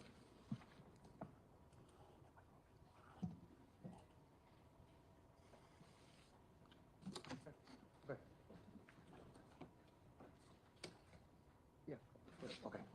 Okay, so good afternoon. Good afternoon. Are you still employed at the Sheriff's Department? I am. Okay. You're a deputy or a detective? I'm a deputy. And what we've watched here is basically a traffic stop where there's multiple undercover officers that are parked behind Mr. Anderson's car when he was stopped, right? Yes. So a fairly sizable operation. Yes. And that's because Max had been identified as somebody that you wanted to take into custody, right? That is correct. And in fact, there was even a briefing beforehand to discuss that, right? Correct. This wasn't a coincidental thing, was it? It was not. The whole plan was to conduct surveillance, follow him, and then do a stop before he would ever get to his house, right? Yes. And what we saw in your body cam is Mr. Anderson cooperating with law enforcement. Correct. And actually, at one point, I heard him ask, what is this all about or what's happening? Did you hear that? Yes, I do recall that. And law enforcement told him it was an expired registration. Yes. He was never told during this time that you're a suspect in something much more serious. At that time, I do not recall hearing that. Certainly, a person might draw the conclusion that there's something else that they're suspected of when they see all these unmarked squad cars behind them for a traffic stop, right? Yes. Nevertheless, Mr. Anderson did not flee. He did not. Didn't struggle one bit. No, he did not. And in fact, the way he looked when you saw him, he had a hat, a beanie on or a winter cap on, right? Yes. But in terms of how he looked when his picture was shown at the briefing and how he looks at the stop, there was no difference, right? In his physical appearance, you mean the demeanor that he had? Physical appearance. He didn't change his physical appearance, right? No. No haircut or facial shade, anything different about his appearance, right? Not that I recall, no. Were you involved in the search of the vehicle? I was not, I don't know. Well, you did obviously recover a phone and a wallet, right? Correct. And that wallet, you identified it. It was an exhibit, right? Yes. Okay. And you were the one who recovered this, right? I was. Did you examine it? On scene? Yeah. No, I don't believe so. Okay. Well, there was nothing about the blood, the wallet didn't have blood on it that you saw or anything like that, did it? Not that I recall. And the cell phone, Mr. Anderson put that on top of his vehicle as well, right? That's correct. And certainly as a deputy, you're involved in traffic stops on a regular basis, I would assume, right? Yes. You've had certainly you've had situations where the lights go on and they flee. Yes. They just floor it and try to get out of there. Correct, yes. Or even once they're stopped, they open the door and try to run from the scene of the stop, right? Yes. So we could call this essentially a normal traffic stop with a cooperative person, right? Yes. And were you involved in the, you also did other things in this case, including going to Victor's and speaking with people that work there, right? That's correct. And you learned that Mr. Anderson worked at Victor's, right? Correct. He was a bartender there for a number of years, right? Yes. Or and you talked to his manager even, didn't you, Jose Hernandez? That's correct. And in fact, one of the things that you did there was you even wanted to access their camera system at Victor's to study that, right? That's correct. And you even served a subpoena on the, would you call it a restaurant, a bar, what would you call it? Bar, nightclub. You served a subpoena on the bar and nightclub, right? Yes. And essentially what you got from that was a couple of videos that show that Max Anderson and Sade have had contact there, right? Yes. Nothing about that showed any threatening behavior by Mr. Anderson? No. Or something suspicious between the two of them that you would identify? No. You interviewed a big part of your job actually was the whole Victor side of it, wasn't it? Going there and talking to people and pulling the videos? Yes, I talked to multiple people from Victor's. And the reason for that is because you want to try to figure out if there's something that points to Mr. Anderson as having committed this crime, right? In the grand scheme of things, yes. And all that revealed was that Mr. Anderson and Sade Robinson had interacted with each other and obviously knew each other, right? Yes. Were you involved in any side of the case to get footage from Twisted Fisherman or Duke's on Water Street? Did you involve yourself in any of that? I did not. Obviously, you went and conducted neighborhood surveillance canvases where you pulled video footage on April 4th from various houses, right? Reviewed potential footage, yes. And what was the point of that? From what location specifically? Well, I saw that you did that in the Gordon Place area. Sure.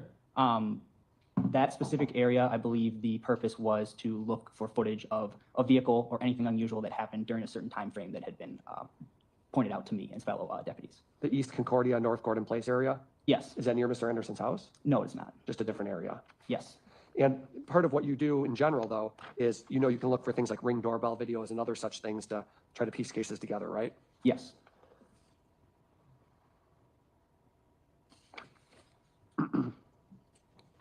You also conducted a search of a park, right? A Pleasant Valley Park? Yes. Nothing noteworthy there, right? Correct, nothing. No body parts or human remains? No. Okay, that's all. State? Nothing else. Thank you, Deputy. Thank you.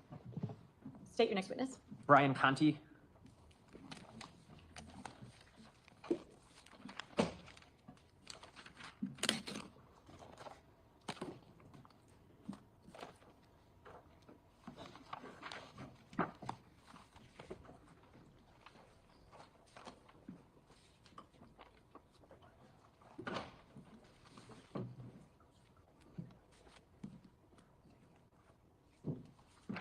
Do you solemnly swear that the testimony you give in this matter will be the truth, the whole truth, and nothing but the truth, so help you God?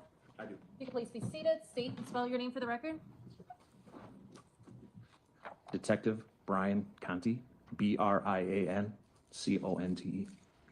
Are you a detective with the Milwaukee County Sheriff's Office? Yes, How long have you worked for the Milwaukee County Sheriff's Office as law enforcement?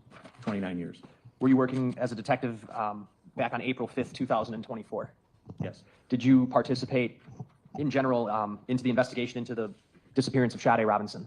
yes, On April 5th, 2024, did you have personal contact with Maxwell Anderson? yes, The person I'm referring to as Maxwell Anderson, do you see that person in court today? yes. Could you- I'll just stipulate to this in general, for it's clear for the record, this is Max Anderson here. Okay, so you had contact with the defendant on April 5th, correct? Yes, Was the purpose of having contact with the defendant on April 5th to get a DNA sample from him? yes, Can you tell the jury what that is and how you go about obtaining it from a person? yes. We needed to get a DNA sample, and it's called a buccal swab, and it's a swab of their cheek cells on the inside of their mouth. So we put fresh gloves on. We use fresh, unopened cotton swabs, one swab for one inside of his cheek, second swab for the second cheek, and we place it in a cardboard box, and then we seal it in an envelope, a paper envelope. To the best of your ability, you're trying to ensure the swab is not contaminated, correct? Yes, And why is it that you swab the cheek? because we've been instructed or trained that that gives the best human cells to contain DNA, and that's how we've been trained. What do you do this with? With What do you use to do it? cotton applicator swabs that are provided to us for that purpose. And you did that with Mr. Anderson? Yes, Showing you 407? 407 is a sealed envelope. Do you know what that is based on the markings that are on it? yes. What is it? This is the envelope containing those buccal swabs that I obtained on that day From the defendant? from the defendant. I moved 407 in. Any objection? No. Received. There's additionally a yellow sticker on this envelope, not the exhibit sticker, but a different one. Do you know where that is from? Yes, that is a evidence sticker that the Wisconsin Crime Lab places on items submitted to the lab for testing. And the purpose of getting the buccal swab, the DNA swab from Mr. Anderson was to ultimately at some point send it off to the state crime lab for DNA analysis, right? Yes. Nothing else. Defense? No. Thank you, Detective. You're welcome. State your next witness. Let me check the hallway. I'll check the hallway.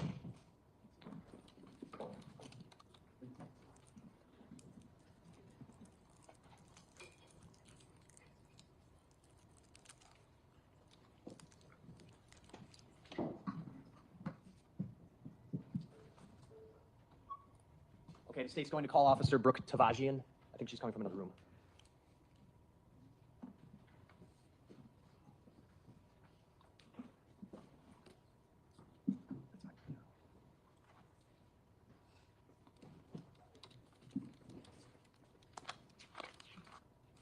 Already been admitted. Do you recognize what 263 is? Yes, this is the Samsung cellular telephone that was recovered based on my knowledge from Maxwell Anderson. You were not there for Maxwell Anderson's arrest or the recovery of that phone, right? Correct. After he was arrested, did you take possession of that phone at some point in time and take it anywhere? Yes, on April 8th, 2024. And where did you take that cell phone? This cell phone, I transported it to the Wisconsin Department of Justice Division of Criminal Investigation out in Brookfield, Wisconsin. I'm sorry, what was the last part? Out in Brookfield, Wisconsin. And for what purpose was that? For a forensic examination or forensic download. What is a forensic examination? Essentially, an analyst will download the information or the data from the phone using forensic techniques that they are trained to do. Did you communicate with the person who did that in this case? Yes. With that phone? Yes. Who was that? It was DCI or Division of Criminal Investigation employee Juan Luis Villegas. Did he then provide you with something after the examination was done? Yes. On the following day, again, traveled to the DCI offices where Juan Luis Villegas returned the cell phone in addition to a USB flash drive containing that forensic examination, those files. Showing you exhibit 264. Do you recognize what that is? Yes, that is the USB flash drive I just described. That contains the forensic download of that Samsung phone? Yes. Move 264 into evidence. Any objection? No. It's received. I just have a couple more questions. I want to actually go back to those records we talked about. Between the exigency records and the records that you obtained from Verizon, I'm only talking about for Sade Robinson's phone. What was the total date range of text messages that you received the SMS content for? Between the exigency records and the search warrant records was March 27th, 2024 to April 3rd, 2024. Have you reviewed the entirety of those text message contents? Yes, between that time frame, yes. Did you discover, and I know we read through a part of the conversation that she had with Maxwell Anderson's phone number, did you review conversations she was having with other people as well? Yes. Were there any other conversations you observed where it appeared she was planning on meeting up with anybody else on April 1st or April 2nd, the evening of April 1st, and then maybe April 2nd? No. Were there any conversations that you reviewed that seemed volatile in any way, angry in any way? No. Were there any conversations that you reviewed that referenced drugs? No. Nothing else? Ross? No. Thank you. All right, now I'll call Brooke Tavagian.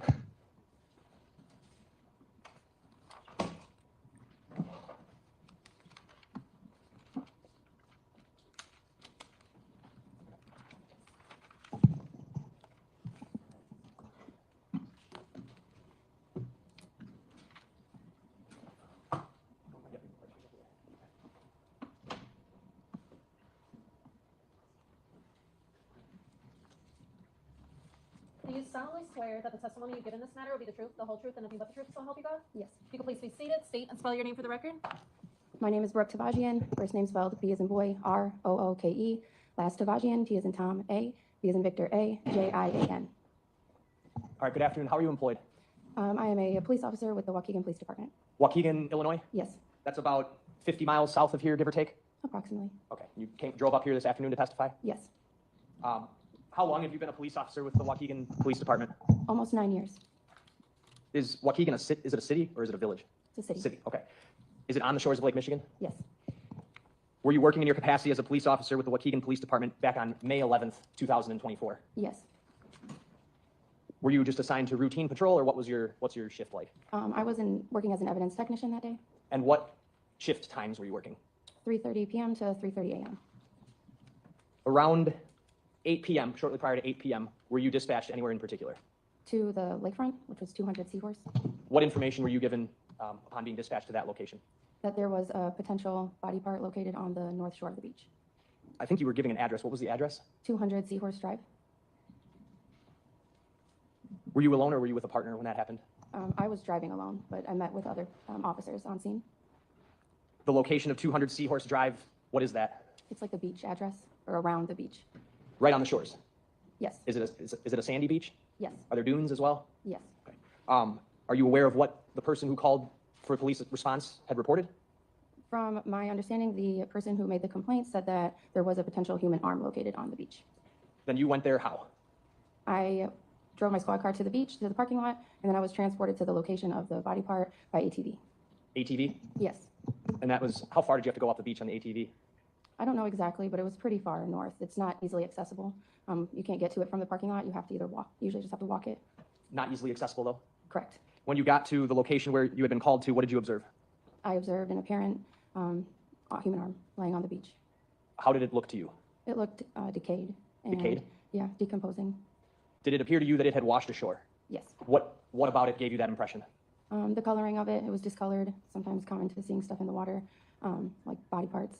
There was pieces of the arm missing from like the forearm. Kind of looked like maybe it was being chewed on by, marine life. And was it close to the waterline? Yes, Did you take some photos of it to document where you found it? yes. I'm going to show you exhibits 258, 259, 260, and 261. And I stipulated these as well. Okay. Thank you. Then they're received. All right. These are received into evidence. Can you just tell us, you can look at all four of them and tell me if you took those photos? Yes, yes, Are those all photos of the arm that you found at the beach? yes. And I'm actually going to show you what's already been admitted into evidence, exhibit 262. That appear to be the same arm. Yes. Okay. You're able to tell that how? By the decomposition on it, and I remember this area, these areas. Okay. And you're pointing to sort of where it linked to the shoulder as well as the wrist. Yes. And it's the right arm. I'm going to show you 260.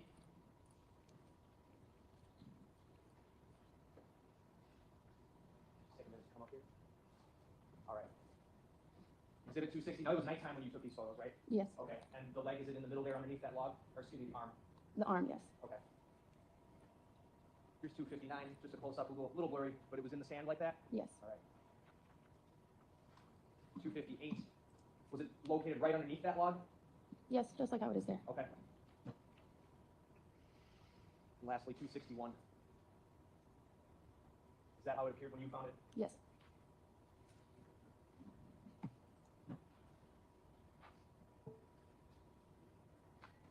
Was the Lake County coroner called out to the scene? Yes. What did you do when that happened?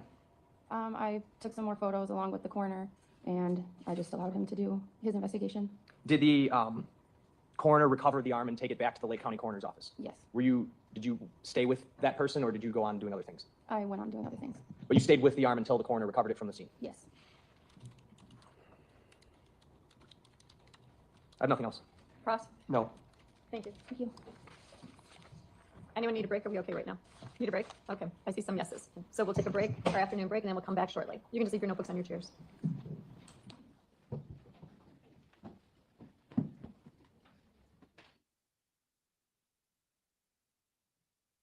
This matter will be the truth, the whole truth, and nothing but the truth, so help you God? I do. You can please be seated, restate, and respell your name for the record.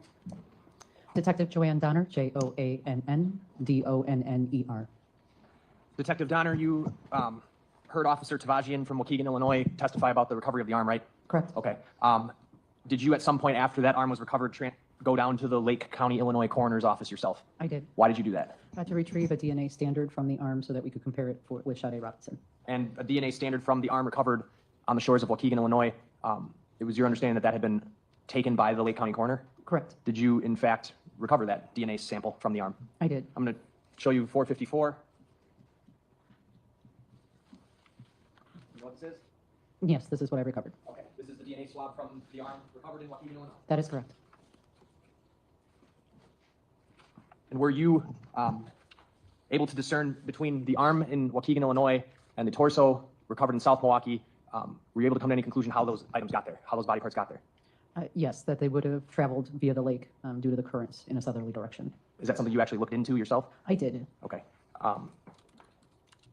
Lastly, you also were part of transporting the arm from the Lake County coroner's office to the Milwaukee County medical examiner, correct? That's correct. Once it was confirmed that it did belong to Sade, I went down and followed a transport company back to the Milwaukee County medical examiner. That would have been in June of 2024? That's correct. Okay, and that's why Dr. Decker, when she was testifying earlier, she didn't examine the arm until June. That would be the reason? That is correct. We were waiting for the DNA results.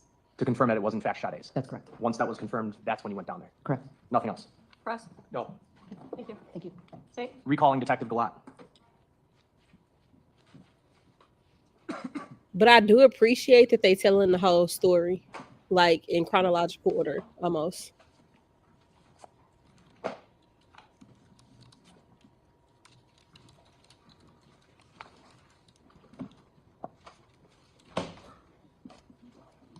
Correct, yes. Did you go to Twisted Fisherman and recover surveillance video? I did, yes. Who did you meet with to do that? The owner, I believe his name was Russell Davis. You went to the restaurant and talked to Mr. Davis? I did, yes. And then subsequently reviewed video footage from that restaurant? That is correct, yes. On the screen, I have a disc that's marked 235. Do you recognize what this is?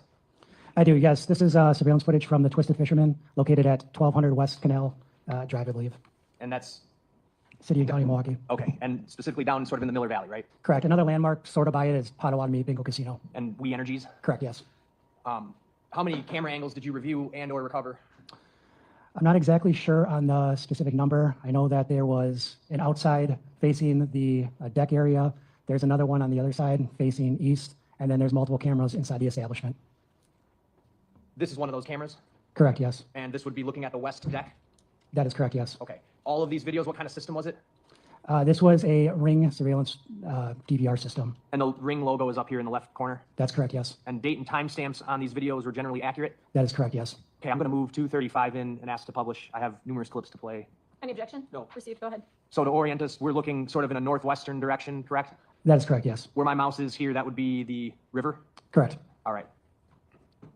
Let me get the volume on first. Some of these have, or all of them, I think, have volume, right? Correct. All right, playing the first clip, and for the record, the video titles, well, I guess I'll ask you, Detective. These video titles, as they're labeled on here, that's not what they were labeled when you download them. Those were renamed for court presentation purposes, correct? That is correct, yes. Okay. I'm going to play the video labeled, it ends in arriving west deck.mp4.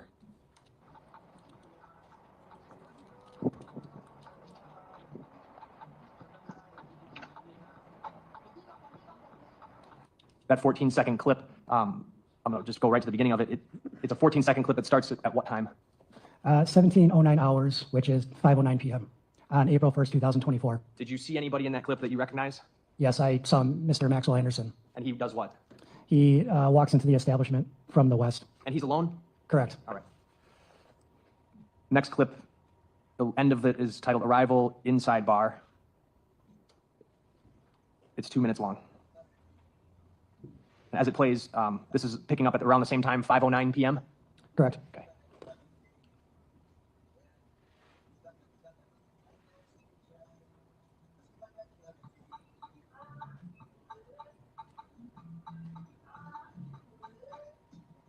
I'm going to fast forward briefly.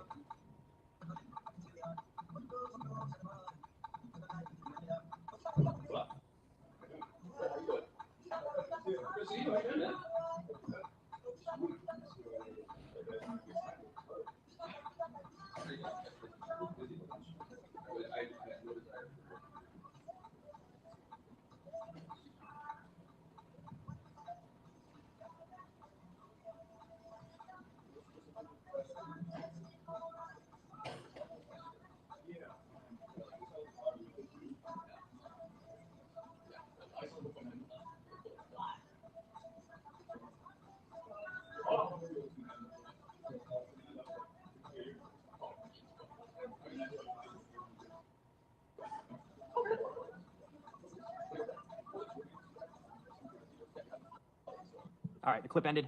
Essentially, he comes in, he sits down next to who? A bartender named Brian Culvert. I'm going to show you 241. Just a screenshot of that first camera we watched. Correct. Okay, move 241 in, ask publish. No objection. Received. So here you can see. All right.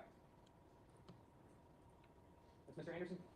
That is Mr. Anderson. That is correct. And what were you able to observe that he's wearing? Mr. Anderson's wearing a black and color Carhartt t-shirt, appears to be wearing a red and color flannel over that t-shirt, and blue jeans, and his hairstyle is in a bun fashion.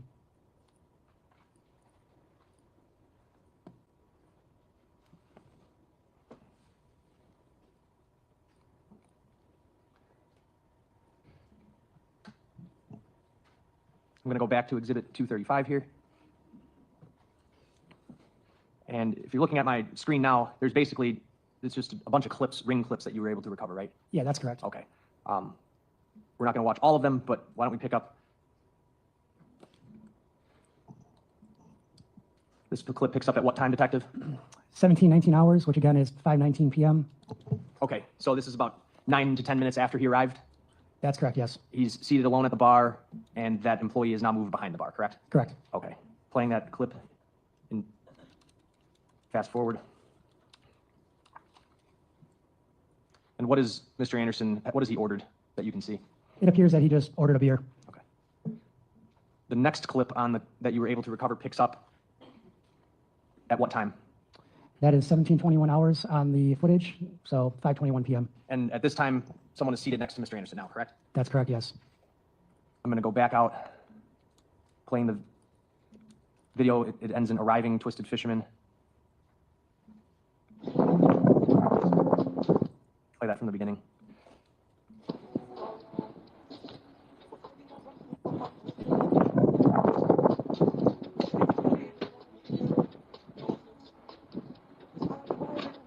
Pause that clip at 16 seconds. What did we just observe?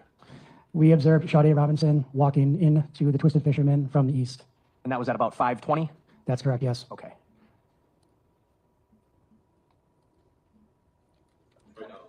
So by 5:21, they're seated together at the bar. Correct.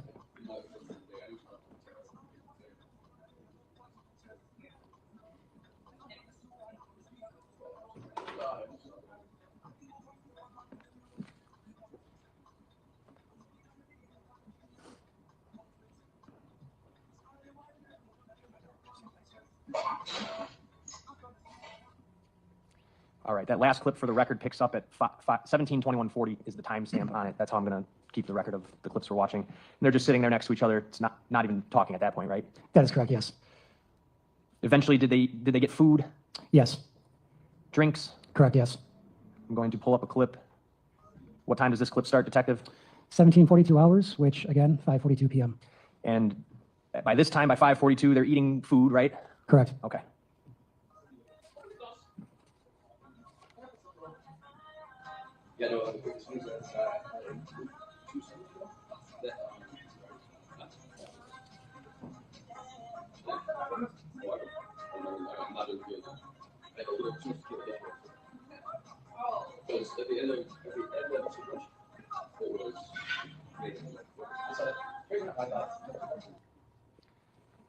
What was happening in that clip? It appears that they're just having a casual conversation with the bartender, and the bartender later pours out a shot. The next clip picks up at what time? 17:44 hours, 5:44 p.m. In 20 seconds? Correct. Playing this clip.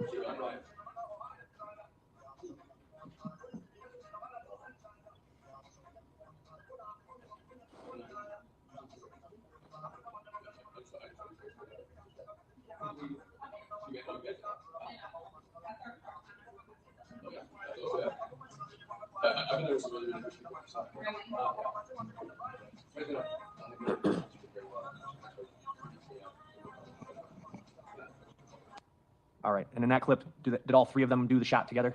That's correct. I believe I heard the bartender say cheers, which then proceeded them to all do the shot together, yes. And Sade has what appears to be in front of her some kind of food, and then there looks like there's a cocktail and perhaps a water? That's fair, yes. Okay. The next clip I'm playing picks up at 5:48:26, and again, that shot that they did was at 5:44? Correct. Okay.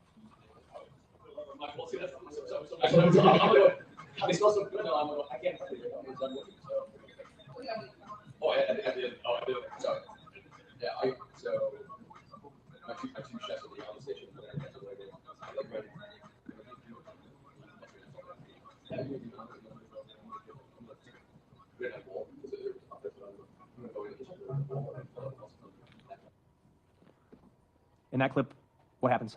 It appears that Mr. Anderson briefly steps away to possibly use the restroom, and then in the meantime, Ms. Robinson is just having a casual conversation with the bartender.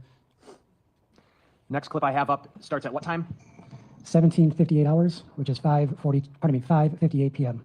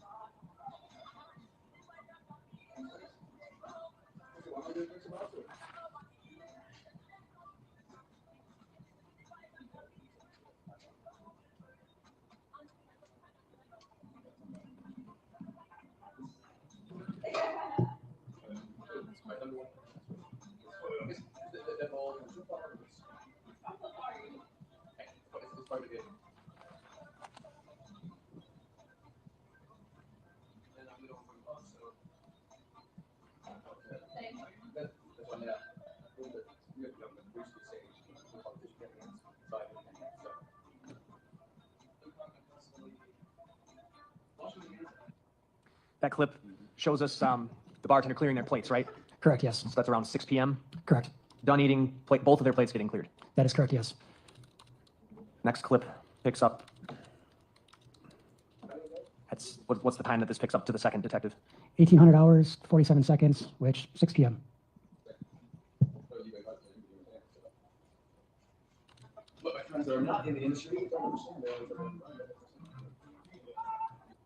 Paused that clip at 15 seconds. Bartender gives another beer to Mr. Anderson. That is correct, yes.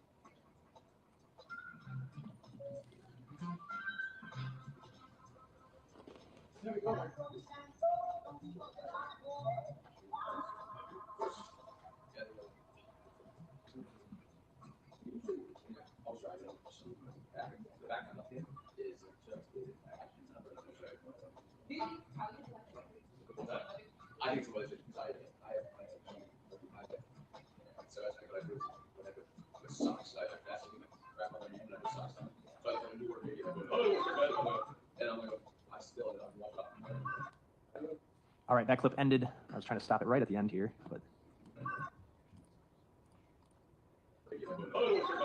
somewhere just prior to 6:03 p.m., correct? Correct. And so Mr. Anderson got another beer, and then it looks like the bartender does what? He goes and obtains their check. So to this point, and I know we didn't watch all of the clips, but you've watched all of them, right? That's correct, yes. How he's had 2 beers and a shot. Is that fair? That's fair, yes. And Ms. Robinson, 1 drink and a shot. That's fair to say, yes. Were there more drinks ordered? Do you recall? Not to my knowledge. Okay. Next clip picks up at what time? That's 18:02 hours with 50 seconds, which is 6:02 p.m. It's right where the last one left off. That is correct.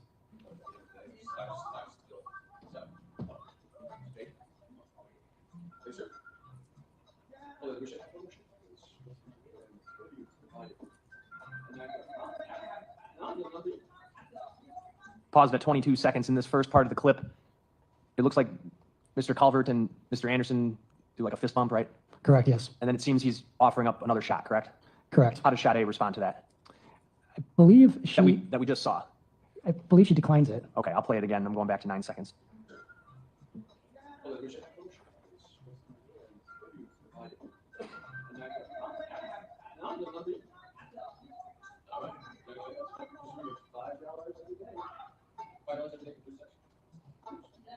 Pause at 32 seconds. Were you able to tell there? Yeah, so it appears that the bartender puts down 2 shot glasses, and when he puts down the shot glass in front of Miss Robinson, she kind of makes like a right hand motion indicating that she's declining it.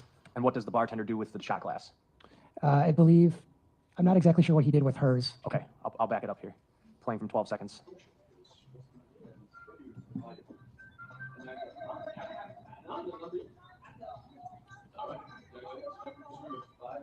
Did you see it there? I did, yes. He physically picks up the shot glass and puts it in front of Mr. Anderson. Playing at 26.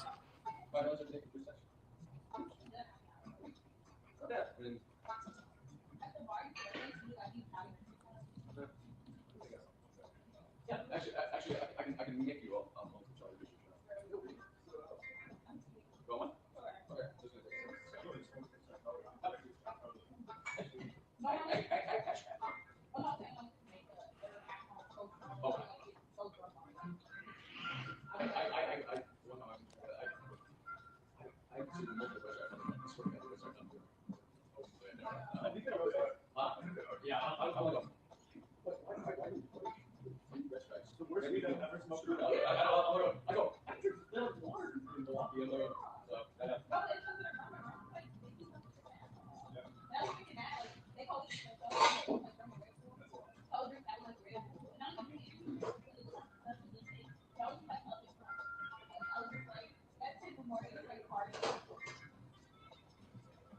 All right, I paused it just before the end of the clip.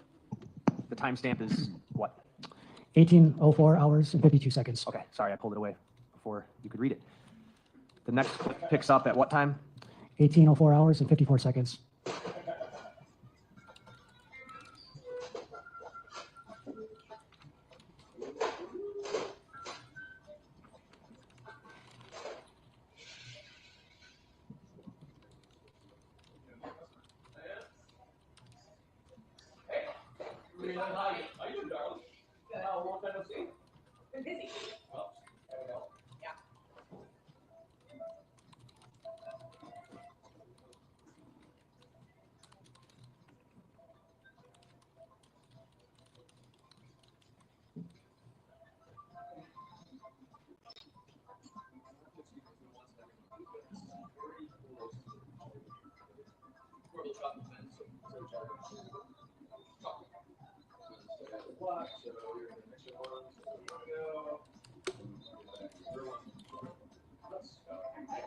Cheers.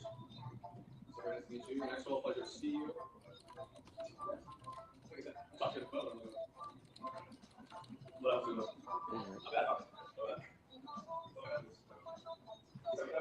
Yeah. Young ladies, hold on. All right, and in that clip that just ended, that was about a 2-minute clip, give or take. What did we observe? Observed the bartender make some type of alcoholic beverage, and then the 3 of them, he pours the beverage into 3 shot glasses, and the 3 of them do the shot together. Okay, so he gives that shot to both Sade and Mr. Anderson. That's correct, yes. I'm gonna advance a little bit here. Next clip picks up at, what time do we got? 18:21 hours and 16 seconds. All right, so just a few minutes after they just did the other shot? Correct.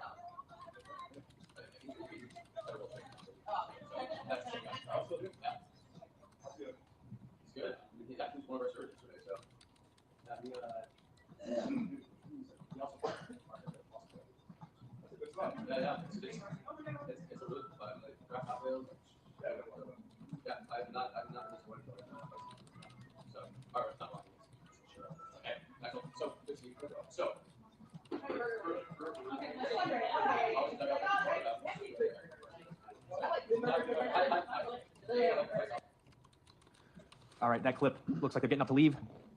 That's correct, yes. I'm gonna go to the next clip.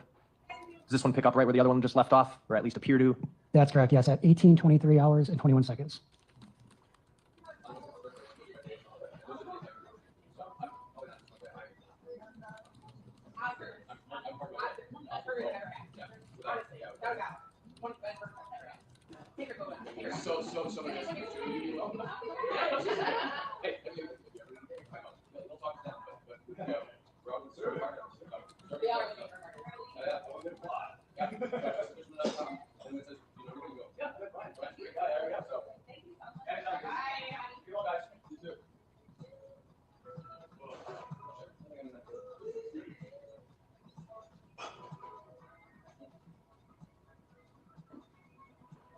Pause this clip at 1 minute and 3 seconds in. The timestamp is 18:24:25. They've just headed for the exit, right? That's correct. They say bye to the bartender, and they both exit the establishment together. Okay. This video is titled Leaving Twisted Fisherman. What camera are we looking at here? We're looking at the exit/entrance camera to the east, which shows out towards the parking lot. And the timestamp, April 1st, 2024, what time? 18:24 hours and 20 seconds.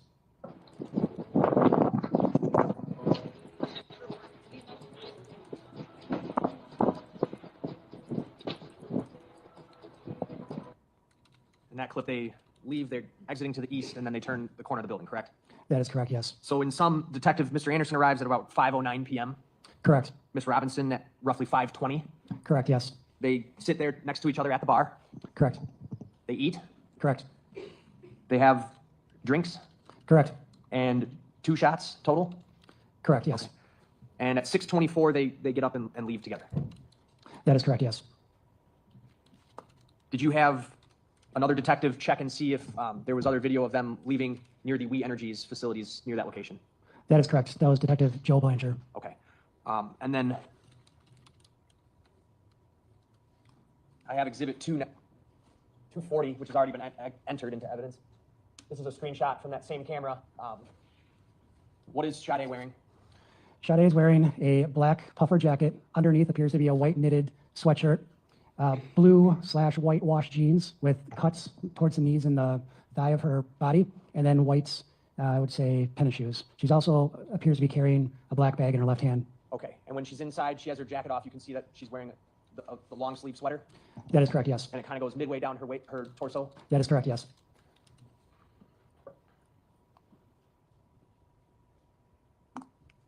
I have no other questions. Cross? So just to recap, the two of them basically just hung out at Twisted Fisherman. I would classify that as yes. They just had casual conversation from what it appeared. And the guy you mentioned before is named Brian Culvert, right? That's somebody you talked about? That's correct, yes. Because you questioned him? I interviewed him. And he's the guy that was working behind the bar? Correct, yes. You've watched all these tapes before court here today, obviously, on other occasions. That's correct, yes. And Mr. Culvert appears friendly with Max Anderson, doesn't he? That is correct, yes. Calls him an incredible guy. I don't recall hearing that. Well, at the end, he says, Max, so good to see you, as he's shaking his hand and leaning across the bar. You saw that? I saw that. I didn't hear that. Oh, you didn't hear either of those things? I heard the name Max, I didn't hear the incredible guy portion. Okay, who carded Sade? I don't believe she was carded. Did they ever ask her age or anything? Objection, relevance. Well, they just spent all this time talking about shots. It's fine. I'll withdraw the objection. Allow him to answer. Go ahead. Could you just ask me your question one more time? Was she carded I don't believe so. or asked to provide any identification at all from what you saw? From what I saw, I don't believe so. And it looks to me like Brian Culvert is just on his own pouring shots for people. I'm going to object to this line of questioning at this point. If we're getting into him serving her underage, it's not relevant to this trial It at isn't all. relevant. I mean, you got in the part relative to the alcohol. Well, you've testified on direct about shots being poured, right? That is correct. Okay. And my question about the shots, not about the underage aspect, my question about the shots is, did Max order those shots?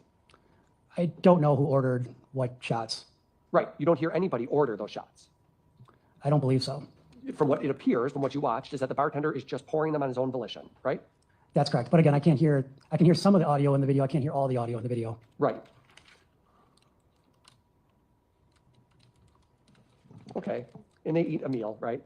Correct, yes. Each of them, from what you can tell? From what I can tell, yes. And it's clear to you, isn't it, that Max is known at this Twisted Fisherman place, right? Yeah, it appears that him and the bartender know each other, yes. Very friendly with each other. I would say so, yes. That's all. State anything? No. Thank you. Thank you. State your next witness. I'm going to recall Detective Blanchard.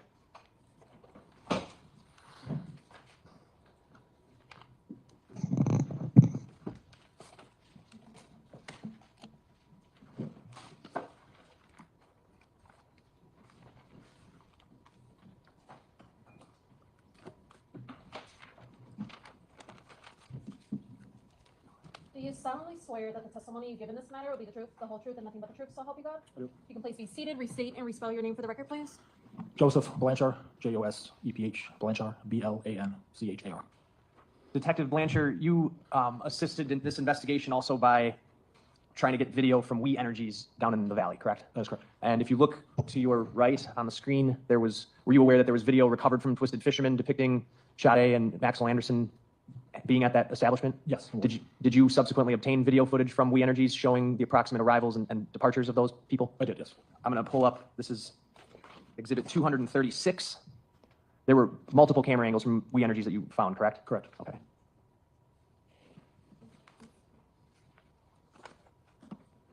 Exhibit 236, the first clip I have up is titled uberdrop.mov. What are we looking at here? It is a western view of the camera on, I believe, St. Paul.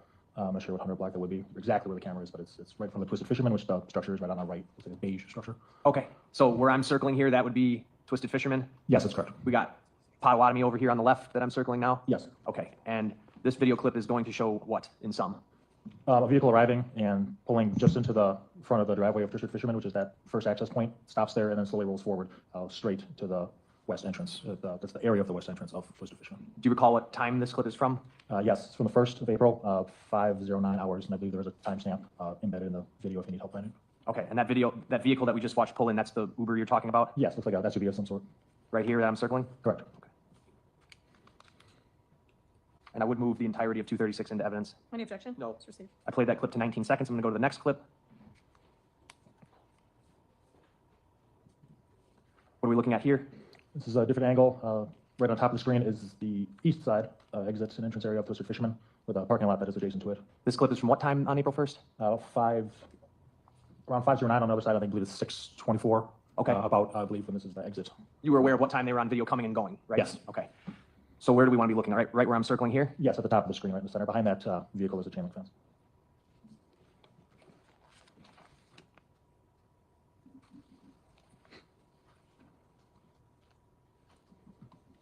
The video kind of skips, but we can see what? Two individuals exiting the east side of the Twisted Fisherman.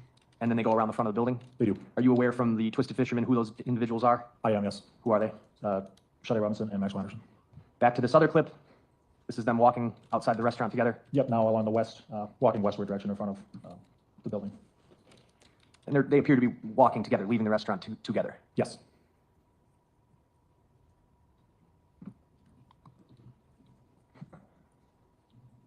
Where are they walking to?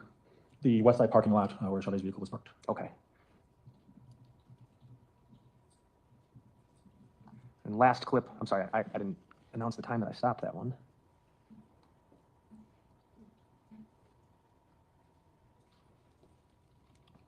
All right, I'm stopping it at 44 seconds. So right here where I'm circling, there's some trees and whatnot. Do you know from other angles if that's where her car is parked? From looking at this video and seeing some small movement behind the trees, the vehicle was parked there. Okay, and then let's go to the final clip. Different angle, but in this one you can actually see where her car is parked, correct? Correct. I'm gonna zoom in. I'm circling right here, two people, that'd be Sade and Mr. Anderson? Correct, leaving the restaurant, excuse me. All right, playing from 0 minutes to 0 seconds. It kind of skips, correct? It does. But you can see them walking together? Yes. All right, and right here where I'm circling, what's that? That is her vehicle parked facing the direction of the camera. Do they appear to both get in the vehicle? They do. And what time was that at? About 6:24, 5 at that time. So the Uber drop-off was at 5:09.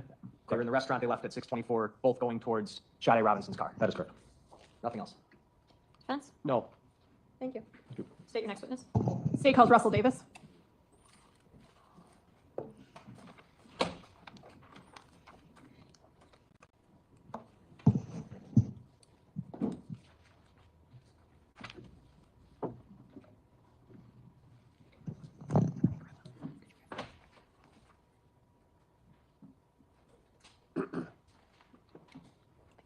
Sir, if you could just remain standing and raise your right hand.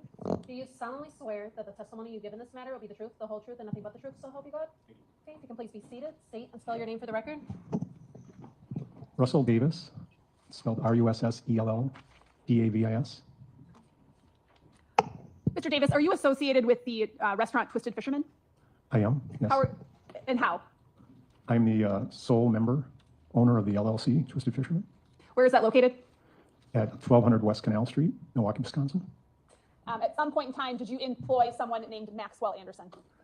Yes, for approximately 3 weeks in 2023. Do you see that person in the courtroom today? I do. Can you describe where they're sitting and what they're wearing, please? They're sitting on my left side in the courtroom, wearing a green shirt and white t-shirt. I'd ask the record to reflect the identification of the defendant. Any objection? No. The record will so reflect. You employed him just for 3 weeks. Approximately, yes. How would you describe the level of your knowledge of him? Very brief knowledge. At some point on April 5th, 2024, did the Milwaukee County Sheriff's Office come to the Twisted Fisherman? Yes, I did. And did you assist them with obtaining surveillance footage from the Twisted Fisherman? Yes, I did. Did you also view that video while you were helping the detectives with it? Yes, somewhat. And in that video, did you see Maxwell Anderson depicted? Yes, And was that from the date of April 1st, 2024? it was. I'm showing you what's been marked Exhibit 241 and previously received. Do you recognize that? Yes, And who is that depicted in that photo? Maxwell Anderson. And is that outside of the Twisted Fisherman? Yes, it is. Were you asked to view any other photographs by members of the Sheriff's Department? Yes, there was a picture on a bus as well. Showing you what's been marked Exhibit 204. Does that look familiar? Yes, Who is that? Maxwell Anderson. Nothing further. Defense? No. Thank you. Mr. Davis, you may step down. State your next witness. Judge, would it be possible to take a 5-minute recess? Sure. Visit your notebooks on your chair. We'll be back with you very quickly. Of course, he didn't want to drive his car because he knew he was going to get her to drive him home and nobody was going to see her again. But we almost done with the day, so looks like we got a little bit more left, a little under an hour. We also got it sped up, so. The investigation into the disappearance of Sade Robinson. I was. Was one of the roles you played in that investigation to attempt to retrieve or review video from the area of downtown Milwaukee? It was. Had you and your department been informed that Ms. Robinson, at some point in the evening of April 1st, 2024, went to the Twisted Fisherman restaurant? Yes. And were you given approximate times that Ms. Robinson was believed to be at certain places? Yes. After departing Twisted Fisherman, where was it believed that Ms. Robinson had traveled to? She traveled to Water Street, which is Duke's on Water. Is that a bar? That is a bar. It's on the corner of what? Water and Juno. There are a number of different bars, taverns on that stretch of Water Street, correct? Correct. Did you attempt to, did your department retrieve video from Duke's on Water that in fact confirmed that Ms. Robinson had gone there? Yes.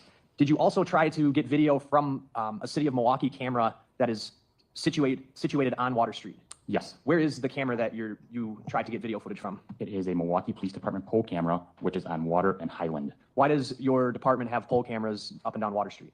Because Water Street is a busy area during bar hours, and we want video of what is going on. It's a bar district, right? Correct. And have you utilized these cameras before? Yes. There are pole cameras in other parts of the city as well, but they tend to be in places more frequented, correct? Correct. Did you in fact get video that showed the time and manner by which Miss Robinson arrived on Water Street? Yes. How did she get there?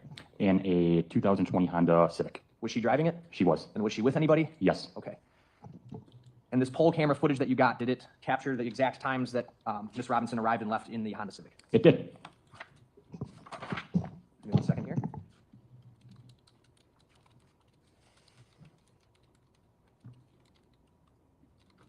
All right, I'm going to pull up on a disc marked Exhibit 237. There are 3 video clips.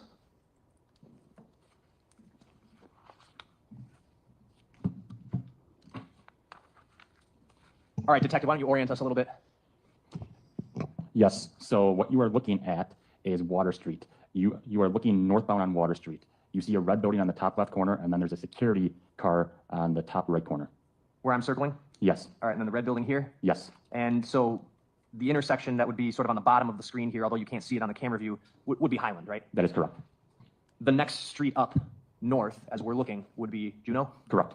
And where is Dukes on Water related to this camera footage? It is the top left corner. So Dukes on Water would be the northwest corner on Water and Juneau. So basically, to get to Dukes, one would simply walk up this sidewalk here, cross the street at the next intersection, and it's right there. Correct.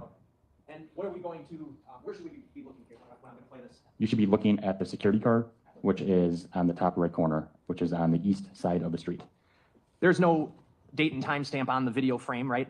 Correct. But what time stamp are we looking at? Or what time is this video from? This video is from April 1st, 2024 at 6:31 p.m. and 59 seconds. Okay. I'm going to advance this video clip, and I would move 237 into evidence. Any objection? No. Received. I'm going to advance this video clip to 1 minute and 10 seconds. So if we go 1 minute and 10 seconds into the video, we would be taken up to approximately what? You'd be taken up to approximately 6:33 p.m. And were you aware of the approximate time that Miss Robinson departed from from Twisted Fisherman in her Honda Civic? I do not. Okay. I'm going to play this video from 1 minute, 10 seconds.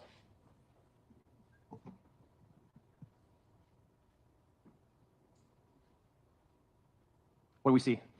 You see the Honda Civic. It just pulled up on the right side of the screen here? Yes.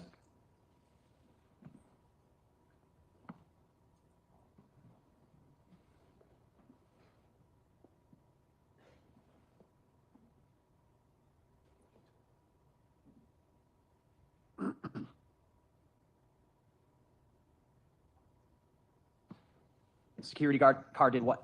Security guard took off. It went northbound on Water Street.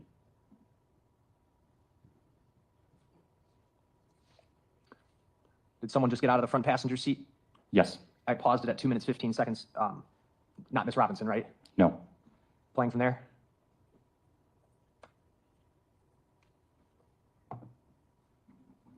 Now what's happening? Now Miss Robinson is getting out of the driver's seat. And where are they walking to? They are walking westbound on Water Street.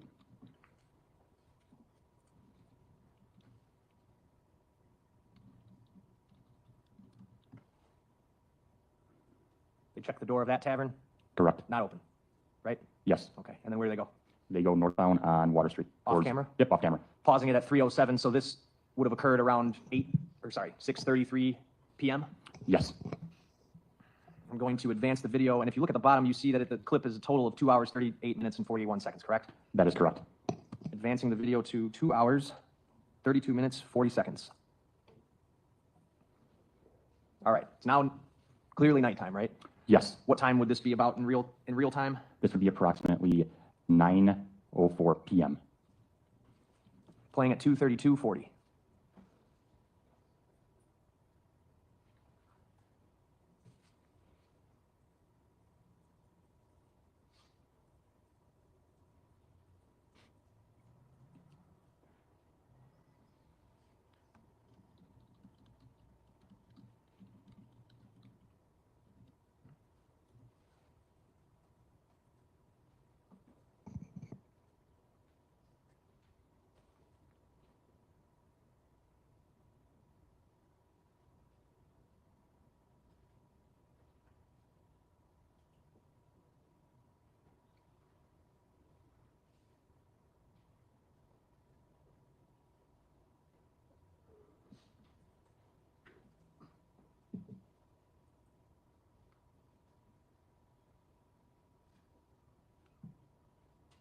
All right, pause at 2:34:05.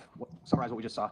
You've seen the two individuals that walked that way. They came back to the vehicle. They got inside the vehicle, and then the vehicle then drove northbound on Water Street. I have it picking back up at 2:32:40 at the beginning of that clip I just played. At this point, we see the two individuals walking, Miss Robinson, right? Correct. Okay.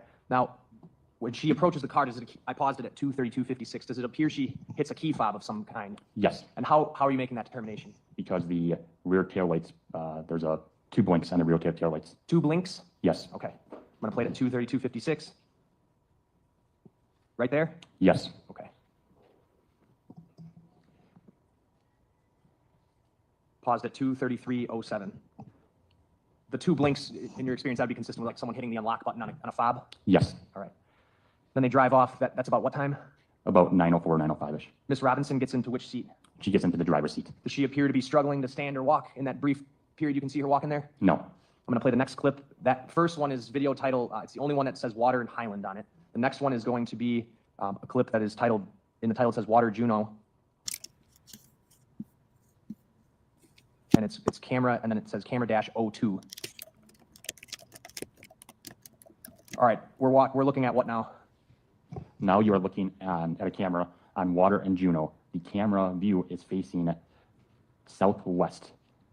And Dukes is on this upper corner here in the right. That is correct. Playing this clip, it's 56 seconds.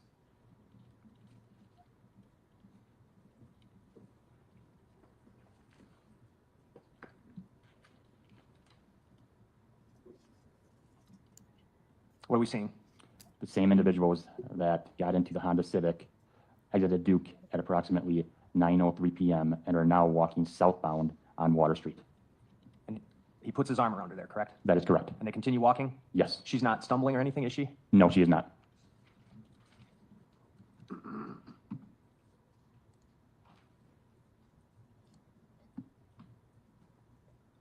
And then the last clip. Similar angle, or similar view, correct? Similar view, but this view is now facing southbound on Water Street from Juno and Water. All right. So Miss Robinson's car is going to be up here on the upper left? Correct. And we're going to see them walking on the right side here, correct? Correct.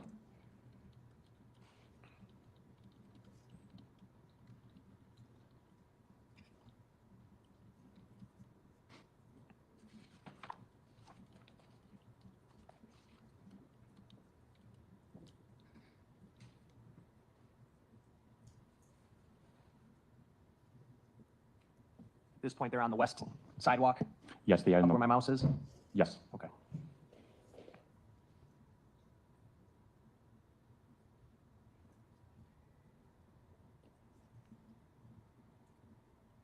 And now they're crossing the street?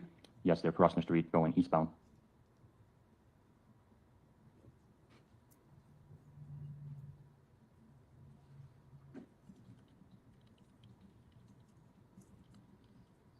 And paused at 135. I'm going to back it up from there. Did you see the two blinks again? I did. Okay, I'm going to play it again from 125.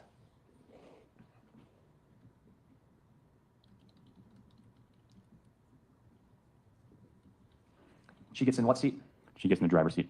All right, I'm gonna fast forward the video slightly.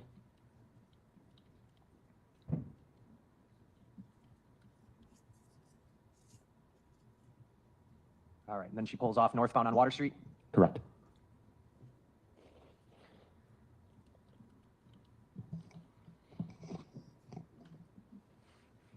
And that last one was Water and Juno, camera 05. I'm going to switch gears, Detective, bringing up Exhibit 238, which is on a flash drive.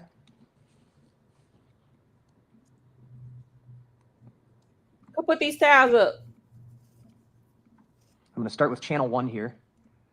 I've got this, the video is queued up to April 1, 2024, 6:36:08 p.m. is the clip I'm on right now. What are we looking at, Detective? Where's this video from? This video is from Dukes on Water.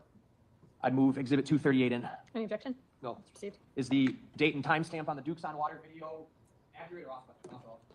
I believe it's accurate. Okay, so I'm going to play this clip from 6:36:08 p.m. And for the record, when I'm pulling up the clips, I'm going to go by the timestamp on the video screen. And the reason I'm doing that, Detective, when you went through these, as I'm showing you on my screen, there's hundreds of video clips, correct? Correct. Some of them, and this is just channel 1, but some of them are only merely seconds long, fair? Yes. And some are hours long? Yes. Okay. And I think this for camera 1 down in the corner, there's 214 clips, right? Correct. All right, you watched these clips, were you able to determine some of the cameras just had absolutely no relevance, like they showed the basement or something like that? Yes, the basement and storage. Okay. All right, I have camera 1 up. This is 6:36:08 p.m. It's a 1-minute clip. What are we seeing? You are seeing the two individuals that got out of the Honda Civic walking up to Duke's and going inside Duke's.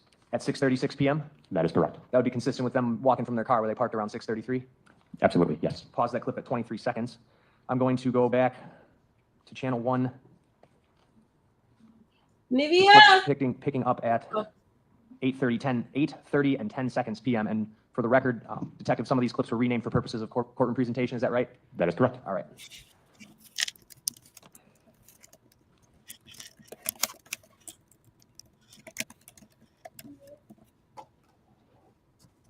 What's happening at 8:30 and 10 seconds?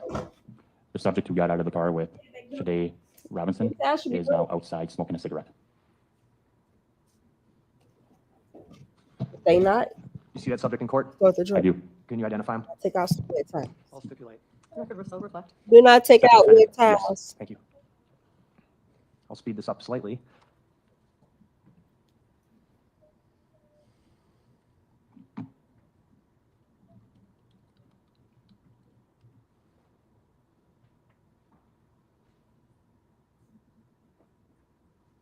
All right, stopping it at 2:18. Last clip from camera 1, picking up at 9:03 and 24 seconds. Oh, I'm sorry. What do we see? Now you see Mr. Robinson and Mr. Anderson leaving the bar on Duke's. So they got there at 6:36? They got inside Duke's at 6:36 and they left at 9:03. Okay. I'm going to go to channel 9.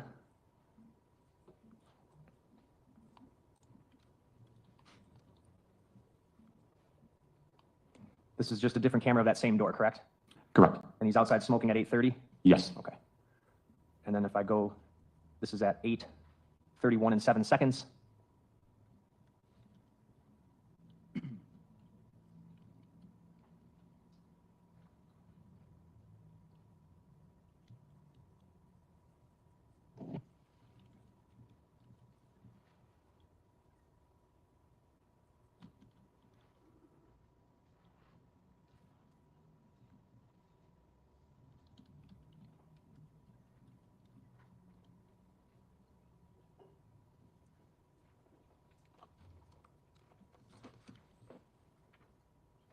Showing you exhibit, doesn't have number. I got a sticker.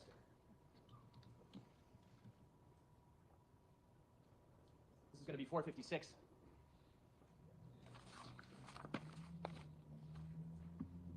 What are we looking at? We are looking at 3 different pictures. The first picture is a booking photo of Maxwell Anderson. The second photo is Maxwell Anderson on a bus. And then the third photo is Maxwell Anderson, who is smoking a cigarette outside of Duke's on Water, which is the clip that we just watched. Okay, and the bus photo is the one that's on the screen marked 204 here, correct? Correct. All right, I'm going to move 456 in next, publish. Any objection? No. 456 is admitted, and you may. And it's just a side-by-side of those 3 images, correct? That is correct. Booking photo on the left, bus video photo in the middle, and smoking a cigarette at Duke's on Water on the right, correct? Correct.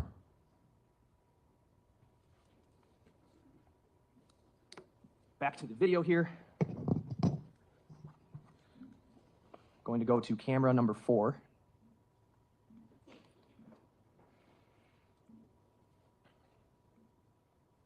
All right, this clip picks up at 6:36. Very hard to see, but I think it says 30 seconds p.m. Is that right? Yes. Okay. I'm going to play and orient us now. Where's the entry door that they go in? The entry door is on the left. Off the screen to the left over here. Correct. All right, and where are they going to sit? They are going to sit on the bar, at the bar, the last 2 chairs in the bar. These 2? Yes. Okay. Playing that clip from 6:36 and 30 seconds.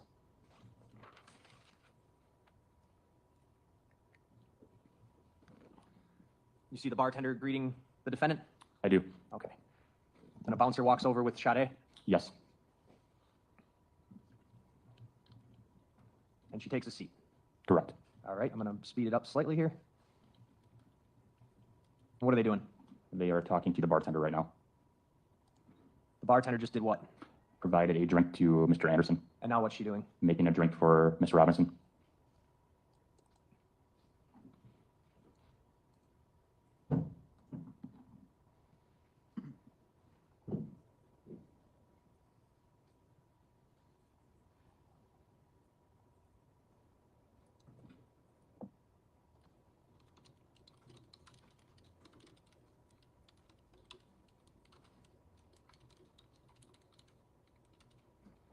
All right, and Ms. Robinson has just gotten up?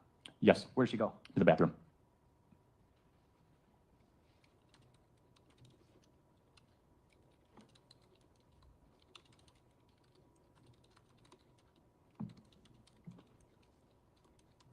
All right, and she returns to the bathroom at what time? 6:41:08. I'm sorry, returns from the bathroom.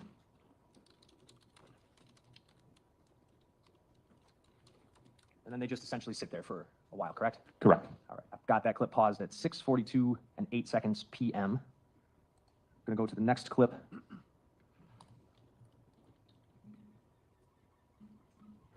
This clip picking up at 7:10 p.m. And in the time span between these, are they essentially just sitting there and talking? Yes, Okay. Anything notable happen? they're just talking, drinking.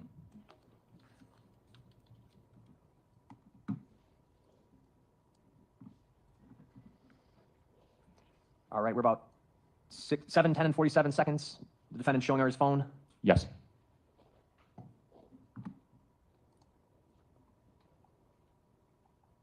7:11 p.m. he removes his jacket. that's correct. Okay. Going to advance the video to 1 minute and 50 seconds in. This is 7:12:15 p.m. What's the bartender doing? She is talking to Mr. Anderson, and it looks like they're playing dice. I'm going to play this in fast forward. Mr. Anderson is playing a dice game with another patron to his left, not Sade? That is correct. All right, and the bartender's there too, correct? Yes, And she's doing what? the bartender was. Not with- the bartender, Sade. Sade is just sitting there.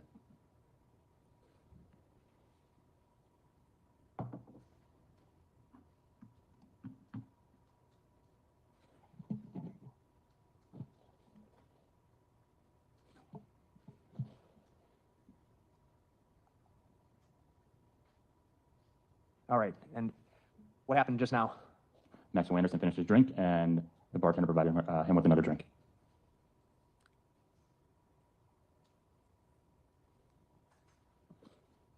What's the bartender doing now? She is getting shots. And the dice game is over? Correct.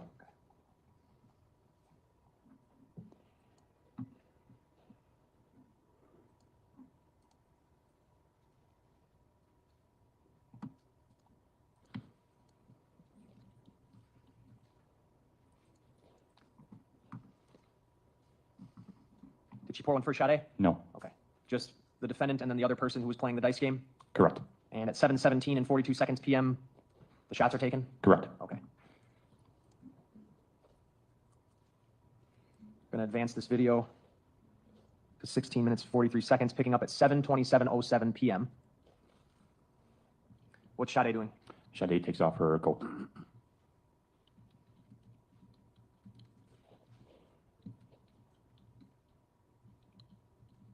Now what's happening? Sade stands up, and two other individuals walked past them by the table, and Sade then goes in the bathroom. She brings her drink with her. Yes. Advancing this clip to 20 minutes, 33 seconds. We're at 7:30 and 59 seconds p.m. They're back at the bar, correct? Correct. All right. Bartender is doing the dice game again? Yes. Okay. And Mr. Anderson is playing? Yes. Sade playing? No. So she's not playing the dice games or taking the shots from them? That's correct.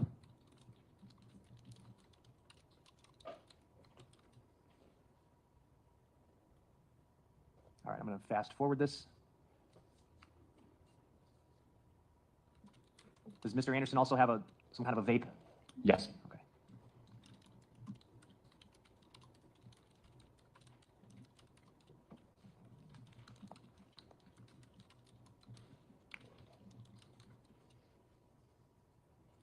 It appears by 7:33:52 the dice game is over? Correct. Okay, and the dice are kind of just sitting on top of the shake cup right here, right? Yes. I'm going to go to the next clip. Well, the next one is extremely short. Just 3 seconds long. And then the following clip picks up at 7:33:59 p.m., correct? Correct. All right. I'm going to go to 49 seconds into the clip. What is the bartender doing? She is pouring another shot. Looks like it probably is another shot from that second dice game. Correct. Okay. And who's doing that shot? Maxwell and the other individual. Is Sade taking a shot? No. I'm going to advance this video. I paused at 7:34 p.m. Advancing to 17 minutes, 48 seconds into the clip, which is 7:51:46 p.m. What are we seeing now? You're seeing two individuals on the right of Sade, and they're going to come over and talk to them. Do they end up kind of hanging out with these two people for the remainder of the time that they're there? Yes.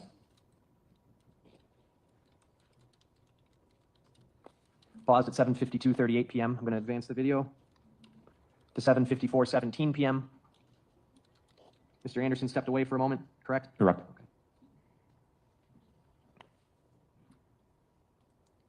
And Sade and the female are doing what? Sade got up. The female is going to the music box, and Sade eventually goes over by the music box by the other female. Okay, and you know from reviewing other camera angles that even though it's not on camera here, what is there is what? A music box. Okay.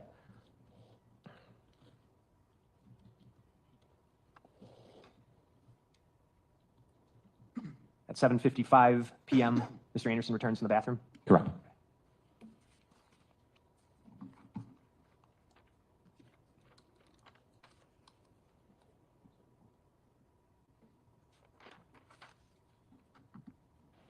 The bartender just brought over 2 pitchers of what appears to be water, correct? Yes. And what else did she bring over? She brought over cups. Plastic cups. What's going to happen next? They are going to play beer pong. On this red table here? Yes, the red table that says Dukes. Were you made aware of whether anybody had provided information to the police about Sade playing beer pong at Duke's? Yes, there was an individual that provided that information. Going to advance. I paused at 7:57:20 p.m.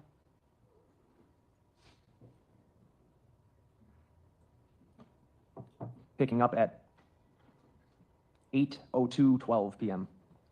What does it look like Sade is doing right now? It looks like she is taking a picture because you can see her phone and then you can see the red on the back of her phone. All right, I'll back it up and zoom just briefly. So if someone had indicated that she had taken a Snapchat playing beer pong at Duke's, would this seem to suggest that that did happen? Correct. I'm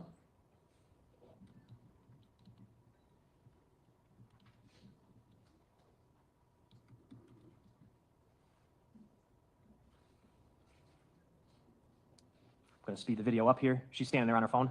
Yes. Okay. Where's Mr. Anderson? He is at the bar getting drinks.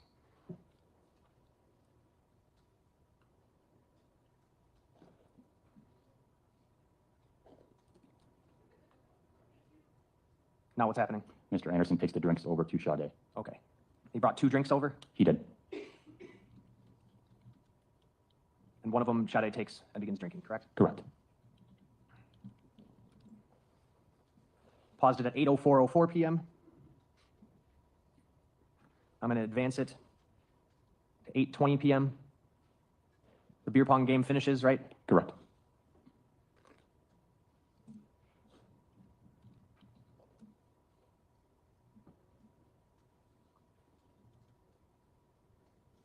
Now what's happening? I have it in fast forward. Now Sade sits down by the slot machines and Mr. Anderson sits down right next to her and they are talking. Paused at 8:21:49 p.m.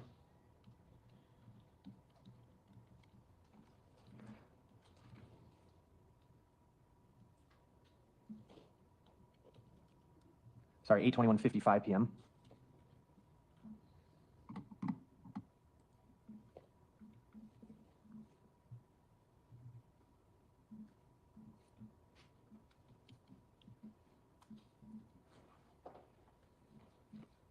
Advancing to 8:33 p.m. Where are they? They are by the bar. And do we know from the other views, where's Mr. Anderson at this time? Mr. Anderson is outside smoking a cigarette. Putting it into fast forward.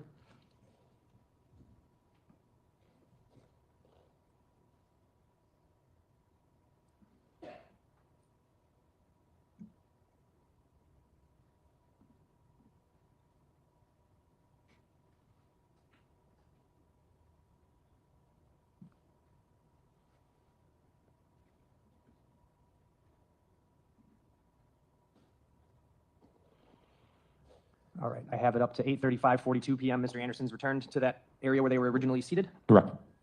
Pause at 8:35:49. Going to advance it.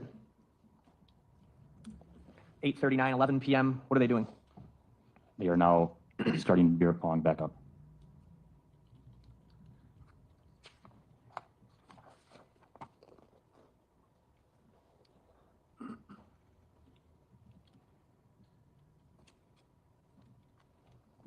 Playing it in fast forward.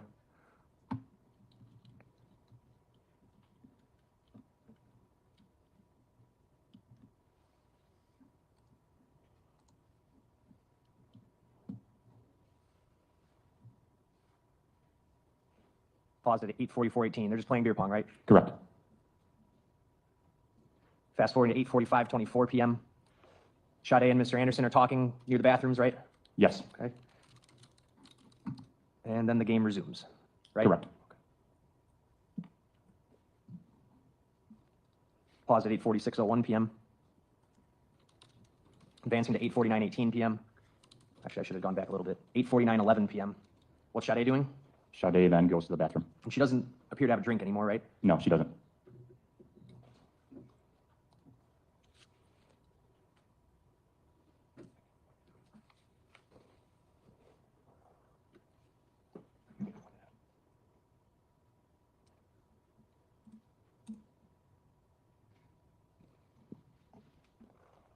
Sade's back by what time? By 8:51:18. All right. And for the rest of this clip, do they essentially just continue to play beer pong? Yes. 8:51:21 p.m. is where I have this timestamp, the last timestamp from this clip. I'm going to go on to the next clip from channel 4, camera 4. This clip picks up at 9 o'clock and 3 seconds. I'm going to advance it to 52 seconds. 9 o'clock and 53 seconds on the timestamp. What's happening now? The game is over or about to be over, and eventually you're going to see them shaking hands. They're eventually going to hug, and Sade and Mr. Anderson are going to leave. So Sade hugs the young woman she's been talking to. Correct. And now what's happening at 9:02 and 5 seconds p.m.? They are putting on their coats. Okay, that's a perfect point to stop then. Okay, so tomorrow morning, we're going to kick back up at 8:45. Feel free to bring coffee, water. All right. So I think tomorrow, honestly, we're probably gonna get into is this a remover or is this a stop? I think I have to stop it. I think tomorrow they're going to end up getting into what happened when they got back to his house, or at least just showing the footage of her and him getting to his house and possibly going in. I think the videos of the shadows that are seen from across the street maybe are going to be shown. And then I wouldn't be surprised if we get to the detectives and what they found inside of his house, or just any of the evidence that they found on him. So that's going to conclude our stream for today. I know you say, now you got me hooked on this trial. I know I had a late start and we went late today. So thank you for thank the 4 people that stuck around while we got caught up on the Sade Anderson trial. I just didn't want us to get too far behind because we were like a whole day behind watching Karen Reed. So just make sure you tap back in tomorrow morning and I'll see y'all later.